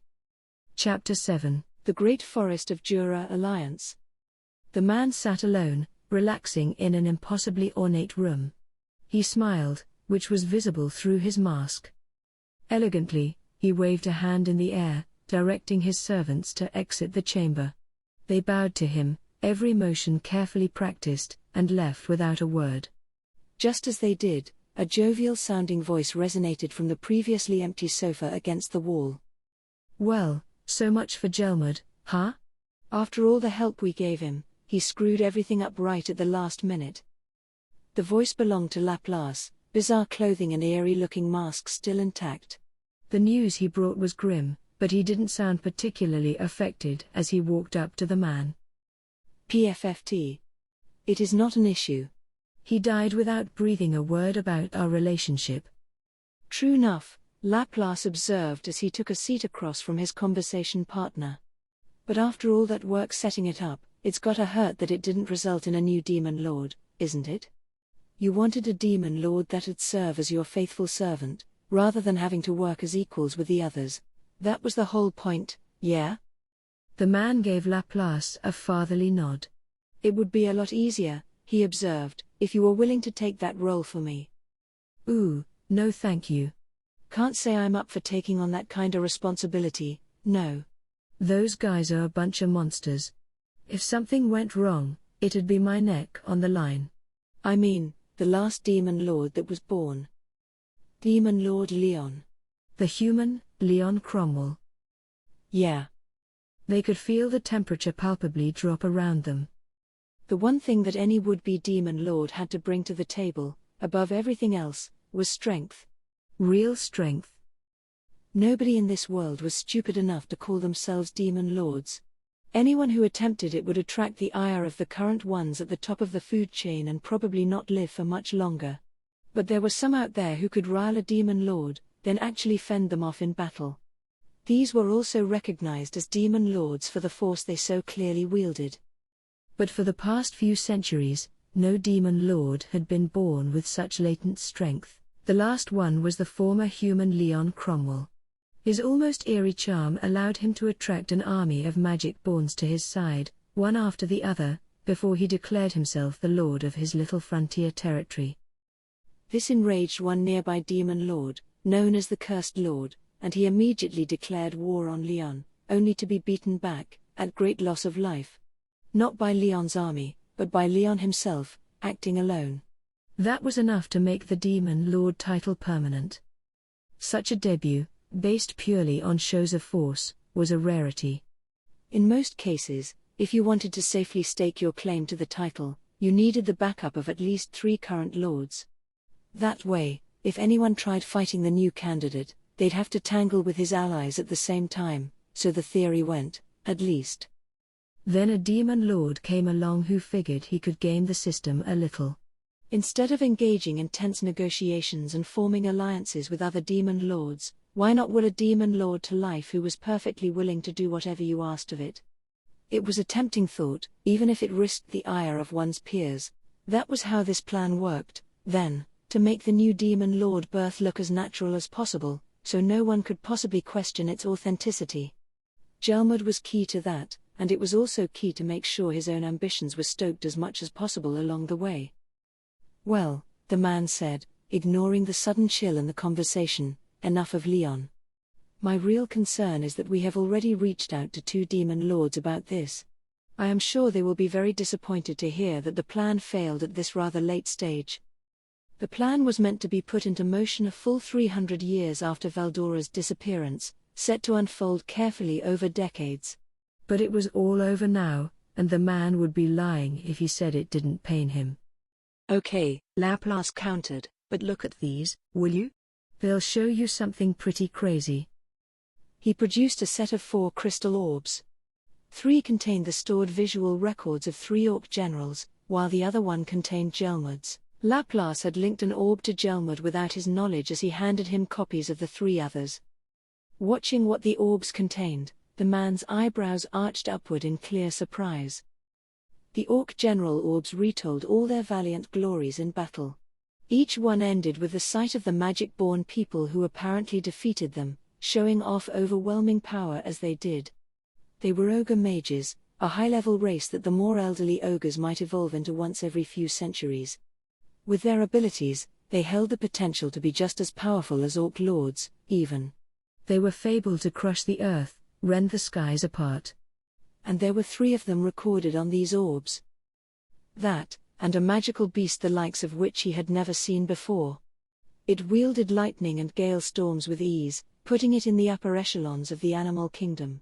Perhaps a direwolf that had undergone some manner of untold transmogrification, but it was hard to tell from the visuals alone. It was certainly well beyond A rank, though, and that meant there were 4 monsters in this battle that shot right past A and into the stratosphere. Gelmud never had a chance out there. The real concern, though, was what the 4th and final orb showed. A single human being, standing tall in front of Gelmud. A child, it appeared, wearing a mask. But nothing at all was normal about him. It was more accurately a monster transformed into a person. If not that, a newly born hero. Both men in the room knew that human summoners and otherworlders could often be gifted with astounding abilities. But a child would be too immature to take full advantage of them, and he or she certainly wouldn't be participating in a war between magical beasts and creatures. Thus, by the process of elimination, they assumed this was some manner of monster in disguise. It appeared from the visuals that this child had the 4 enigmatic creatures under his control. When the situation turned to battle, it was clear Gelmud was far out of his element. The image went black quickly, no doubt when some attack landed a telling blow upon him. When all the orbs were sifted through, the man leaned forward and let out a long, deep sigh. Gelmud, an A rank, one of the greatest of those born of magic, had been overwhelmed by a child. A child with 4 upper-level magic borns of his own. He was still unclear about the ultimate fate of the Orc Lord, but with this kind of force at play, he doubted there was much hope for him. This kind of force. A force that could no longer be ignored. Pretty crazy, eh? Yes, very interesting, the man ventured with a smile. So, what now? Laplace took a moment to answer. 2 demon lords, just as powerful as he was. And the person he had mentioned the potential birth of a new demon lord, too. There was much to consider. Well, keep the ship afloat for now, is what I'd say. If you think you need any help, you'll get my regular discount, okay? Take care for now, Clayman. He disappeared, leaving the man, the demon lord Clayman, alone in the room. He replayed the orbs several times over, thinking quietly. The battle was over. That was, yeah, pretty rough. If he had fully completed his evolution, I don't think anyone could have beaten him. I won precisely because we made it to him in time, just in time, as it turns out. It would have been so much easier pre-evolution, too. I was still kicking myself over that. But I had it coming. I should have killed him fast instead of getting all cocky. It was more than half luck that earned victory for me, in the end. But the rewards I reaped from it made all my regrets look like a drop in the bucket. That's right, it's unique skill time. I had obtained my 4th unique skill from the spirit of the demon lord Geld, although I guess it got merged into Predator without so much as a peep. The great sage gave me the rundown after the battle. Report. Following the merger of the unique skill Ravenous with the unique skill Predator, the unique skill Predator has evolved into the unique skill Glutton. The sage had the habit of combining skills that resembled one another a fair bit, although everything was still downward compatible. I analyzed this new skill, then closed my eyes. This skill, Glutton, consisted of 4 old abilities: Predation, Stomach, Mimic, and Isolate, combined with 3 new ones: Corrode, Receive, and Provide. The new ones worked like this. Rot. Performs rot on the target, decomposing it if it is organic. Monster corpses partially absorbed in this manner will reward the user with part of the monster's skills. Receive. Gain the ability to obtain skills from monsters under your influence. Provide. Grants part of your abilities to monsters under your influence or linked to your soul. Giving each the once-over, I had to say, this was some pretty damn sweet stuff. My stomach got a huge upgrade, it felt maybe twice as big. And rot sounded downright scary, although handy for things like destroying armor. Receive and provide were the real plums, though. This meant, basically, whatever new skills people like Benimaru and Ranga earned when they evolved, I could get them for myself, right? And redistribute them to anyone on my team I wanted? Understood. You may interpret it as such, yes. However, there are restrictions to providing abilities.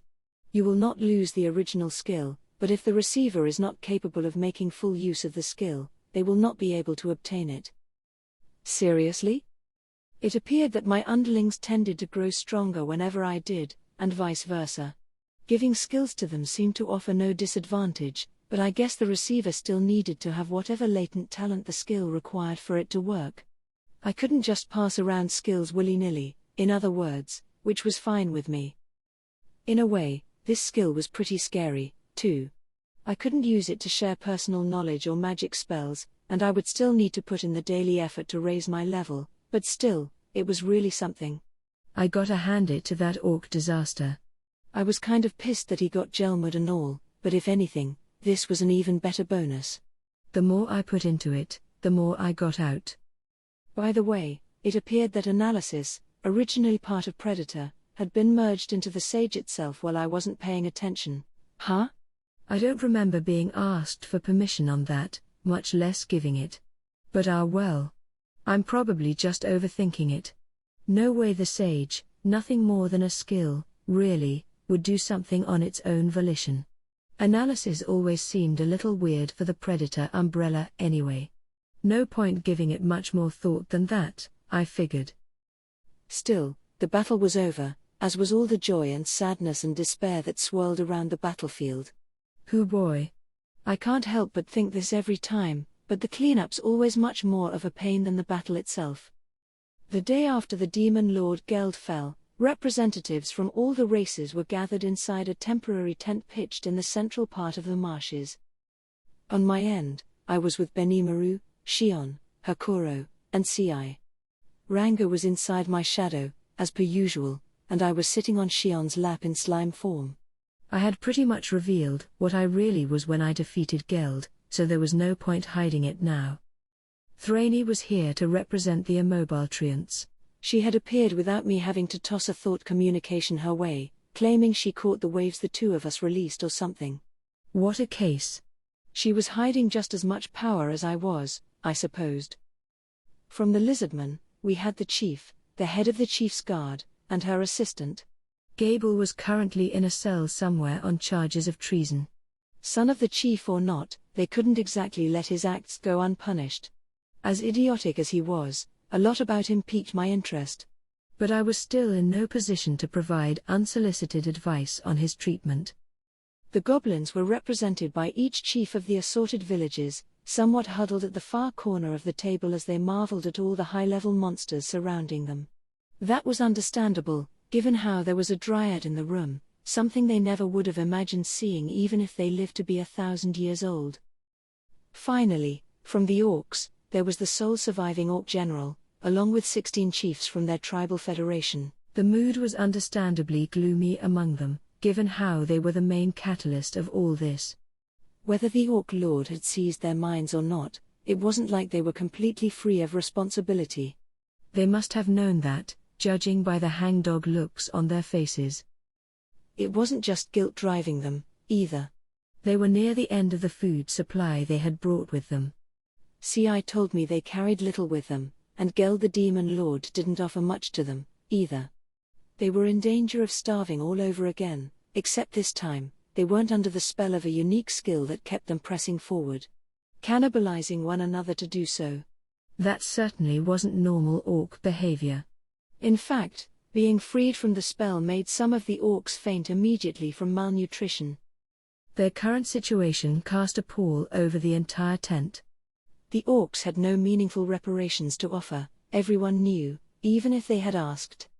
Their whole impetus for going to war, in fact, was the desperate starvation they faced in their homeland. There were still around 150,000 left, and I doubted they had the ability to feed themselves at all. All those soldiers, and they still lacked the will to continue warring. Nothing summed up their mental state better at the moment. Without ravenous, they really would starve, and my peek into Geld's memories taught me even more. I had mentioned the number 150,000, but those survivors also included women, the elderly, and children. In other words, the entirety of every orc clan was right there, in the marshes. The issue was a famine. The lands ruled by demon lords were generally safe zones with bountiful arable lands, protected by the great powers of those who ruled over them. Even if a monster or magical beast stirred up trouble, the magic-borns who served the demon lord would ensure that law and order ruled the day. All of that, of course, came at a cost, in this case, high taxes. In exchange for living among fertile lands, the citizens were required to give up a healthy percentage of their harvest on a yearly basis, and the orcs, who tended to multiply quickly when they had the resources, were an indispensable part of demon lord lands, their labor keeping the farms and mines humming along smoothly. Failure to pay these taxes, though, meant death, though not at the hands of the local demon lord himself. The lands were dangerous. Many monsters attacked it, seeking bounties for themselves. If anyone didn't pay their due to the Lord wasn't obliged to protect them. And that was that. The orcs were normally able to take care of themselves well enough. Even if an attack killed off half, they reproduced so quickly that their numbers were right back to normal before long. But the current famine made it impossible to pay their tax to the demon lord, or lords, as it happened. The orcs' territory had the misfortune to border the domains of 3 different demon lords. Attempting to raid the lands of such powerful beings would mark the end of the orc species, but without the protection their taxes bought them, they had no way of surviving in the suddenly barren land they called home. So they streamed into the forest of Jura, all but chased away from their homes, in search of food. They wandered around its fringes for a bit, fighting off the hunger, and that was when the Orc Lord was born. But even that wasn't enough to make them strong enough to fend off the monsters that harangued them constantly. It was at that point when Gelmud extended a hand to them. Help they readily accepted, not realizing what was motivating this unexpected benefactor. And that was when their troubles began. That was about all I knew about them. I didn't have the fine details, exactly, but I was still able to glean that much from Geld's mind just before he vanished. Could I use that info to help them, though? The thought weighed heavily in my mind, just like it did in everyone else's, as we got started. Hakuro would serve as mediator. I asked the lizard man's chief guard to take the position, but she refused. The role is too weighty for me, she protested. It felt weird to have the losing side in charge of the negotiation, so I threw the responsibility asked Hakuro to handle it, since he was practically born for it anyway. Once he declared the meeting underway, silence fell. No one dared open their mouths, instead turning right toward me. What a pain. I really hate meetings. Companies that hold lots of meetings never actually accomplish anything. The important stuff should be left to people capable of handling it, really. But Well, I began, before we get down to business, I'd like to tell all of you what I know at this point. Everyone's faces tensed up. I tried my best to ignore it as I discussed what I learned from Geld's memories, as well as what CI had researched for me. The reason why the orcs took up arms, and the current state of their affairs. The orc delegation looked at me wide-eyed. I guess they weren't expecting this to come up. As I continued, some began shedding tears. Perhaps they didn't think they'd have a chance to give their side at all. Perhaps they were prepared to die on the spot. Then I gave Hakuro a look, indicating that I wanted to move on. Ahem. In that case, he said, I would like to make sure all of us are on the same page when it comes to the casualties wrought by this invasion. The conference slowly sprang into action, the lizardmen going first. As they reported their numbers lost, the orcs hung their heads, unable to speak. Well then, Hakuro ventured, do you have any demands you wish to make of the orcs, Chief? I'd never been in a war myself, so I wouldn't know, but when it came to asking for compensation, the winning side had a lot of say in how that worked. No way I'd have the confidence to run a conference like this. Not particularly, the chief replied. This victory was one we earned through none of our own doing. It came thanks to the aid of Soroimaru. Thus, he essentially forfeited the right to ask for reparations. Not that he could have expected to get much out of them. So were the orcs up next? I turned to their chiefs, wondering what they would say. Please, allow me to speak. The orc general suddenly shouted, all but rubbing his head against the rough ground as he bowed to me. All of us here, we wish to make up for this disaster with our very lives. I know even that is not enough, but there is nothing else we could possibly pay you. He was ready to die, I could tell that much. This monster, ranked A- or so, would no doubt provide us all with a wealth of magicules to harness, and he wanted to put that on the table in exchange for our forgiveness. I had no interest in this, and it was beside the point anyway. I was really starting to resent this meeting. All these procedures and formalities were eating away at the time we could spend actually talking matters over. Well, screw it. Let's try things my way for a second. One moment. Hakuro said, apparently noticing my intentions. I believe Soroimaru has something to say. The orc general fell silent, looking straight at me. So did everyone else. I was never a fan of being the center of attention, but I couldn't exactly say so. I began, I'm gonna have to admit that I'm not very good with big meetings like this, so let me just say what's on my mind right now, and maybe we can all mull that over for a little while, all right? First off, I wanna make one thing clear. I have no interest in charging the orcs with any crimes or whatever. I went on to explain my reasoning. Staging an invasion of the forest was, if you had to rate it on a scale of naughty or nice, pretty naughty. Whether Gelmud was using and abusing them or not, the moment they said yes to him, they were accomplices. But it was also clear that the forest offered their only possible hope for survival. All the races here might have decided to do the same thing in their shoes. Simply asking us to accept their presence was, I suppose, tough. It would be like asking our neighbors to hand over their land. Nobody would simply roll over and say yes to that, and that was doubly true for the survival of the fittest types around here. There was no point debating over what was now firmly in the past. Right then, we needed to talk about what would happen next. We couldn't spend all day dwelling on apologies and reparations and such. Plus, I promised Geld I would take on all the orcs' crimes for him. Maybe it was pushy of me, but I wanted to make sure everyone knew I was serious about that. That is my thought about this, I said, and I'm sure you all have your own thoughts, but I see no need to punish the orcs for anything. I say this because I promised the Demon Lord Geld as much. I have taken on all the crimes committed by the orcs. And if any of you have a problem with that, I'd like to hear it. The orcs stared at me, clearly shocked. Benimaru, I said, ignoring them, your homeland was annihilated by their hands. Do you take issue with this? I do not, my lord, and I doubt any of my fallen comrades would. The sole, immovable rule that links all monsters together is that only the strong have the right to survive. We faced up to them without fleeing, and thus we were prepared for the worst. And, Soroimaru, we would never have an issue with the decisions you make. The other ogres nodded in agreement. Everyone appeared to be with me. I then turned to the lizardman, but the chief spoke before I could. We, too, have no complaint with your stance. There is one thing I wish to ask, however. No complaints? Really? I was kind of expecting some. He was more sympathetic to their plight than I thought, maybe. What is it?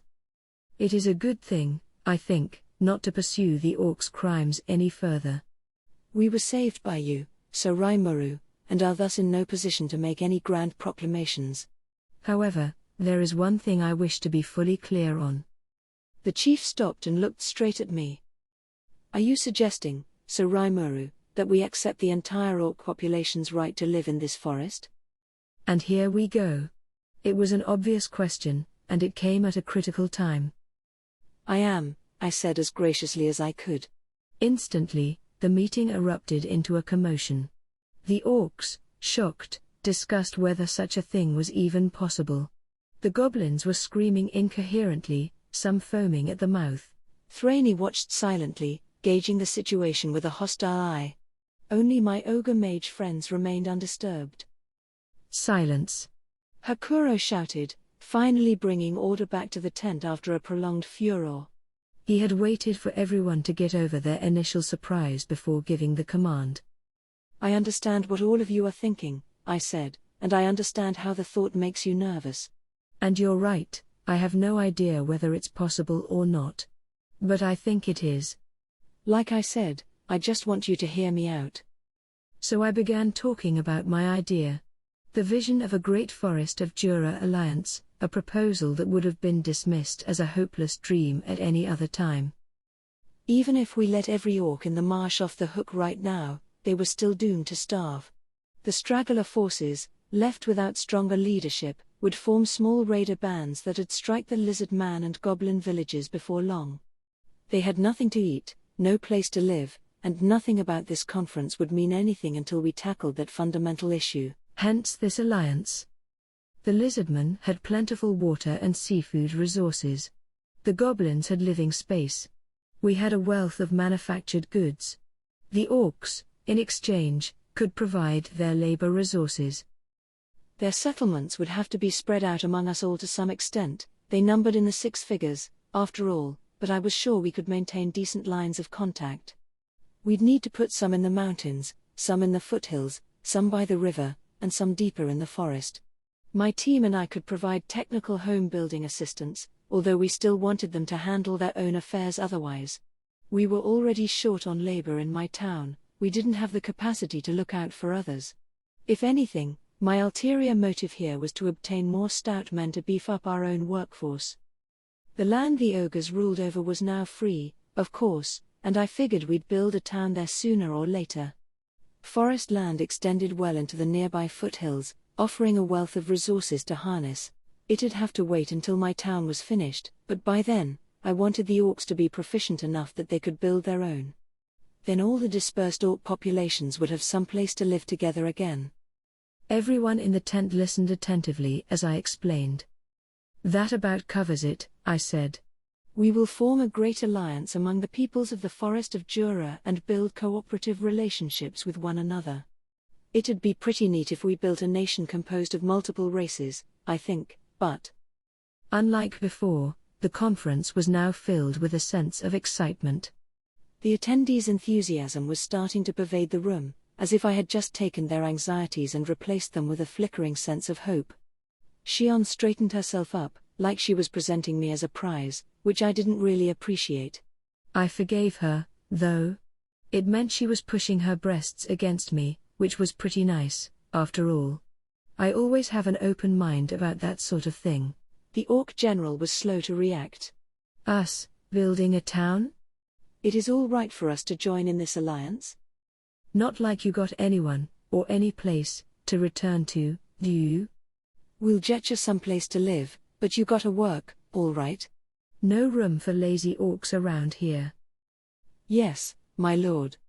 The orcs immediately stood up and took a knee, overcome with an emotion that drove tears to their eyes. Of course, of course. We will dedicate our very lives to the tasks ahead. The lizard man chief nodded. We have no objection. If anything, we would love to cooperate. He kneeled as well, imitating the orcs, and the goblins hurriedly took action to follow suit. Was this the rule when forming alliances here, or? I dunno. I attempted to copy their lead and hopped down to the floor, but Shion tightened her grip on me. What are you trying to do, my lord? Huh? Oh. I thought this was a ceremony or something. Oh dear, Sir Rimuru. It certainly is not. I wasn't sure why she was speaking to me like a wayward child, but I must have been embarrassing her. And the ogres, judging by the looks they shot at me. She stood up, placed me on a chair, and then fell to one knee before me, accompanied by Benimaru and the rest. Very good, Thraini said. As a warden of the forest, I, Thraini, make the following declaration. I hereby recognize Sir Rimuru as the new leader of the Forest of Jura, and the Great Forest of Jura Alliance hereby established under his good name. Then she kneeled, too. I guess she had word from the treants that they were all for it. Can you give me a moment, guys? Why am I suddenly the dude who's supposed to run all this crap? Because I don't remember any discussions along those lines. Why'd it turn out this way? I wanted to ask, but my voice was cut off by all the passionate eyes fixated upon me. All right. I get it, guys. I knew the fate of the orcs rested on my shoulders anyway. Leader of the forest? Whatever. I'll take it. Well, so be it, I said, resigned to my fate. Do me proud, guys. Everyone took that cue to prostrate themselves before me. Yes, my lord. The sheer fervor was as clearly present in all their voices as it clearly wasn't in mine. The Great Forest of Jura Alliance was born, and already it was making me break out in a cold sweat. Guys? We still have a problem, right? Like, a really big, bothersome problem? I hate to rain on the party, but we'd better get to talking about that, yeah? Right, that's enough, I said. So now that we have this alliance in place, we need to solve the largest problem facing us right now, the question of food supply. We have 150,000 surviving orcs here, and we need to keep them from starving to death. I'd like some ideas, please. The orcs had less than 2 weeks' worth of provisions on them, overall. Now that the unique skill Ravenous was no longer doing its thing on them, they'd be well and truly dead once these supplies were exhausted. We had no time to raise crops for them, and we'd exhaust the river of fish if we tried going that route. It was a real thorny issue. The lizardmen had enough supplies for 10,000 people to live off for half a year. Even if they cleared all their storehouses right this instant, it still wouldn't keep the orcs going for more than a couple weeks. That meant our maximum time limit was just about a month. So now what? Everyone in the tent turned their minds to the issue. Nobody seemed to be acting like it wasn't their problem, which gladdened me a bit. Maybe this alliance would work out after all. Then Thraini stepped up, smiling. So the issue is a lack of food supply? She asked. In that case, I think I might be able to help. The treants that I help protect have agreed to join this alliance, and I think they might come in handy sooner than I thought. So they were interested, then? Well, great. And if they were that enthusiastic about handling the food issue, let them, I'd say. Not like we had any other great ideas. With all our most pressing issues covered, we ended the conference. And that was the day my name was first written down in the annals of history. The day our great alliance was formed was one which, I suppose, no monster would ever be able to forget. It was, after all, the day I decided that each and every one needed a name. Which, yes, I said I would, and I was super cool about it. But why were they counting on me to come up with all those names? I mean, yeesh, 150,000 orcs alone. Insane. It took me 3 days to come up with 500 goblin names, guys. I couldn't imagine how long it'd take to handle this job. I gave serious thought to simply up and running away this time, but I still had all those orcish crimes to gobble up for them. Orcs were D-ranked monsters by nature, but they were more like C+, while the Orc Lord was still influencing them. So basically, this was just a matter of me taking in the magicules lost to the air after Geld's defeat and breathing them back into each one. That way, I could name them all without exhausting myself in the process. The problem I had, though, was what the names should be. Simply going down the alphabet wouldn't save me this time. Maybe I could divide them by race or start giving out last names or something, but managing all that would be even more of a hassle. In the end, The solution I came up with was as simple as it was beautiful. The perfect series, one that I could extend for as long as necessary, all the way to infinity. That's right, numbers.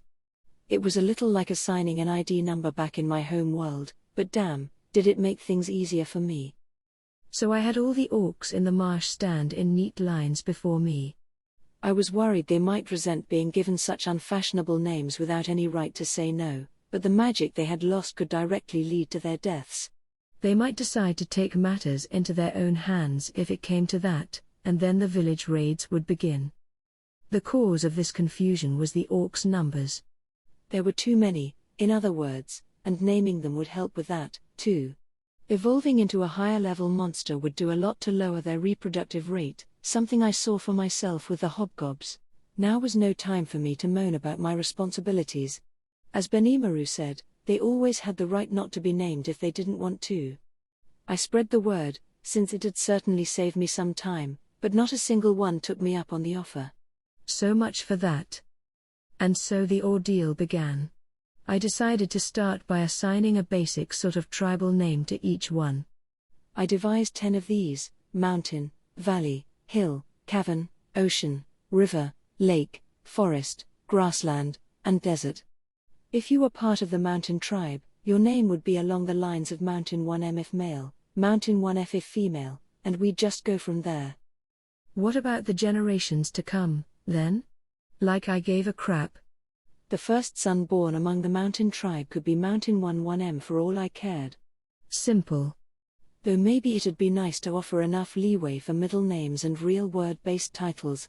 I had a feeling things might fall apart a bit if 2 orcs from different tribes had a kid, too.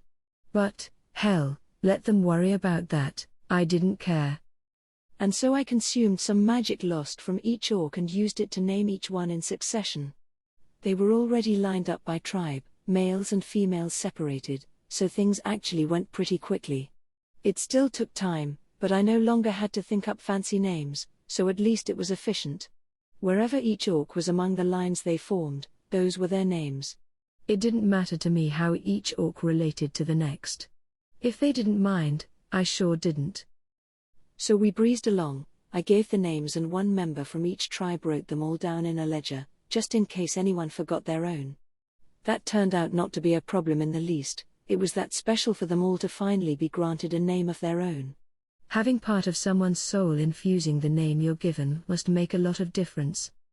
The naming process continued and on. Once I got in the swing of things, it took maybe 5 seconds per orc, although I still lost time here and there. It was going to take a grand total of 10 days and 10 nights to wrap it all up. I had the sage to thank for letting me pull that feat off, but I had a feeling that I'd never want to look at a number again for a good while to come. Of course, while I was busy naming a small city's worth of orcs, my ogre mages weren't just screwing around. They were on their way to the Trent settlement, guided by Thraney. I had left procuring our food supply to them, although privately, I had my concerns about how they'd come up with enough. Treants were monsters that lived off water, sunlight, air, and magic. They didn't need food in the first place. But they did produce fruit from the magic they didn't need, which were beyond the reach of most. Treants couldn't set foot nor root outside of their own sanctuary, so they simply collected and stored the fruit on site. These were magical fruits, of course, and when dehydrated, they would never go bad. People called these dried treants, and as I found out later, they were considered rare delicacies on the public market, going for outlandish prices among foodies and the like. Considering how treants almost never connected to the outside world, you just didn't see them all that much. But rarity alone didn't dictate the prices. Dried treants were packed with an intense amount of magical energy, enough to keep you alive and well for 7 days at a time without even feeling hungry. A condensed drop of manna from heaven, in other words. It was these dried treants that we were apparently going to receive a bountiful supply of, helping the orcs stave off starvation. I wasn't too worried about the transport process. Keeping up proper supply routes was always the thorniest part of waging war. Starving the soldiers on the front lines quickly spelled total defeat. They needed to be fed, and that was always a logistical challenge, but these fruits didn't take up much space at all. The real problem was transport time. and the Tempest Wolves were ready to help with that, or to be exact, the Star Wolves evolved from them. As a newly minted Tempest Star Wolf and leader of his pack, Ranga was able to evolve all the other wolves in his pack to regular non-Tempest Star Wolf status. Each one was ranked around B, making them high-level magical beasts, and while we still only had 100, I had a feeling we'd be caring for more soon. As part of his newfound skills, Ranga was able to summon something he called a Star Leader, an A- commander wolf that would serve as his representative during the transport effort. His take on replication, I supposed, he could summon and dispel it at will. Geez, Ranga, you really don't want to leave my shadow, huh?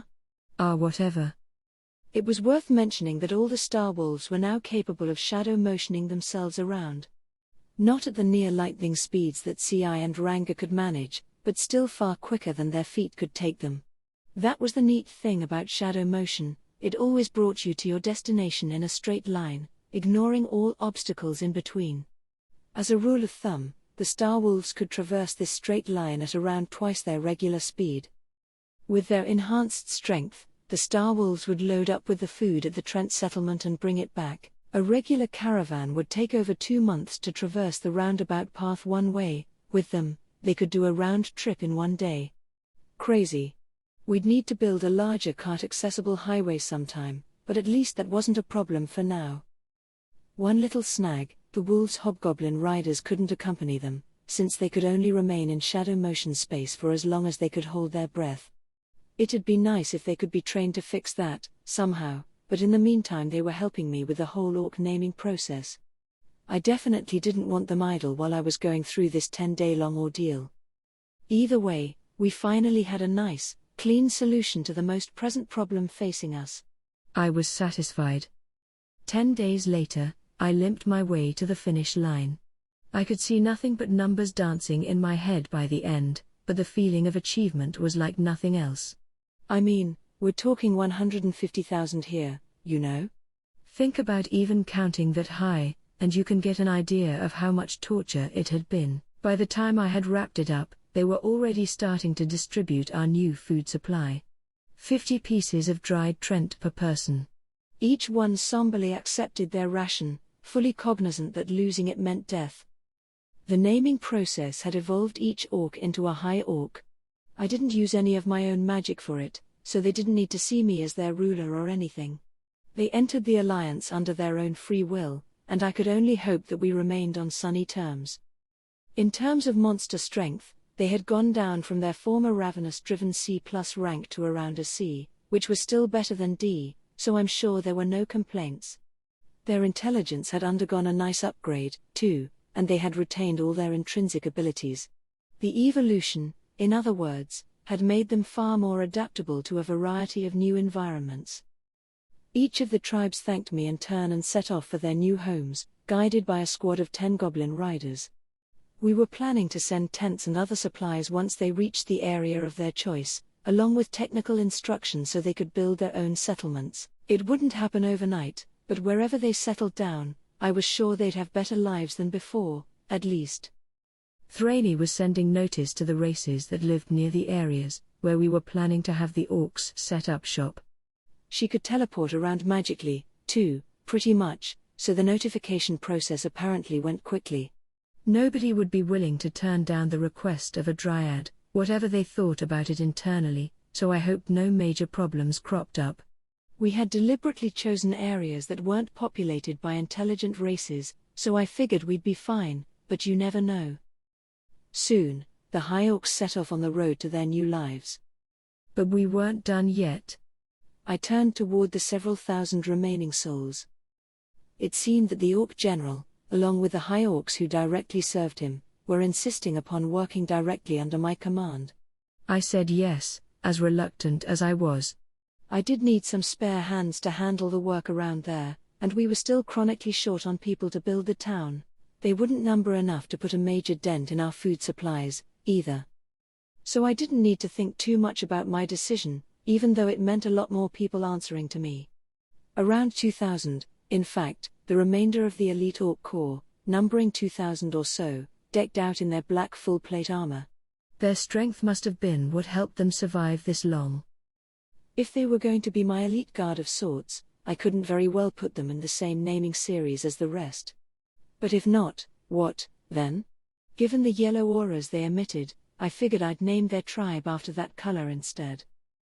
Through the lens of analyze and assess, like Shuna, I could use it to analyze people to some extent via my eyes alone. I sized up the elite guard, then lined them up in the order I decided on. I then gave them numbers from strongest to weakest, without dividing them by gender. Such was the birth of what would later be called the yellow numbers. That left only the Orc General to tackle. I had a feeling I'd have to contribute some magic of my own into this one. Fortunately, I already had a name picked out. Hopefully he'd be able to pick up where the previous Orc Lord left off. I hereby declare that you shall inherit the will of the Orc Disaster. You shall be called Geld from now on. Yes, sir. Our eyes met. His overflowed with tears. And the moment I gave the name, the Orc General's body was wrapped in a yellow aura as he began to evolve. At the same time, I could feel the magic flowing out of me. Oh crap. Not that much. Once more, I was back in sleep mode. I have taken the wrong path. But I am happy now. In the end, I was fulfilled. Lord Geld, I will take your name, and your will. May you rest in peace. Indeed. There is no need for you to suffer any longer. You did not warn your father, and no one will blame you for that. I am here precisely because he survived, back then. And your crimes will disappear as well.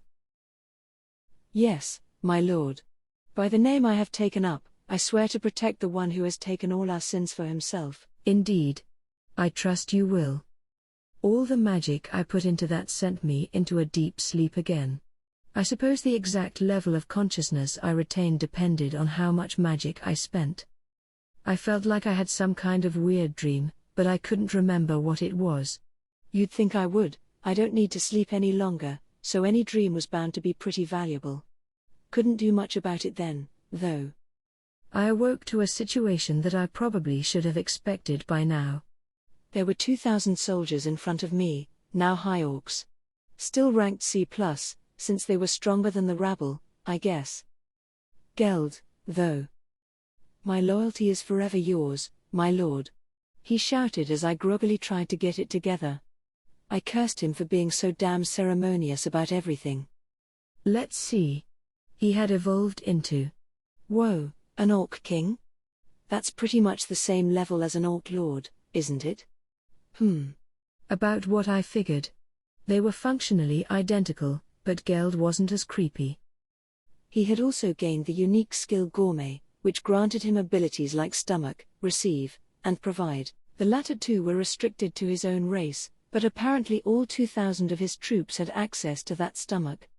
Maybe they could use that to transport supplies to faraway places? What a goofy skill. It could turn the entire transit industry on its side, to say nothing of military supply lines. The only limitation was volume, not type of item. It could store about as much as I could, but it couldn't hold anything too big, in other words, about the size of an orc itself. A suit of armor was about all it could take in at once. My stomach had no such limitation. The ability to make his men consume the corpses of their comrades was gone, thankfully. No need any longer, I imagined. Not much point retaining a skill if the user didn't want it, besides. The magical energy in him had also ballooned to the point where he was easily an A rank on the level of Benimaru. Overall, if the demon lord Geld hadn't lost his mind, he probably would have wound up turning into a magic-born person like this, a combination of reasoned intelligence and overwhelming presence. I was glad to have more powerful people on my side, but would it really pay for him to follow someone like me? I reminded him that this wasn't exactly a salaried position, but Geld simply smiled and said that was no problem. Well, if he said so. I'd feed and clothe him, at least. And if he decided to strike down his own path later, that was fine. I kinda doubted he ever would, though. Thus, the grand naming project ended. Before I took my leave, I decided to wish the Lizard Man Chief a fond goodbye. Hey. Sorry we never really got a chance to talk amid all this nonsense. Hope we can keep this ship sailing smoothly, huh, Chief? Ah, hello there, Sir Rimuru. There's no need to call me Chief like that. It puts me on edge to hear it from you," he exclaimed in surprise. I knew the monsters had other ways of identifying themselves, but I wasn't delicate enough to pick up on that junk. His not having a name really annoyed me. Well, yeah, but I know. You're Gable's father, right? Why don't you try calling yourself Abil, or something? I always had a tendency to blurt out whatever was on my mind like that. What?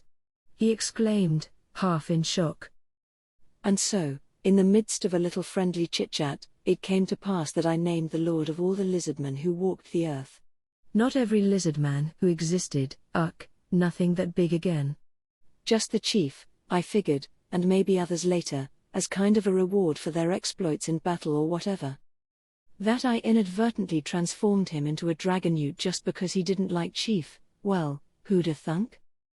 Everything was now well and truly wrapped up. Only about 3 weeks had passed, but I felt like I was now a battle-hardened veteran. Really, I'm pretty sure I fought harder than anybody else in the marshes. These death matches were really trying on a body. Let's just go home and relax a bit. Gable was marched up to his father, Abil, the chief. He had been hauled off to jail the moment the battle had ended, given one morning meal and one evening meal a day, and otherwise nobody said anything to him. That had continued for 2 weeks straight. His crime of rebellion was obvious to all, and he had accepted this punishment without complaint. He had had the best of intentions when he did the deed, but the results had almost brought the lizardman to the brink of extinction. This was all his fault. He recognized that, and he could neither make excuses for it nor intended to. He figured he would receive the death penalty, and the thought did not particularly bother him. But when he closed his eyes, he could remember the incident. It was more shocking to him than anything, and it made the betrayal of the one who believed in him seem like a petty detail by comparison. It was the magic born disguised as a human being completely dominating him, and then taking on the demon lord himself. Even now, he could perfectly recall the sweet little child, his silvery hair flowing in the wind. It almost moved Gable to tears, the sight of this creature standing strong to protect him. Any pain and anger he felt at Gelmud for turning his back on him was immediately whisked away. All that Gable had left was his near-worshipful adulation for this creature. But what was even more shocking was the way he then transformed into a slime. The very slime he had dismissed as a low-level piece of garbage. That's right, low-level. He was, but he wasn't, too. That slime was special. Not in a unique or a named way. Even more special than that. If he ever got the chance, Gable wanted to ask, "Why did you help me?" This slime named Rimuru had no reason to rescue this worthless, completely bamboozled lizard man, this utter buffoon. It was the one thing Gable thought about for those 2 weeks. Now he was in front of the chief. He turned his face upward, finding it hard against the heavy atmosphere surrounding him. His father stood there like a grand boulder, and his eyes opened wide. The chief was brimming with youth, such was his newfound strength. Despite his father's power, Gable dared to defy him just because he had a name and his father didn't. He realized his eyes had deceived him all along, and now he mourned that fact. His father seemed far stronger than he remembered. It didn't seem possible. Gable looked up, locking eyes with him, though the chief betrayed no emotion. One look at his cold, calculating eyes was all Gable needed. He'll put me to death. The leader of the herd must never show any weakness. He must retain discipline at all times, or else he would set a terrible example for the rest. But Gable didn't mind this. Those were the rules, and the rules were set in stone. The chief opened his mouth. "It is time for your verdict. Gable, you are hereby expelled from our caverns. You may never call yourself a lizard man again, and you are forbidden from ever returning here. Leave us at once." Huh? What did he say? He was taken by his father's royal guard, and shoved outside the caverns, tossed out on his rear. "You forgot this," the chief said from behind the entrance as they left, throwing something at Gable. "Take it." It was a long, thin object, wrapped in cloth, that was part of his belongings. When he picked it up, the weight immediately told him what it was: the vortex spear, a magic weapon and one of the lizardman's greatest treasures. Tears fell from Gable's eyes. He turned to his father as he tried to say something. But nothing came out. He was no longer part of them. Instead, he saluted his father, face filled with solemn emotion. And as he hung his head, Gable almost thought he heard his father's voice. "Gable, as long as I, Abil, am still healthy, the lizardman will be safe. You may live as you please from now on, but whatever you do, you must put every fiber of your body into it. Remember this well." "Why, yes, my lord. I will become a fighter worthy enough to gain your praise, as I serve underneath our Savior." With this unspoken reply, Gable turned and walked away, straight ahead, without another word. He still felt lost, but he had resolve in his heart, as he began to walk the path only he could take. After a while, Gable's way was blocked by a familiar-looking settlement. "We were awaiting you, Sir Gable." It was the 100 Knights under Gable's direct command. What are you all doing here?" "I have been exiled from our people."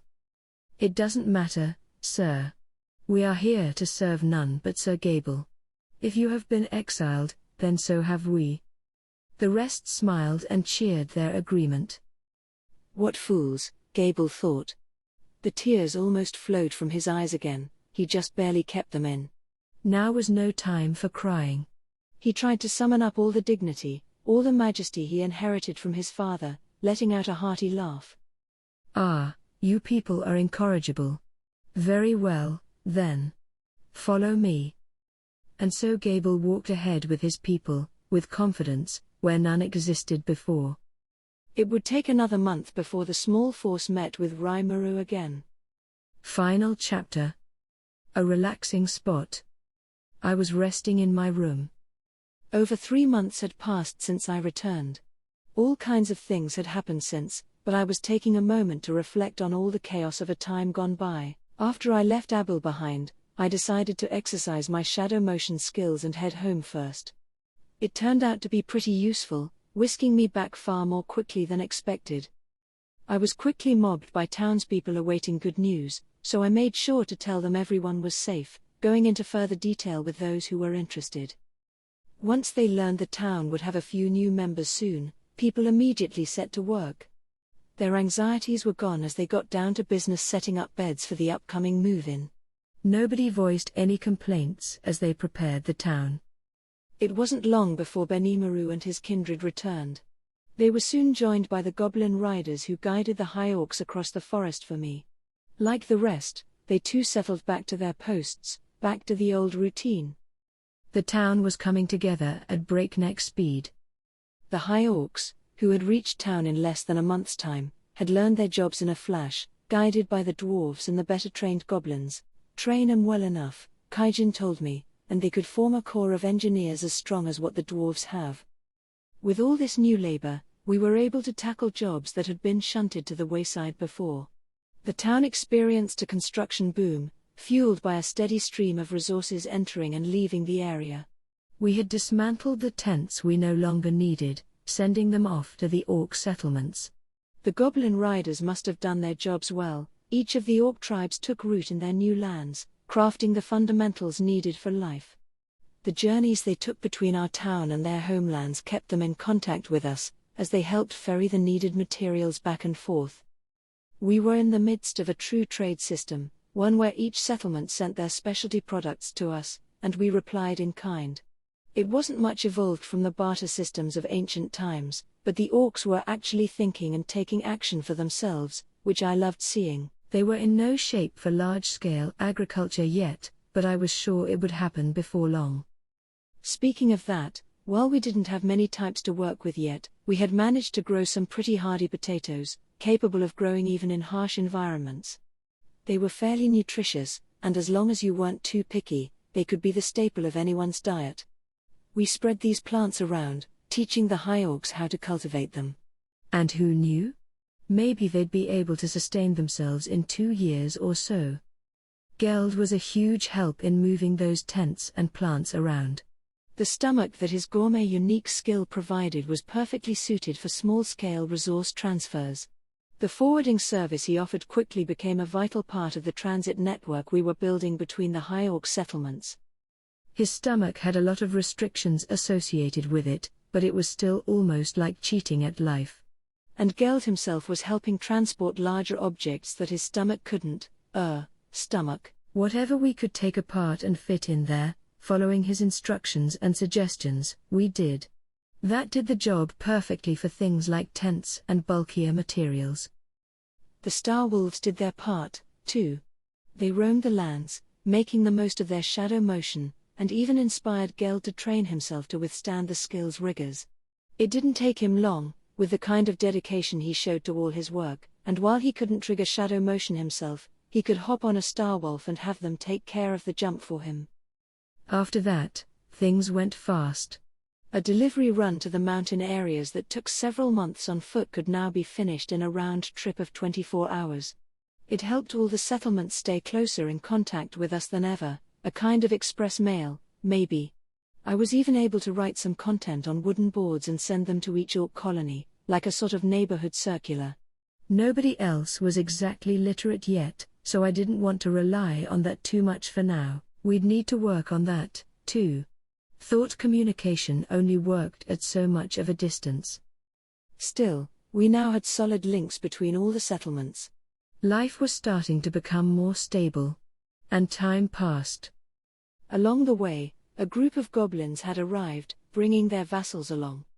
I might as well name these guys, too, I thought. I was the one who told them all not to look down on other races, after all, and I had to live up to that. If I merely let them live there without taking that extra step, I risked creating a class-based society. These guys had kind of a greenish tone to their skin, so I decided to go with green insert number here. All that naming, though. Yeesh. Maybe Gelmud's death march was doing its work on me after all, delayed action style. Scary guy. The gang would later come to be known as the Green Numbers. Together with the yellow numbers, they would form the twin walls of our alliance's main defense force, but that was still well in the future. Once I was completely burned out from number assigning yet again, we finally had enough homes in town for all the monsters to live in. The goblins would have to live in groups within dormitory-style buildings, but it still beat the tents. We had set up a water and sewer system pretty early on, but we had nowhere near the resources required to bring water to everyone's houses. Instead, we had well pumps throughout the town, which made the whole place seem a lot more culturally advanced than before. Having real flush toilets was incredible, too. You still had to fetch water from a well and fill up the toilet tank yourself, but we were a town of overpowered, muscle-bound monsters, so it was no big deal. After all, I didn't want this town stinking of excrement here and there. That was one must I refused to give up. Plus, some of them didn't even generate any crap to flush anyway. Me, for example. We still had a lot of things on the back burner, but I supposed we had time. We had a town to build, and it was never gonna happen overnight. So despite all the nuttiness, things were coming together. Right here, in this land, there lived over 10,000 monsters, gathered here because they believed in what I was doing, all working together to make it a better place. They saw this as a place of peace. Our place of peace. A true town of monsters. And it was finally here.